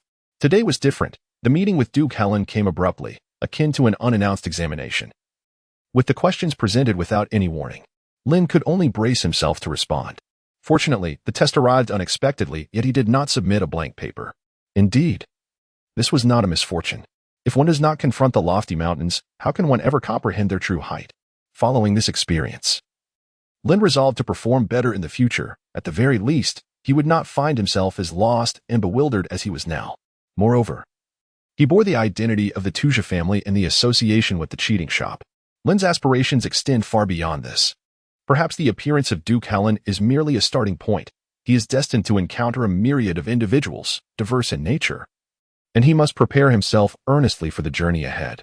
The path is indeed long and arduous. Shaking off the clouds of uncertainty that lingered in his mind, Lin sprang from his bed with the agility of a carp, grasping the newly acquired settlement combat technique that lay beside him and slowly unfurling it. Settlement? Earth attribute combat technique, offensive type. As he perceived the dynamic figure dancing in his mind's eye, Lin mumbled a few words to himself. It seems this old fellow possesses a modicum of conscience. Though his voice was barely audible, a mere whisper, It is true that delivering a blow to receive a sweet reward is not without its pitfalls. Indeed, this reward was almost at the cost of Lin's very existence. Yet one cannot deny the sweetness of the fruit. Lin indeed finds herself in need of such an offensive combat technique. The night swiftly passes by, and during this evening, Lin's existence is anything but stable. On one hand, he has transitioned into a new environment. On the other hand, the misdeeds of his ancestors weigh heavily upon him. Should that ancient spirit harbor resentment, it might very well seize the opportunity during his slumber to summon others to dig his grave. Lin found no solace for her tears. To avert any unforeseen circumstances, she devoted the majority of her evenings to deciphering the newly acquired battle techniques and honing her martial energy. However, her progress was rather modest. Mastering combat skills is not a task that can be accomplished overnight. As for cultivating martial energy, it is an arduous endeavor that requires patience. Without treasures such as martial energy capsules, one must toil painstakingly, advancing gradually. Although she had only managed a mere 2 hours of sleep that night, Lin felt no fatigue. Instead, she was invigorated. Since she began her training in martial energy, her body underwent a transformation, and barring encounters with intense battles, her need for sleep diminished significantly. Upon stepping outside her room, she was met with the biting cold wind characteristic of the northern lands, sharp as a blade. Lin shivered slightly, instinctively adjusting her garments. Then stood at the doorway, gazing into the distance at the ebb and flow of passers-by. Most of them were servants, including female attendants, dispatched from Winterhold. Among them were some unfamiliar faces, clad in armor or wielding swords, likely participants in the selection process, much like Lin herself. On her way to the dining hall, Lin encountered Owen, who was also heading for a meal. The border youth appeared as he always did, donned in solemn black armor, with a round shield wrapped in leather and a finely forged longsword at his side. His black eye patch concealed one eye, imparting an aura of a lone wolf. Distanced from the clamor of the world. "Good morning, Owen," Lin greeted, raising her hand in salutation. "Good morning, Lin," the armored youth replied with a nod. His lips slightly moving, the rigid lines of his face softening just a touch. "How was your visit to Furlan City yesterday? What were your impressions of the northern capital on your first encounter?" Lin inquired with a smile. The two walked side by side towards the restaurant. "What are your impressions?" Owen pondered for a moment before responding. "It's rather mundane. There are houses everywhere, countless houses, and throngs of people. Compared to neighboring areas, it appears quite similar." Owen shook his head, elucidating his perspective on the city of Furlan. Lin was momentarily taken aback, uncertain of how to respond. Having grown accustomed to the visual aesthetics of towering skyscrapers, she found that Feilan City not only boasted commendable public safety, but also possessed a refreshing charm. Yet, in the eyes of this borderland youth, perhaps Feilan City was destined to appear just as it did. It can be said that beauty is subjective. As they engaged in casual conversation, the two companions arrived at the restaurant. Upon entering, they were drawn to the figure of Tosa, who was seated at a square table not far from the entrance, savoring a delightful breakfast. "Ah, how early it is." Lin raised his hand and greeted them first, inviting them to take a seat. Tozar, unperturbed by the arrival of the two individuals, picked up the silk cloth from the table to dab his mouth, responding with a smile. The Winter family had, of course, arranged for a meal. However, for the affluent nobles, the dining establishments within the Princeton Arena offered a far superior culinary experience. The three were somewhat acquainted, so sharing a table was hardly an issue. "What do you carry on your back?" As Lin pulled out the chair, Tasa noticed the silver-white saddle hanging behind her, and a hint of suspicion flickered in her eyes. "Are you referring to this?" Lin casually tugged at the rope on her shoulder, causing the silver-white folding stool behind her to sway slightly. "It's nothing," she remarked. "Merely an ornament." Lin smiled as he explained. "Decorations?" Tasa's gaze shifted, clearly skeptical. However, seeing that Lin seemed reluctant to elaborate, he refrained from pressing further. Shortly after the three took their seats, a man and a woman entered the restaurant, chatting and laughing. Positioned facing the entrance, Tasa was the first to notice the newcomers. The man was Shut Tancer, the eldest son of the southern branch of the Tancer family, known as the most formidable opponent in this selection. The woman beside him was Judith, the little thorn flower. Tasa whispered to allow Lin and Owen to see their other rivals, being seated near the entrance. Tasa caught Shut's attention, and he, in turn, noticed Tasa. Shut donned a heavy silver armor, his short, curly red hair reflecting the characteristics of southern nobility, complemented by a pair of handlebar mustaches. Rather than resembling a warrior, he exuded the elegance of a gentleman. Judith's long, flowing purple hair cascaded over her shoulders, and she wore a leather armor that perfectly accentuated her voluptuous figure. "Mr. Tasa, it has been a while," greeted Shut. "I trust you are well." "I am well. Thank you both," Tasa replied, maintaining the polite yet understated greetings typical among nobility. After exchanging a few pleasantries, Shut's gaze shifted to Lin and Owen. "Are these two your friends?" he inquired courteously, assessing them for a moment. Given that they were dining with Tasa, it was likely they were also of noble lineage. "Indeed," Tasa replied with a smile. "I hope you will show mercy during the selection." Chapter 68. Lady Marlin. The morning sun bathed the Printon arena in warmth, breathing life into the colossal beast sprawled across the wilderness. A brief moment remained before the selection commenced. In the center of the arena, within a pre-designated area, the young candidates gathered. Some clustered together in familiar groups. Others sat alone in corners. Some engaged in hushed conversations. Others surveyed their surroundings. And a few were meticulously inspecting their swords or armor, making final preparations. The majority of the participants were quite young, with the eldest among them being Shut Tancer at 28, while the rest hovered around the age of 20. Not far from this gathering point stood the heavy obsidian door adorned with carvings of thorn flowers, the sole entrance to the outside world. The door stood open, revealing the bustling scene beyond. Though the faces of those arriving were obscured from a distance, their opulent attire and distinguished demeanor indicated their noble status. These were the guests invited by the Winter family. Among them were established noble houses like the Lorraines and the Flans, as well as emerging families like the Berlins and the Yaris. Regardless of their relationships or past grievances, they greeted one another with warmth and familiarity, akin to long-separated friends. The presence of these nobles elicited no surprise from the young candidates, who felt a thrill of excitement and anticipation. Only 2 knights could serve as attendants, likely stemming from the participating nobility. In a world where the competition was fierce, these young stable hands might not truly have a chance to secure a position. For the candidates, however, this selection was also an opportunity to showcase their abilities. A remarkable performance could draw the attention of the noble lords present and potentially lead to a promising future. For the nobles attending, the selection was merely a prearranged spectacle, and they were indifferent to who would ultimately prevail. Instead, they were more concerned with the gathering, a well-organized event by the Winter family that allowed them to connect with more northern nobility. "How lively it is! So many nobles. More than I've seen combined in the neighboring regions," a boy from the border remarked, clearly in awe of the occasion. After all, this was the selection of the Winter family's heir to choose his knightly attendants, a significant event. Apart from those nobles disinterested in the empire and those uninvited, it was unlikely anyone would miss this opportunity. Standing beside Owen, Tasa remained calm, as if he had anticipated the large turnout. Amidst the bustling crowd, he spotted his father, the current head of the Yara family, who had also come to attend the ceremony. Not only Tasa, but even Lin, who considered himself not well acquainted, recognized a few familiar faces among the crowd, such as Mido and Charlison, his business associates. At the Printon arena, in front of the intricately carved obsidian doors, Charlison attended the ceremony with his father, Duke Count. Just as they disembarked from their carriage, Charlison collided with a business associate, a woman in a crimson gown, with a charming visage, golden curls, and a slender figure. "Lady Marlin," he greeted politely, taking her hand and lightly kissing the back of it in a gesture of courtesy and respect. Standing in front of the opulent carriage, the woman wore a simple red sandalwood pendant around her delicately sculpted collarbone, exuding a faint yet captivating scent of lilac. She bore the grace of a willow, elegantly adjusting her straw hat adorned with small red agate embellishments, her face illuminated by a radiant smile akin to the dawn. Every gesture of hers, every smile, exuded an irresistible charm. Marlin Barton, a widow under 30, had inherited a considerable fortune from an earl, making her one of the wealthiest individuals in the north and one of Charlison's most influential clients. "Good morning, young Master Charlison. Your attire is splendid today, and you appear quite well," she complimented.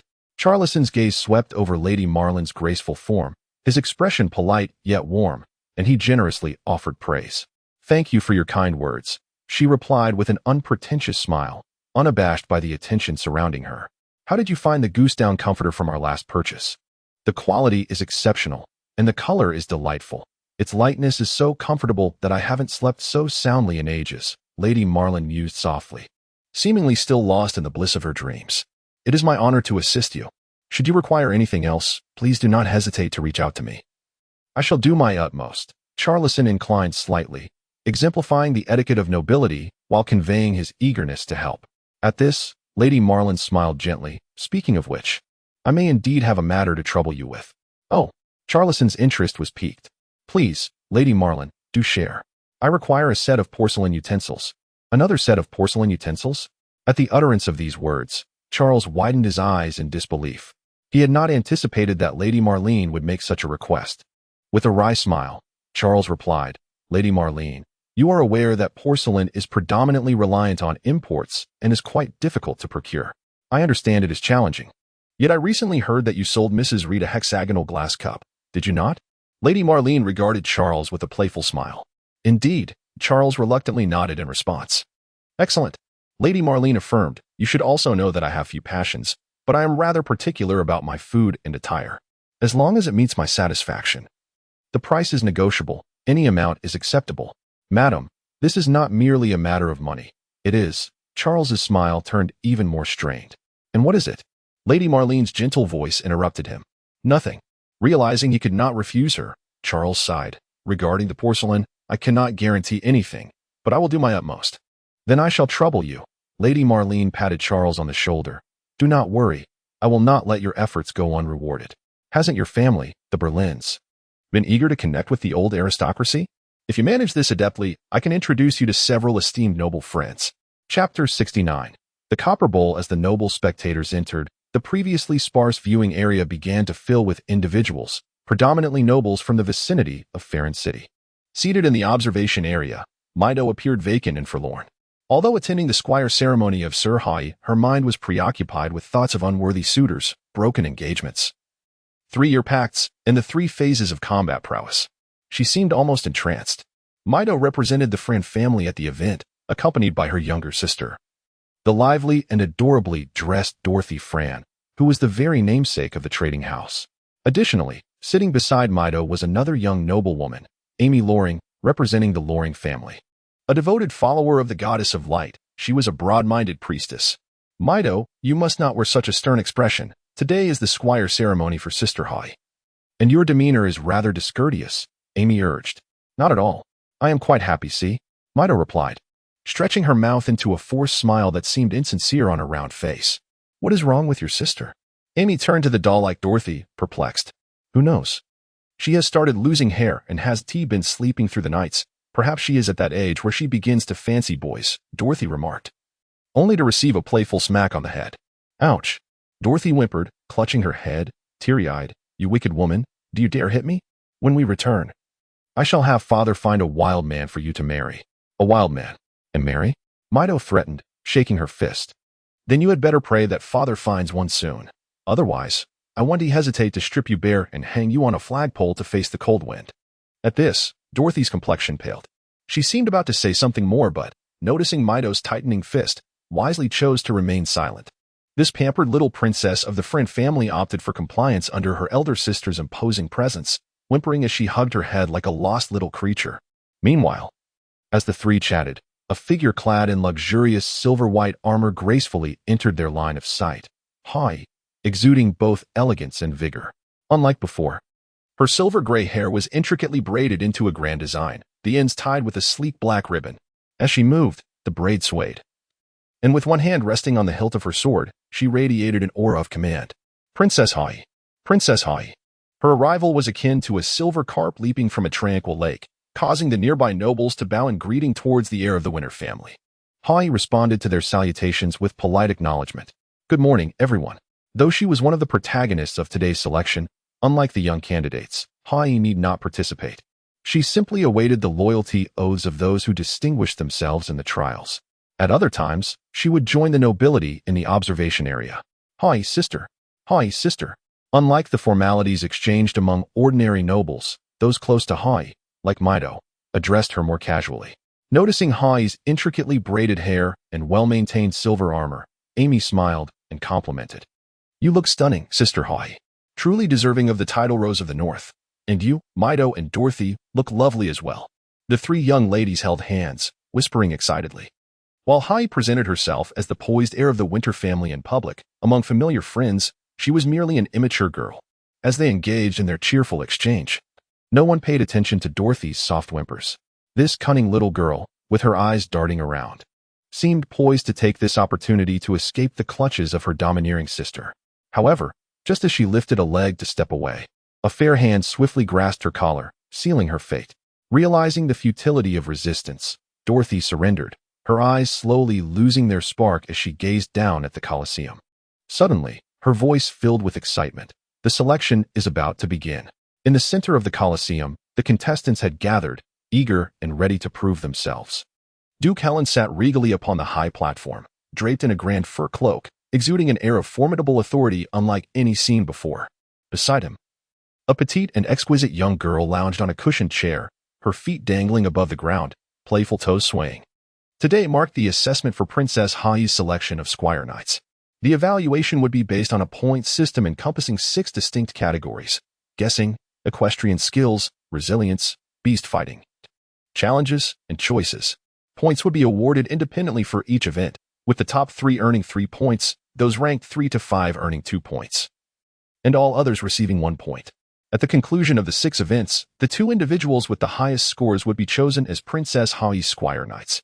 An elderly gentleman, clad in a tailored suit with graying hair, announced the 5 rules of the assessment. He was none other than the current steward of the Winter family, bestowed with the esteemed surname of Doug Winter. Today, he would stand in for Duke Helen, elucidating the intricacies of the examination to the multitude of candidates present. Do any of you harbor uncertainties regarding the rules and content of this assessment? Steward Doug surveyed the audience, and in response, a group of individuals shook their heads, their murmurs disjointed. Excellent. Doug smiled and gestured towards a nearby table, meticulously arranged to accommodate the number of participants. You may now proceed to that table and commence your first evaluation. Is this truly how it begins? The candidates exchanged bewildered glances, taken aback that the so-called assessment had commenced merely after a few brief words. Although somewhat disoriented, they followed Steward Doug's direction, each selecting a table that caught their eye. Upon the tables lay an inverted copper bowl, the purpose of which remained unclear. Before each of you is a copper bowl, beneath which is a certain quantity of coins. Simply take the quill beside you and record the number of coins on the paper next to the bowl. Thus, you will complete the first phase of the assessment. I would like to add that the number of coins will equate to your initial score in this selection process. Chapter 70. Minors. I initially intended to delve into a more intricate plot, but this segment proved rather complex. Please bear with me. Check the number of coins? Write down the figures? Earn points? Is the first assessment truly this straightforward? Lin gazed in disbelief at the overturned copper bowl resting upon the table. To be candid, the mere sight of the bowl ignited a myriad of potential strategies within her mind. If victory were truly her aim, she could easily surreptitiously insert copper coins into the large bowl, or perhaps even falsely report the quantity of coins beneath it. After all, there was no one in close proximity, and the steward responsible for announcing the assessment was situated at a considerable distance. Of course, the sole factor to be wary of was the presence of Duke Helen presiding over the event, a formidable Star Knight. Nevertheless, as long as her methods remained sufficiently discreet, there remained a plausible avenue for maneuver. With these thoughts in mind, Lin cautiously lifted the overturned copper bowl just enough to glimpse the number of coins hidden beneath it. Copper coins, 1 piece. Lin's lips curled in a faint grimace. Splendid, truly magnificent. In the midst of Lin's contemplation, 4 individuals had already completed their tasks and moved on to the next challenge. The first to finish the initial trial was Shoot Tanzer, a young silver knight hailing from a branch of the southern nobility, his face radiating confidence. Following him were Tassa, Owen, and Judith. While they trailed slightly behind Shoot, they maintained an air of nonchalance. Observing this, Lin picked up a nearby quill and delicately inscribed the number 1 before proceeding to the second testing site. Within a mere 2 minutes, more participants began to complete the first assessment. After all, this task posed no significant difficulty. Nearby, servants of the Winter family were responsible for displaying the cumulative score leaderboard, which updated in real time according to individual points. First place, Tassa Yala. Points, 3. Second place, Judith Hella. Points, 3. Third place, Shoot Tanzer. Points, 2. Fourth place, Owen. Points, 2. Ninth place, Lin Tuzer. Points, 1. 10th place, Dr. Lamafu. Points, 5. 11th place, Dismafu. Points, 10. 5 points, 10 points? Such a discrepancy. Gazing at the scores listed on the whiteboard, Lin felt a twitch at the corner of his mouth. He had considered the possibility of cheating. But what astonished him was the audacity of someone actually daring to cheat so brazenly. It was truly audacious. Lin was not the only one to notice the leaderboard. The expressions of the other contestants varied widely. Whispers erupted from the distant observation platform. This individual named Dis was indeed a bold one, despite being in last place. He possessed several times the points of the first place. Remarkable. And that Dr. Liu was not lacking either. I find this young man named Lin rather honest. Though the assessment for selecting knightly squires should not hinge solely on martial skills and techniques, what purpose does that serve? A knightly squire must possess not only exceptional martial prowess and skills, but also an array of virtuous qualities. If I am not mistaken, the Duke is conducting a traditional assessment. The first stage should be termed honesty, perhaps? So that is the case. The majority of the audience, composed of nobility, were well versed in such matters. With this explanation from an informed individual, the surrounding crowd quickly grasped the situation. Among the crowd, Dr. Liu and Dis appeared pallid. Although Duke Helen and Butler Doug had not explicitly accused them of cheating, both men stood rigid, as if nailed to the gallows. As discussions swirled around them, the elderly steward Doug Winter made his entrance, drawing everyone's attention back to him. With a smile, he announced the second assessment. The second trial would focus on skill, specifically equestrianism, one of the knight's essential disciplines.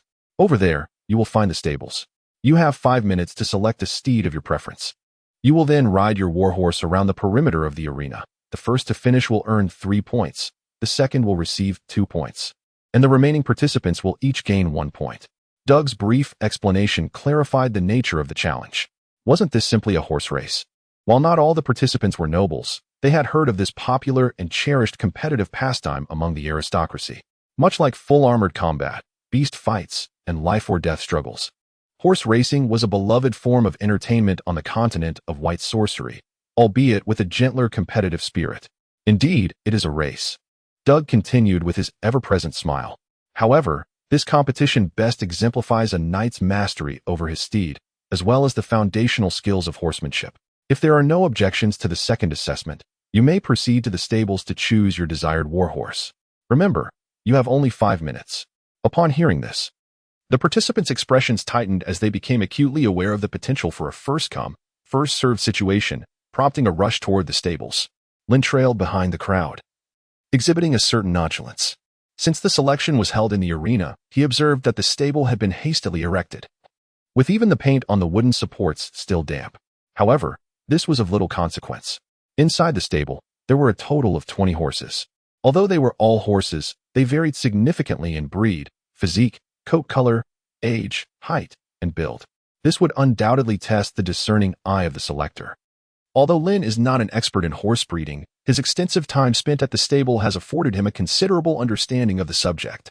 His discerning eye quickly identified among the herd a robust, well-aged, jet-black warhorse originating from the heart of the empire. What a splendid steed! Lin gazed at the magnificent black warhorse, her eyes shimmering with admiration.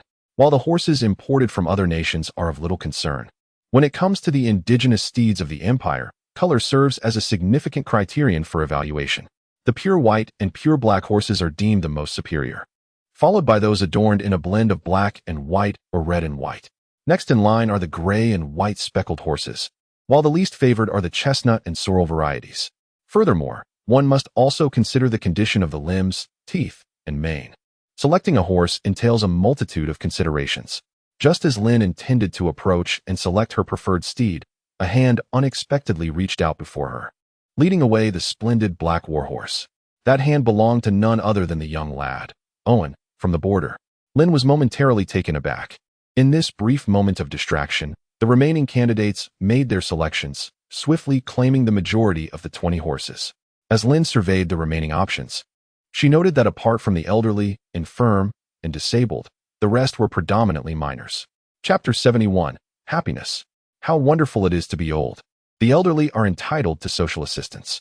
The sight of the elderly, infirm, and disabled was truly striking. Lin could only find solace in this. Nonetheless, despite the limitations of governmental support, Lin ultimately chose a rather fine, temperate young colt as her companion for the second selection. After all, she had no intention of winning. Since she sought no qualification, aiming for the top 5 instead of the top 3 was not an unwise choice. With these thoughts in mind, Lin felt a considerable sense of relief. Leading her young colt, she trotted to the starting line, where a multitude of participants had already readied themselves. Lin was the last to arrive. As he led his horse into the designated line, holding an hourglass in his hand, Doug, with a copper whistle hanging from his collar, slowly spoke. "You may prepare yourselves. Those who cannot complete a full lap before the hourglass runs out will incur a penalty of 1 point." "What? A penalty?" Upon hearing this, Lin could not help but be taken aback. However, Doug did not allow him much time to react. He gently blew the whistle hanging on his chest. As the sound echoed, the hourglass was delicately turned. Following the sharp whistle, the fine grains of sand began to cascade downwards. Lin felt the wind surge beside him, a tempest of countless gusts. Then, before him, a throng of galloping horses appeared upon the path. "Ah, so this is how it is, forsaking the rules of fair play? Where is your countdown?"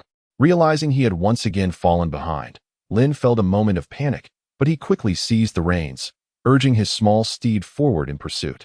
Yet, as the adage goes, one misstep leads to a cascade of further missteps. Lin's equestrian skills were far from remarkable. Merely managing to stay mounted was already commendable. He nearly found himself unseated due to the horse's frenzied speed during the turns. The pursuit proved to be a daunting challenge for him. On the competition grounds, a throng of riders urged their steeds forward, the atmosphere charged with tension as they feared falling behind and losing their precious points. In the viewing area, the nobles appeared far more relaxed, yet their excitement was palpable, akin to gamblers at the racetrack, their voices rising in fervor. "Overtake him. Go, go. Good son. You're the best. Accelerate. Just a little more." Most eyes were fixed on the top 3 contenders vying for the lead, while others remained indifferent to the outcome. Among them was the eldest daughter of the Lorraine family, who cast a critical gaze upon Lin, the rider trailing at the back. What is the matter with him? To compete for Sister Wei's knightly position with such poor riding skills is rather presumptuous. Amy's eyes narrowed as they settled on the last place Lin. A look of disdain evident in her expression.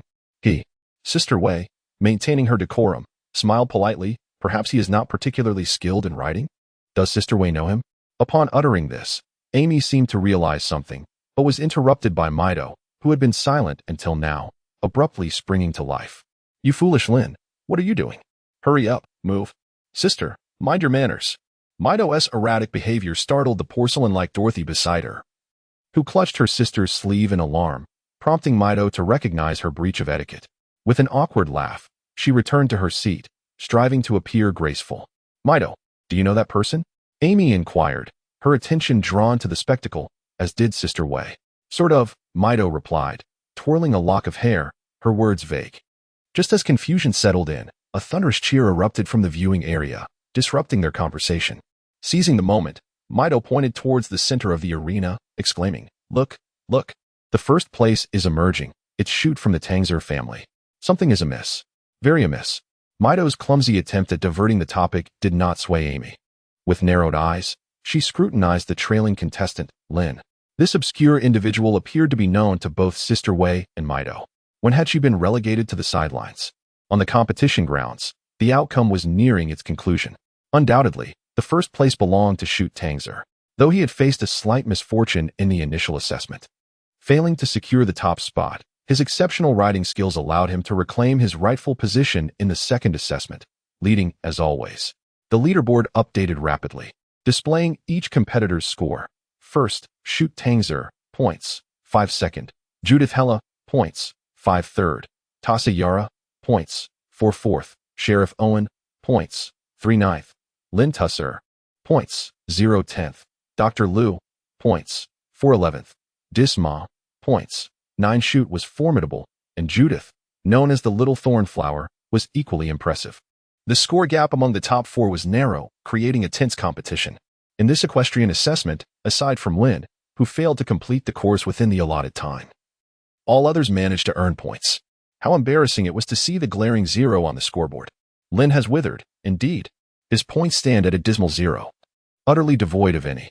Although his overarching strategy for this selection is to safeguard the 5th position while vying for the 3rd, the prospect of being utterly humiliated by a complete loss is disheartening. Fortunately, the first event hinges upon luck, and the second tests equestrian skills, neither of which are his forte, thus rendering any loss understandable. Lin experienced a fleeting moment of disappointment, but quickly regained her composure. There remained 4 more assessment tasks. With diligent effort, securing a position within the top 3 or even striving for the top 5 was certainly not an unattainable dream. She must exert herself. Just as Lin was offering herself this comforting reflection, Doug, who was responsible for announcing the assessment rules, approached with a clap of his hands. Smiling as he delivered his well wishes to the group, "Congratulations to all for successfully passing and earning your respective points." "Oh, except for Mr. Lin." "Lin? What? I've lost all my points, and you still want me to do it?" Haha. Laughter erupted among the crowd. Even the nobleman Shut and Torsa, known for their composure, displayed softened expressions, seemingly on the verge of laughter, yet feeling it inappropriate, they averted their gazes, covering their mouths to escape Lin's sight. The youth Owen, hailing from the borders, was even more affected, stifling his laughter to the point of turning red in the face. All right. Lin's face darkened as his gaze swept across the boisterous crowd, landing on those who laughed the loudest. Such exuberance. Are you all so pleased? I shall remember you. When it comes to our one-on-one encounter, I hope you can maintain this same mirth. Chapter 72. The Might of the Dragon. The commotion lasted but a brief moment. Soon, Doug, the announcer and part-time referee, adopted a serious demeanor as he explained the content of the third assessment. The third selection test was equally straightforward. It was a test of endurance. After a brief pause, he continued, "The area in which you stand will soon be enveloped by a mysterious force, and you may employ any means to resist this pressure. There is no time limit. The first to endure will receive 3 points, the second 2 points, and the third will earn 1 point. Should anyone fail to last 3 minutes, they will incur a penalty of 1 point. Are there any objections? Objections? From where would any dissent arise?" After enduring 2 previous assessments, they had long since acclimatized to the trials. All that remained was to await the commencement. Excellent. With no objections raised, Doug smiled and swiftly retreated. As he withdrew, he raised his right hand, displaying 3 fingers. Then he gradually reduced the count to 2, until only 1 finger remained. As that solitary finger pointed skyward, a terrifying force, seemingly descending from the heavens, suddenly enveloped the gathered individuals. The weight of this force was immense, as if a mountain had plummeted upon them. In an instant, those participating in the selection were bent over, gasping under the pressure. What on earth is happening? A wave of panic surged through the crowd, caught off guard by the abruptness of this overwhelming force. The participants had no opportunity to react, swallowed by the might of the unseen pressure. 2 or 3 young stable hands on the periphery of the group were pinned to the ground before they could even prepare or respond, their bones cracking ominously beneath the weight. It was a chilling sound. Even the typically composed Shut appeared significantly more solemn. His armor clattering as though gripped by an invisible hand, his complexion paling considerably. Fortunately, the azure aura of fighting spirit swirling around him formed an imperceptible shield, alleviating a measure of the burden. Not only Shut, but the noble offspring like Judith and Tassa also revealed their inherent nobility in this moment.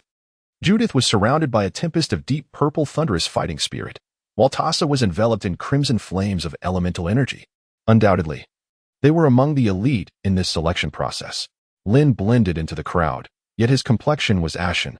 With a surge of earthy-hued energy coursing through him, this was the essence of Earth's fighting spirit, aiding him in resisting the overwhelming force. Those who had mastered this spirit fared slightly better, while those yet to grasp it struggled to maintain their composure. Some stood tall, propping themselves with their swords against the ground, while others knelt on one knee, using their hands as support to avoid being crushed. As time passed, the plight of those unversed in the fighting spirit became increasingly apparent. Unable to withstand the onslaught of energy, they were successively overwhelmed, crashing to the ground with a series of thuds. In a mere few breaths, the ranks of candidates had been significantly diminished. Remaining amidst the turmoil were Shute, Judith, Tassa, Lin, and Owen. Those who succumbed to the force were swiftly carried away by the servants of the Winter family, ushered to the sidelines for respite. How infuriating. They all possess fighting spirit. Noticing the dwindling number of standing participants, the youth from the border felt a jolt of astonishment. He anticipated that his adversaries would be so formidable. It was no surprise that those of noble lineage could endure. But even the fallen Lin had managed to harness fighting spirit. As for Owen, who had yet to master it, he persisted through sheer tenacity and hardened will.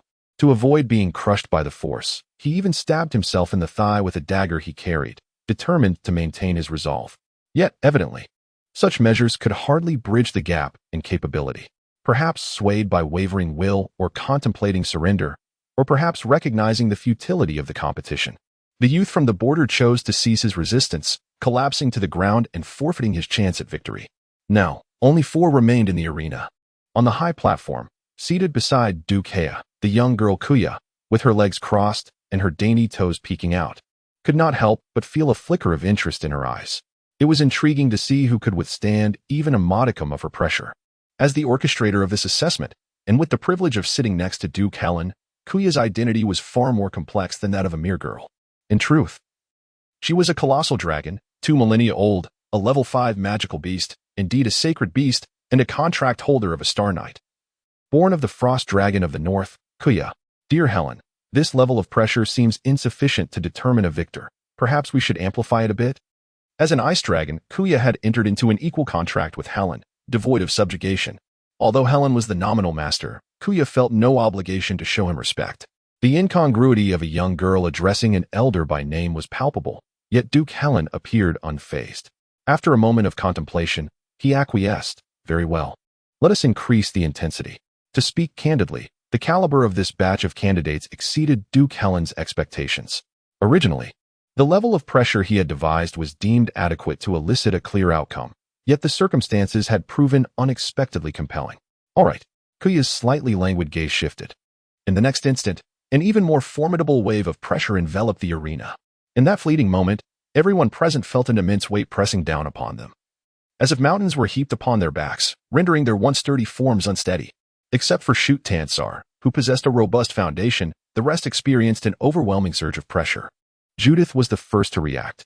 Without hesitation, she retrieved a pre-prepared light blue potion from her storage bag, uncorked it, and consumed it. Mental Resistance Potion slightly enhances mental resilience. As the potion coursed down her throat, a pale blue glow emanated from her, intertwining with her deep purple fighting spirit. The surrounding pressure lightened instantly, granting her a moment of relief. Meanwhile, Tassa, unwilling to be outdone, brandished a medallion emblazoned with the visage of the goddess of light.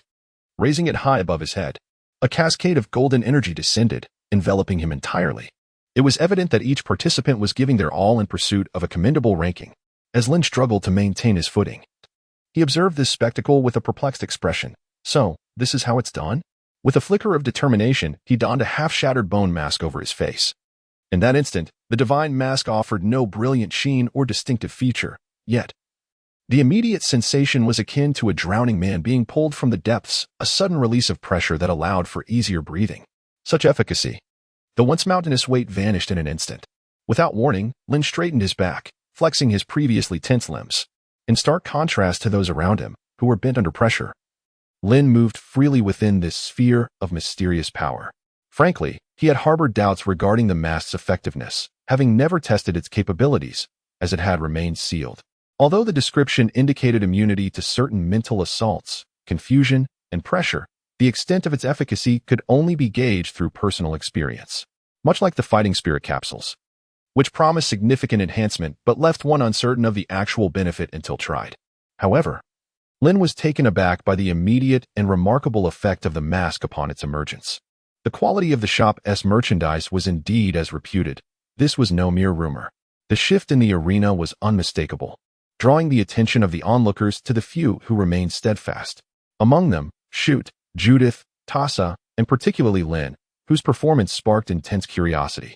The spectators were increasingly eager to discern the eventual victor. The young girl from the Hera family seemed to be struggling, and the Tansar lad was drenched in sweat. Compelling a Silver Knight to such an extent was no small feat. Is anyone going to discuss that fellow named Lin? His riding skills seemed abysmal, yet he appears so at ease now. Surely he must be utilizing some sort of item, someone speculated. Yes, it must be an item, and of considerable quality at that. Amidst the murmurs, a voice suggested, since all present are uncertain of the outcome, why not place some bets? It would serve to pass the time. Betting amongst nobles was indeed a favored pastime. Excellent idea. As soon as the words were spoken, there were immediate echoes of agreement. The first to place a bet was the head of the Ayala family, who tossed a bag of gold coins into the fray, declaring, "I wager on my son, Torsa, 50 gold coins." Following suit, he added, "I bet on my daughter, 100 gold coins." The head of the Hella family, known for his competitive spirit, quickly followed suit, proclaiming, "I raised the bet by 100 gold coins." The Ayala patriarch shot a sidelong glance at him, unwilling to concede.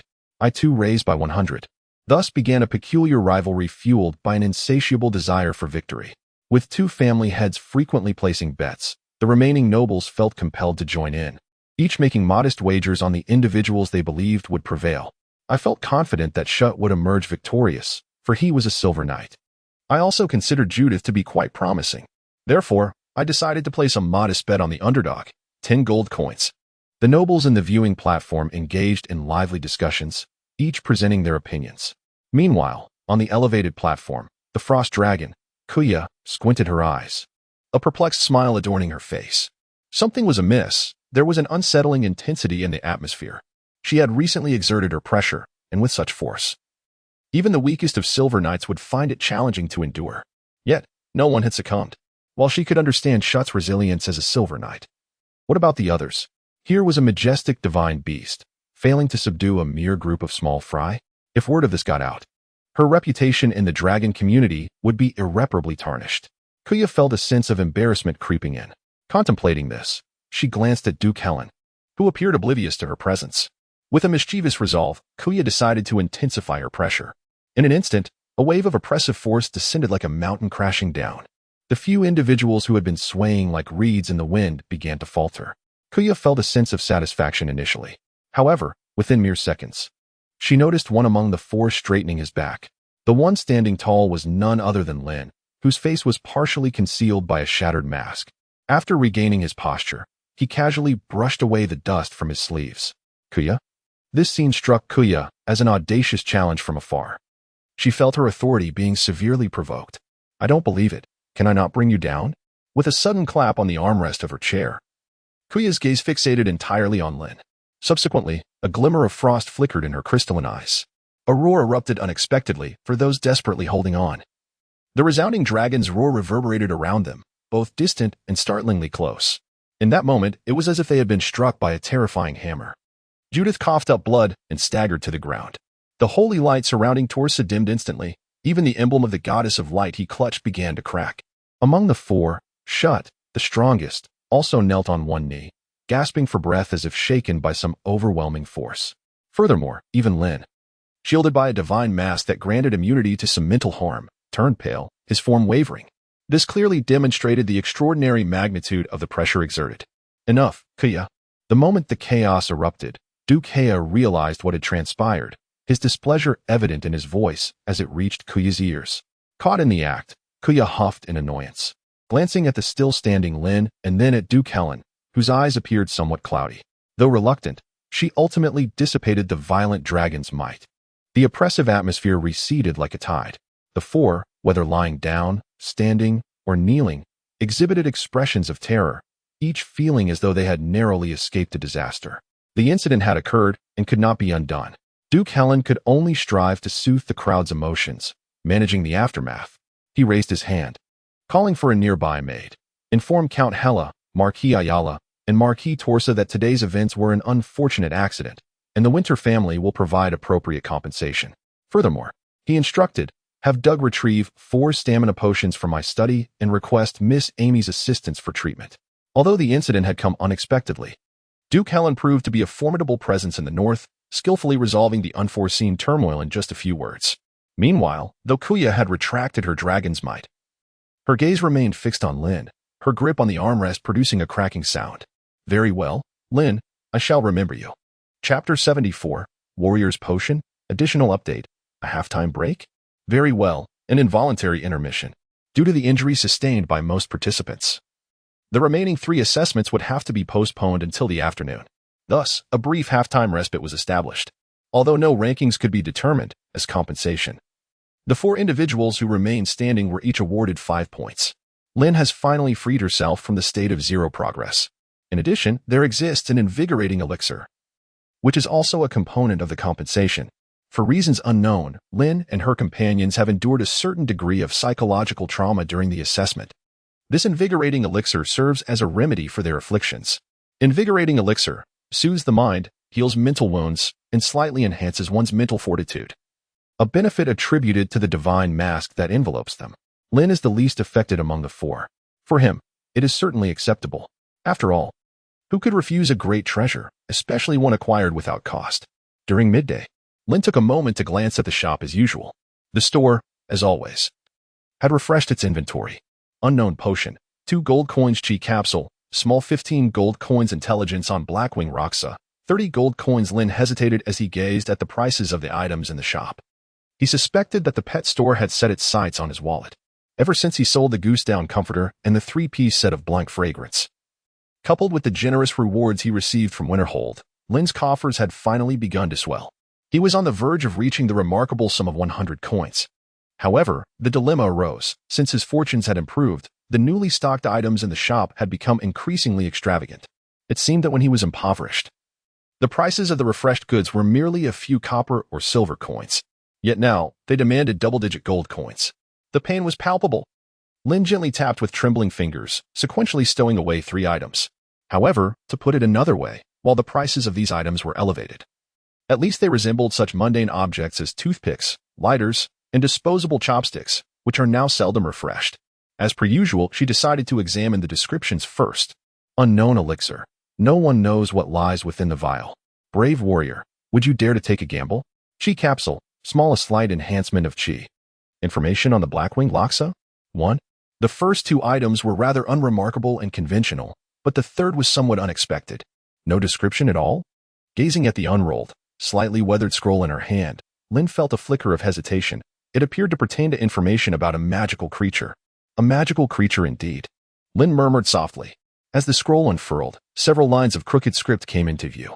The twilights in the buried land of the fallen wings pierced by thorns. Unable to soar upon the desiccated bones forged by blood and flame, an unyielding soul forgotten, at the edge of time. Lin scrutinized the scroll of intelligence for an extended period, yet failed to discern any significant insights. Ultimately, she could only let out a silent sigh, the vexatious enigma known as Blackwing Roxa. Lin committed this name to memory. This so-called intelligence appears to be categorized into groups of 1, 2, 3, 4, or perhaps even more, and it is unlikely to be of any use in the near future. Lin carefully stowed the items into his storage bag. As for the chi capsules, he could find time to use them later. Although they promised a modest enhancement, he estimated they could significantly reduce his training duration. However, he was uncertain about the purpose of the unknown potion. 2 gold coins were not exorbitant, but for Lin, they were not particularly cheap either. The primary concern was the mystery of its contents. What if it were a potent poison? Imagining the consequences was disconcerting. He decided to keep it for the time being. After securing the 3 items, Lin intended to have a meal, as he anticipated engaging in martial combat later that afternoon and needed to be well-nourished. Upon exiting his room and taking only a few steps, he was unexpectedly called to a halt. "Mr. Lin, please wait." The voice belonged to Doug, the elderly steward with graying hair, who was accompanied by a tall woman with golden locks and a broad demeanor. What a fierce presence. Lin felt a jolt of surprise. "Mr. Lin, this is Miss Amy Loring, a priestess summoned by the Duke to assist in examining your injuries." "Miss Amy, this is Mr. Lin." After a brief introduction, Doug facilitated their acquaintance. "Greetings, Miss Amy." "Greetings, Mr. Lin."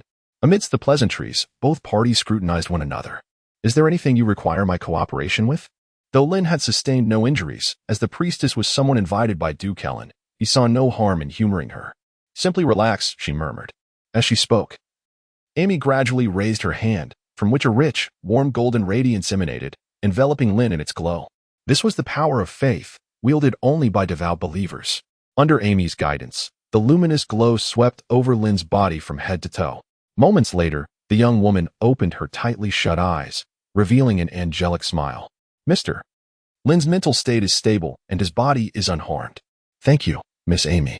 Though he had already anticipated this outcome, Lin still expressed his gratitude. After all, formalities had to be observed. Just as Lin prepared to exchange a few polite words before taking his leave, Amy, still smiling, casually inquired, "Mr. Lin, are you acquainted with Sister Highway?" "Acquainted?" Lin, taken aback, replied casually, "It's merely a fleeting acquaintance." The young lady pressed on, "Mr. Lin, do you know Miss Maidu?" At this unexpected mention of Maidu, Lin hesitated, perplexed by why this aristocratic young woman would bring her up so suddenly. Nevertheless, he instinctively refuted, "I apologize, Miss Amy, but I am not acquainted with anyone by the name of Maidu."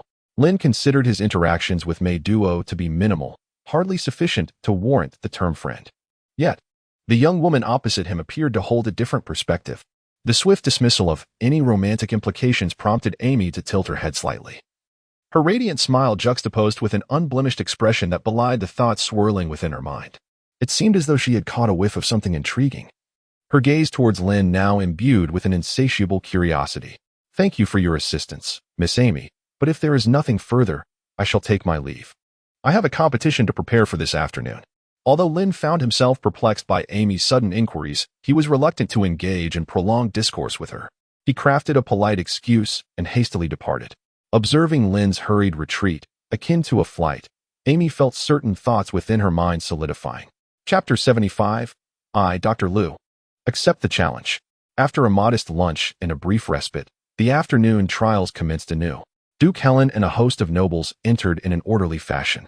Despite a minor incident that had transpired earlier, the atmosphere remained amicable, seemingly untainted by the occurrence of that brief disruption. As Lin arrived at the center of the arena, he fortuitously encountered Owen, who had arrived early. Regrettably, this border youth, who had exited the competition prematurely, failed to secure any points. However, his spirits remained high. Save for a thin layer of gauze wrapped around his right thigh. Is the injury serious? Although their acquaintance was not deep, Lin felt compelled to express his concern. "Not at all," replied the border youth, his face marked by sharp, defined features, as he offered a composed smile. "With Miss Amy's assistance. The injury has nearly healed and will not hinder my performance in the forthcoming matches." "That is reassuring." Lin nodded, choosing not to elaborate further. As casual conversations ensued, individuals began to enter the venue in succession. Among them were Lin's old rivals, including Shut, Judith, and Tosa, with whom she had recently competed. However, apart from Lin, who appeared to be in the best spirits, the others bore pale expressions, clearly still recovering from the intensity of the previous competition. "Lin, you arrived early," Shut remarked, clad in gleaming silver armor, as he greeted her with a warm smile and a raised hand. Lin replied with a smile, "You're not late either. During the duel this afternoon, I kindly ask you to go easy on me." Shut's gaze lingered on Lin for a moment as he spoke words of humility. This. Lin found himself momentarily speechless, taken aback by the extent of the other party's humility. "Mr. Shut is jesting, as a silver knight. It is only fitting for you to hold back," he remarked. Shut chuckled softly, merely shaking his head. It was difficult to discern whether his words were genuine or a mere fade. Nonetheless, there was a certain comfort in hearing them, despite being rivals. Lin and several nobles bore no deep-seated animosity towards each other. Their encounters were marked by cordiality. On the field, they were adversaries, yet off the field, they could still forge friendships. The art of making friends can be both simple and complex. It merely requires an opening line, a response, and a few exchanged words to kindle the flame of conversation. On one side, Lin and his companions gathered together, engaging in casual conversation. Meanwhile, on the elevated platform opposite, the scoreboard had been raised anew, its data meticulously updated in real time. Current rankings: first place, Shut Tanzer, points 10. Second place, Judith Hera, points 10. Third place, Tosa Yara, points 9. Fourth place, Lin Tuzer, points 5. Fifth place, Owen, the sheriff, points 4. 10th place, Dr. Lufu Mafu, points 3. 11th place, Dis Mafu, points 8. A satisfactory standing indeed. Following the assessment, Lin's score had surged from 0 to 5. Lin has successfully taken the first step towards securing a place in the top 3 and striving for the top 5. If he continues on this trajectory, it is only a matter of time before he brushes shoulders with Highway's nightly attendants. Excellent, meals and accommodation are provided. After a midday respite, it seems that everyone has regained their composure quite well. Just as the crowd engages in casual conversation, the old butler, Doug, reappears within their midst. His silver hair is neatly combed back, and his expression is stern and serious. Mr. Doug. Mr. Doug. Upon hearing their calls, everyone promptly greets him. In terms of status, Doug is merely a butler. However, he serves Duke Helen, and the nobles do not regard him with disdain due to his position. Please follow me. Without any delay, Doug turns and leads the group of candidates to the center of the arena, which has been cleared for the upcoming competition. You should be aware of the nature of this battle: courage, valor, and combat. Unlike the previous 3 assessments for ranking, this evaluation will be a challenge. To put it simply, each of you possesses 3 challenge rights, which you may use to challenge any opponent present. A successful challenge will yield 2 points from the defeated opponent, while a failure will deduct 1 point from your score. Each challenge or acceptance of a challenge consumes one of your rights. Those who exhaust their challenge rights will automatically be eliminated from the competition. The order of challenges will begin with the candidate ranked lowest, proceeding upwards. If the competition concludes while any candidates still possess challenge rights, points will be deducted based on the number of remaining rights. The time limit is set at 2 hours. Does anyone have any objections? The familiar closing remarks have become routine for everyone. Since there are no objections, the last ranked contestant, this, may begin selecting his first opponent. You have 3 minutes to make your choice. If you do not select an opponent within that time, one will be assigned at random. Good luck. As Doug spoke, he stepped back with a smile, leaving the arena to the participants, adopting an observer's demeanor. With these words, the crowd fell into deep contemplation. Frankly, if it weren't for the imposed 2-hour limit, there would be numerous strategic approaches to this challenge-based combat, such as feinting, swapping, or exhausting opponents' rights. Of course, those considerations are secondary. At present, Dis, as the first challenger thrust into the spotlight, appeared somewhat anxious. His anxiety stemmed from the point system, while others held positive points. He and Dr. Liu lingered at the rear, needing to make up for lost ground. One misstep could lead to further missteps, and it was already difficult to turn back now. As time ticked away, Dis, caught in indecision, grew increasingly flustered. After much deliberation, he finally made his choice. I challenge Dr. Liu. Dis declared with resolve, his neck craned defiantly. Doug smiled slightly. Then, Mr. Liu, will you accept Mr. Dis's challenge? Upon hearing this, Dr. Liu, ranked just above Dis, appeared displeased. Aside from the top contenders on the scoreboard, the remaining participants were not significantly differentiated in strength. To put it kindly, they were all candidates. To put it bluntly, they were merely filling numbers. Since they were all on a similar level, Liu could not understand why Dis would presume to challenge him, as if he were an easy target. The more Liu contemplated, the angrier he became. Eventually, with a swift motion, he drew his rough, long sword and pointed it at Dis, declaring, I, Dr. Liu, accept the challenge. Chapter 76. I, Dr. Liu, am not inferior to anyone. The battle between Dis and Dr. Liu offered little spectacle. It was dull and uninspiring. Merely a clash between two ordinary individuals with some swordsmanship skills. For the nobles in the audience, the attraction was minimal. They had long grown weary of such lackluster duels. They yearned for something more exhilarating, such as intense confrontations between extraordinary beings, where the thrill of combat was palpable. During the duel, Dis found himself at a disadvantage and was ultimately bested by Dr. Liu. Unwilling to concede defeat, Dis proceeded to challenge several lower-ranked candidates in an attempt to rectify his score. However, due to his lack of stamina, he ended up with a disappointing score of -3 points, becoming the first to be eliminated from the competition. Next, Mr. Liu, please select your opponent. The conclusion of one participant's journey signified the rise of another, and Doug, as the narrator, added a fitting commentary to this unfolding spectacle. The pressure now rested upon Dr. Liu. Having just accepted Dis's challenge, he still possessed 2 challenge rights. Although he was still in the process of making up for lost points, if he utilized these opportunities wisely, he could easily turn the tide and rectify his earlier missteps in the first assessment. Scanning the crowd, after a brief moment of contemplation, Dr. Liu identified his target. He pointed his sword at a youth with tousled brown hair, armed with a wooden shield, who possessed an unremarkable presence. I challenged the 6th-ranked, Daikon the Horseman. Daikon, currently ranked 6th on the scoreboard with 3 points, became the focus of Dr. Liu's ambitions. If he triumphed over him, Liu could reclaim his standing.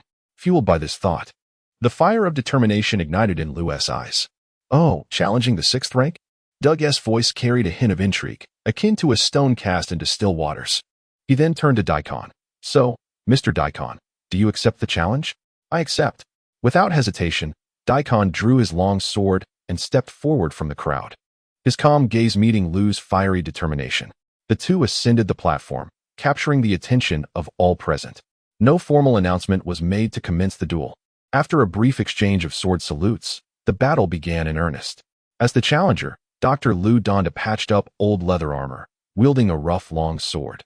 Resembling a ragged soldier fleeing from the battlefield, Daikon, on the opposing side, was in no better condition, lacking even a proper piece of leather armor. His sole means of defense was the crude wooden shield in his left hand. As for the long sword, it likely came from the stables. Yet, these circumstances were understandable. considering Daikon's humble origins as a horseman. In terms of foundational prowess, he could not compare to the noble blood that ran deep in Dr. Lu's veins. Having wooden shields and leather armor is already considered quite commendable. Even someone like Lin, who has access to a cheat shop, has yet to acquire a decent piece of armor or a reliable shield. After a brief moment of scrutiny for weaknesses, Dr. Lu seized the initiative and charged forward. Wielding his sword with a towering presence akin to a formidable bulldozer, thundering towards Deacon. Clang! The blade, descending with ferocity, collided with the shield in Deacon's grasp, sending splinters flying from the force of the impact. Seizing this fleeting opportunity, Deacon spun his body behind the shield, simultaneously thrusting the long sword gripped in his left hand. Whoosh! As if foreseen, Dr. Lu deftly evaded the strike. The longsword, after all, is distinct from a lance, and in terms of length, it is at a disadvantage. Had Deacon been wielding a lighter and swifter lance or spear, the previous strike would have inflicted greater damage on Dr. Lu. Realizing the predicament, Dr. Lu's frustration mounted, intensifying both the speed and power of his sword strikes. The clashing sounds resonated loudly, and the engagement grew increasingly fierce. The thundering echoes became more pronounced. Observers could clearly discern that the contest between Dr. Lu and Deacon was far more refined and captivating than the previous encounter with Dis. Even the noble spectators in the viewing platform became engrossed. Just as Lin became absorbed in the spectacle, the border youth, Owen, standing beside him, suddenly inquired, "Brother Lin, who do you think will emerge victorious?" Lin shook his head, uncertain. To be candid, his combat experience was rather limited. He could hardly compare himself to someone like Owen, who had been on the battlefield since childhood and had witnessed bloodshed. Even Dr. Lu and Deacon, who were present on stage, possessed far superior combat experience. Thus, he found it challenging to respond to Owen's question. "Dr. Lu will emerge victorious," Owen declared, his gaze fixed intently on the battlefield, his voice imbued with conviction. "Why do you say that?" Lin inquired, tilting his head in confusion. He struggled to comprehend the meaning behind Owen's assertion. From Lin's perspective, Dr. Lu was notably robust, towering over Deacon and clearly possessing a significant advantage in strength. However, Deacon was by no means lacking. Despite his smaller stature, he wielded his wooden shield with remarkable steadiness, consistently fending off Dr. Lu's assaults. Thus far, it appeared that both combatants were showing signs of fatigue. To draw a conclusion at this juncture seemed premature. "No." Owen, noticing the perplexity on Lin's face, smiled and elaborated. "Although it may seem that both sides are evenly matched at first glance, a closer examination of Deacon's left hand reveals some intriguing differences." "Left hand?" Lin looked up in confusion. With the extraordinary vision far surpassing that of ordinary individuals, he could distinctly perceive Deacon's left hand, which was supporting the shield, yet trembling ever so slightly. Lin grasped the essence of Owen's words. It was not that both sides had failed to display their weaknesses, but rather that he had overlooked Deacon's vulnerabilities. So it was. With this realization, Lin regarded the young man beside him with newfound respect. If all went as expected, the outcome of this contest would align with Owen's predictions. Just as Lin pondered this, the battle on stage took a new turn. With a resounding crash, after another fierce strike from Dr. Lu, the wooden shield in Deacon's grasp flew from his hands, and Dr. Lu seized the opportunity to deliver a swift kick that sent Deacon sprawling to the ground. The audience erupted into enthusiastic applause, signaling that the battle was nearing its conclusion. As a servant from the Winter family ascended the stage to assist Deacon, Butler Doug, clapping his hands, stepped into view before the crowd. "A splendid performance, Mr. Lu. However, you still have one challenge opportunity remaining. Would you care to continue the contest?" "Of course. You may choose to postpone your challenge or continue your courageous journey," Butler Doug said with a beaming smile, causing Dr. Lu to hesitate slightly. Though victorious, Dr. Lu had not triumphed effortlessly. Facing the tenacious Deacon, he had expended considerable energy. The applause from the audience affirmed that the noble lords were quite pleased with his performance. While it would indeed be a wiser choice for Dr. Lu to pause and regain his strength, such a decision might disappoint some of the noble lords. Given the current circumstances, the position of squire was no longer within his reach. Rather than retreat, it seemed more prudent to seize the moment and deliver an impressive performance, possibly catching the eye of a noble lord who might consider him worthy. With this conclusion in mind, Dr. Lu resolved to either win resoundingly or lose spectacularly. In his lexicon, mediocrity had never found a place, and since he was to engage, he would do so in grand fashion, aiming to leave a lasting impression. Thus, Dr. Lu surveyed the crowd, his gaze finally settling on Lin. I challenge the fourth-ranked, Lin Tuzer. Chapter 77. A need for more funds, did I hear incorrectly? That young man wishes to challenge Lin? Though that fellow named Lin may be somewhat lacking in equestrian skills, he possesses mastery over fighting spirit. As Dr. Lu's declaration echoed throughout the venue, a wave of astonishment swept over the audience, leaving many nobles wide-eyed. Lin himself shared in their disbelief. Challenge me? Surely. You jest. Lin was utterly bewildered. Hadn't he always been so courageous? Do you not see the immense fighting spirit within me? Lin felt that perhaps she was perceived as an easy target. Upon reflection, it was understandable. The top 3 positions on the scoreboard were occupied by individuals adorned in gleaming armor, proficient in combat energy, and likely equipped with enchanted weapons and an array of formidable items befitting their noble status. Lin indeed appears to be significantly weaker, or at least that is the impression one gets. The reasoning is sound. Nevertheless, it leaves one feeling quite unsettled. Lin's lips involuntarily twitched as he sought to express his discontent. Given his current position as 4th on the leaderboard, he had entertained the possibility of facing a challenge. However, he never anticipated that such a challenge would arrive so swiftly. The individual daring to confront him was neither the seasoned adversary Irving, whom he regarded as a worthy opponent, nor any of the other aristocrats known for their fiery tempers. Though it may be deemed impossible, I shall proceed regardless, even if faced with a multitude. In any case, Dr. Lu's audacity is indeed quite admirable. Lin humbly acknowledged his own uncertainties. Nevertheless, he recognized the necessity of addressing the other party's demands. Furthermore, and most importantly, if memory serves, among those who once laughed at him, it was the gentleman known as Dr. Lu who laughed the loudest. Of course, Lin bore no grudges. He merely held a profound respect for those who displayed remarkable courage. After all, does honoring one's opponent with unwavering effort not constitute the highest form of respect? Mr. Lin, do you accept Dr. Lu's challenge? Inquired Butler Doug, his face adorned with a smile as Lin remained silent for a moment. Absolutely, Lin responded, shaken from his reverie, a smile gracing his lips as he instinctively tugged at the titanium alloy straps affixed to his shoulder. I greatly admire Dr. Lu's extraordinary courage, and I shall likewise exert my utmost effort to reciprocate this respect. Lin's smile was intriguing. Upon hearing this, Dr. Lu on stage was drenched in cold sweat, struggling to suppress the weakness in his legs. Then I shall seek your guidance, he managed to say. Once on stage, Lin and Dr. Lu faced each other, adhering to the customary sword salute of their duel. However, at the moment of bowing, Dr. Lu's lowered voice suddenly broke through. Brother, you possess the ability to harness energy. I am surely no match for you. Let us strike a bargain. In this contest, you allow me some leeway to lose gracefully, and afterward, I shall reward you with a gold coin. How does that sound? An ordinary person devoid of extraordinary power stood before a transcendent being like a mere toy. From the very instant he was selected to confront Lin, Dr. Lu understood that victory was entirely out of reach. Of course, he never intended to win. His sole desire was to ensure that his defeat was splendid and dignified enough to catch the attention of the highborn nobles in the audience. As for why he chose Lin as his opponent, that was something Dr. Lu had contemplated in advance. On one hand, Lin appeared to be the most vulnerable among the 4 individuals capable of harnessing energy. On the other hand, there was the matter of status, a fallen noble, a mere stableman. If he had approached a typical noble, one indifferent to wealth, a mere gold coin would not suffice to engage them in such a transaction that could tarnish their image. But Lin was different. It could not be said with certainty that he would agree, yet there was at least a chance. Thus, he opted to challenge Lin. Upon hearing this, Lin understood the intentions behind Dr. Lu's words and chuckled softly. So, you presume to use me as a stepping stone and come here to fleece me? Lin feigned a gloomy expression.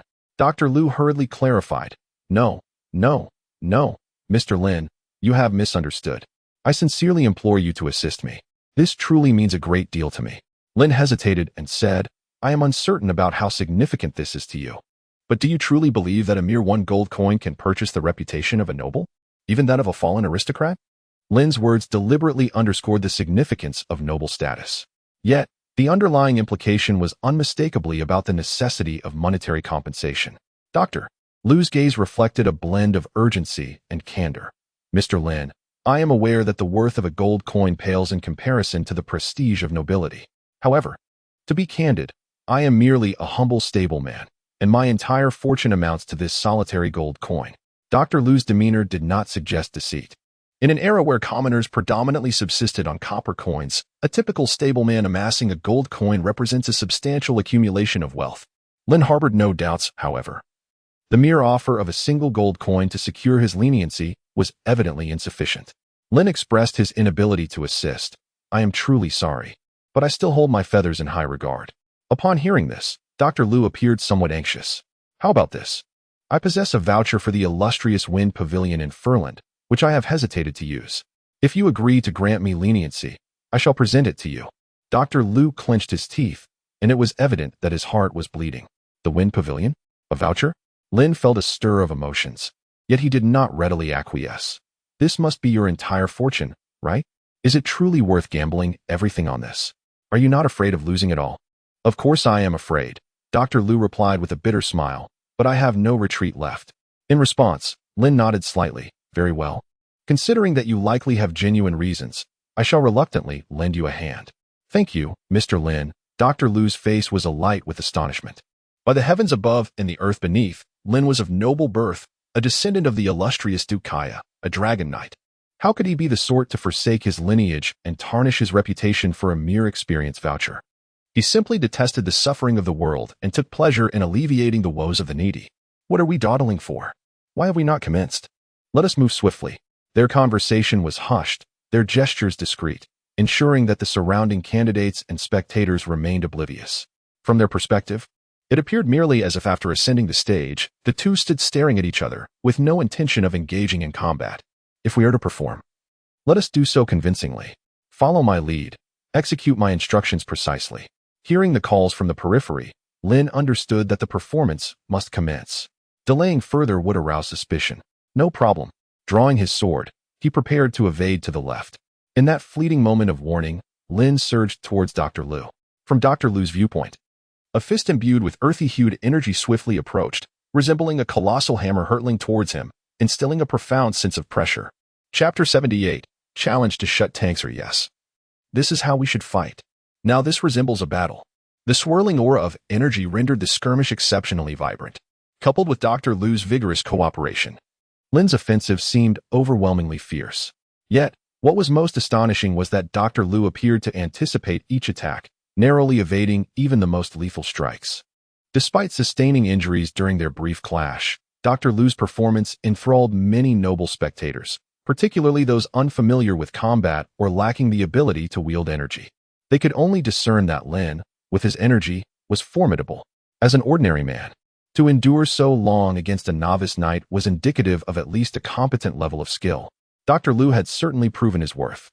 Indeed, some nobles in the audience began contemplating the price they would pay to procure Dr. Lu from the Winter family, especially for those emerging nobles reliant on trade. Having a proficient swordsman as a bodyguard could alleviate significant burdens.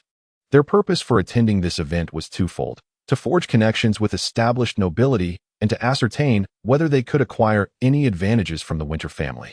After all, many northern nobles regarded the Winter family stables, ostensibly a mere equestrian establishment, as a veritable breeding ground for talent, having nurtured numerous capable individuals over the years.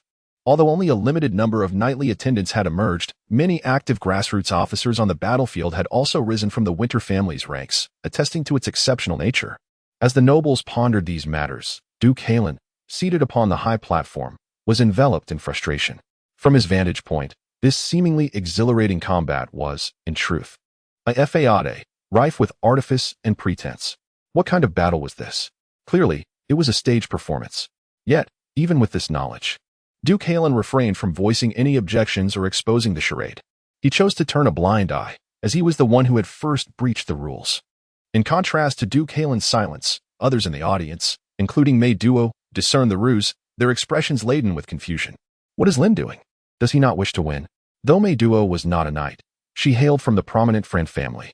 In her social sphere, many wielded energy, and she had witnessed the vast gulf between the extraordinary and the ordinary. If Lin desired victory, the battle would have concluded the instant he struck his first blow. Yet, this unremarkable ordinary man, Dr. Lu, managed to withstand Lin's onslaught for so long. It was evident that this was a prearranged spectacle. It must be a deliberate concession. Highway proposed, addressing Mei Duo's bewilderment. But why would he concede? He is a noble, and such actions could tarnish his image and reputation. Meiduo remained perplexed. In her upbringing, she had been taught that nobles must embody elegance, humility, propriety, and uphold familial interests, cherishing their own honor. Yet Lin appeared indifferent to both his reputation and that of his lineage. Wei, too, struggled to comprehend Lin's actions, yet she speculated, given their prolonged gaze upon each other upon taking the stage, that perhaps a transaction had transpired between them. What kind of transaction? I do not know, Wei shrugged. It is certainly something devoid of the knightly spirit. Fine, Meiduo conceded, and the conversation subsided, not expanding further. The multitude of questions swirling in Meiduo's mind were swallowed back down. Throughout this exchange, the priestess remained an observer, her gaze flitting between Wei and Meiduo, as if seeking to uncover something. As speculation swirled, the fierce battle on stage finally drew to a close. In an expected turn of events, Lin seized upon Dr. Lu's momentary lapse, delivering a decisive blow that sent him crashing to the ground, a foot planted firmly on Dr. Lu's chest to restrain him from rising. Dr. Lu, now on the ground, gazed up with eyes filled with reluctance, yearning to struggle against the weight of Lin's foot, imbued with energy. Ultimately, he sighed in resignation. You have won. The sigh was somewhat hoarse, tinged with a hint of dissatisfaction. You were not so bad yourself. Lin elevated his foot upon Dr. Lu's chest, smiling as he leaned down to lift the robust man, who stood half a head taller than him, from the ground. The outcome of their contest was swiftly determined. It was a splendid duel, with Lin emerging victorious. Mr. Doug, who also served as the referee, announced the result as per usual, yet this time his gaze upon the two was tinged with a hint of awkwardness. Amidst the applause from the audience, both men descended the stage at a leisurely pace. Perhaps it was the illusion of camaraderie exhibited by Lin and Dr. Lu that led many to mistakenly believe that those who wielded fighting spirit were not particularly formidable, and thus not invincible. Consequently, the number of individuals seeking to emulate Dr. Lu, provoking Lin in hopes of using him as a stepping stone to shine before the nobility, began to rise. Ultimately, after being swiftly dispatched from the ring by Lin's hand, the participants in the arena were instantaneously awakened, their recently ignited ambitions quieted in an instant. They relinquished any extravagant notions, opting instead to challenge mere mortals. The invincible presence of Lin, who commanded the fighting spirit, was reaffirmed. Lin found himself unable to ascend the ranks in the stepping stone challenge, instead falling a position lower. Yet, the untrained Owen, devoid of mastery over martial energy, became the focus of many challengers among the horsemen. However, the outcome was invariably the same. All challengers met with failure, relinquishing their points. Although Owen lacked the proficiency in martial energy and was significantly behind the top four on the leaderboard, his youthful experience in battle and exposure to bloodshed emanated an inherent ferocity that set him apart from the ordinary horseman. In the two combats he faced, Owen triumphed decisively, each engagement marked by swift and lethal strikes aimed at vital points. The palpable proximity to death instilled dread in the hearts of the horsemen, cloaking this fierce youth, not yet 16, in an aura of fear. With each successive challenge and unremarkable victory, Owen's rank ascended rapidly, soon reaching the 5th position. When it was his turn to challenge, the nobles in the viewing area erupted in enthusiastic applause, expressing their anticipation. Mr. Owen, you now have but one opportunity left to challenge. Whom do you wish to face? Inquired Butler Doug, his question a mere formality. The taciturn youth from the border remained silent, his gaze drifting over the top four contenders before ultimately settling upon Shut Tansar. I wish to challenge the first place. Shut Tansar. Chapter 79. The breath of the deep-sea Dr. Lu's challenge carried an air of calculation, perhaps not bravery, yet this boy from the border, named Owen, truly embodied courage. He dared to challenge the Silver Knight, Shut Tansar, a prospect none had anticipated. You wish to challenge me? Shut, taken aback much like Lin had been at first, was momentarily bewildered. Indeed, Owen replied, his eyes reflecting a glimmer of determination. Very well, Shut said, a smile breaking through his initial surprise. I admire your bravery and accept your challenge. Before the gaze of many, Shut Tansar, clad in resplendent silver armor, ascended the platform, facing the youth wielding a finely crafted weapon. Both combatants' gazes ignited with fervor. Unlike the conventional crossword, Owen brandished a weapon with a single sharpened edge, resembling a long knife with an extended handle. If one were to describe it, it would be akin to a black long knife, unremarkable in appearance. Yet wielded by this border youth, it exuded an indescribable sharpness. Shut, in his gleaming armor, had his vibrant red curls accentuated. Grasping a spear cloaked in a deep gray mist, likely enchanted. "Are you ready?" he inquired softly after a brief sword salute. "Of course," Owen replied, his cold and rigid demeanor giving way to a fierce battle intent that seemed ready to explode. "You are merely an ordinary person, devoid of martial energy. I too shall not employ any martial energy against you." Despite the poor reputation of the southern nobles among their northern counterparts, they still possess the etiquette and gentlemanly qualities expected of nobility. "No need for that. Unleash your full strength. I merely wish to witness the true extent of the gap between myself and a genuine extraordinary knight." This statement left Shutt momentarily stunned. He could not fathom why an ordinary individual felt entitled to speak thus before a silver knight who commanded martial energy, understanding that further words would be futile. Shutt waved his right hand, azure martial energy igniting like a blazing fire upon his spear.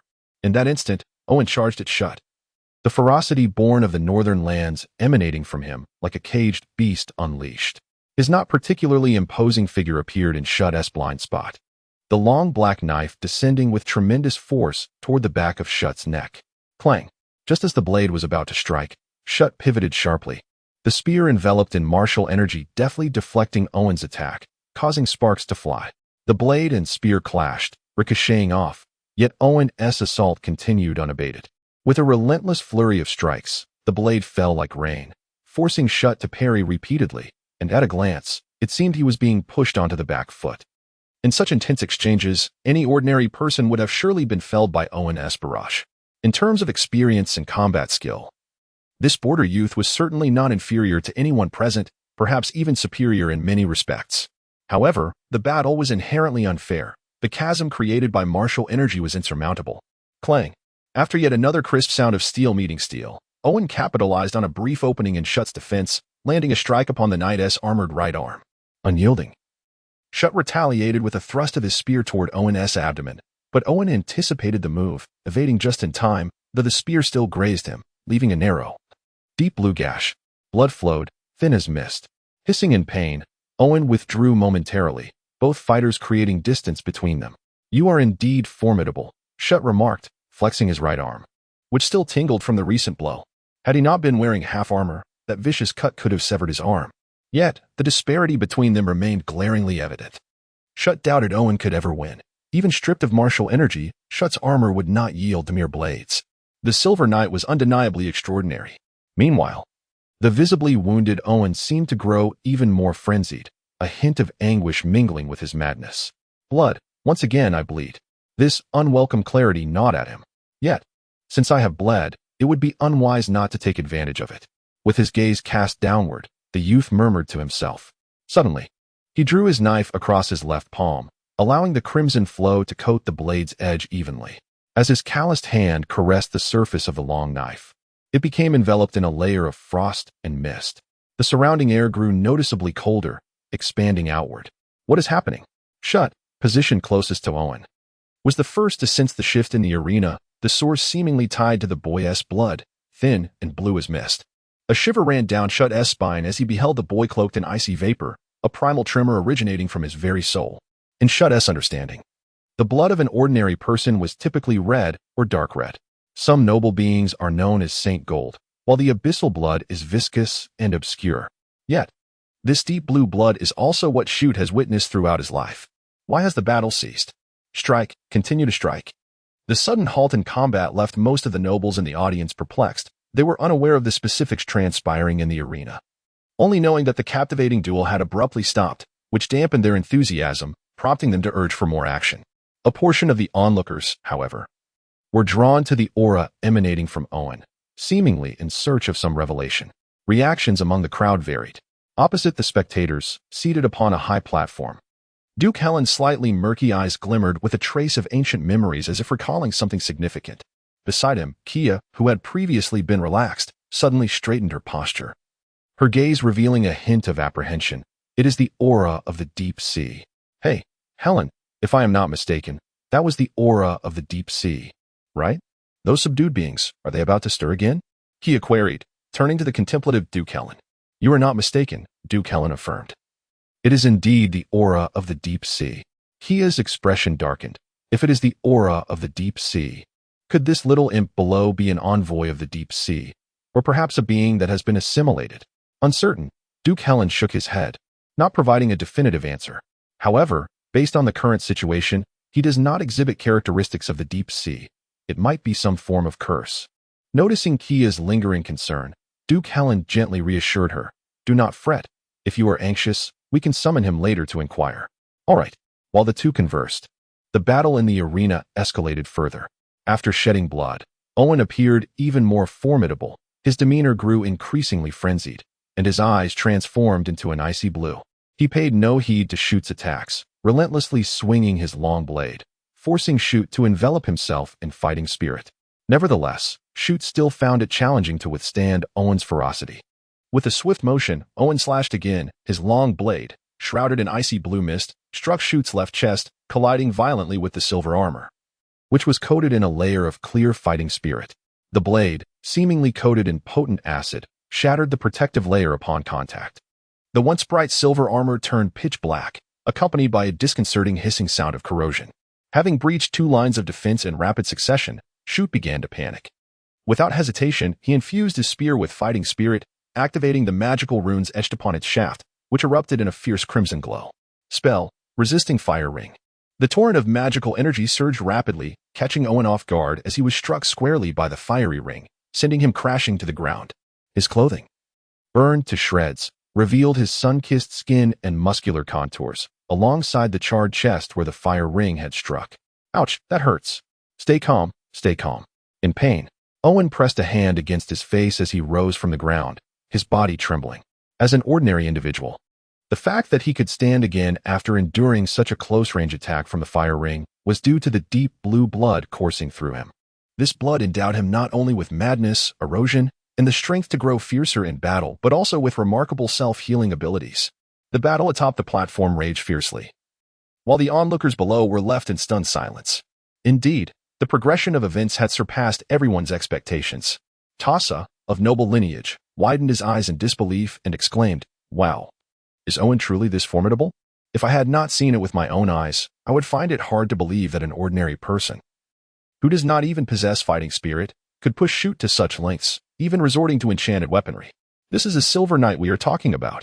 I cannot say for others, but I certainly could not achieve such a feat. Do you think Owen might truly possess the ability to dethrone Shoot from his lofty position?"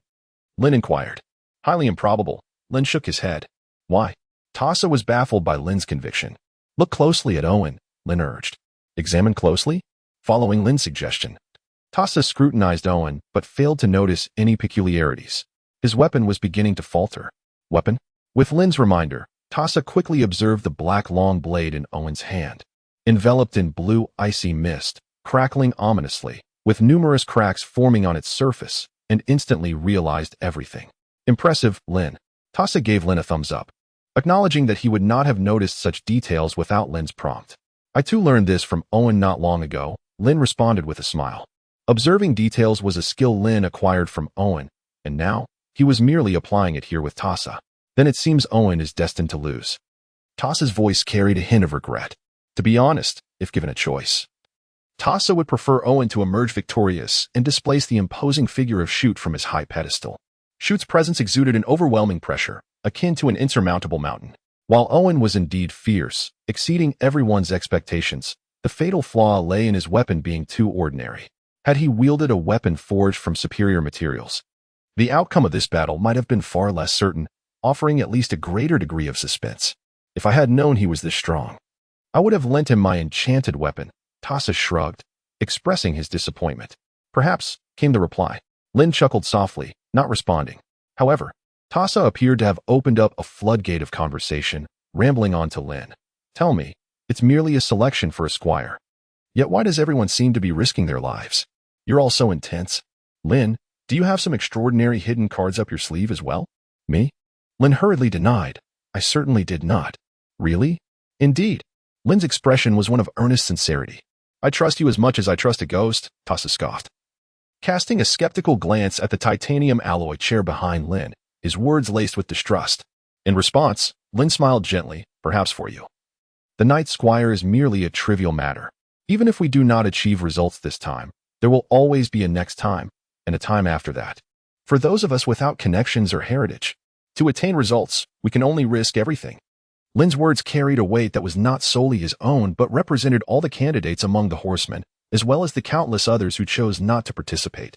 He exchanged a knowing smile with Tosa, who wholeheartedly agreed. After all, who could blame him for having a distinguished father? As Tosa spoke, he lifted his gaze towards the direction of the viewing platform, where his father, the current head of the Yara family, stood. In the midst of their conversation, a sudden and fervent cheer erupted from the crowd, signaling that the contest on stage had reached a decisive conclusion. Lin glanced up and beheld Shudi standing on the high platform, his expression cold and unyielding, the spear in his hand poised perilously close to Owen's throat. Owen's right hand hung limply at his side, clutching the hilt of a blade devoid of a cutting edge, while shattered fragments of its once sharp steel lay strewn about his feet. Chapter 81. The Kiss of the Wind. The battle was nothing short of exhilarating. Most spectators were riveted on the confrontation between Owen and Shudi, oblivious to the hushed exchange occurring beneath the platform between Tosa and Lin. Mr. Tosa, is this truly appropriate? Lin inquired. What is inappropriate about it? He, a silver knight, has cast aside his dignity to bully us. Why should we not employ a strategy to confront him? Noticing Lin's lingering hesitation, Tosa contemplated for a moment before adding, victory or defeat is inconsequential. You shall challenge him and exhaust his stamina. Once you succeed, I shall reward you with 30 gold coins. What say you? Just 30 gold coins? What sum do you desire? Tosa's demeanor grew increasingly cautious. Lin spread his hands in a gesture of exasperation. This isn't merely a matter of quantity, Mr. Tosa is well aware that the individual you wish me to confront is Shut, a silver knight. Setting aside the question of strength, considering the current circumstances, challenging Shut would inevitably tarnish my reputation. Let us dispense with superfluous chatter and be forthright. Name your price. 50 gold coins. Lin was unreserved in his proposal. 50? Tosa nearly bit his own tongue in disbelief. You might as well resort to thievery. That would be excessive. Lin gently patted Tosa's shoulder and whispered in a hushed tone. I've staked my very reputation on this. Naturally, I won't take your coin without delivering value. I'll ensure he's thoroughly exhausted, with fortune favoring us. We might even force his hidden hand. Doesn't that justify the price? Can you truly guarantee such an outcome? Lin pounded his chest confidently, assuring everyone that he would keep his word. Very well, then, 50 gold coins it is. May our collaboration be delightful. Mr. Lin still had one more chance to challenge, with a preferred target in mind, or he could choose to defer its use. Butler Doug maintained his usual smile, his inquiries about the topic repetitive, as if pre-programmed. I have made my decision. I shall challenge the first place, Shut Tangzer. Upon hearing this, the atmosphere in the venue grew tense once again, with nearly everyone, save for Tosa, casting uncertain glances at Lin. Even Owen, who was being assisted off the stage, displayed considerable surprise. Particularly, Shut, who had just begun to descend the steps, halted midway, his victorious smile abruptly freezing. Butler Doug, though perplexed by Lin's challenge, respected his choice and politely inquired of Shut, will Mr. Shut accept the challenge? Or will he decline? The remarkable battle between Shut and Owen had been witnessed by all, marking it as the most intense encounter of the competition thus far. Lin's choice to challenge Shut at this juncture inevitably raised suspicions of opportunism. Shut appeared hesitant. After all, he was not in peak condition. Although he had emerged unscathed from his fight with Owen, he had expended some energy and utilized the enchantments of his weapon. Engaging Lin at this moment was not a prudent decision. Before Shut could gather his thoughts, Lin interjected, Mr. Shut need not harbor excessive concerns. I am indifferent to victory or defeat. Like Mr. Owen, I merely wish to demonstrate my courage and witness the might of a silver knight. Of course, you have the right to refuse. However, I trust that someone of your stature would not turn down a challenge from a humble, inconspicuous apprentice knight such as myself. Ah, what a clumsy attempt at provocation. Shut scoffed inwardly. Despite recognizing Lin's deliberate trap, he found himself unable to refuse. After all, in front of so many nobles, it would be quite unbecoming for a silver knight to decline a challenge from an apprentice. Thus, albeit reluctantly, Shut steeled himself to accept. I accept your challenge. Truly, Mr. Shut exuded the aura of a formidable warrior. Having achieved his desired outcome, Lin beamed with delight, lavishly bestowing compliments upon Shut. Shut merely rolled his eyes in response. The two ascended the steps once more, standing face to face upon the high platform, once again performing the customary salute with their swords. Yet, throughout this process, neither uttered a word. Mr. Shut, I beg your pardon. After the formalities, Shut did not afford Lin a moment to react. With a swift maneuver of his spear, he launched an immediate assault, likely intending to conclude the battle in the fastest manner possible. Unfazed, Lin swiftly channeled his energy to his upper body and vital areas while seizing the titanium alloy chair behind him to swing it. Bang! The spear clashed against the titanium chair with a resounding impact. Although neither weapon sustained any damage, both combatants were forced to retreat. Shut staggered back 2 steps, while Lin glided back 5 or 6 steps along the ground. The disparity between an apprentice knight and a silver knight in a pure test of strength became glaringly evident. Not weak at all. Indeed, Lin's challenge carried an air of opportunism, yet upon engaging in combat, Shut was abruptly struck by the realization that Lin was not as feeble as he had presumed. In fact, the sense of threat emanating from Lin far surpassed that of Owen. Thus, a swift resolution was in order. When contending with mere mortals, Shut felt no need to exert himself. However, facing another adept in the art of combat, he deemed it unnecessary to hold back. It was time for Lin to witness firsthand the insurmountable chasm that lay between an apprentice knight and a fully fledged knight. With a mere thought, a rich azure aura of combat energy surged forth from Shut, its magnitude astonishingly vast, eclipsing the earthy tones that had cloaked Lin. Observing this development, Lin was momentarily taken aback, recognizing that Shut might be preparing for a significant escalation. Was he truly intending to unleash his full potential already? He had not anticipated that this encounter, which had only just begun and was still in the exploratory phase, would be met with such urgency from Shut. Had he underestimated me so gravely? Lin squinted slightly, his expression betraying a hint of displeasure. As he had anticipated, Shuti indeed sought to conclude the match swiftly, endeavoring to preserve his strength to the utmost.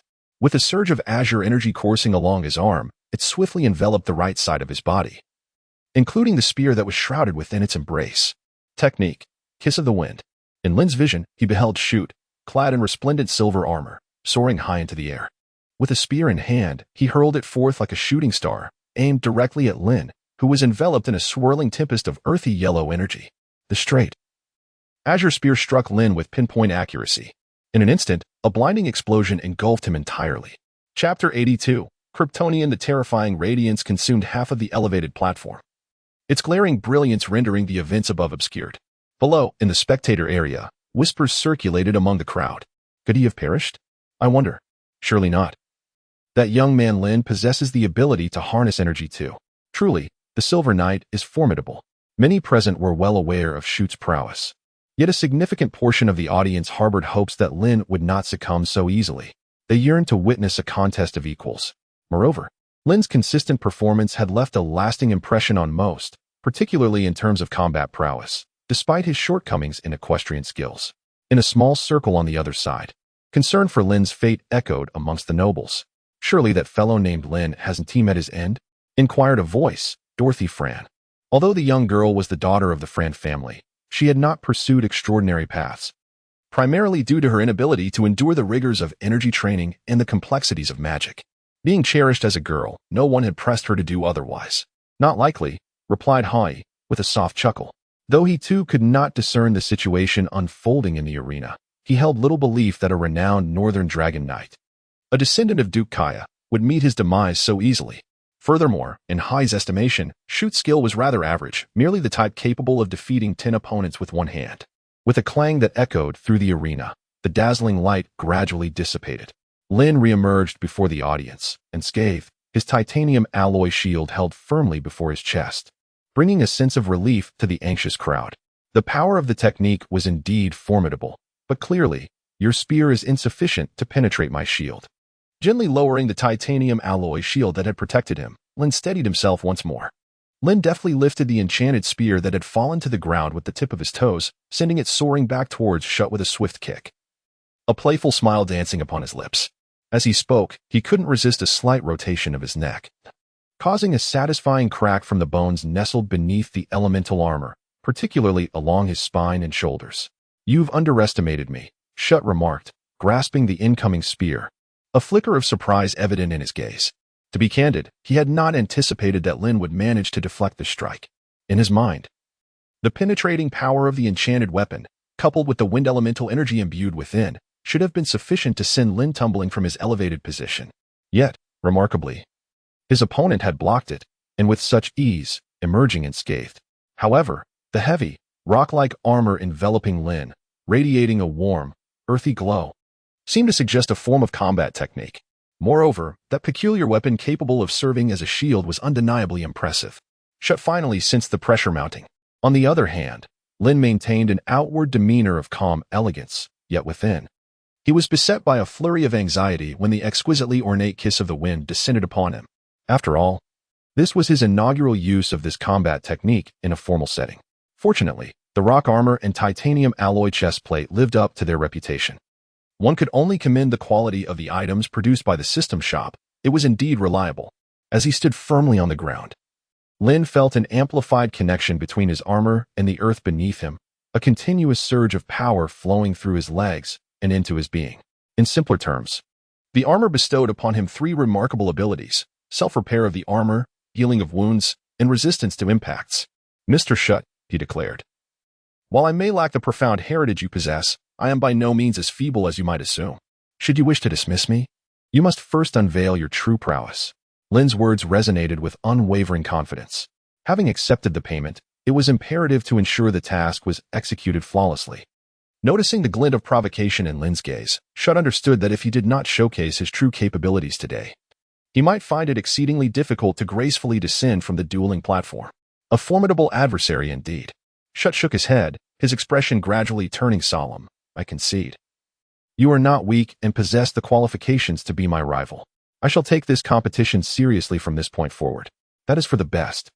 Clad in the impenetrable rock armor, Lin believed himself to be a match for Shut.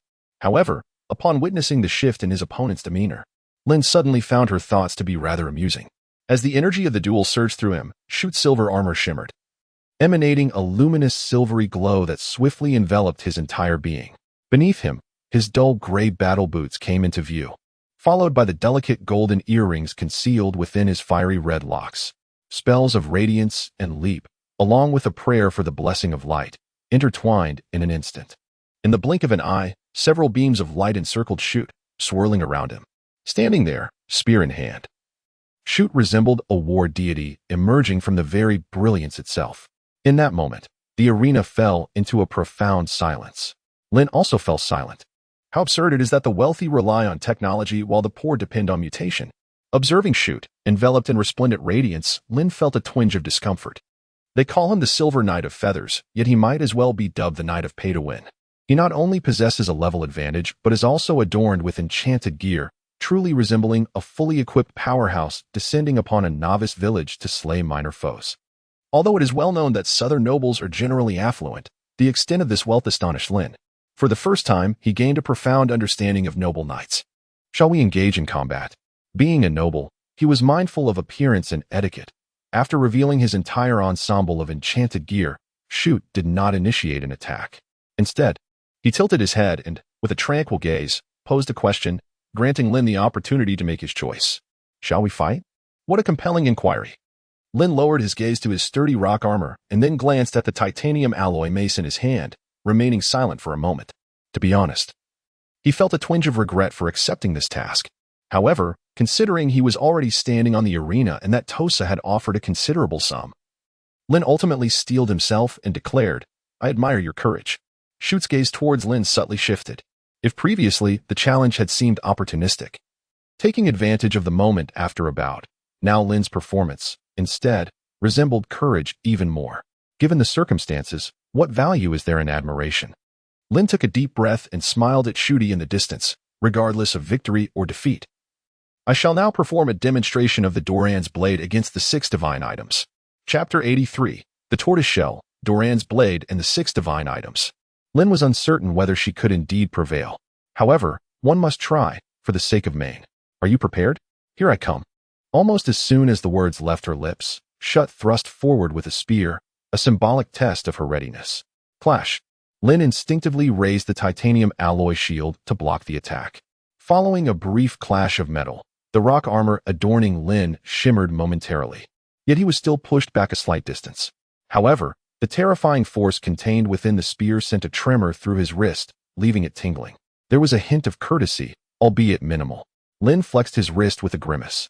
Before he could ponder further, the aura-imbued spear thrust toward him once more without flourish. Bathed in the radiant glow, Lin distinctly perceived that Shut, empowered by enchanted equipment, had elevated his prowess substantially.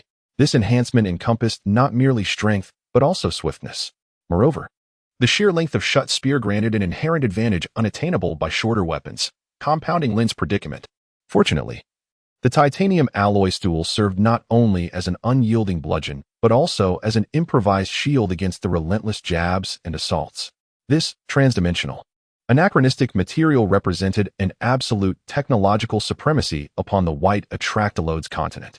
Whether this world possessed the means to breach it remained debatable, but Shut's enchanted armaments certainly could not.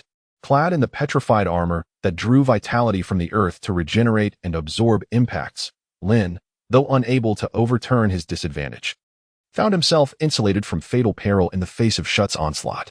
Lin felt as if he were nestled within a turtle's shell. Deeply entrenched in the teachings of his mentor, the purebred son of the tower, indifferent to the tempest raging outside, immovable as a mountain, he had withstood the pressure. Though not entirely unscathed, his opponent lacked the capacity to consume him whole.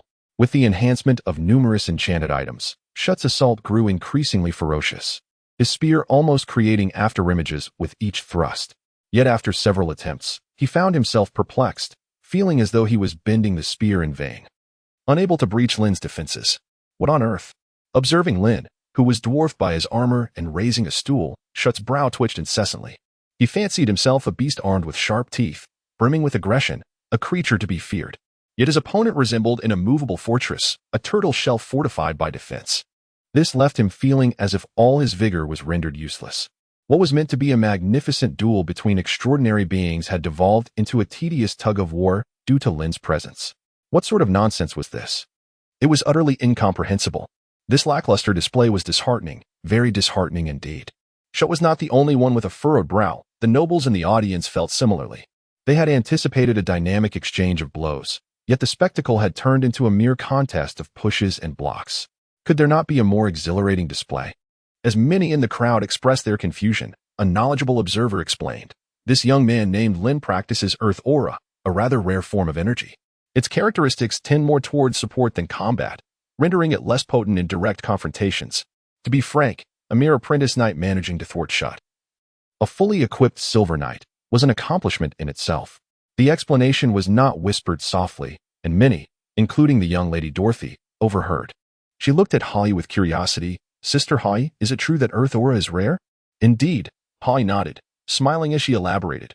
"What he said is largely correct. This type of aura is predominantly supportive, and its combat effectiveness is relatively weak, which is why few families pass it down. Thus, practitioners in the northern regions are quite uncommon." "Why is it weak?" Dorothy tilted her head, continuing to inquire. "I think aside from color, these auras don't seem very different." The young girl's eyes were innocent, lacking understanding of the nuances between them, believing them to be similar apart from their hues. "Ah, there are indeed distinctions," Holly patiently responded. "Non-elemental auras allow for the learning of various combat techniques and can manifest different effects. For instance, our winter family's ice aura can induce cold and even frost, fire elementals can ignite, wind elements can cut, and lightning attributes can pierce. As for Earth Aura, it embodies strength. In terms of attributes, enhancing one's power is not inferior. If it were any other attribute, it would be formidable. However, Earth Aura's techniques lean heavily towards support, with offensive strategies being scarce, thus creating a conflict. Furthermore, while Earth Knights possess healing abilities, they significantly pale in comparison to the battle-focused priests. Although Hai's insights into the extraordinary realm were invaluable to most newcomers, Dorothy appeared somewhat bewildered, even resistant. "Oh, I see," she said, her tone dismissive as she sought to change the subject. "So, does that mean Lin will definitely lose this match?" "Not necessarily," Hai pondered before shaking her head. "Though Lin is at a disadvantage, it is clear that Shut is also struggling against him. If Lin possesses any formidable offensive techniques, he might very well turn the tide in this battle." As she spoke, Hai felt a flicker of hope. Unlike others who were unaware of Lin's potential, she had some knowledge of his capabilities. After all, just last night, her grandfather had bestowed upon Lin a rare scroll containing the settlement combat technique, a valuable earth attribute offensive skill capable of altering the course of battle. Moreover, Hai believed mastering such techniques was not overly difficult. Lin, being a descendant of a dragon knight, Despite beginning his training later than others, should not be lacking in talent, she mused. A night had passed. He should have grasped the settlement technique by now. As the crowd speculated, Lin remained oblivious. However, on stage, he found himself cornered by Shut's relentless onslaught. Perilously close to the edge of the platform. It must be said, Shut, having activated his equipment's effects, was indeed fierce. Despite the impact resistance granted by his rock armor, Lin struggled to hold his ground. Just as he seemed on the brink of being toppled from the platform, he suddenly declared, "I concede. I admit defeat." Concede? Shut halted mid-thrust, his spear frozen in the air.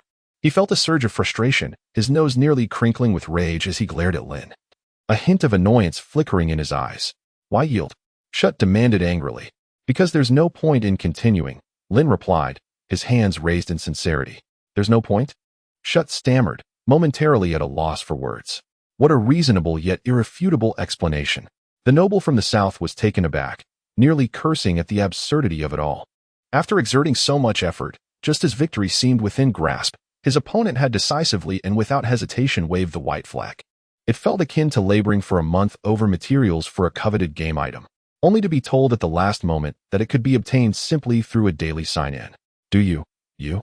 Shut stood speechless, gaping at Lin, who had evidently reached the brink of exasperation. After shedding his rock armor, this impudent trickster even had the audacity to pat him on the shoulder, saying, "No need to worry, I'm unhurt." "Who in the world asked you that?"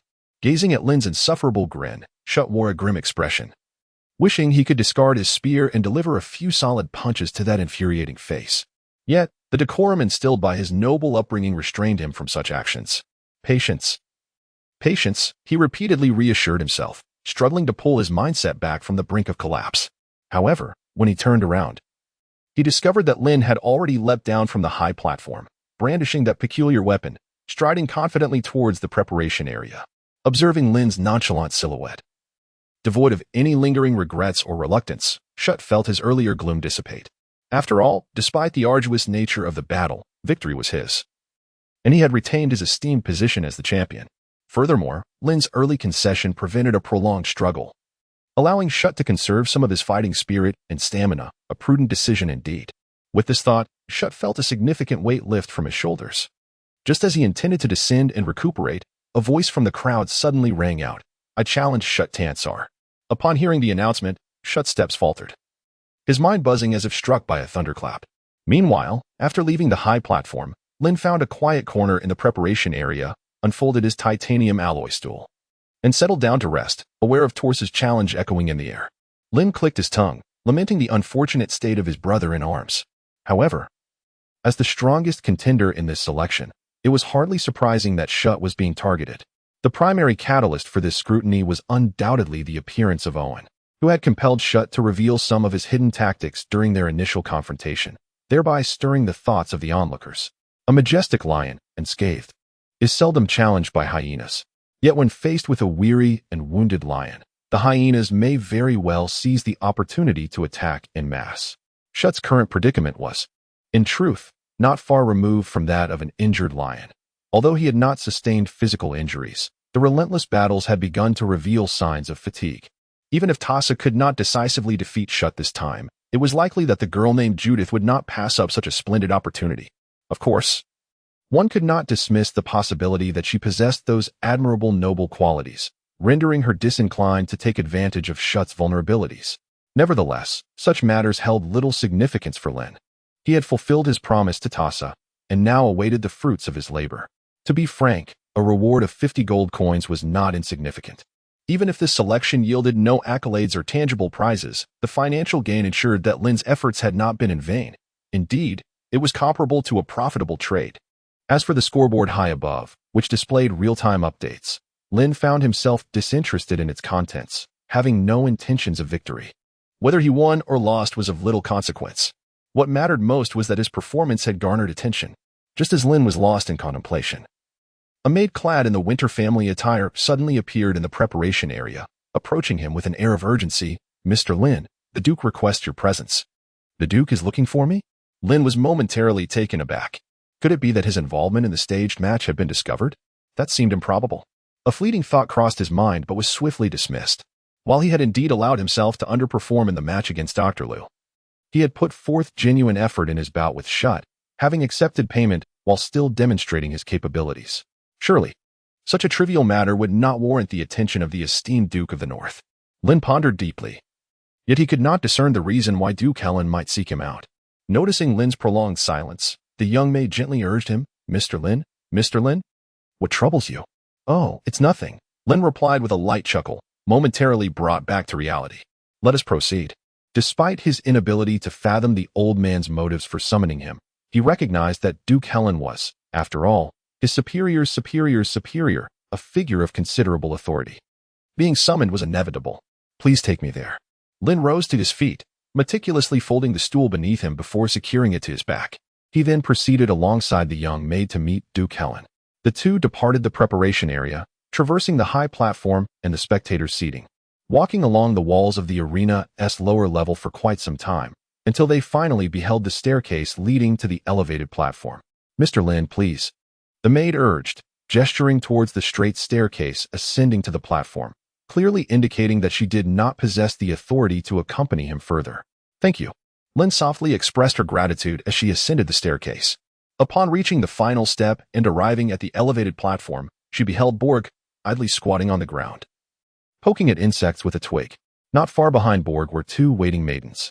In close proximity, the elderly Duke Helen leaned against a chair, engaged in conversation with the pallid Erwin, whose arms and sides were wrapped in bandages.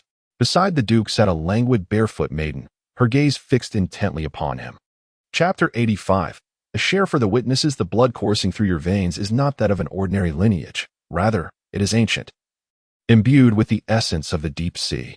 This essence clings to your bloodline, residing within your being, bestowing upon you unique powers, while simultaneously rendering you incapable of practicing martial arts, magic, or faith as a common individual would. From a distance, still far from close proximity, Lin overheard the conversation between Duke Helen and Owen, discussing the so-called blood of the deep sea. He refrained from approaching hastily, stopping at a respectful distance to grant them some privacy. Despite the considerable space between them, Lin's extraordinary physical abilities allowed him to catch fragments of their dialogue. Curse. Blood of the deep sea? A hint of confusion colored Owen's face and voice. But my parents, my ancestors, they were just like everyone else. Why is it different for me? Am I not truly their child? A flicker of shock crossed the young man's hardened features, sparking a troubling thought of self-doubt. Do not overthink it, Duke Helen gently interjected, recognizing the boy's skewed thoughts. Matters of lineage are certainly not confined to a single generation. You are indeed your parents' child. Perhaps your ancestors had some connection with the deep sea, or were cursed on the battlefield of revival. The battlefield of revival? The boy's keen intellect seized upon this crucial phrase, suggesting the existence of knowledge beyond the reach of ordinary people. Duke, about the battlefield of revival, before he could finish, Duke Helen softly interrupted, regarding the blood of the deep sea and methods to break the curse. I shall inform an old friend to keep an eye out for any relevant solutions. As for the existence of those ancient beings, it may indeed be linked to the blood within you, but it is too early for you to comprehend.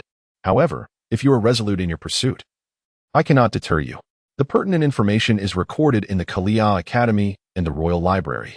Yet, as the ruler of the North and an elder, I must caution you. The deep sea is a vast enigma for ordinary folk, capable of leading one astray. As he finished speaking, Duke Helen lifted his teacup and took a sip. Your kindness shall be eternally remembered, Owen expressed gratefully, offering a gesture of knightly courtesy. Although he did not acquire the information he sought, Duke Helen's guidance at least provided a direction, and Owen felt a deep appreciation for the dignified yet benevolent elder. I shall not disturb you further, Duke. Go then, summon young Lin. After a brief exchange, their conversation concluded. When Owen reached Lin, he paused and relayed the message. Brother Lin, the Duke wishes to see you. Understood. Lin nodded, having been prepared for this summons, and brushed past Owen. Duke, you called for me? Lin maintained a composed demeanor, respectfully offering the knightly salute as one would during a customary audience. Yet, an inexplicable discomfort lingered in his heart towards this seemingly gentle elder, perhaps a remnant of past traumas. Duke Helen remained silent, merely cradling his teacup. Beside him sat a young girl, perhaps just in her teens, with striking blue hair and azure eyes, her bare feet glimmering as she fixed a steadfast gaze upon Lin. Though no explicit evidence existed, Lin had long harbored suspicions regarding her identity. After all, who else could possibly be present alongside Duke Helen during such a significant occasion, seated in proximity? Except for the enigmatic figure rumored to be steeped in legend? Yet, her nonchalant demeanor contrasted sharply with Lin's expectations. Nevertheless, the mere thought of the dragon lady stirred a sense of exhilaration within him. As Kuya scrutinized Lin, he too cast furtive glances in her direction, albeit with a subtlety that contrasted her brazen gaze, which seemed to pierce through him. In the midst of their silent appraisal, Duke Helen finally set down his teacup and, after a moment of contemplation, spoke up. "Are you familiar with the divine mask?" The divine mask? It had only recently been utilized. So how could Lin possibly be unaware of it? Yet, the crux of the matter lay in the elder's abrupt summons and his cryptic inquiry. Could it be that he intended to seize Lin's equipment? Surely, he wouldn't be aiming to extort gold from him, would he? Lin felt an involuntary jolt within his heart. Though his mind was tempestuous with conjectures, his face betrayed none of his turmoil. He merely feigned ignorance, shaking his head in a display of naivety. "I do not know." "I do not know?" Duke Helen chuckled, his laughter tinged with a hint of intrigue. Yet Lin steadfastly stifled his trepidation, resolutely shaking his head. In response, Duke Helen shook his head with a hint of resignation. All right. Just answer me openly without any anxiety. I am an old man, my time nearly spent. And I am not here to snatch away anything from a mere child like you." That is reassuring. With this assurance, Lin felt a sudden release of tension. He harbored no doubts about the veracity of the Duke's words. After all, a prominent Duke from the north would not deign to deceive someone as inconsequential as himself. Consequently, Lin decided to be more forthcoming. "Have you discerned the origin of that mask?" "Indeed." Duke Helen nodded. "That is a remnant left behind after a deity's fall. A divine artifact. This is not of the mundane world. Where did you acquire it?" "Where did I acquire it?" Lin feigned hesitation, offering a wry smile. "Your Grace, you jest. Divine artifacts, such illustrious items, are far beyond the reach of a mere obscure individual like myself. They are akin to telescopes, relics left by my ancestors." "Your ancestors?" Duke Helen did not question Lin's explanation, but merely clicked his tongue, seemingly reflective. "It appears that old rascal ventured further than I had imagined, even exploring a place as grim as the realm of the dead." "The realm of the dead? What kind of place is that?" Lin inquired with a hint of curiosity, as the unfamiliar term seemed to suggest a geographical location. Duke Helen cast him a sidelong glance. "Not a place you need to concern yourself with at present." Upon hearing this, Lin promptly fell silent. Some questions are better left unasked. As the agreement stipulated, Duke Helen showed no covetousness towards the so-called divine mask. He merely sought to trace its origins before moving on without further mention. Subsequently, the two engaged in a discussion regarding the selection process. "This selection must have been quite profitable, no?" Lin ventured. "Not particularly," came the Duke's succinct reply. Lin awkwardly chuckled, remarking that, to be honest, with her mediocre skills in rigging matches, she might deceive ordinary spectators, but there was no way to fool a formidable opponent like Duke Helen. Lin had never intended to conceal anything. "How about I share half of the earnings from this selection competition with you? Although it may not be a significant amount. It is a token of respect, a gesture of goodwill. Such matters, which are not meant to be brought to light, can be forgotten once they pass." Yet now that it has been mentioned, Lin tentatively inquired, simply wishing to express his sentiment, for he felt uneasy about accepting the money without acknowledgement. The Duke of Helen's expression darkened. What would I do with such trifles? As a dignified Duke of the Northern Lands, would he truly lack for a few coins? Upon hearing this, Lin felt a wave of relief wash over him. Just as he thought the matter would be laid to rest, however, the small-footed Kuya, swinging her legs, suddenly interjected. "If he doesn't want it, that's his affair, but surely there should be some share for us?" Chapter 86. For years, what a splendid notion of shared ownership. Initially, Lin had merely spoken in jest, and the Duke had listened without much thought. Neither party took it seriously. But now, with Kuya's offhand comment, the atmosphere grew awkward. "Away with you, don't cause a ruckus." The Duke of Helen waved his hand dismissively, as if swatting away a bothersome insect. "Each year, you receive such a bounty of gold and gems.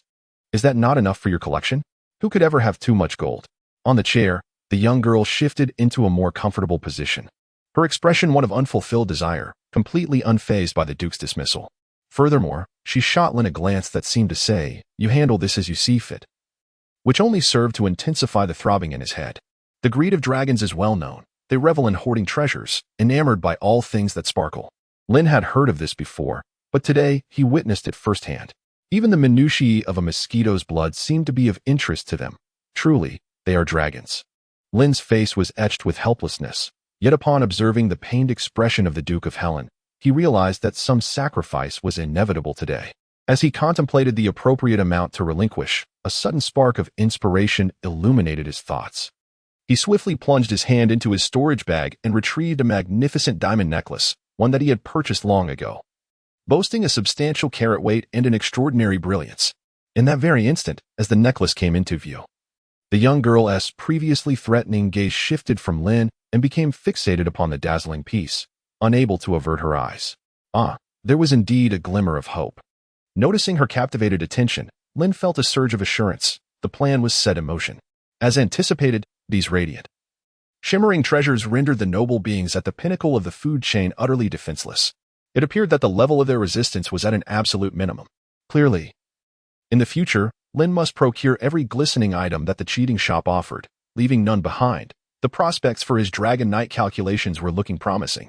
Seated upon a chair adorned with the pelts of wild beasts, the young girl brazenly extended her hand, unabashedly demanding the jewel. Lin, without a moment's hesitation, presented the diamond necklace. Then, my lord, the earlier mention of sharing the spoils is of no consequence. The young girl, filled with joy, began to play with the necklace in her hands, swiftly changing her tune. Clearly, the allure of the sparkling gem far surpassed that of the gleaming gold coins. That is splendid. With a formal promise secured, Lin finally felt a sense of relief. A diamond necklace, in the marketplace, was worth merely a handful of silver coins. In this realm unbound by marketing schemes, its intrinsic value was quite low. Rather than let it languish uselessly in her possession, it would be far wiser to offer it to this guardian of the Winter family, an unknown dragon, thereby not only winning favor but also saving a substantial amount of gold. This transaction certainly bore no loss. Having already bestowed the gift meant to curry favor, it would be unwise to waste the opportunity. Thus, Lin seized the moment. My lord, I am yet to learn your name. The young girl lifted her gaze. When her name was mentioned, her countenance turned solemn and proud. I am the sovereign of the Frost Realm, the noble Frost Dragon, Kia Alagus Sorophus. The lengthy string of titles, composed of dozens of names, left Lin's head spinning, and he could only manage to remember the name Kia. Nonetheless, this rather domineering self-introduction confirmed Lin's lingering suspicion. This girl named Kia was indeed a dragon. As Lin pondered this revelation, a low voice from Duke Helen reached his ears. Tinged with a hint of exasperation, do not pay heed to this foolish dragon. At 2,000 years old, she is still in her rebellious phase. Apart from her combat prowess, she is utterly lacking. What are you two discussing? Kia perked up, her ears twitching at their hushed conversation. It's nothing. Duke Helen seemed accustomed to such scenarios, waving his hand with a smile as he softly reassured her. We were just praising you. Praising me for what? For your intelligence, wisdom, majesty, and nobility. That must undoubtedly be me. The young girl held her head high, resembling a proud swan, relishing the Duke's words. Indeed, do continue to praise me. After this, she lowered her gaze once more, continuing to admire the impressive diamond necklace in her hand. Lin appeared somewhat speechless, prompting Duke Helen to smile and redirect the conversation. All right, let us return to the matter at hand. Upon hearing this, Lin adopted a more serious demeanor. The Duke, straightforward and candid, declared, the selection slots have long been determined, barring any unforeseen circumstances. The victors will likely be Shut of the Tangzer family and Judith of the Hella family. This decision is devoid of personal bias. It is merely a transaction of interests among three families, and I hope you can comprehend this. In all honesty, Lin was not surprised by this outcome. Whether others could grasp it remained uncertain, but he was confident in his understanding. After all, from the very moment he entered the competition, he had resolved to be a mere money-making performer, an unadulterated participant merely running alongside. Nevertheless, even as a supporting player, one would expect a form of compensation. Perhaps sensing Lin's thoughts, Duke Helen reassured him with a smile. Rest assured, your efforts will not go unrewarded. In addition to a sufficient sum of gold coins, you high scorers may also reasonably request certain items as compensation. Compensation? Lin pondered for a moment before inquiring, is there a possibility for the next slot of Knight Squire? When considering reasonable parameters, this was the first thought that crossed his mind, and it was also the formal title he most urgently desired. It is indeed possible. Duke Helen replied, squinting thoughtfully, but are you certain you wish to wait? How long do you anticipate it will take? Lin hesitated briefly. At the earliest, it would require 4 years. 4 years? Lin was taken aback. Given the cheating story in his possession and the current pace of his cultivation, it was possible that in 4 years' time, he could advance to the rank of a golden knight. At that point, attempting to secure the title of a knight squire would seem rather absurd. Could it not be achieved in a shorter span? Lin entered into a 3-year contract with the Winter family, which he could accept as long as he secured a position within that time frame. However, the prospect of 4 years felt excessively prolonged. When I refer to 4 years, it is under the most favorable circumstances. Perhaps it is due to Lin being a descendant of Kaya that Duke Helen does not regard him as an outsider, revealing certain matters that do not pertain to family secrets. As you are also an extraordinary being, you should comprehend the established rules. The Earth Knights may select 2 attendants, and upon ascending to the Sky Knight rank, they can choose an additional one, setting aside those who have already attained the Earth Knight status. The individual closest to that rank within the Winter family is my other granddaughter, Heya, a Silver Knight. Given her innate talent, 4 years is already a considerable challenge, and it may even extend to 5, 6, or even 10 years. In this light, can one truly claim that 4 years is excessive? Chapter 87. The curtain falls. Is 4 years lengthy? Indeed, it feels interminable to him. Yet, the most pressing concern lies in whether Heya will be able to break through to the Earth Knight realm after 4 years and select her own knightly attendants. This remains a complete unknown. This uncertainty is the most frustrating aspect. It is indeed saturated. Lin let out a resigned sigh. After leaving the high platform, his mind was consumed with these thoughts. Regarding the matter of compensation for the knightly squire position, Duke Helen had assured him that there was no need for haste. He could return to contemplate his specific needs and subsequently inform House Winter. To be frank, Lin had begun to contemplate relinquishing his pursuit of the knightly squire position. Yet it must be acknowledged that this title held considerable significance for him, particularly the title associated with House Winter. According to the plan he had meticulously devised for himself, once he secured the title of knightly squire and established a connection with House Winter, he would be able to enter the battlefield with legitimacy. To revive his family and regain his noble status, the border battlefield represented the optimal arena for achieving merit. Lin's insistence on obtaining the knightly squire position from House Winter stemmed from the extensive network of influence House Winter wielded throughout the North and within the military. While the battlefield, under the watchful gaze of death, could be deemed a place of relative fairness, the size of the merit pie was limited. Without sufficient strength and background, what justification would there be for others to share their accolades with him? Lin, a fallen noble, despite his immense contributions on the battlefield, found himself devoid of influential connections to safeguard his achievements. Should these merits reach the royal capital, they could easily be appropriated by others. However, having someone as formidable as the Duke of Winter to vouch for him would alter the dynamic significantly. While it may not guarantee that no one would dare to usurp his accolades, it would at the very least compel them to deliberate carefully before taking action. Of course, even if he failed to secure the title of Knight Squire, upon the conclusion of the 3-year short contract, Lin could still choose to return to the battlefield.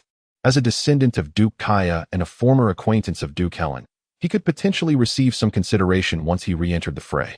Yet, assistance in such matters, though feasible on a few occasions, could become irksome if sought too frequently. With the title of Knight Squire from the Winter family and an oath of fealty sworn to them, the nature of his allegiance would transform significantly. The bond between the families would deepen, sharing both triumphs and tribulations.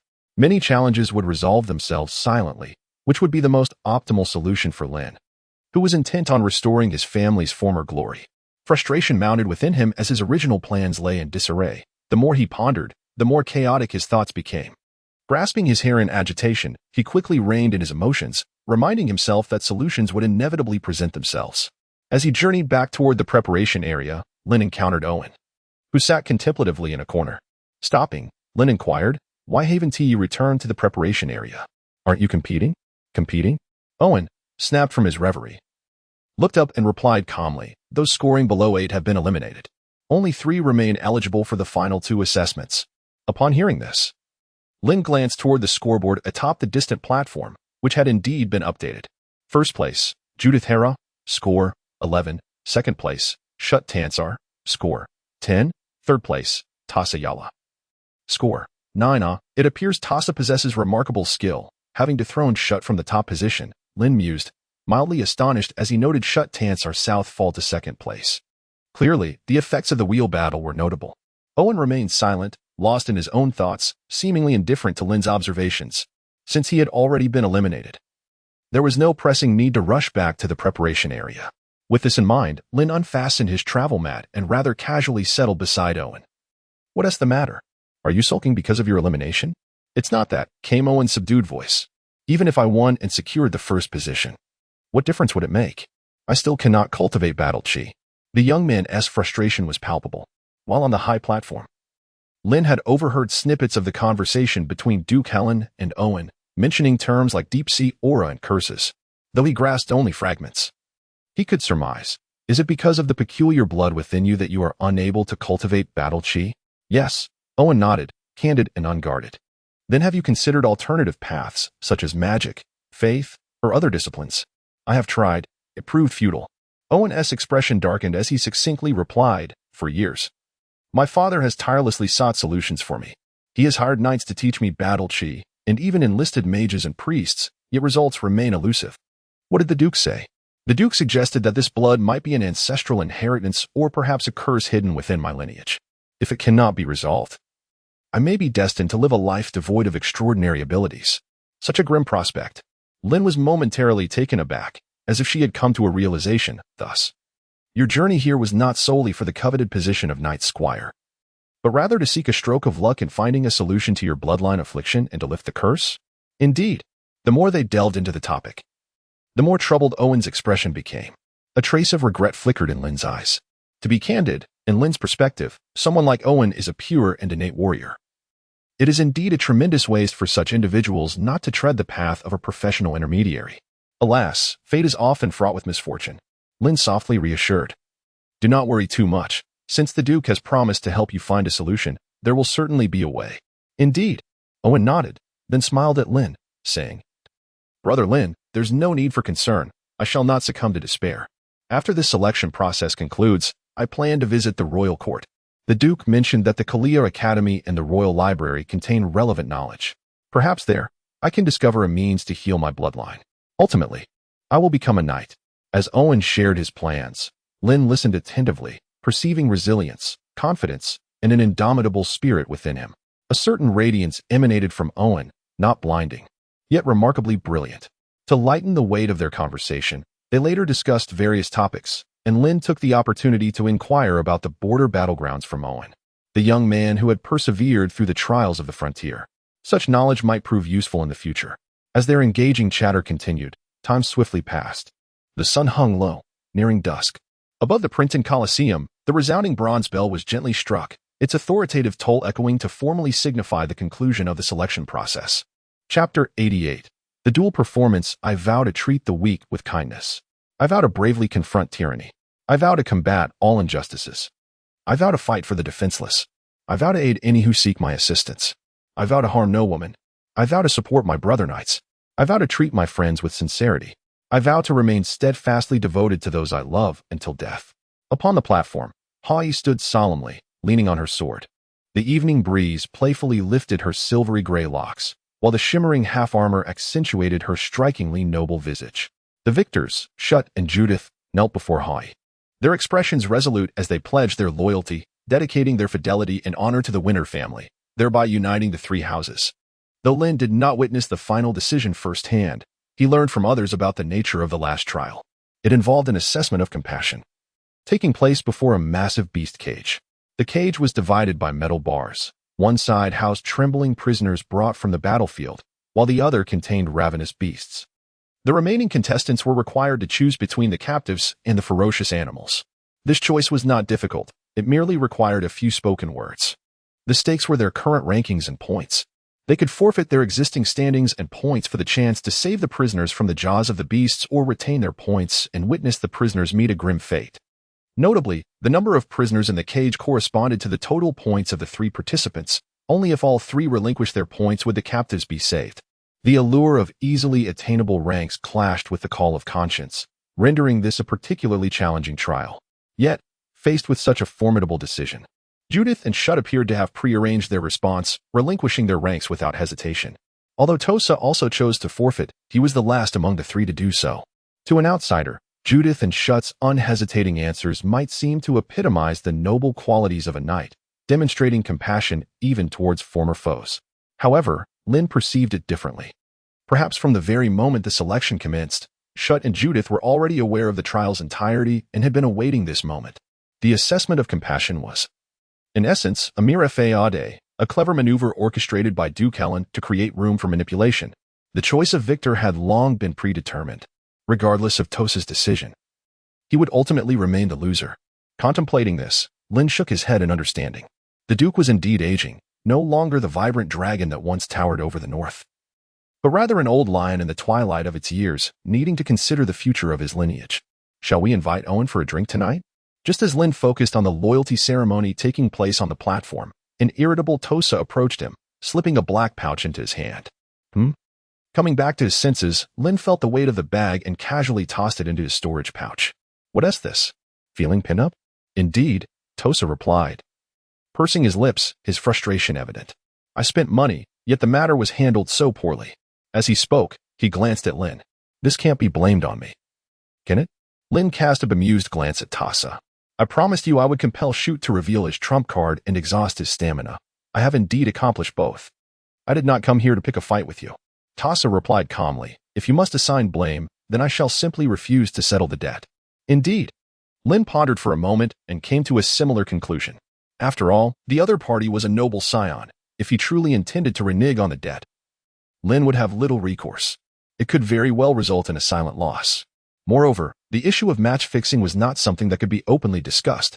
Fortunately, Tosa was not the type to evade his obligations. The payment had already been settled, thus the transaction was complete. In light of your commendable performance, I will generously add 10 gold coins to the original sum as a token of gratitude for your company during the evening's revelry. Tosa was indeed quite magnanimous. The 10 gold coins as a reward for mere conversation seemed to flow effortlessly from him, without a flicker of hesitation. However, Tosa's failure to secure the position of knight attendant left him in a foul mood, and Lin shared a similar sentiment. Lin hesitated, his intention to decline evident. However, as soon as he opened his mouth, he was interrupted by Tosa. You shouldn't even think about rejecting tonight's banquet. It is hosted by the Winter family and serves as a step in the selection ceremony. Absence is not an option, not just for you and me, but even for those nobles attending. No matter how pressing their affairs may be, they must set them aside to show their support. There's no escaping it. Very well. With his words of persuasion ringing in his ears, Lin found himself unable to refuse. Moreover, mingling with the young scions of these noble families was certainly not a detrimental affair for him. Then it's settled. I shall summon Owen. Upon receiving Lin's affirmation, Tosa made to leave. Yet, after a few steps, he seemed to recall something and suddenly turned back. Ah, yes. To celebrate Her Highness Weiwei's advancement to Squire Knight, the manager of the Princeton Arena has organized a beast fighting exhibition for tonight. In addition to the captured prisoners, the combatants will include magical beasts and other exotic creatures. Such a high-caliber spectacle is indeed rare. With that enigmatic remark, Tosa departed in a flurry, presumably to find Owen. Initially, Lin had little enthusiasm for the banquet. However, upon hearing Tosa's mention of the arena, his interest was instantly piqued. The arena, in Lin's mind, was predominantly a realm of bloodshed. A symbol of death and cruelty, an arena capable of igniting one's very hormones. He had only witnessed famous coliseums like Rome's through films and novels in his previous life. Yet, from Tosa's animated description, it was clear that tonight's duel promised to be extraordinary, perhaps even more thrilling than any prior contests, featuring magical beasts and exotic races. Lin briefly rolled the two words on his tongue, and his thoughts began to flow. He had encountered creatures such as the orc, and had even slain them with his own hands. However, the beings of other races remained in uncharted territory for him. It was evident that the overseer of the Plinton Coliseum had exerted considerable effort to curry favor with Duke Helen. Lin was also eager to witness the Plinton Coliseum, a place colloquially known as the meat grinder of the North, and to discern just how bloodthirsty and brutal it truly was. Chapter 89. Olive Branch. As night fell over the Plinton Coliseum, a spectacle akin to magic, resembling a cascade of fireworks, gracefully ascended into the sky, tracing the silhouette of an ice-blue dragon. The illuminated night sky was breathtaking, yet ephemeral. Look, Brother Lin. Lin stood within a banquet hall in the arena, accompanied by Tosa and Owen. Initially, he had anticipated a private gathering solely among himself, Tosa, and Owen. However, to his surprise, his adversaries in the arena, Shut and Judith, also made an appearance at this gathering. He had underestimated the remarkable social skills inherent among the nobility. "Owen, look, it's a magical firework," Owen exclaimed, his eyes widening in astonishment as the fireworks ascended into the sky. For this young boy from the borderlands, who had witnessed little of the world, such splendid magical fireworks symbolized the epitome of beauty he had ever encountered. In contrast, Tassa, Shut, and Judith were captivated by the display, but regarded it with mere appreciation and awe, devoid of the shock Owen expressed. For those born into northern nobility, while magical fireworks were indeed rare, they were not entirely unfamiliar. There was no need for such exaggerated reactions. As the organizer of the event, Tassa smiled gently and explained, "You are fortunate. Such grand fireworks are seldom seen in the north." The manager of the Plinton Arena only presented this spectacle to curry favor with the Duke. Otherwise, they are typically not on display. As he spoke, his gaze instinctively drifted toward Lin and Owen. Owen remained in a state of astonishment and confusion, his wide eyes seemingly attempting to absorb all that lay before him. Lin's reaction, however, was somewhat unexpected. He stood calmly at the railing, gazing up at the fireworks blooming in the night sky, his expression tinged with nostalgia, though it was unclear what he was reminiscing about. "Mr. Lin, do you often watch fireworks?" Tassa inquired, intrigued by this unusual reaction.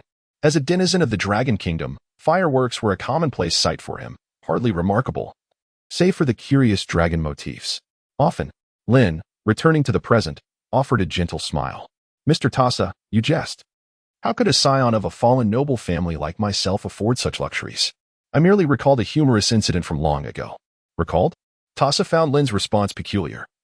Yet he could not pinpoint why. Driven by curiosity, he asked, "What was the amusing incident?" "My aunt gave birth," Lin replied. Tassa, taken aback by this nonsensical response, looked at Lin with a bemused expression. He then lightly snapped his fingers, summoning a waiting servant from the Winter family to bring forth several glasses of fine wine, distributing them among the group. "Delighted to meet you all, and congratulations to the two of you on being selected as Lady Wei's night attendants. Shall we toast?" Holding a silver goblet aloft, Tassa gestured toward the others. Despite being a participant who did not succeed in this selection, he maintained the composure befitting his noble status. "Cheers." Shut smiled as he clinked his glass with Tassa's. Following him was Judith, a cool, taciturn girl clad in tight leather armor, known as the Little Thorn Flower, who also adhered to noble etiquette. Lin raised his glass in a toast with Tassa after Judith. As for Owen, the youth hailing from the border, who had not partaken in many such noble feasts, the attendees were quite accommodating, refraining from any scrutiny. With Tassa serving as a warm host, the initially unfamiliar atmosphere gradually eased, and after a few casual exchanges, the guests became less reserved. However, the conversation swiftly shifted to Lin and Owen. The selection for the nightly attendants had concluded, and the question arose as to whether Mr. Lin and Owen had any specific plans they might wish to share. "I intend to visit the royal court, as well as the library there and the Kalia Academy," Owen stated candidly, his straightforward nature leaving no room for subterfuge. Upon hearing this, the attention of all present, save for Lin who was already aware of the circumstances, was drawn entirely to him. The inquirer, Shoot, remarked, "Kalia is the most renowned magical academy in the royal court. Since you have not studied magic, what purpose do you have in going there?" "I aim to resolve my bloodline issues," Owen replied. "The Duke mentioned that the blood within me may be linked to some ancient being or a deep-sea curse." He spoke plainly, even including the mention of the curse. Initially, the guests had speculated about the blue blood, believing it to be a manifestation of some potent secret art. However, upon learning it was a curse that rendered the afflicted incapable of cultivating martial energy, magic, or faith, their gazes towards Owen shifted to one of pity. The desire to draw him into their circle diminished significantly. In a realm where worth is often measured, the harsh truth remained: those without value attract little attention. While this notion may seem cruel, it resonates profoundly within the aristocratic milieu. Upon discovering the plight of Owen, the guests expressed their sympathy. Yet their focus quickly transitioned to Lin, who appeared to embody greater potential. "What of you, Mr. Lin? Do you have no other intentions?" Tassa inquired with a radiant smile. "It seems a person of your extraordinary abilities, possessing considerable strength, is relegated to the role of a mere stableman. Such a talent seems rather underutilized." Though the remark was veiled, its implication was unmistakable. "And I?" Lin hesitated for a moment but ultimately chose to decline the offer. She appreciated Mr. Tassa's goodwill. "Yet to speak candidly, although I am merely a stable hand, The Duke has treated me quite well. In fact, I genuinely believe that the role of a stablehand possesses its own merits. Is that so? Observing the look in Lin's eyes, Tasa realized that further persuasion would be futile. And he could only let out a sigh. Even Shoot, who was nearby, seized the moment to speak up. While your conduct in the arena left much to be desired regarding knightly virtues, which I found quite discomforting, I must acknowledge your strength. If you require assistance, the doors of the Tangzer family will be open to you, due to the prowess displayed during the selection and your remarkable performance. Lin transformed from a humble stablehand into a coveted figure in the eyes of many. Lin was taken aback. Within such a brief moment, two noble families had extended their olive branches towards him, neither of which belonged to the lesser gentry. Only Judith gazed at him serenely, her eyes reflecting an inscrutable contemplation. Just as the crowd engaged in idle chatter, a heavy and rhythmic drumming suddenly reverberated from the arena below, heralding the imminent commencement of the duel performance. As peculiar and distinctive figures were ushered to the center of the stage, Owen, leaning over the railing and peering down, widened his eyes in astonishment, exclaiming, "My goodness! A walking humanoid night pot?" Chapter 90. The Pot Man and Loyalty, a humanoid night pot? How abstract. Upon hearing Owen's words, Tozar and the others present could not suppress a twitch at the corners of their mouths, their gazes drawn to the center of the arena, where the figure Owen referred to as the humanoid night pot was now visible. It was a bizarre creature towering over 2 meters, with a flattened, jet-black body that resembled a shattered night pot. Its bulging eyes, nose, and mouth were positioned on the pot's belly, supported by limbs as slender as reeds, and brandishing an enormous battle axe nearly 2 meters in length. While the description may have been somewhat exaggerated, it must be conceded that Owen's metaphor was quite apparent. From their elevated vantage point, Lin and his companions could indeed discern that the creature bore a striking resemblance to a walking night pot, and notably, it was black in hue. This was not merely a humanoid night pot. It was a pot man. Recognizing the origin of the humanoid night pot, Shut spoke up. A pot man? Owen's eyes flickered with confusion. What distinguishes it from a humanoid night pot? And why are they called pot men? Is it merely due to their resemblance to night pots? Evidently encountering this peculiar species for the first time, curiosity was written all over Owen's face. No. Shut shook his head. The Potman tribe originates from the kingdom of Hibiscus, and their existence fundamentally differs from that of most life forms. There are rumors that suggest this creature was secretly engineered as a weapon of war by the Hibiscus Empire. Others claim their existence is the result of a failed creation by the elemental god. However, at present, these beings are rare, and their origins are a topic of much speculation. Shut was forthright in sharing the Potman's background, showing no inclination to conceal any details. Upon hearing this, Lin's interest was piqued. Is it related to the gods? Does that mean these beings known as Potmen possess considerable strength? Indeed, Shut affirmed with a nod. The Potman tribe possesses formidable resistance to magical and elemental forces, earning them the title of Mage's Nemesis, according to confidential records. There was an instance where a mage's apprentice stumbled upon a Potman's dwelling and inadvertently offended a juvenile Potman. Consequently, this juvenile, who had not even embarked upon the path of the extraordinary, nearly beat him to death with bare hands. What? So formidable? At this revelation, Lin was astounded. Having already entered the extraordinary realm himself, he had encountered a wealth of related information, including the ranks of mages. Comparable to knights, they too had 6 tiers: apprentice, mage, sorcerer, incantator, archmage, and demon lord. The thought of an extraordinary being, especially a second-tier extraordinary being nearly overpowered by an ordinary creature was indeed surreal. Yet upon reflection, it was not entirely unbelievable that a unique race like the Potmen, with their maximum magical resistance, could achieve such remarkable feats against mages. The Potman tribe seemed far from weak, and if the Empire could muster an army of such beings, surely the borders would experience a more enduring peace. Would they not? Upon learning of the Potmen's characteristics, Lin's thoughts immediately drifted to the battlefield at the borders. An army? You are overestimating things. Shut chuckled. The number of Potmen is already exceedingly sparse. Sparse? Lin was perplexed. Why is this the case? Before Shut could respond, Tasa interjected. The Pot people, a unique species, reproduce asexually, with an adult shedding a fragment of itself every decade. This fragment serves as their offspring, requiring 2 decades of nurturing before it can mature into a new adult Pot person. Thus, it takes 30 years to produce a single Pot warrior. Considering this cycle, the duration indeed seems excessively prolonged. However, Lin remained skeptical that this was the sole reason for the scarcity of the pot people. Noticing the expression on Lin's face, Shut added, of course, the slow reproduction is merely one factor. More significantly, the incident involving the apprentice mages in the kingdom of Azalea drew the attention of the mage lords to the characteristics of the pot people. To avoid facing a similar fate, these mages had previously hired numerous knights from the Helco Empire to hunt the pot people.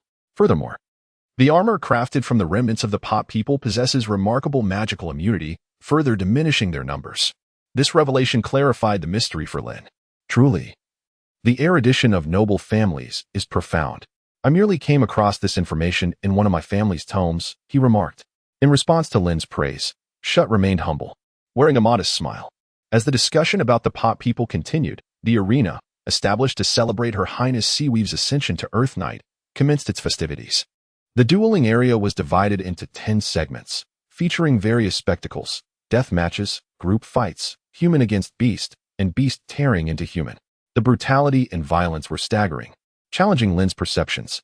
Amidst the audience's laughter and chatter, the sounds of captives being slain and challengers falling victim to magical beasts filled the air with chilling cries. Among the slaves brought in for this event, there were also numerous orc slaves procured at great expense from the 100-year Great Forest. Unlike the cat-eared maidens Lin had imagined, the orcs in this world were predominantly beast-faced, grotesque in appearance, with tails, thick fur, and exaggerated, explosive musculature. Just as all eyes were transfixed on the fierce duels below, Judith, who had spoken little until now, suddenly spoke up. I heard that a pot warrior named Alex recently appeared at the Plinton Arena. A golden knight, he reportedly slayed 3 third-tier magical beasts in a single day. A golden knight? Slaying 3 third-tier beasts in one day? Upon hearing this, the crowd shifted their attention from the battle to Judith. Surely not. Tassa was the first to voice his skepticism, gazing at the pot warrior below, wielding an enormous axe with the wind element swirling around him. How could a being of such caliber, a golden knight, end up in a place like this, participating in a duel? At such a level, one would expect a degree of freedom, receiving the due respect and treatment, making it implausible for them to be captured and brought to an arena. I did not imply he was captured, Judith replied coolly, shrugging. The information I received indicates that this pot warrior, Alex, willingly came to the Plinton Arena. He seeks a young warrior of no greater rank than his own, yet capable of defeating him. Should this be achieved, Alex will pledge eternal loyalty. If any of you are interested, you might consider taking up the challenge. Chapter 91. Old bonds try it? What nonsense. Lin scoffed. Struggling against a silver knight is already a Herculean task. Facing a golden knight, a foe 2 ranks above, would surely result in a catastrophic defeat. Lin, indeed, is free from desires and ambitions. However, his perspective does not reflect that of everyone else. Take Irvin, for instance. The young man is ablaze with fervent combat spirit, yearning for a trial of strength. Upon expressing this sentiment, the faces of those around him contorted with incredulity. Irvin, a youth from the borderlands, regards loyalty with indifference. His singular desire is to engage in battle, to challenge those stronger than himself. You ought to reconsider, they cautioned, attempting to dissuade him from his reckless bravado, urging him to maintain his composure and avoid unnecessary folly. Ultimately, among the 5, the only one confirmed to participate in the challenge was Shut, the Silver Knight, who was deemed the most likely contender by the others. Yet, he himself harbored little hope of victory.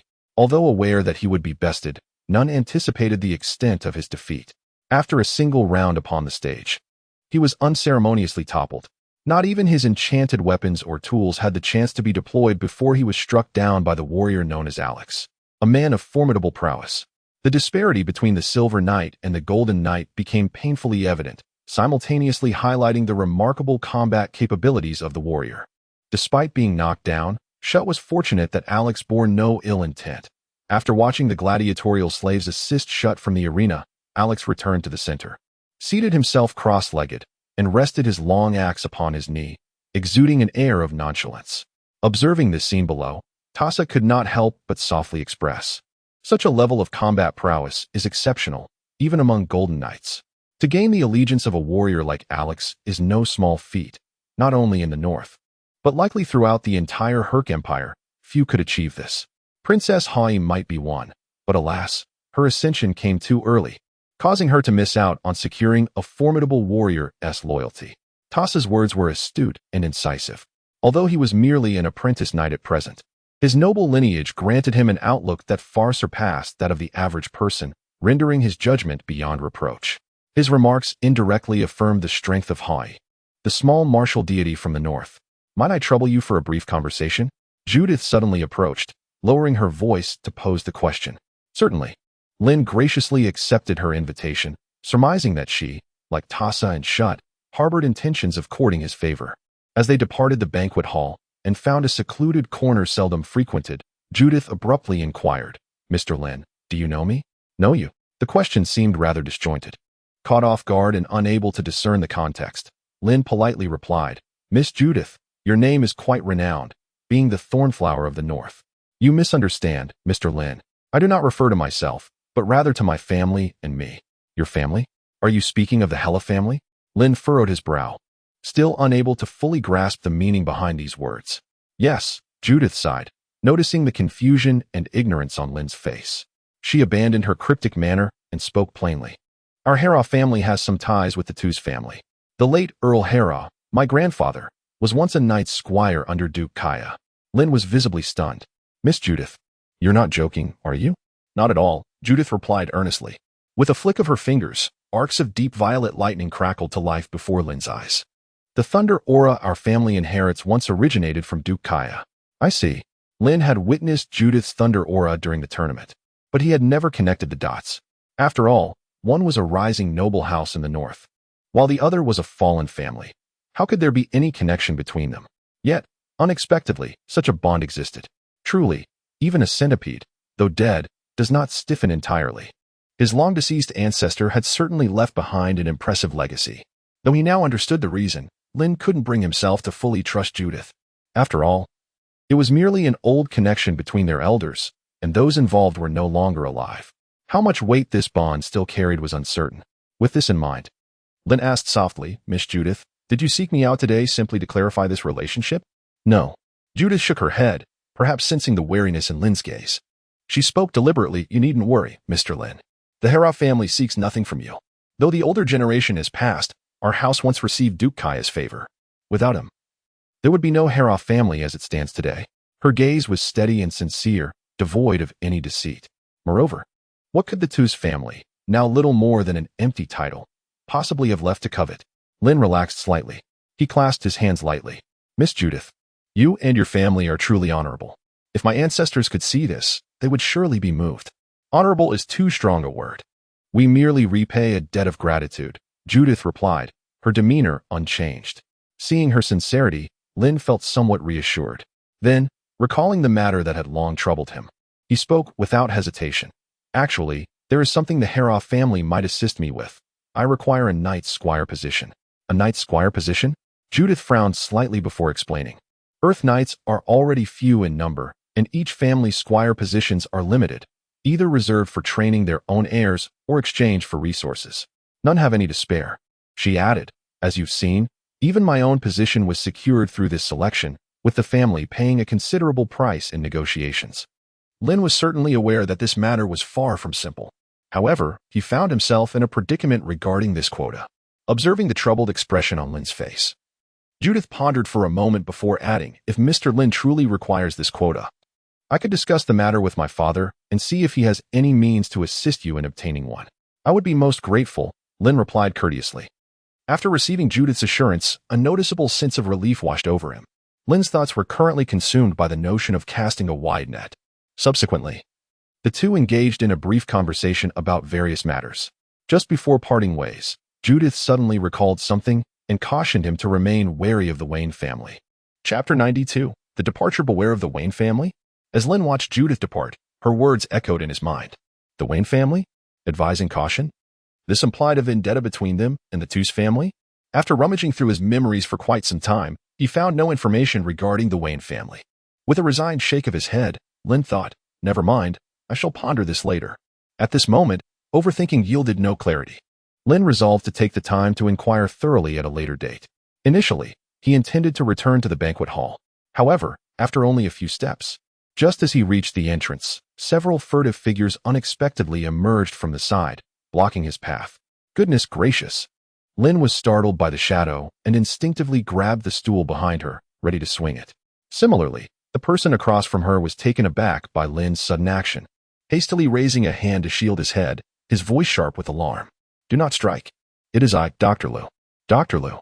If it weren't for the familiarity of the voice, the stool imbued with earthy energy would have already met his face. Fortunately, she managed to restrain herself. Lin calmed his emotions before turning to Dr. Lu and inquired, "What brings you here so unexpectedly?" "Oh, nothing much," Dr. Lu replied, releasing his grip and somewhat helplessly rubbing his nose. "I merely came to deliver your money." Upon hearing this, Lin suddenly recalled their agreement during the selection process. This fellow still owed him a gold coin and a voucher for a brothel experience. Where is it? Given that this was a previously established obligation, Lin felt no hesitation in requesting what was owed. Don't be hasty, Dr. Lu muttered, slowly retrieving a gold coin and a pale yellow parchment scroll from his pocket, which he then handed to Lin. While he appeared quite nonchalant when offering the gold coin, his expression turned pained as he presented the scroll. Lin observed his expression and couldn't resist teasing him. "Ah, it's still parchment. I didn't realize it was such a high-end item." "Indeed," Dr. Lu replied, his face clouded with frustration. "This was something I went to great lengths to win in a wager." The individual who lost this experience voucher had been loitering outside the Grand Elegance Pavilion for over half a month. "That sounds quite appealing. Fear not. I shall make good use of it," Lin assured, gently caressing the surface of the parchment before casting a reassuring glance toward Dr. Lu. The latter responded with a look that seemed to question Lin's humanity. In that moment, Lin had already placed both the gold coins and the scroll back into his storage pouch and subsequently retrieved a packet of Yushi cigarettes, of which he had only smoked once. He took one for himself and offered another to Dr. Lu before inquiring, "Do you partake?" Having indulged in a bit of alcohol, Lin instinctively craved a smoke. "Leaf tobacco?" Dr. Lu hesitated, his Adam's apple bobbing, yet he accepted the offer. Leaf tobacco was the term used in this world for cigarettes. However, unlike the rolled cigarettes Lin held, it resembled the ancient smoking pipes or rolled tobacco of yore, a luxury reserved for the nobility. With a click, the lighter ignited, and both cigarettes were lit in succession. Though Dr. Lu had never smoked, he had observed the nobles indulging in the pastime. He clumsily imitated Lin's technique, only to be met with a fit of coughing and tears, rendering him both comical and absurd. Once he managed to quell his cough, Dr. Lu posed a question.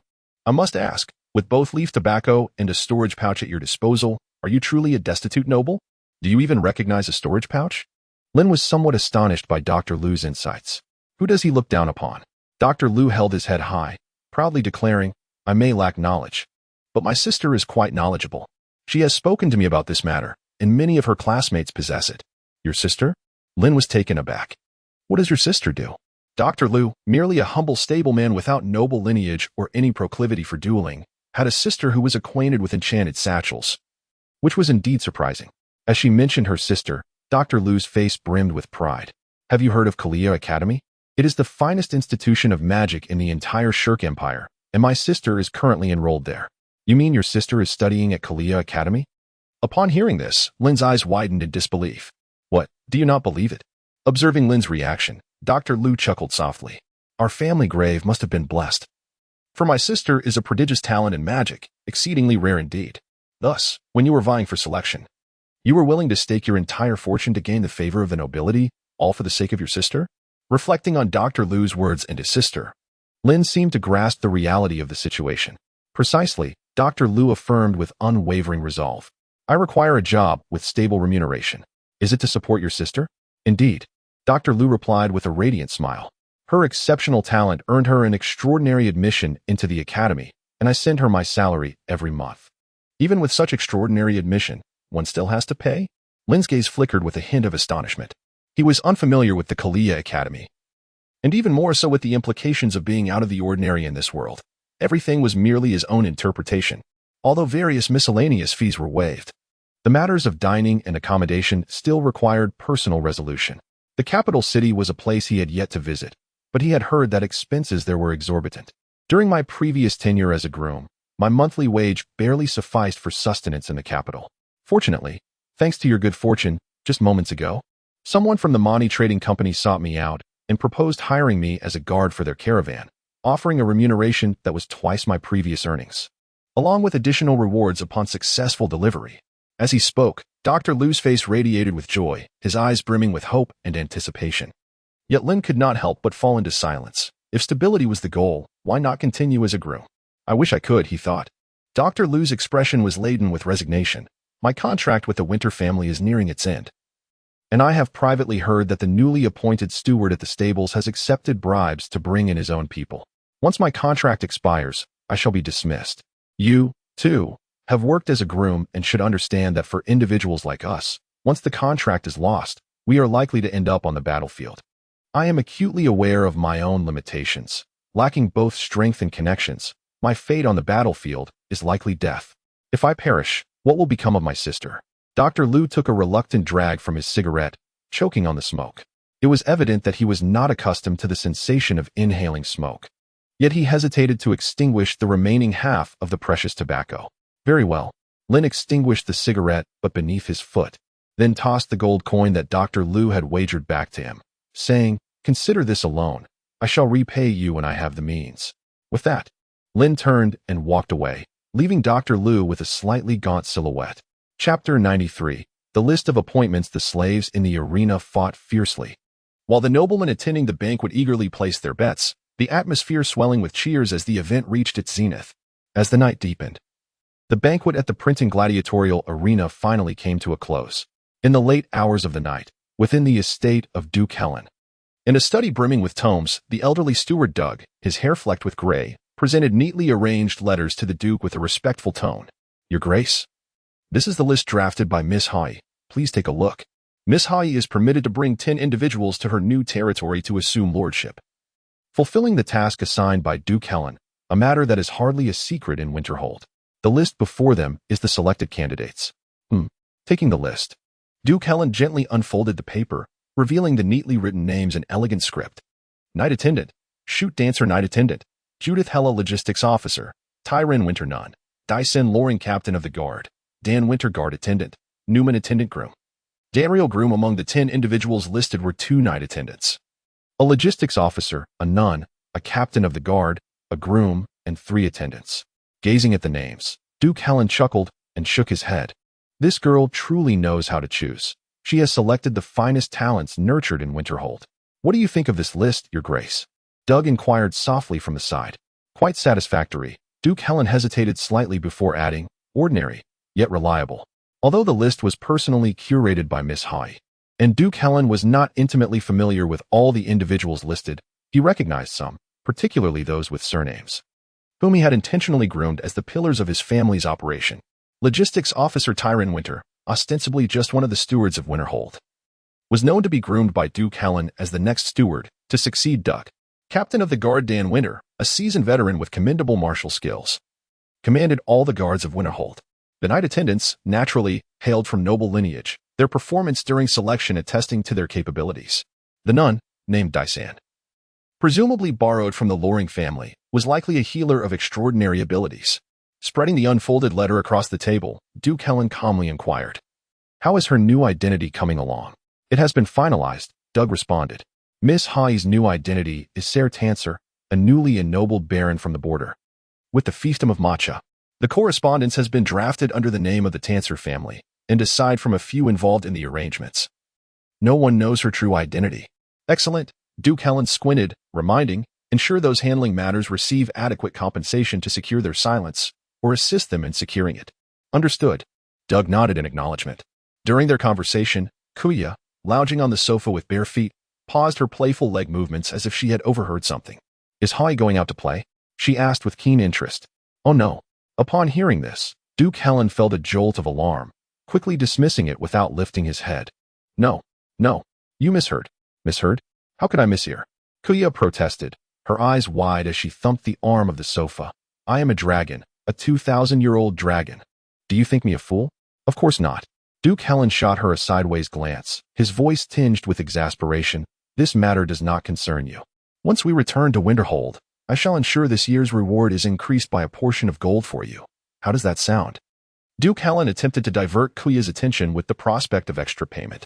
She hesitated slightly but then resolutely declined. "No way. A portion of gold is enticing, but I would much prefer to go out and have fun." Kuya's face was scrunched in displeasure. Why should that wretched girl be allowed to enjoy herself while I am stuck in this castle, bored to death? Absolutely not. Kuya. Duke Helen's voice echoed with a mix of resignation. You are already a full-grown dragon. You must learn to mature and behave, to stay quietly in the castle. Seeing Duke Helen still unwilling to relent, Kuya's reaction was immediate. She flopped onto the sofa and began kicking and thrashing about, throwing a tantrum that was unbecoming of a 2,000-year-old dragon. As she threw her fit, she threatened, I don't care. If I can't go today, once we return to Winterhold, I will catch every fish from your pond and kill them, pluck the feathers from your birds, and uproot all those flowers and plants you love. Since Kuya resided in Winterhold, they could not keep any creatures larger than small beasts.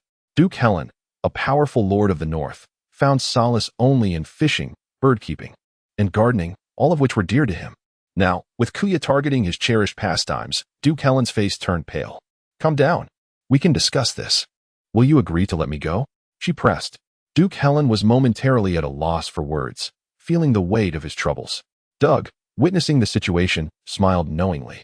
Your Grace, I believe allowing Miss Kuya to accompany them may not be a bad idea. The North has not been particularly peaceful of late, and your enemies lurk in the shadows. I am well aware. Duke Helen rubbed his temples. With her capriciousness, greed, and foolishness, if she were to accompany Hai, she would undoubtedly cause chaos.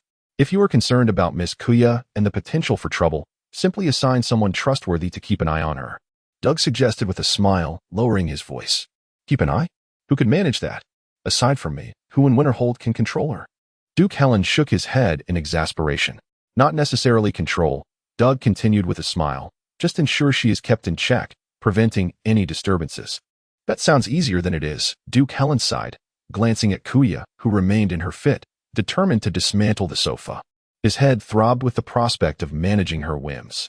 If not handled properly, it is likely that the flowers, birds, fish, and insects within my castle would suffer the consequences. With this thought in mind, the Duchess Helen took a deep breath. She picked up the feather quill from the table, dipped it in ink, and crossed out the name of one of the guards on the list, replacing it with the name of Kuya. Just as she intended to set down the pen and put away the list, her gaze inadvertently fell upon the section designated for the coachman. Suddenly, it seemed as though a realization struck her. Chapter 94. The Rift. Thus, must I accompany them? When Lin heard from Doug that he had been selected to take up the position of Baron alongside Hai, he was utterly bewildered. He could not comprehend how a mere coachman, not even a knight's attendant, could possibly be involved in such a significant affair as assuming the title of Baron. With so many members of the Lin family, how could he be the one chosen? What had gone awry in the process? Lin pondered deeply, racking his brain. Yet he remained perplexed.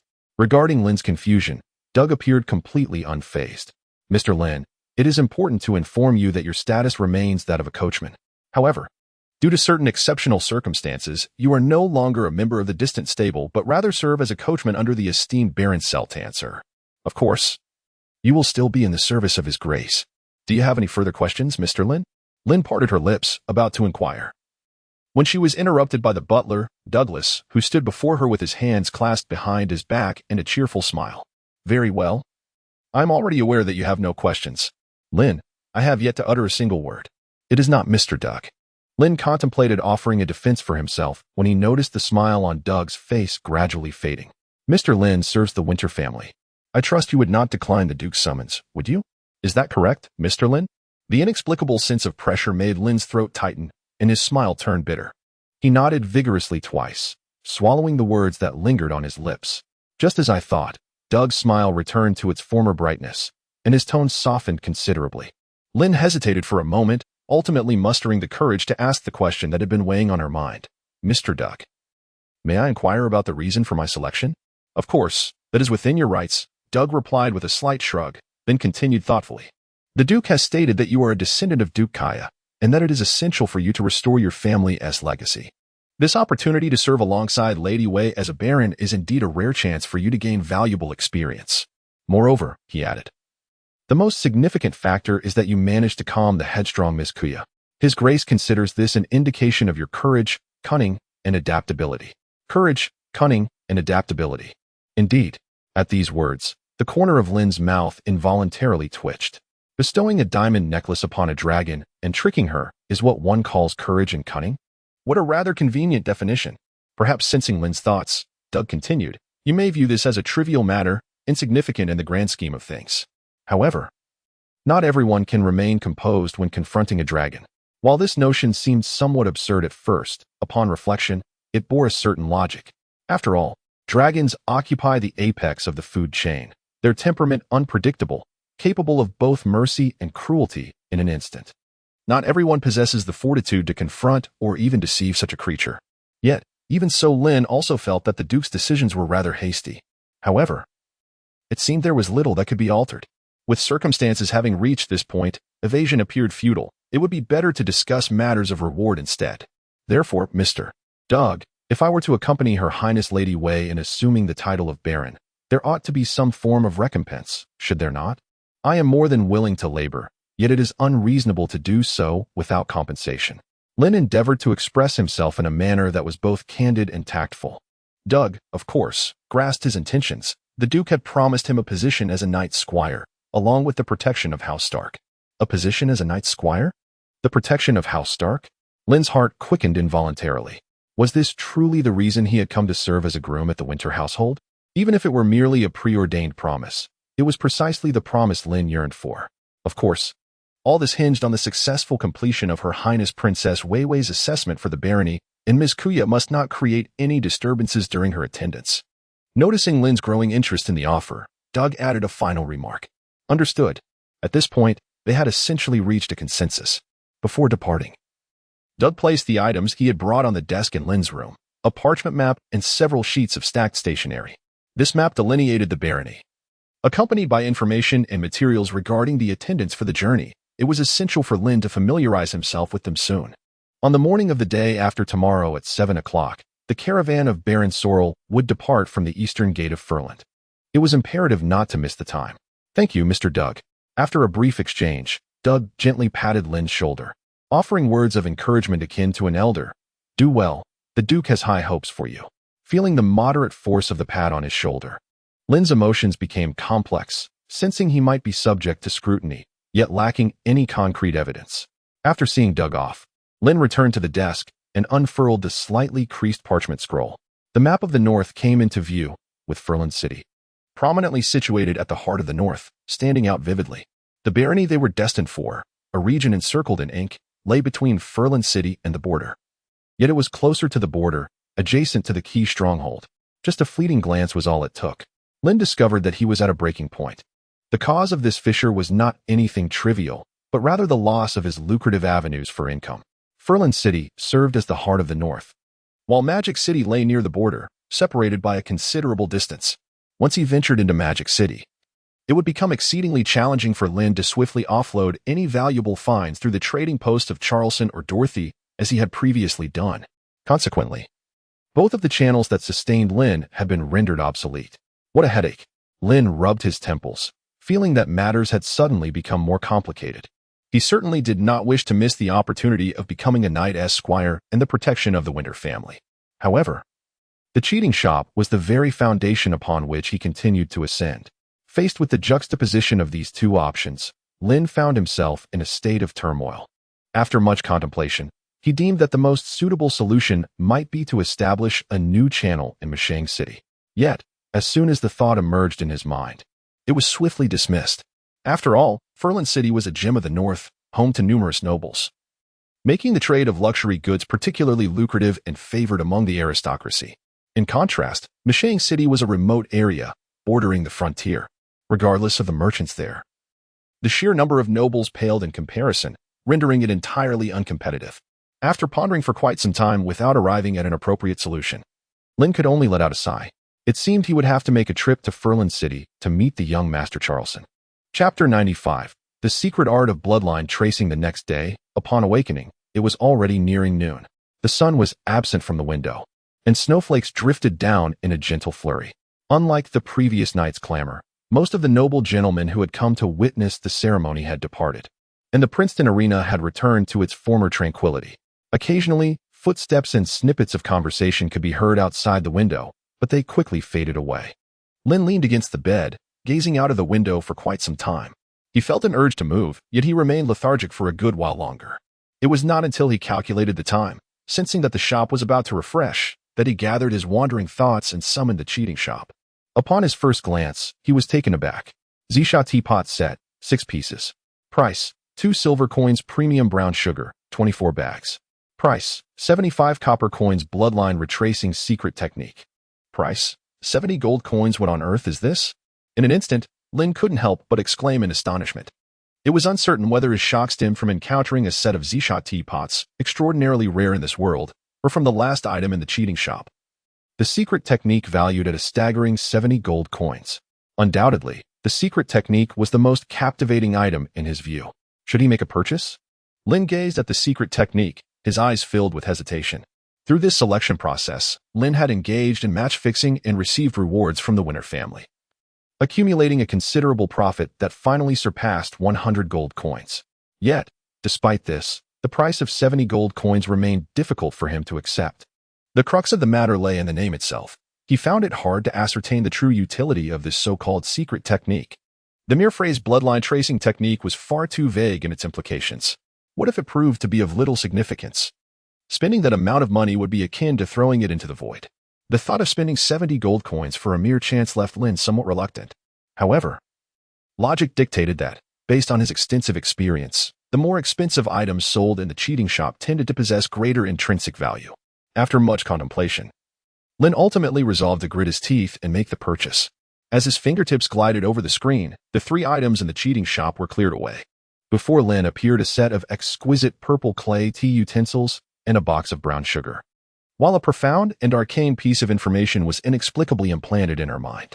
Additionally, there was a video elucidating a certain secret technique for cultivation, bloodline source secret art, utilizing one's own blood as both medium and fuel, inscribing array patterns upon oneself. One may trace back to the source of their bloodline power, thereby enhancing their own strength. Note: fool, unable to fight back, can't even recruit others? Lin, this introduction seems to possess its own unique perspective. Much like the name Bloodline Origin Secret Technique, the description of the secret arts appears rather intricate. Retracing? Enhancing oneself? Merely based on this introduction, Lin feels it bears resemblance to divine descent or summoning techniques. Yet, it also alludes to bloodlines. Bloodlines? Bloodlines?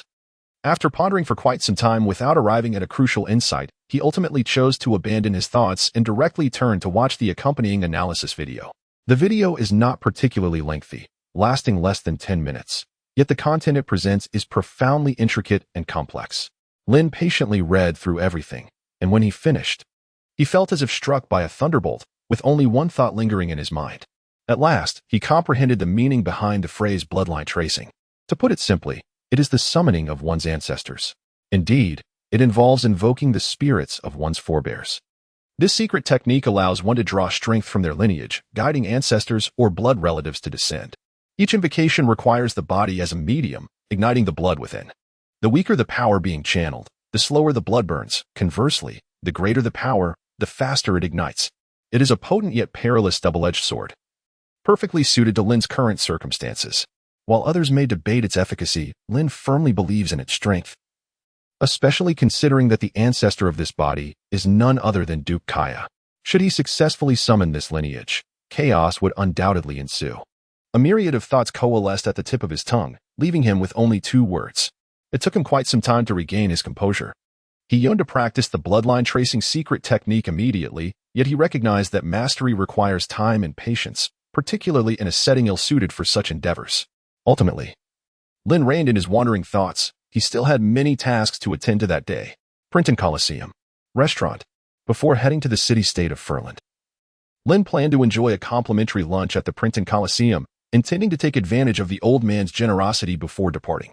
Upon arriving at the restaurant, Lin observed a few candidates who had not yet departed, alongside Tosa and Owen, who were seated together enjoying their lunch. "Good afternoon," Lin called out from a distance, raising a hand in greeting. "Hello. Good afternoon, Brother Lin." The two responded, lifting their heads at the sound of his voice. As Lin gazed at the pair, each savoring their meal, a hint of surprise crossed his features. "I had thought you all had left with the aristocrats attending the ceremony." "No," Tosa replied, shaking his head nonchalantly. "It was initially planned for me to leave with my father, but I had a bit too much to drink last night and ended up waking late this morning, so there was no rush." "And what of Shut and Judith? Have they already returned?" While conversing, Lin made his way to the area offering complimentary food, retrieving 2 pieces of white bread, some smoked meat, and a bowl of vegetable soup. They have indeed returned, Tosa said, wiping his mouth with a silk cloth, though it has only been a short while since they left. Oh, Lin nodded, then pulled out a chair and sat down. She tore a piece of soft white bread from the wooden platter and dipped it into the vegetable soup. Only then did her gaze shift to Owen. By the way, weren't you planning to head to the royal court? When do you intend to depart? You still need to wait a while, I presume. Owen pondered for a moment before responding. The main reason is that my father is quite apprehensive about me going to the royal court alone. He intends to send someone to accompany me shortly. That sounds quite reasonable, she replied. Lin chuckled and inquired, has Dr. Liu reached out to you? Indeed, he has asked me to deliver some items for his sister. After acknowledging this, Lin suddenly pondered, since we must wait for a while, where shall you reside during this time? At my place, came the response from Tosa. Our estate is vast, with an abundance of vacant rooms. Having one more guest will hardly make a difference. Tosa spoke nonchalantly, seemingly indifferent. However, he soon noticed the food on Lin's plate, his expression shifting to one of surprise. As a noble, you consume such fare in the morning? What else is there? Lin chuckled softly. As a fallen noble, I am not so delicate. Having become a stable hand, it is quite fortunate to have white bread to eat, ordinarily. We subsist on dark bread. With that, Lin speared a piece of thoroughly soaked bread with a fork and stuffed it into his mouth, his expression remaining rather indifferent. Very well. Upon hearing this, Tosa couldn't help but smile, and subsequently pushed the food on the silver platter before him towards Lin. Thank you. Lin politely acknowledged and did not stand on ceremony. After completing all of this, Shute inquired, where are you headed next? Back to the racetrack? No. Lin shook her head, stating her intention to visit Furland City. What a coincidence. We are also returning to Furland City. Let us travel together in my carriage. Chapter 96. Poverty restricts imagination to carriage, emblazoned with the emblem of the Isla family. Rumbled along the road for a good half hour before finally entering the outer city of Furland and coming to a halt before the bustling flea market. We have arrived at the flea market, announced the driver in a deep, resonant voice. Lin leaped down from the carriage. After regaining his balance, he smiled and addressed the figure of Tosa, who was peering out of the carriage window. Thank you for your efforts, Mr. Tosa. It is but a small matter. Tosa waved his hand dismissively, seemingly indifferent to Lin's gratitude. His gaze drifted towards the nearby flea market, where disheveled individuals huddled in corners, awaiting employment. Frowning slightly, he turned to Lin with a puzzled expression. What brings you to such a chaotic place? Seeking to hire servants? Do I appear to be someone who can afford servants? Lin shook his head in exasperation and pointed towards the burdened store across the market. I merely wish to purchase a few items. Oh, Tosa did not dwell on Lin's words and nodded in agreement. Then we shall return first. Until next time. Very well, until next time. Goodbye, Brother Lin. After this brief exchange, Lin watched as the carriage, adorned with its fiery red maple leaf insignia, disappeared into the distance. Once it was entirely out of sight, he collected his thoughts and turned to enter the burden store. The familiar sound of tinkling wind chimes greeted him. Inside, the tall and sturdy Rod sat comfortably in a rocking chair at the counter, casually sipping tea while perusing the latest edition of the Western Evening News. Upon hearing the noise, he instinctively looked up, and his gaze met Lin's. Lin inclined his head slightly. Mr. Rod, how have you been? Mr. Lin, what brings you here? Rod appeared somewhat surprised by Lin's visit. He hastily rose and returned the greeting. It's rather inconsiderate of you not to inform me of your arrival. It is my fault for coming rather unexpectedly. I hope you do not mind. Not at all, not at all. Rod's demeanor towards Lin had long since shifted from their initial encounters. Is Mr. Charlison in? The young master has gone to visit other nobles. How unfortunate. Lin sighed. How long might he be gone? Rod hesitated, uncertain. Although he was nominally the shopkeeper, he was, after all, merely a servant of the Burens. And how much could he truly know about his master's affairs and schedule? If Mr. Lin has urgent matters, I can dispatch someone to find the young master immediately. However, considering the recent flourishing business between Lin and Charlson, which had secured Charlson connections with numerous nobles due to the scarcity of goods, Rod pondered for a moment. Recalling Lin's hurried arrival, and added, that would be troublesome. Please take a seat. Rod poured a cup of red tea for Lin, leaving those words behind as he hastily donned the coat hanging by the door and departed. In less than 5 minutes, he returned to the shop, brushing off the scattered snowflakes from his hair and shoulders. With a smile, he said, Mr. Lin, please wait a moment. I have already sent word to Master Charlson regarding your arrival. Excellent. Receiving a definitive response, Lin felt a sense of ease. He settled into a chair opposite Rod and began discussing recent events in the Northern Territories. Rod, amidst their conversation, shared a glimpse of his own troubles. "Mr. Lin, you have no idea, but Master Charleston has been quite distressed lately, and as a result, we, his subordinates, are overwhelmed with tasks." "What troubles him?" Lin delicately held a polished copper cup and softly inquired. "The porcelain channel, you say?" "Indeed." Rod nodded. "Not long ago, I purchased a porcelain cup from you. And that very item was subsequently sold by young Master Charles to Mrs. Reed. It sounds like a fortuitous turn of events." "Indeed, it is," Rod readily acknowledged. "However, the issue arises from the fact that this news has reached another of Master Charles's patrons, Lady Marlene, who now also intends to acquire some porcelain." "Porcelain?" "A symbol of nobility and status. Those who can afford such items are surely no ordinary individuals." Although Lin was unfamiliar with Lady Marlene, he grasped from Rod's tone, particularly in light of Charleston's noble background, that she was not someone to be trifled with. Even the Burin family seemed to treat her with considerable caution.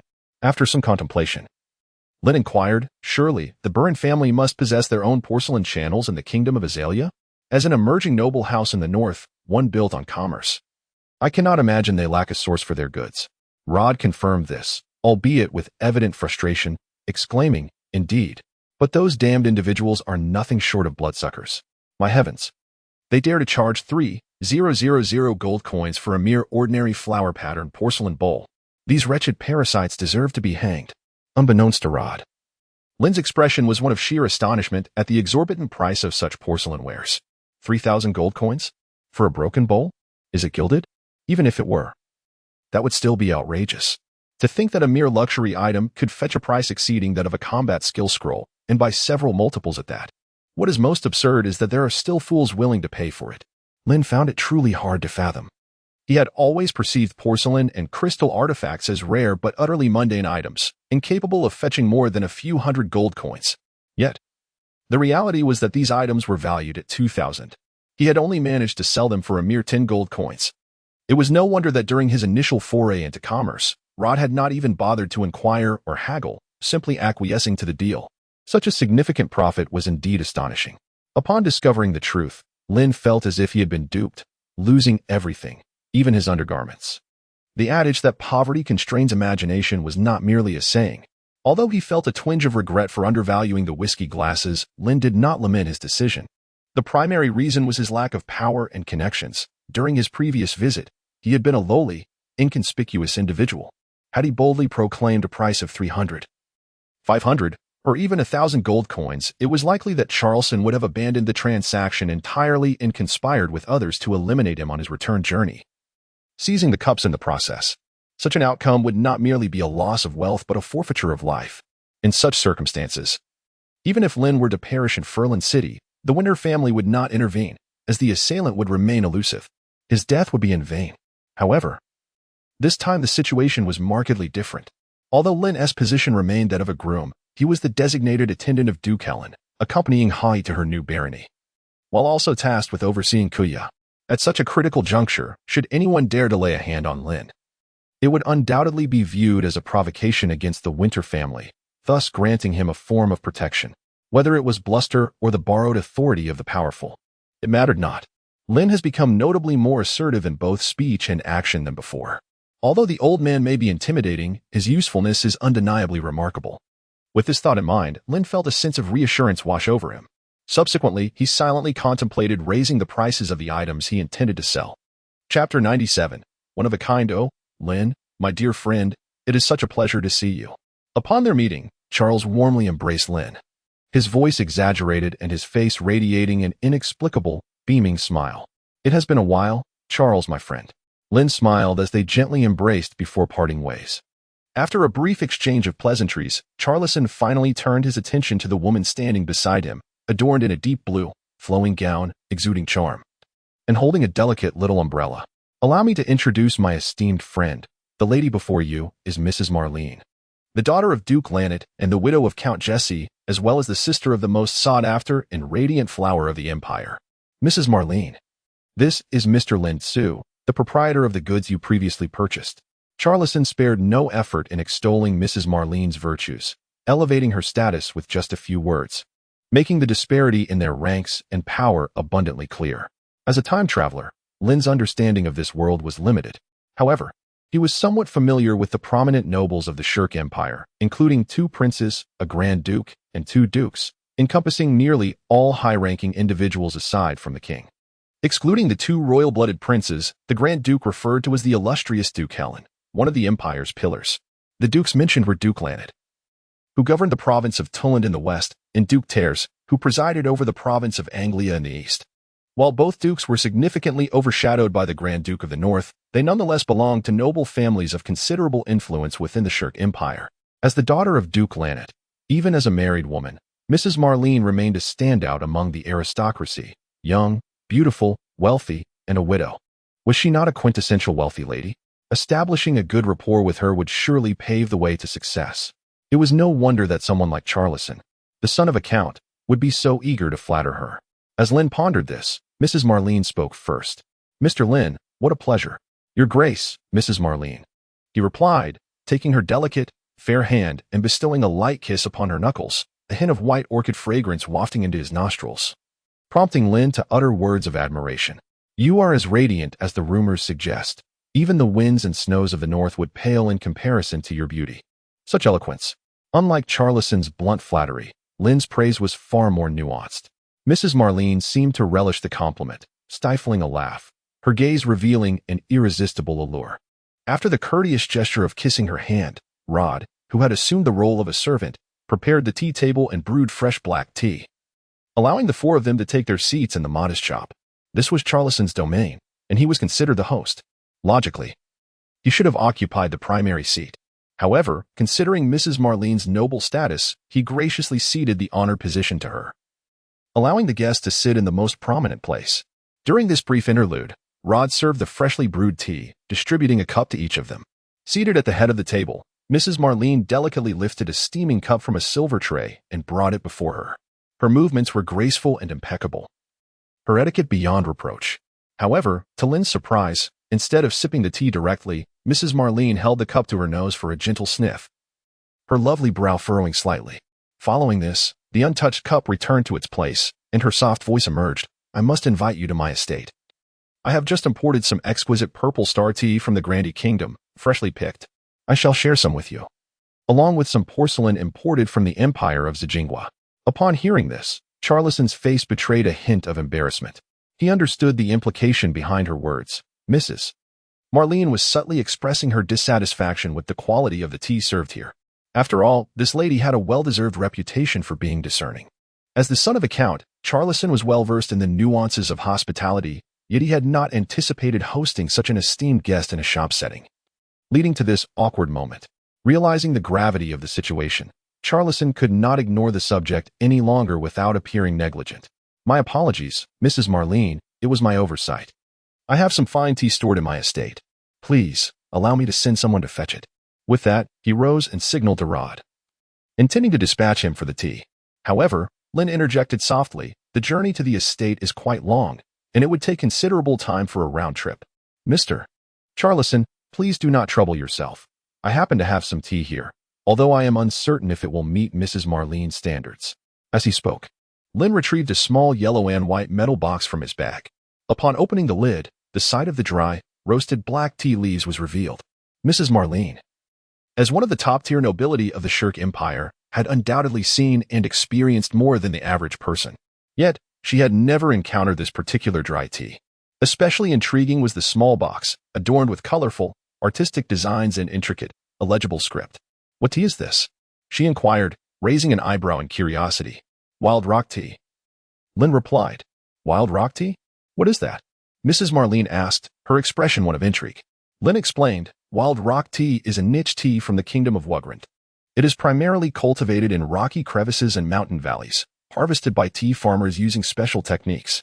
Regular consumption is said to bolster the spleen and stomach, enhance vision, and invigorate the spirit." Lin had prepared his explanation for the wild rock tea in advance. This tea was one of the items he intended to offer. While the claims of strengthening the spleen and stomach, enhancing vision, and invigorating the spirit sounded appealing, they paled in comparison to the renowned purple star tea. Mrs. Marlene, a woman of the world, would not be easily swayed by a casual presentation. Yet, Lin maintained his smile. Of course, it cannot compare to the illustrious purple star tea, which is truly an extraordinary product. However, the wild rock tea possesses a unique advantage that cannot be found elsewhere in the Shirk Empire. What advantage? She queried. This tea is truly one of a kind in the Shirk Empire. Chapter 98. The Lion's Wide Mouth. It is impossible to find a second version that is genuine. It is not merely a fabrication, not only within the confines of the Silk Empire, but throughout the entire White Herb continent. There exists no other. Exclusivity represents Lin's most significant advantage. She maintains an unwaveringly discerning taste regarding the quality of tea, however. She is even more enamored by those rare and unique varieties that allow her to boast at banquets and afternoon teas. Such treasures genuinely fulfill her. The rock tea mentioned by Lin undoubtedly aligns with these criteria. Are you certain? Yet, Lin's assertion still left Madame Marlin with a lingering doubt. She must ascertain that this item is indeed as unparalleled as Lin described. Certainly. Lin's tone grew more emphatic as he patted his chest, assuring, "How could I ever dare to deceive you?" "It is best that way," Lady Marlin replied with a light laugh, casting a significant glance at Lin. "Otherwise, you shall come to understand the consequences of deceiving a duke's daughter." Speaking the harshest of truths with the gentlest of tones, such is undoubtedly the essence of Lady Marlin. Rest assured, Lin maintained her serene smile, her expression revealing no hint of panic. As the three conversed, the previously prepared black tea was removed from the table, replaced by the brew that Lin had brought, which Rod diligently poured into cups for the trio. The flavor was delightful. Lady Marlin lifted her teacup, inhaled its aroma, took a delicate sip, and savored it for a moment before offering her appraisal.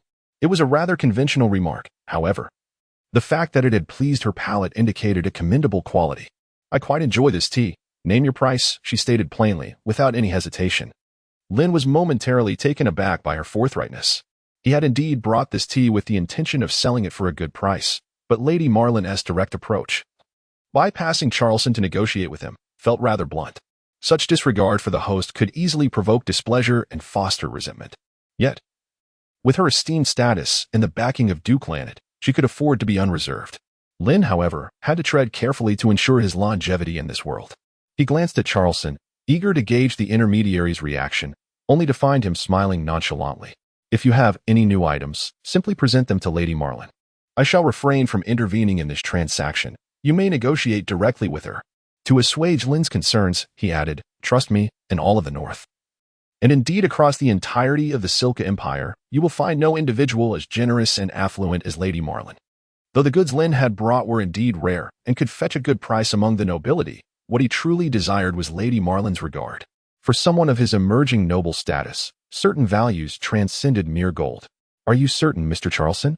"Absolutely. Just hope you do not regret your decision." With Charleston's affirmation, Lin felt his apprehensions dissipate. After all, his host had already spoken, rendering any suspicion of impropriety irrelevant. Considering his impending journey to Mashang and the absence of a stable income source, Lin resolved to seize this opportunity to earn a substantial profit, ensuring he could sustain himself for the foreseeable future. Thus, he prepared to showcase his finest wares, including a set of exquisite purple clay teaware. With this in mind, Lin retrieved the items he intended to sell from his storage pouch. There were only 3 items. First, a 40-40 centimeters finely crafted oil painting. Next, a small jar of chicken essence. And finally, a complete set of purple clay teaware housed in a wooden box. All these items had originated from a fraudulent shop and were treasures Lin had cherished, intending to leverage them for a significant profit. Often, even when he stumbled upon exquisite items in the shop, Lin would refrain from hastily parting with them, confident that their value would remain intact despite the passage of time. As he laid the items on the table, both seated individuals widened their eyes in astonishment. Charleston's head buzzed with a sense of regret, as if he had made a monumental error. Both were nobles, not unfamiliar with luxury, yet the items Lin presented exceeded their expectations. Oil paintings certainly existed in this world and were regarded as a form of luxury, commonly circulated among the aristocracy. It was said that the trend of collecting oil paintings was initiated by a certain prince of the Silka Empire, who was an avid collector and had once gifted a rare oil painting to the king during a royal banquet. That very painting still adorned the walls of the king's chamber. Since then, the allure of oil paintings gradually infiltrated noble society, with works by esteemed masters becoming highly sought after. Although the oil painting presented by Lin does not reveal the hand of any renowned master, its resplendent hues, the multitude of colors, and the exquisite patterns imprinted upon the frame unmistakably indicate that it is far from an ordinary piece of art. If it were to grace the walls of her castle, Lady Marlin could hardly fathom the astonished expressions that would adorn the faces of her fellow aristocrats. As for seasonings, it goes without saying that no noble would easily overlook such luxuries, even if they had never heard of the term chicken essence. The pièce de resistance, however, lies within the wooden box containing a 6-piece set of purple clay teapots, an object of Lady Marlin's deepest desires. The delicate form, profound luster, and smooth surface of these teapots far surpass the hexagonal glass cups owned by Mrs. Reed, not to mention that this set is complete, making it all the more irresistible to Lady Marlin. She yearned to whisk these treasures away at once. "Shall I introduce each item to you in detail?" Lin inquired, noticing the deep captivation in Lady Marlin's gaze, sensing that today's business was likely to be fruitful. "No need," Lady Marlin replied with a wave of her hand, her voice resolute. "State your price." Her forthrightness delighted Lin, who relished dealing with such decisive and lavish individuals. Without hesitation, he boldly proclaimed, "For the decorative oil painting, the price is a fixed 500 gold coins, non-negotiable. The small jar of chicken essence, a seasoning that enhances the quality and flavor of dishes when added during cooking, is priced at 700 gold coins, also non-negotiable. Lastly, we have this exquisite 6-piece purple clay teapot set." Lin pondered for a moment, raised 3 fingers, and wore a radiant smile. Chapter 99, The Deal. 300,000 gold coins? Have you lost your mind? Do you realize how many things can be accomplished with such wealth? Gazing at Lin's 3 fingers, even Lady Marlin, a woman of considerable means, could not help but widen her eyes in disbelief, likely assuming that Lin had gone mad. Although the north is rich in minerals and vast in land, it pales in comparison to the southern nobles who control port trade. As the daughter of a duke and the widow of an earl, her annual earnings from tariffs, land taxes, and mineral extractions amount to merely around 200,000 gold coins. These funds are required to maintain her retinue, servants, the upkeep of her territories, castles, and numerous estates, as well as to host banquets. It is not just her, even the Winter family, a prominent family ruling the north, with a yearly income of about 1 million gold coins, must allocate these funds to cover family expenses, maintain border security, and support a private army of 7,000 elite knights. The White Horse Knights alone consume a third of the Winter family's annual income. It is evident how substantial 300,000 gold coins is. Yet, here was Lin, boldly declaring such a price for a mere few items, which equates to a year and a half's income for her earldom. Lady Marlin's eyes widened as she regarded Lin. Of course, it was not only Lady Marlin who was taken aback. Lin himself felt similarly bewildered, though his reaction was less pronounced, with only a slight twitch at the corner of his mouth. To speak candidly, Lin had never intended to demand such an exorbitant sum for the purple clay teapot. He was neither a vampire nor a scoundrel, and to him, a price of 30,000 gold coins seemed quite satisfactory. However, upon hearing the other party's offer, which added an extra 0, he was left in disbelief. Despite these thoughts racing through his mind, the conversation had reached this point, and Lin felt compelled to respond. 300,000 is indeed rather steep, but there's no harm in negotiating. Observing Lady Marlin's exquisite visage, Lin's smile became somewhat strained. In the past, he would have hesitated to engage in such dialogue, let alone entertain the thought of it. However, circumstances had changed. Though he remained a humble coachman, he was now a fallen noble with a powerful ally. The mere thought of having the Duke of Helen watching over him provided an unparalleled sense of security. With this in mind, Lin felt a measure of reassurance, even taking a leisurely sip from his teacup. Meanwhile, observing the exchange between Lin and Lady Marlin, Charles's brow twitched slightly. Given his understanding of Lin, an unaware fallen noble, he would not have doubted a price of 3,000 gold coins, let alone 30,000. Yet, Lady Marlin's audacious offer of 300,000 was utterly astonishing. Although he sensed something amiss, Charles chose to remain silent. Speaking up would only reveal Lady Marlin's naivety, branding her as an unwitting fool. On the other hand, upon hearing Lin mention the possibility of negotiation, Lady Marlin sighed in relief. After a moment of contemplation, she proposed what she believed was a fair figure. "For these items, I will take them for 80,000 gold coins." 80,000 gold coins? Lin silently clicked his tongue in dismay. However, soon sensing the possibility of negotiating a higher price, he replied, "Oh, dear Mrs. Marlin, the price offered above reflects my earnestness. Considering your status as a valued patron, how about you take it for 150,000 gold coins?" His expression was one of profound sorrow, akin to that of a bereaved son. Yet, Mrs. Marlin, as a noblewoman, would certainly not be deceived by such a feeble performance. "Do you take me for a fool?" Mrs. Marlin scoffed. "You have two choices, either 9,000 gold coins for all three items, or I shall purchase only the oil painting and the condiments for a total of 1,200 gold coins. Am I correct?" Lin presented three exquisite items, undeniably of exceptional quality, a rarity even within the illustrious Silk Empire. She cherished them greatly. However, affection alone would not compel her to acquiesce to such a steep premium. It is noteworthy that a high-quality six-piece porcelain set crafted in the Kingdom of Bougainvillea, transported across the seas to the Silk Empire, averages merely around 40,000. Her willingness to offer 90,000 reflects not only her discerning taste and appreciation for the rarity of these treasures but also her considerable wealth. Indeed, this sum is substantial, surpassing Lin's initial psychological threshold by several multiples. Nevertheless, he did not perceive this figure as Mrs. Marlin's ultimate limit.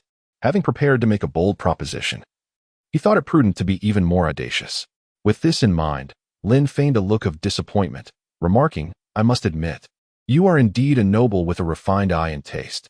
My three items seem to fall short of your standards, and thus, perhaps this transaction should be abandoned." "Abandoned?" At this assertion, Mrs. Marlin was taken aback. "Are you certain? 90,000 gold coins is a fair price. Should you forfeit this opportunity, I doubt you will find another in the north willing to offer such a sum." "Perhaps," Lin replied thoughtfully. Lin shrugged, seemingly having made up her mind. "I possess unwavering confidence in my merchandise. Such exquisite purple clay porcelain is bound to attract many admirers. Mrs. Reed appears to be one such aficionado of porcelain. Perhaps I should find the time to pay her a visit." Though her words were casual, almost inadvertently mentioned, Lin's gaze subtly drifted toward Mrs. Marlin across the room. "Mrs. Reed?" Upon hearing that familiar name, Mrs. Marlin's hand, which was poised to serve tea, froze momentarily. The thought of Mrs. Reed's smug expression when she acquired these items, along with her infuriating display of arrogance, caused two veins to stand out on Mrs. Marlin's forehead. Suddenly, she considered that perhaps the price could indeed rise. After a brief contemplation, she clenched her teeth. 120,000 gold coins. That is the highest I am willing to offer. Should the price exceed that, I would rather endure the ridicule and boastfulness of that fool, Reed. 120,000 gold coins? Lin's heart raced, yet her face feigned indecision. Mrs. Marlin showed no urgency to press her. After a lengthy pause, Lin let out a sigh, as if resolutely making a significant decision, and pushed the three items on the table towards Mrs. Marlin. 120,000 gold coins. Transaction confirmed. Chapter 100. The New Merchant Guild. 120,000 gold coins. Such a considerable fortune. Not only in this lifetime but even in her past, Lin had never dared to dream of such wealth. Yet now, this fortune was within her grasp. And her excitement was beyond words. Had she not been consciously restraining herself? She might have blurted out whether it was cash or a digital transfer at the moment of the deal. "Mrs. Marlin, the items are here. What about the payment?" Carrying such a substantial sum was impractical.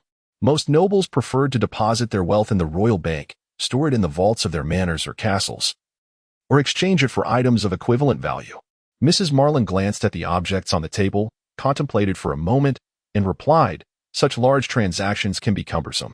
Please wait here while I visit the royal bank." With that, she opened her umbrella and strolled out of the Berlin store. Although she had departed, the items for sale remained on the table, and Lin felt no concern about her fleeing. Instead, she comfortably settled into her chair to wait. After Mrs. Marlin's exit, Charles, who had remained silent for quite some time, finally found an opportunity to speak. "Those three fingers you just showed, you meant to sell 3,000, correct?" He looked at Lin and inquired. "No." Lin shook his head with a smile. "Indeed, I wish to sell for 300,000. "Oh?" Upon hearing this, Charles was taken aback, as if he were encountering Lin for the first time. He scrutinized him from head to toe, exclaiming, "This is quite unlike you. Since we are old acquaintances, I shall be forthright, Mr. Charles. This could very well be our final transaction." "Final transaction?" Charles paused, his brow furrowing involuntarily. "Is it due to feeling that you've amassed sufficient wealth and wish to withdraw, or have you found a new buyer?" A hint of amusement laced Charles's voice. As a businessman, he perceived Lin's decision to withdraw at this juncture as indicative of two possibilities. Neither. Noting Lin's resolute tone, Charles pondered for a moment before inquiring, "Is it that there are issues with the supply?" "Neither." Lin shrugged, no longer prolonging the suspense, and candidly stated, It is because I must leave Feilan City for an extended period without the prospect of returning. What business could possibly draw you away from Feilan City? The confusion and astonishment on Charleson's face were unmistakable. He had contemplated numerous reasons for Lin's withdrawal, yet this particular one had never crossed his mind. With a sigh, Lin replied, "It is because Duke Helen has personally assigned me a mission, which will prevent my return to Feilan City for quite some time. Consequently, our dealings must be temporarily suspended." Lin appeared to speak casually. "Is it true that Duke Helen personally assigned you a task?" Charleson keenly discerned the emphasis in his words.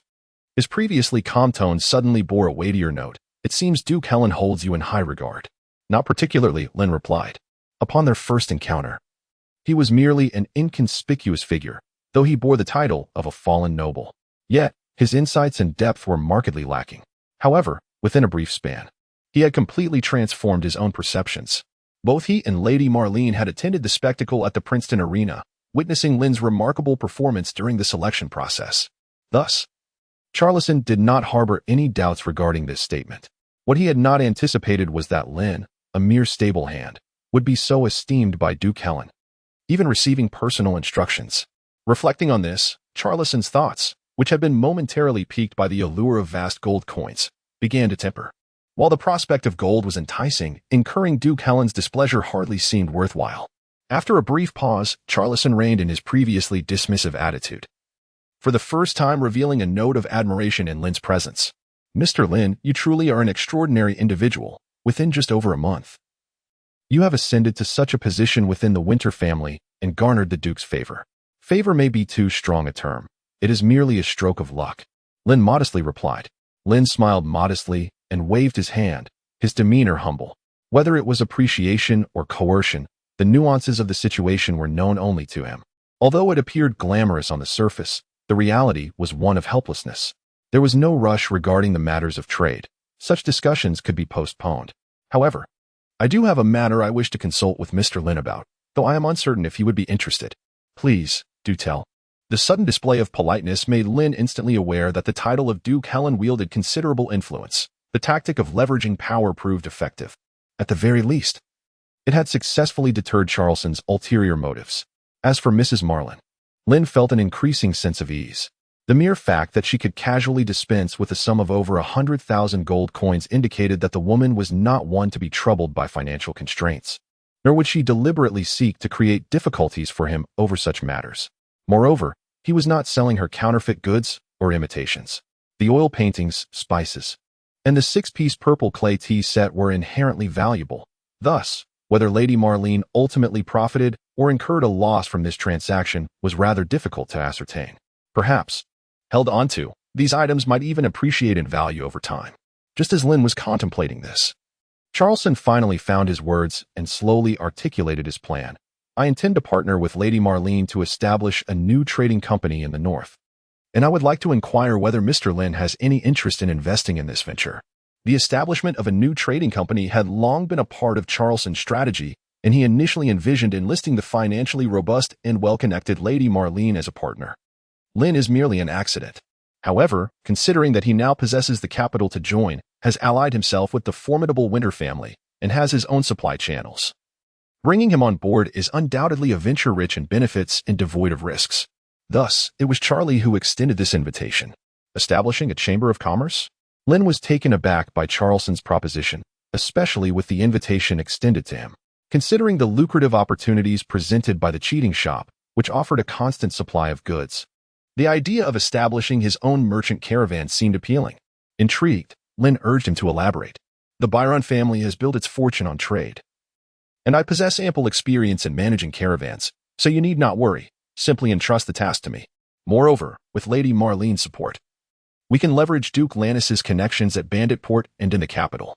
We will recruit a substantial number of caravan members and escorts, craft magical carriages, and magical vessels for efficient land and sea transport, importing goods from other nations to sell in the north and the capital."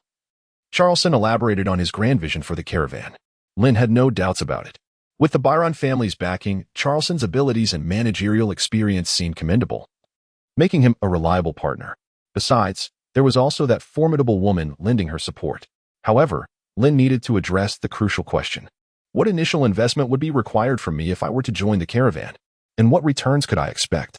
Should your goods, sourced through your own channels, sell for 30,000 gold coins, you would receive a 10% share in the new trading company. For your own merchandise, the company would take a 20% profit, while the remainder would belong to you, Charleston replied straightforwardly. The offer sounded enticing, yet the investment felt rather substantial. Lin hesitated at the thought of parting with gold coins that had yet to come into his possession. Charleston, however, appeared unfazed, seemingly in no rush to pressure him. It's still early to discuss this. You may take your time to consider before providing me with a response. Just then, the doors of the Byron shop swung open, letting in a gust of cold wind. Lady Marlene entered, flanked by 2 armored guards who carried a closed box. Upon the heavy box's thud against the floor, she placed 10 receipts before Lin and said slowly, "Inside the box are 20,000 gold coins, and the remaining receipts are certificates from the capital's bank, each worth 10,000 gold coins. With these, you can freely exchange for gold." Chapter 101. The Sewers. Additional update. A box containing 20,000 gold coins and 10 certificates from the capital's bank. Lin had always thought Charleston's claims of generosity and wealth were somewhat exaggerated, yet here was tangible proof. It was astonishing that someone could produce such wealth without a flicker of an eye. Was this the allure of the affluent? "Now, all this money is yours," Lady Marlene stated as she placed the receipts on the table, eagerly picking up a matte porcelain cup from the wooden box for a closer examination.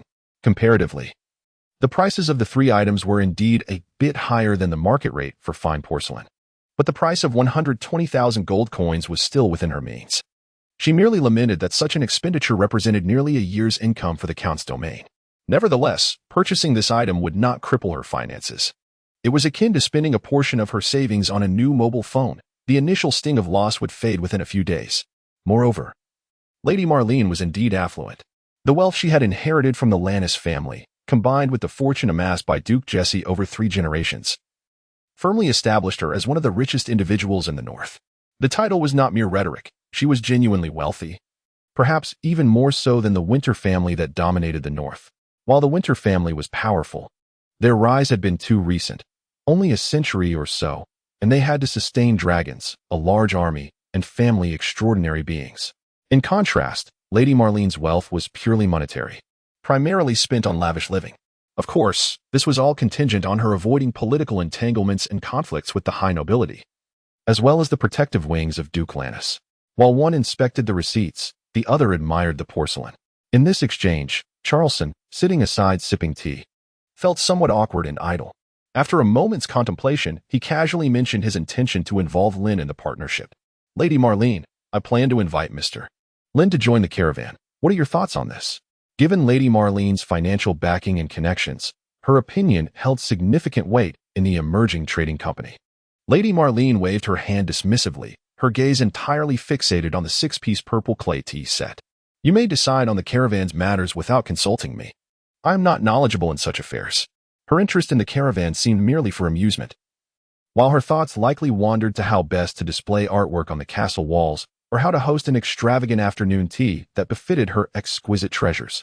However, she quickly seemed to realize something and added, "You may proceed with the partnership, but any rare items must be presented to me first. I wouldn't wish to sell anything I do not find appealing." "Of course," Charleston said with a smile, understanding the underlying need. "In that case, you may make your decisions." With that assurance, Lady Marlene withdrew from further involvement. Yet soon, her attention was drawn to the jar of rock tea on the table, and she seemed intrigued. Noticing the interest from their benefactor, Lin immediately seized the opportunity, saying, "This rock tea is a gift for you, a token of my appreciation." Upon hearing this, Lady Marlene nodded, casting him an approving glance that conveyed her satisfaction. After departing from the Byron shop, despite the biting cold wind, Lin's mind was abuzz with thoughts that felt surreal. The artwork cost a silver coin, the purple clay tea set 2 silver coins, and the small jar of seasoning barely made it to a silver coin. The most expensive rock tea was just shy of 3 silver coins. What a profit! The calculations were beyond comprehension. In any case, the transactions involving these 4 items had netted him a staggering profit of 100,000 gold coins. Were it not for the weighty burden of the storage bag, Lin would have doubted the very fabric of reality. After contemplating the matters concerning the caravan, he ultimately chose to join the venture. Presently, Charleston intends for the bald Baizhu and the driver Blake to accompany him to Mocking. As for the subsequent trading arrangements, the 2 parties would communicate further through letters, and he would routinely dispatch someone to mocking to collect goods from Lin. At first glance, 30,000 gold coins appears substantial. Yet when weighed against the stability of established elite channels, the complexities of managing a caravan seem rather daunting. The connections afforded by this partnership are indeed not to be underestimated. Direct engagement proves far more advantageous than the arduous task of forging new avenues. The sole concern lies in the potential for others to encroach upon the profits, yet this poses little threat, as long as one possesses strength or a formidable background. No one would dare to underestimate them. Why does Lady Marlin invest such considerable sums while remaining seemingly indifferent to the Merchant Guild? Her apparent disinterest stems from a genuine confidence in her own network and connections. She is unwavering in her belief that Charleston would not dare deceive her. True strength is paramount. Contemplating these thoughts, Lin clenched his fists, as if doused with a bucket of cold water.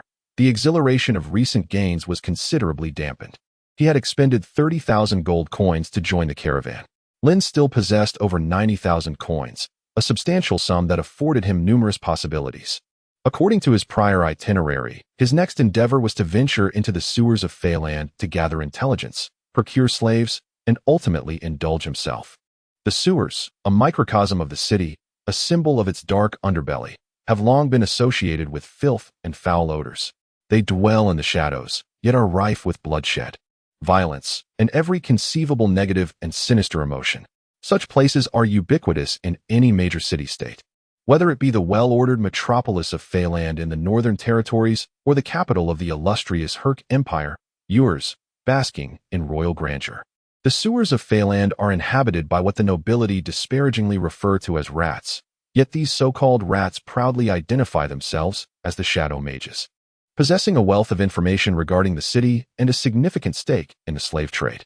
Despite the aristocracy's profound disdain for their presence, it is undeniable that the sewers offer substantial convenience for information gathering, hiring assassins, and desperate mercenaries. Lin learned of this from Tosa. As an unmarked public hireling carriage came to a halt at the outskirts of Feyland, in a dimly lit alleyway sparsely populated, a figure emerged from the carriage, adorned with a coarse wooden mask that obscured their entire face, revealing only a pair of eyes. "Sir, a total of 20 copper coins," the driver remarked.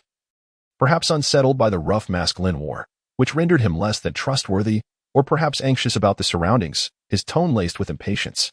Lin did not trouble him. Casually tossing a handful of copper coins into the coachman's hands without even glancing at him, before she began to survey her surroundings. This was the entrance to the sewers of Furland, or rather, one of the entrances. Not far away, a few idle hyenas leaned against the shadowy wall, their greedy eyes fixed on Lin as they attempted to ascertain her worth. The hyenas were allies of the rats, referring to the idle individuals who lingered in the outer city of Furland. They served as both enforcers to intimidate the ordinary folk and as spies. "Who are you?" After a moment of mutual scrutiny, a middle-aged man emerged from the shadows, clutching a dagger, with half of his face appearing as though it had been gnawed by rodents, indistinct and horrifying. In response to his inquiry, Lin chose silence, arrogantly gesturing to the frost dragon emblem emblazoned on her chest, the sigil of House Winter. Gazing at the faintly glowing insignia, the speaker fell silent for a moment, appraising Lin from head to toe before finally stating, "Follow me." Chapter 102. The Central Market. Welcome to the sewers of Furland, the shadowy underbelly of this city.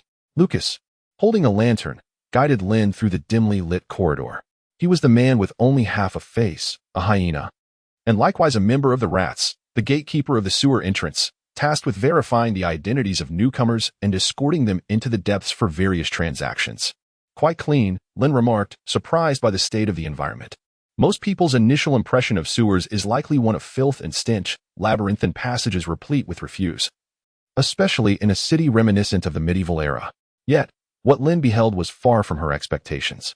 There were no common inhabitants like cockroaches or rats, no traces of blood or corpses, and certainly none of the excrement or debris typically found floating in drainage channels. Aside from the absence of sunlight, with shadows cloaked in patches of moss and mold creeping up the walls, and a faint odor permeating the air, everything seemed rather unremarkable.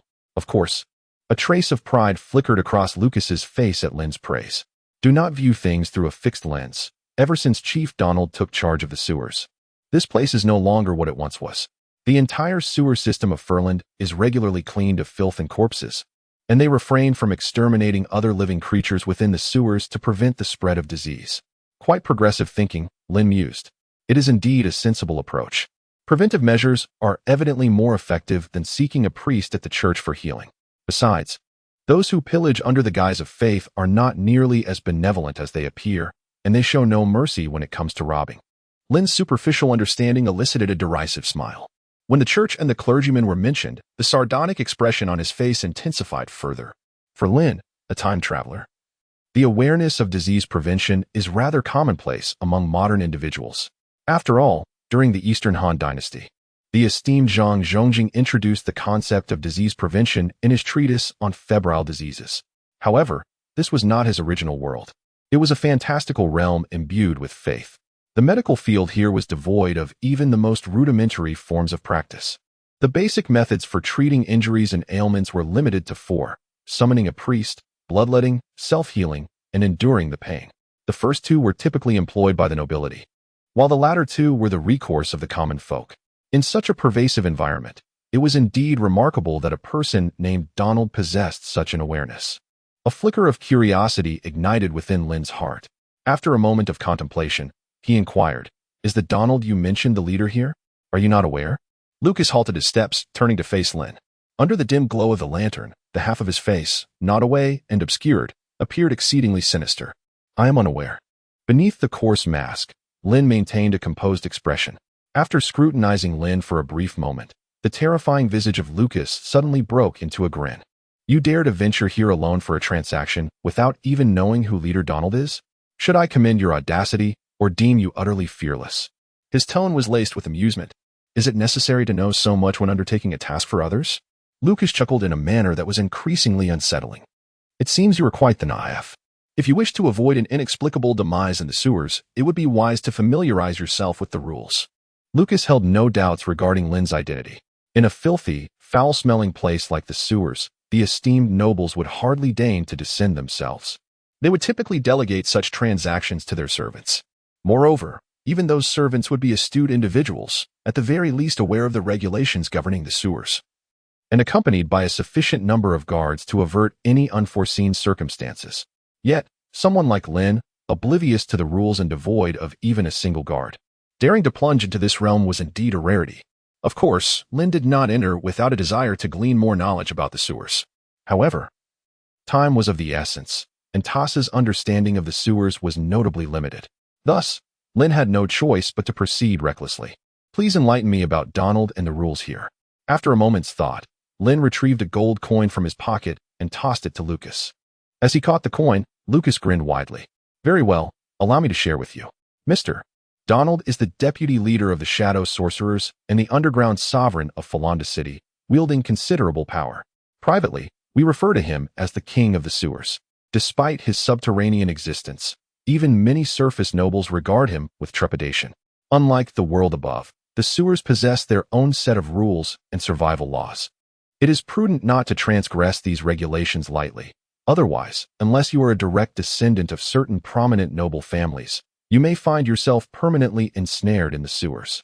We currently inhabit the periphery of the sewers. The destination ahead is the heart of the trading market. This area is a labyrinth of passages, and unless guided by a hyena, it is advisable not to wander alone, lest you too become trapped here. 1. Do not harass the sewer denizens. 2. Do not damage the central market. 3. Do not trespass into any tents. 4. Do not pollute the sewer environment. 5. Do not provoke the shadow sorcerers. Having received Lin's coin, Lucas became more loquacious, leading Lin through the dim and intricate passages of the sewers while meticulously recounting the operational rules of this underworld. Lin silently noted all of this. Just as she was attentively listening, Lucas, who was walking ahead, suddenly changed his tone. "We have arrived. Ahead lies the central area of the sewer, the central marketplace, which serves as the pivotal hub for the entire sewer system's operation." Lin lifted her gaze and noticed that the tunnel ahead, at the bend, had indeed brightened considerably, allowing her to discern the path without the aid of light. The two hastened their steps, accompanied by the cacophony of lively conversation and the somewhat blinding radiance. A market of indescribable awe unfolded before Lin's eyes.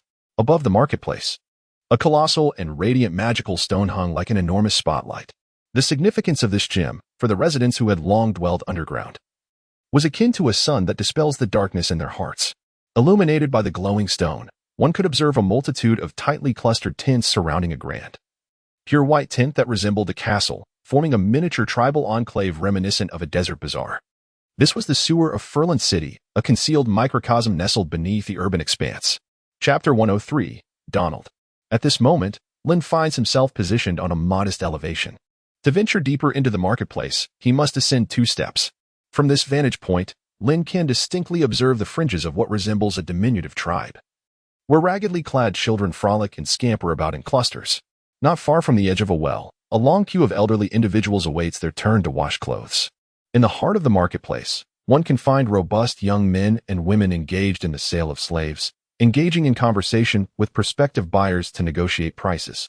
Before them stand one or several enormous iron cages, housing a diverse array of slaves, each unique in appearance. Surrounding the central white tent is a small zone of emptiness. Passers-by instinctively veer away as they approach the colossal structure, as if by mutual understanding. At the entrance of this tent, several towering, muscular men stand guard. Although these men are unarmored, each bears a standardized curved dagger at their waist, their faces adorned with war paint, and their eyes radiating a chilling aura of menace. As Lin surveys his surroundings, the voice of Lucas, the hyena, resonates once more, providing insights. Do you see that enormous tent in the center? That is the abode of Deputy Chief Donald. If you seek information, that is where you should go. Simply pass through the guards at the entrance. The row of smaller tents surrounding it is dedicated to the slave trade. If you are interested, feel free to wander, though the quality of the slaves varies considerably, and finding one to your liking will rely on fortune. Should you wish to procure higher quality slaves, you must also approach Deputy Chief Donald, who possesses a considerable selection of premium stock, albeit at a significantly elevated price. Furthermore, in the sewer area, do not provoke the children or the elderly. Those adorned with war paint are members of the Shadow Demon tribe. It is advisable to avoid any conflict with them. As long as you adhere to these guidelines, you should encounter no significant issues. I cannot freely enter the inner area. However, if your transactions conclude and you wish to exit the sewer, you may find me at the 3rd tent over there, and I will escort you back to your original position. Of course, there will be a guide fee of 1 gold coin. While speaking, Lucas gestured toward the tent where he could be found, perhaps anticipating earning a gold coin from Lin. He seemed unperturbed by the prospect of elaborating further. Understood, Lin replied, committing Lucas's words to memory before he began to descend the steps ahead, gradually entering the periphery of the marketplace. Due to his neat attire and distinguished demeanor, which starkly contrasted with the residents of the sewer, he immediately attracted numerous gazes upon stepping into the marketplace. Among those were several slaves and their sellers. Boss, are you looking to buy a slave? Come and see mine. This fishman was just brought back from the southern seas. Lin's gaze swept across the cages, where a multitude of enslaved beings were confined, beasts, demi-humans, orcs, and even grotesque creatures he had never before laid eyes upon. Yet, the most numerous among them were ordinary human slaves. Most of the captives appeared listless, huddled in the corners of their enclosures, their spirits broken. Some even hung their heads, their breathing shallow and labored, teetering on the brink of death. To their pleas, Lin offered no response. He traversed the outer trading area and soon arrived before the largest white tent at the center. Before he could approach, the Shadowkin guards at the entrance barred his path. Who goes there?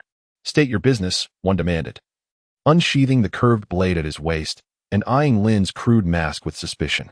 A servant of House Wintervale, Lin replied without hesitation, gesturing to the sigil hanging from his chest. I seek an audience with Chief Donald for a business proposition. House Wintervale? The Shadowkin scrutinized him from head to toe before asking, your name? Galen. Wait here. I shall inform Vice Chief Donald. With that, the guard turned and disappeared into the tent.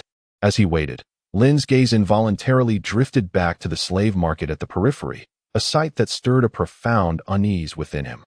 Though he had strived to adapt to this world's harsh realities, such scenes still struck him with visceral revulsion, just as he lost himself in thought.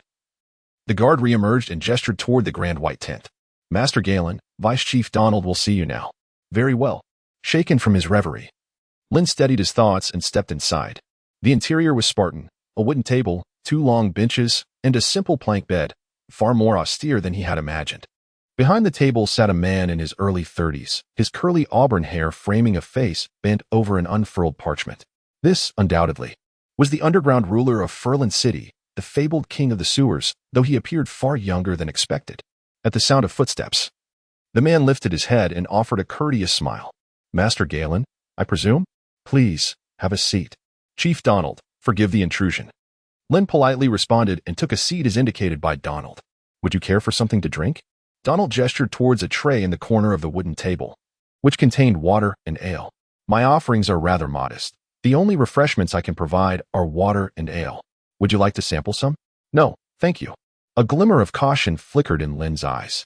There was no need for such tension. Donald poured himself a glass of ale, lifted it to his lips, and after a sip, spoke slowly. Though the Shadow Sorcerer is notorious for trading intelligence, selling slaves, and training assassins, engaging in the sordid act of poisoning is beneath their disdain. Donald exuded goodwill, attempting to validate a point. Yet, the wary glint in Lin's eyes did not wane. Nor did he seem swayed. This left Donald somewhat helpless, yet he refrained from pressuring the matter further. Since Mr. Galen is not fond of these formalities, let us discuss the pressing matters at hand. How may I assist you, my esteemed guest from House Winter? Despite Donald's relaxed demeanor and courteous words, Lin could not shake the feeling of an almost imperceptible threat emanating from him. He resembled a wasp concealing a venomous sting, seemingly harmless yet profoundly perilous. In the presence of such a person, Lin felt compelled to maintain his vigilance. Nevertheless, he would not forget the purpose of his visit.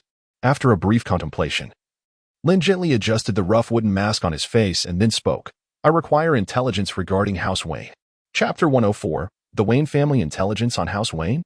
Upon hearing this, Donald instinctively narrowed his eyes. Forgive my candor, Mr. Galen, but may I inquire if this information is indeed needed by House Winter? Absolutely. Lin responded decisively, without a moment's hesitation. Is that so? Donald gazed at Lin with an amused smile. The cost of acquiring information regarding the nobility is unlikely to be trifling. Mr. Galen should have brought an ample supply of gold coins, I presume? Of course, Lin shrugged. Excellent. Donald nodded, then continued. The Wayne family is, after all, a noble house from the capital. Having distanced themselves from the northern territories, their foundation has largely shifted southward, making the price for information regarding the northern nobility considerably higher. Feel free to state your price. Lin was well aware of the nuances involved. 30 gold coins. Donald held up 3 fingers. Go ahead. Lin did not haggle. Instead, she retrieved a small pouch of gold coins from her storage bag and tossed it onto the table. As you wish. Donald accepted the coins, weighing them in his palm before speaking. The Wayne family originated as nobility in the north 3 centuries ago, but for various reasons. They have since relocated to the capital, Urs, and transformed into a noble family of the capital. The current head of the Wayne family, Marquis Wayne, is a Sky Knight. The designated heir is a foster son adopted by Marquis Wayne, named Lance Wayne. As a professional information broker, Donald possessed an intimate knowledge of most nobles, capable of reciting their details with ease. Capital nobility, Marquis Wayne, Sky Knight, Lance Wayne. Lin meticulously recorded this information, distilling it to extract the most valuable portion. However, despite such thoughts, he could not easily reveal them on his countenance. What you have shared is hardly a secret. Many in the north are aware of it. Surely, Mr. Donald does not intend for me to expend 30 gold coins merely for this, does he? Of course not. Donald smiled as ever, assuringly. Rest assured, Mr. Galen. As purveyors of intelligence, we hold our reputation in the highest regard and would never let a client squander their funds. Feel free to inquire about anything. I shall answer candidly. Very well. My first question. What manner of man is Marquis Wayne? Donald pondered for a moment before responding. The current Marquis Wayne is universally acknowledged as a gentleman of humility and decorum, one who upholds the dignity of nobility.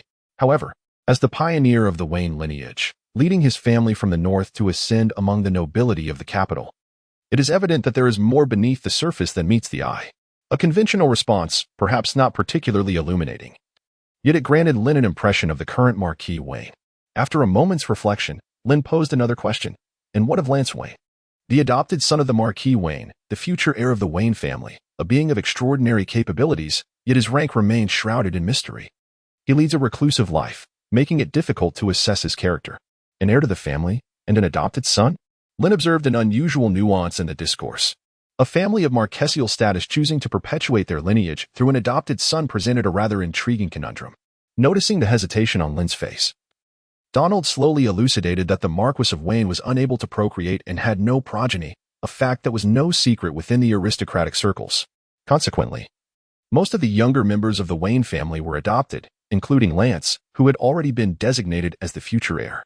Lin nodded and inquired once more, "Is there any intersection between the Waynes, who have now relocated to the capital, and the long-forgotten Tsu family of the Northern Territories?" The mention of the Tsu family, a name long buried in the annals of the North, brought a flicker of undisguised astonishment to Donald's countenance. He lifted the mug of ale from the table and took a delicate sip before responding. "This inquiry exceeds the bounds of the remuneration you have provided. I regret that I cannot divulge any information." "I can offer more," Lin retorted. Yet, for him at this moment, monetary compensation was not the crux of the matter. What truly mattered was discerning the precise relationship between the two families. Compared to the preceding question, this was the essence of Lin's concern, the focal point of his interest. "More money?" Donald continued to shake his head. "I am sorry, Mr. Guerin. Should you have other queries, feel free to ask. However, I am powerless regarding this particular issue." Donald's evident reluctance suggested he was either unwilling or too fearful to speak. Whether it was the former or the latter remained ambiguous to Lin. Nevertheless, the fact that even an increase in payment could not sway Donald's resolve indicated that the information regarding the Wayne family had been nearly fully exhausted. Lin found himself with no alternative. Thus, he adjusted the mask upon his face, feigning nonchalance as he replied briefly, choosing to leave the topic at that, effectively concluding the inquiry. Prolonging the questioning would only reveal an anxious disposition, making it easier for others to exploit his vulnerability. Spending 30 gold coins for just a few fleeting words, without acquiring the desired information, seemed a rather unfortunate transaction in Lin's eyes. Yet, it was an unavoidable circumstance. After all, this was the underbelly, Donald's domain. Fortunately, despite the meager gains, Lin had garnered some insights into the Wayne family, transforming his prior ignorance into a semblance of understanding, thus rendering his efforts not entirely fruitless. Of course, his mission to gather intelligence was one aspect. Additionally, Lin intended to utilize his ample gold to procure a slave. It was rumored that Chief Donald possessed a selection of exceptionally high-quality slaves. "Mr. Galen seeks to purchase a slave?" Upon hearing this, Donald's interest was immediately piqued. "Indeed," Lin nodded. For Donald, known as the King of the Sewers, who commanded the entire underground network of Furland, dealing in information was a mere trifling venture. What truly piqued his interest were assassination and the trafficking of slaves. Lucrative enterprises that could yield thousands, if not tens of thousands, and were essential for the operation of the sewers and the shadowy figures that inhabited them. As for the slaves themselves, Mr. Galen had certain stipulations, such as race, appearance, or gender. Donald was well versed in his negotiations. The specifics of race and gender were of little consequence. However, the combat prowess required must meet at least the standard of a golden knight, and they should be capable of entering into a symbiotic contract.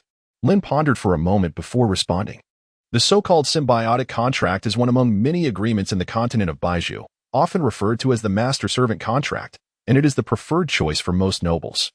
There is no issue on my end. The batch of slaves I possess is indeed eligible to enter into a symbiotic contract, so Mr. Galen need not worry.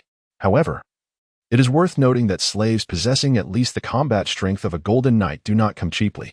Financial matters are not a concern. That is reassuring. Observing Lin's unwavering confidence, Donald's demeanor appeared considerably more relaxed. "Currently, I have 3 slaves that meet Mr. Galen's criteria. One is a troll warrior captured from the Frosted Wastes, possessing a physique comparable to that of a golden warrior, priced at 40,000 gold coins. Another is a feathered woman from the Gauss Mountains, a devotee of the god of eternal sleep, skilled in stealth and assassination, capable of dispatching golden knights, priced at 30,000 gold coins. The final one is a summoned abyss knight, an absolute golden knight in terms of combat prowess, priced at 20,000 gold coins." Chapter 105. The Food Enthusiast. According to your description, the so-called Abyss Knight should be the strongest among the 3 slaves in terms of combat capability, correct? Indeed. If it is the strongest in combat, why is it priced at only 20,000 gold coins? Lin found herself somewhat perplexed by Donald's offer and the logic behind his words. If one were to categorize based on combat prowess, the Abyss Knight would undoubtedly rank as the strongest. Donald hesitated for a moment before continuing. However, this summoned creature lacks any form of intelligence. It acts solely on command and is prone to bouts of rage during frequent skirmishes, often indiscriminately attacking friend and foe alike. Hence, I have set its selling price at a mere 20,000 gold coins. The absence of intellect, the propensity for rampage, and the inability to distinguish allies from enemies sounded rather disconcerting. It felt akin to purchasing a slave or a ticking time bomb. It was no wonder the price was so low. And what of the feathered maiden? A combat strength comparable to that of a golden knight, yet priced 1,000 gold coins less than a troll warrior? Surely it must harbor some flaws. Flaws are hardly the term, Donald mused. It is merely that the feathered maiden's frontline combat capabilities are inconsistent. She excels more in stealth and assassination. So, a pure assassin then. Lin quickly formed a concept in his mind. Among the 3 slaves, I would particularly recommend the troll warrior. A tame troll warrior would undoubtedly serve as an excellent aid. In terms of obedience and combat prowess, it excels. Aside from its grotesque appearance, this specimen possesses no significant flaws. Of course, the price may be steep. Indeed, Lin subconsciously nodded at Donald's statement. The price, easily amounting to tens of thousands of gold coins, was indeed daunting. However, considering that the transaction involved slaves, particularly rare extraordinary ones, and not just common cabbages found by the roadside, a higher price was somewhat acceptable. I would appreciate it if Mr. Donald could introduce me to the troll warrior and the harpy, excluding the abyss knight, which Lin had clearly ruled out due to its potential as a ticking time bomb. Relying solely on verbal descriptions, Lin found it challenging to assess the slave's quality or make decisions on whom to purchase. That authority lies with you. Sitting behind a modest wooden table, Donald smiled faintly, then raised his left hand, his finger adorned with an emerald ring, making a gentle, beckoning motion to issue a command. Ollie, take Mr. Guerin to inspect the goods. As Donald's words echoed, a swirling black mist arose from the shadowy corner behind him, and a figure cloaked in black, most of its form obscured, emerged from the roiling darkness, with only a hint of painted features visible. Mr. Guerin, please. Approaching Lin. The figure in black gestured towards the door with an air of invitation. The voice, revealing itself as that of a woman, carried an icy detachment akin to frost. Lin was utterly astonished by the figure's appearance. Having spent so long in the same tent as Donald, he had been completely oblivious to the presence of a third individual. Despite his astonishment, the thought of Donald's identity, the underground king of Falanda, the formidable ruler of the sewers, suggested that it would be rather unreasonable for him to lack capable enforcers. With this thought in mind, Lin followed the cloaked figure as they departed from Donald's central tent. Soon, he found himself in a tent not far behind Donald's, where he encountered the first specimen, a troll warrior imprisoned within an iron cage. Towering at nearly 3 meters, its physique was an exaggerated display of explosive muscle. Crowned with deep blue, haystack-like spikes of hair, its face a hideous mask of grotesqueness, and it was adorned with a crudely woven grass skirt, closely resembling depictions in novels and games. Unlike the listless slaves on the outskirts of the market, the troll warrior, though confined to its cage, exhibited a relatively decent mental state, showing no apparent injuries, though its gaze appeared somewhat vacant. To speak frankly, having such a slave as a bodyguard would undoubtedly provide a profound sense of security. However, upon first impression, Lin found the troll warrior's appearance to be glaringly conspicuous. And then he thought it too tall and too ugly. Such a bulbous visage would be difficult to conceal while traversing a human city. Lin's decision to invest a substantial sum in purchasing a slave is driven not only by the need for a formidable protector, enhancing his security and strategic advantage, but also by the requirement for a degree of intellect, capable of assisting him with mundane tasks. The 3-meter-tall troll evidently fails to meet these criteria. After a mere glance, Lin arrived at his conclusion. Miss Ollie, please lead me to see the feathered woman, he instructed. Certainly, came the emotionless response from the woman named Ollie, her voice devoid of inflection. At this moment, she played the role of an unfeeling guide. Beyond the troll warrior's tent, a left turn would lead them to the location of the feathered woman. As Lin and Ollie approached the entrance, they were greeted by a cacophony of voices. Hey, where is everyone? Where have all the people gone? I'm starving. I want to eat. Did you hear me? I want food. Unlike the silence that enveloped the troll's tent, the area surrounding the feathered woman's cage was lively and tumultuous. Upon stepping into the tent, Lin and Ollie beheld the feathered woman within the cage, a creature approximately 1.60 meters, adorned with long black hair, resembling a harpy of sorts. She possessed a human body and arms, yet beneath her arms sprouted magnificent, snow-white wings akin to those of a falcon. This was indeed the so-called feathered woman. I'm hungry. I want chicken legs, Ollie declared. Upon noticing the two newcomers, the feathered woman's clamorous voice intensified. and she began to flap her winged arms violently against the bars of her cage, causing the iron structure to tremble under her tremendous force. Alas, even the merciless guide machine let out a sigh. Then, as if performing a magic trick, it conjured a chicken leg and tossed it into the cage. The moment the chicken leg soared into the enclosure, the previously raucous feathered woman fell silent, leaping up like a tiger pouncing on its prey, seizing the leg in her grasp and devouring it voraciously. This spectacle left Lin bewildered. Are you sure she is a slave? A slave, one might argue, is not quite the right term. Ollie shook his head. Sophie and the slaves confined here are quite different. Most of the slaves outside were captured. Yet she followed of her own accord. Followed of her own accord? Lin was taken aback. Is it possible that in this day and age, someone would willingly become a slave?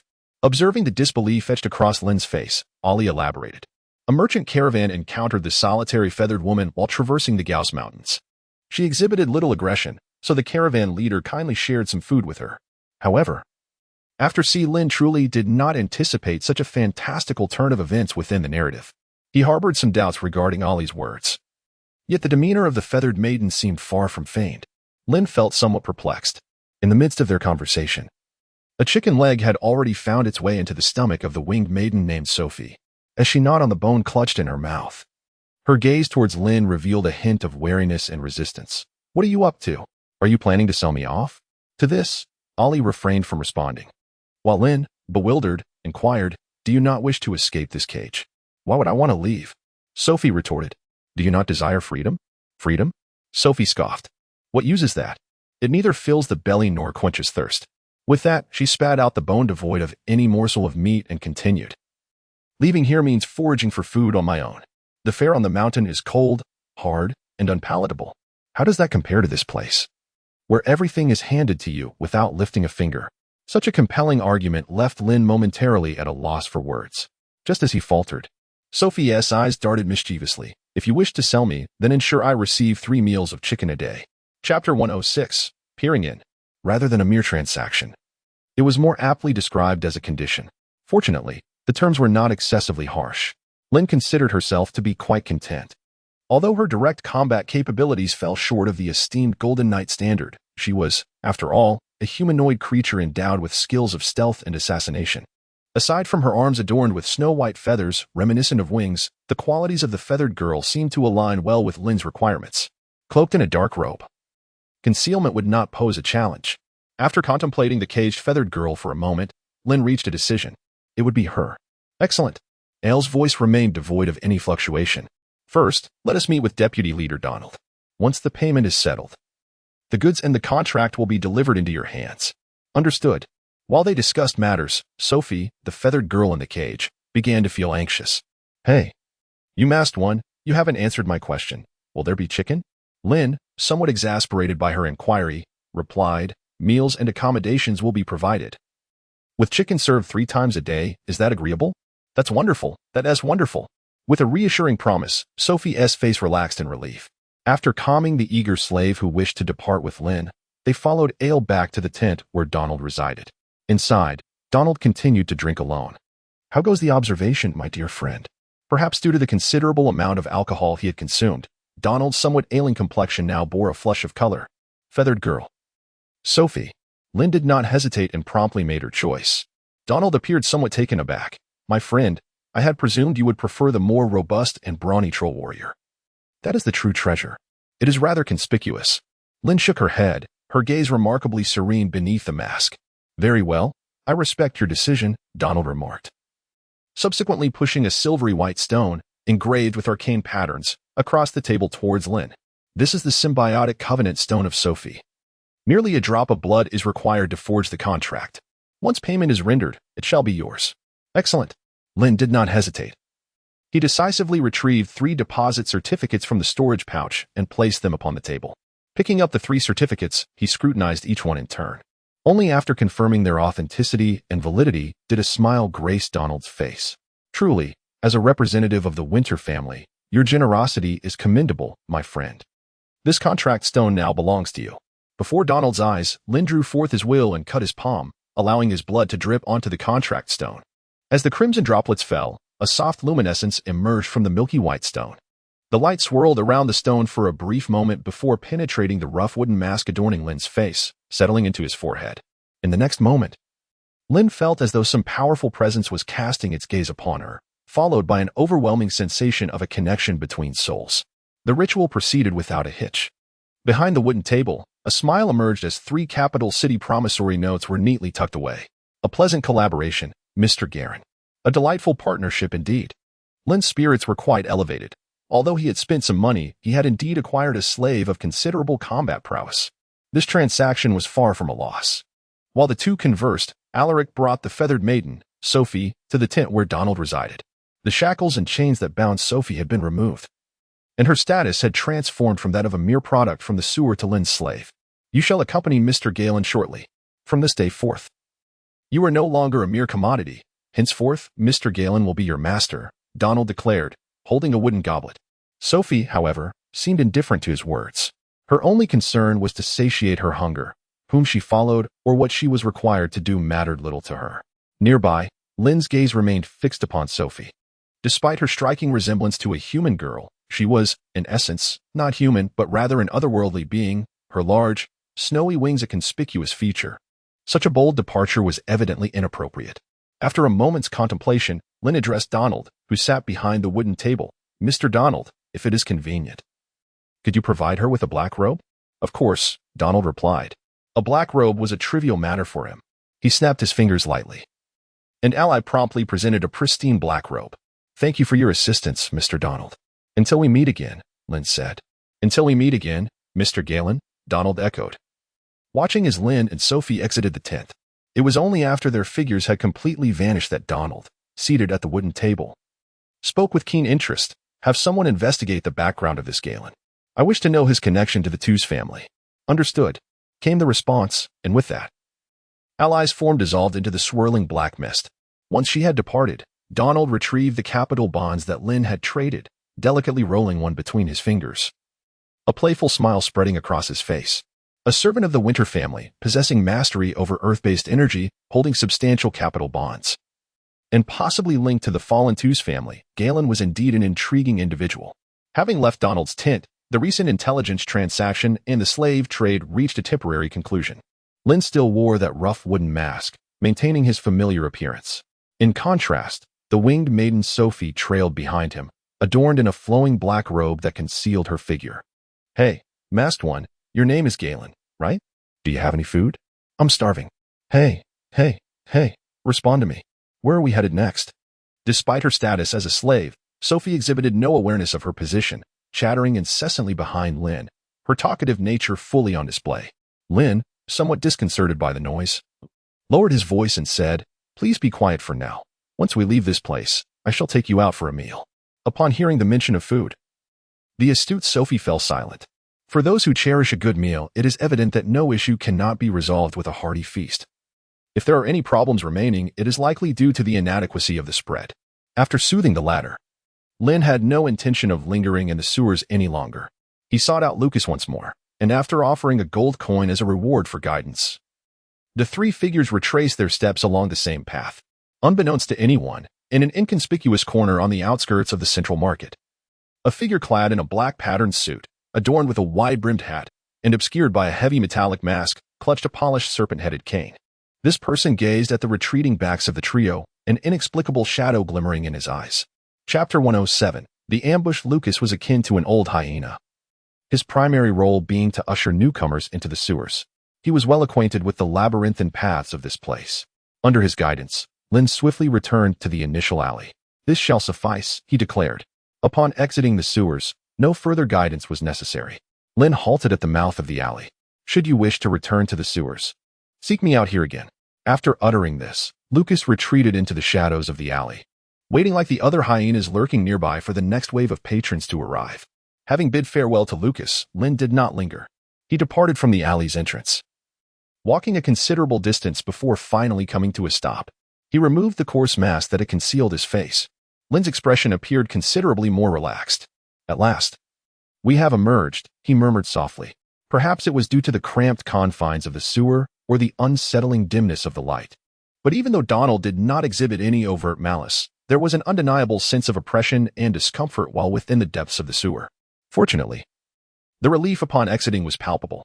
With this thought, Lin's gaze shifted towards Sophie, the girl in the black cloak beside him. The voluminous robe draped over her, concealing her figure. Aside from the slight bulkiness around her waist, her overall silhouette bore little distinction from that of an ordinary young human girl. "Your name is Sophie, is it not?" Lin gazed at the feathered maiden and softly inquired. "Indeed." The young girl raised her head high. "Sophie Knight." "Knight? A noble?" Although unfamiliar with the beliefs of the demi-human race, it was evident from known conventions that those bearing surnames were predominantly aristocrats, with only a few exceptions. "Noble? What is that?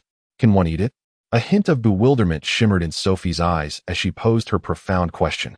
Lin opened her mouth, intending to elucidate the concept of nobility, but upon observing the rather dim-witted expression of her interlocutor, she deemed it a futile endeavor. After some contemplation, Lin shifted her approach. "Is your surname bestowed by your parents or perhaps someone else?" "My parents?" Sophie shook her head. "Sophie has no parents." "No parents? Then what about your surname?" "I do not know," she replied, "but everyone in the tribe bears the surname Knight, so Sophie also carries that name. They say it is a blessing from the god of eternal slumber, though I do not quite understand." As she spoke, Sophie awkwardly tugged at the robe draped over her, her gaze revealing a hint of innocence. Clearly, she was not well versed in the ways of the outside world. "Never mind," Lin sighed, realizing that further inquiries would yield little significance. After a moment of contemplation, he introduced himself. "I am Lin Tuzer, and from this day forth, I shall be your master. Your duties henceforth will include safeguarding me and adhering to my commands." "Oh." Sophie nodded in acknowledgement, yet a thought seemed to strike her. Abruptly, she inquired, "Aren't you called Galen?" "That is a pseudonym." "What is a pseudonym?" "It is a false name, a fabricated identity." "Oh." Sophie nodded, appearing somewhat enlightened yet still perplexed. Lin, having spent considerable time explaining, felt inexplicably fatigued, as though he had spent 30,000 gold coins to acquire a fool. A twinge of regret washed over him.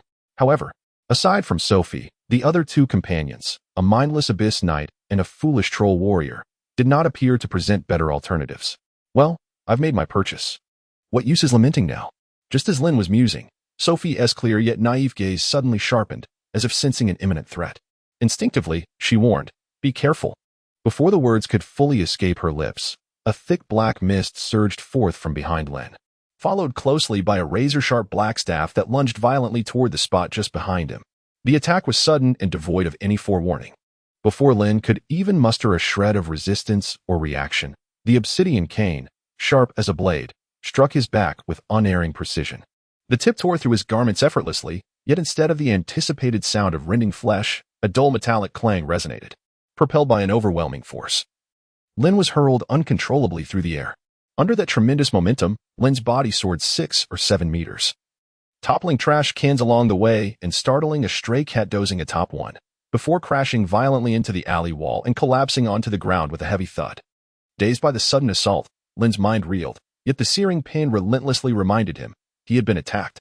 Gritting his teeth against the agony, he staggered to his feet, his organs seemingly displaced, blood trickling uncontrollably from the corner of his mouth. A murmur of surprise emerged from the swirling black mist. The assailant, clad in a patterned suit, a wide-brimmed hat, and a heavy metal mask, half shrouded in the inky fog, seemed astonished by his failed strike. "Still alive? How tenacious," the masked man remarked, his voice laced with grudging admiration. He stepped forward, intent on delivering a finishing blow, but at that moment, Sophie abruptly closed in. Beneath her billowing black robe, Sophie's white-winged arm summoned a gale, lashing out at the man. The feathers, normally soft and pristine, now sharpened under her will, slicing toward his throat like razor-edged blades. Sensing the lethal wind, the masked man abandoned his pursuit of Lin, retreating swiftly. With a single step, he vanished into the mist, reappearing several meters away, evading Sophie's assault. Unfazed, Sophie flicked her wrist, sending 5 pure white feathers streaking toward him, each wreathed in tendrils of dark mist. Whoosh! The feathers cut through the air, swift and deadly, aimed straight for his throat. Yet, as they neared, the black fog surged once more, coalescing into a shadowy hand that swatted them aside. Sophie prepared to press her advantage until Lin's voice rang out behind her. "Fall back." A single command. Yet she obeyed without hesitation. The next instant, a thick, earthen yellow aura erupted across the ground like shattered spider webs, surging toward the masked man. distracted by the shifting terrain. He barely had time to react before a colossal sword of condensed energy descended from above, its blinding radiance engulfing the entire alley. Chapter 108. Reward. As the light and dust settled, the black mist and the masked man had vanished. In the crater left by the sword's impact lay only a heavy metal mask and a pool of blood. Did he escape? Encased in his stone armor, Lin remained vigilant. The assailant's eerie mobility was unnerving. Had it not been for the titanium stool strapped to his back, blocking the initial strike, he would have been dead. Sophie's timely intervention and the combat technique judgment bestowed by Duke Helen had barely turned the tide. While Lin remained on guard, Sophie, standing near the blast's epicenter, relaxed. His presence is gone, she stated calmly. You can sense him? Lin glanced at her, surprised. Like me, he is a follower of the slumbering god, wielding the power of the black mist. But now, the mist has dissipated. Her expression was earnest. How strong was he? Sophie hesitated. Weaker than me, I think. Weaker than Sophie? Though capable of assassinating Golden Knight-level warriors, Sophie's direct combat prowess fell short of that tier. At minimum, the attacker was a Silver Knight, a disciple of the slumbering god, an assassin. Which raised the question, why would a Silver Knight assassin target him? Within Lin's circle, many could afford such a killer, but few held personal grudges.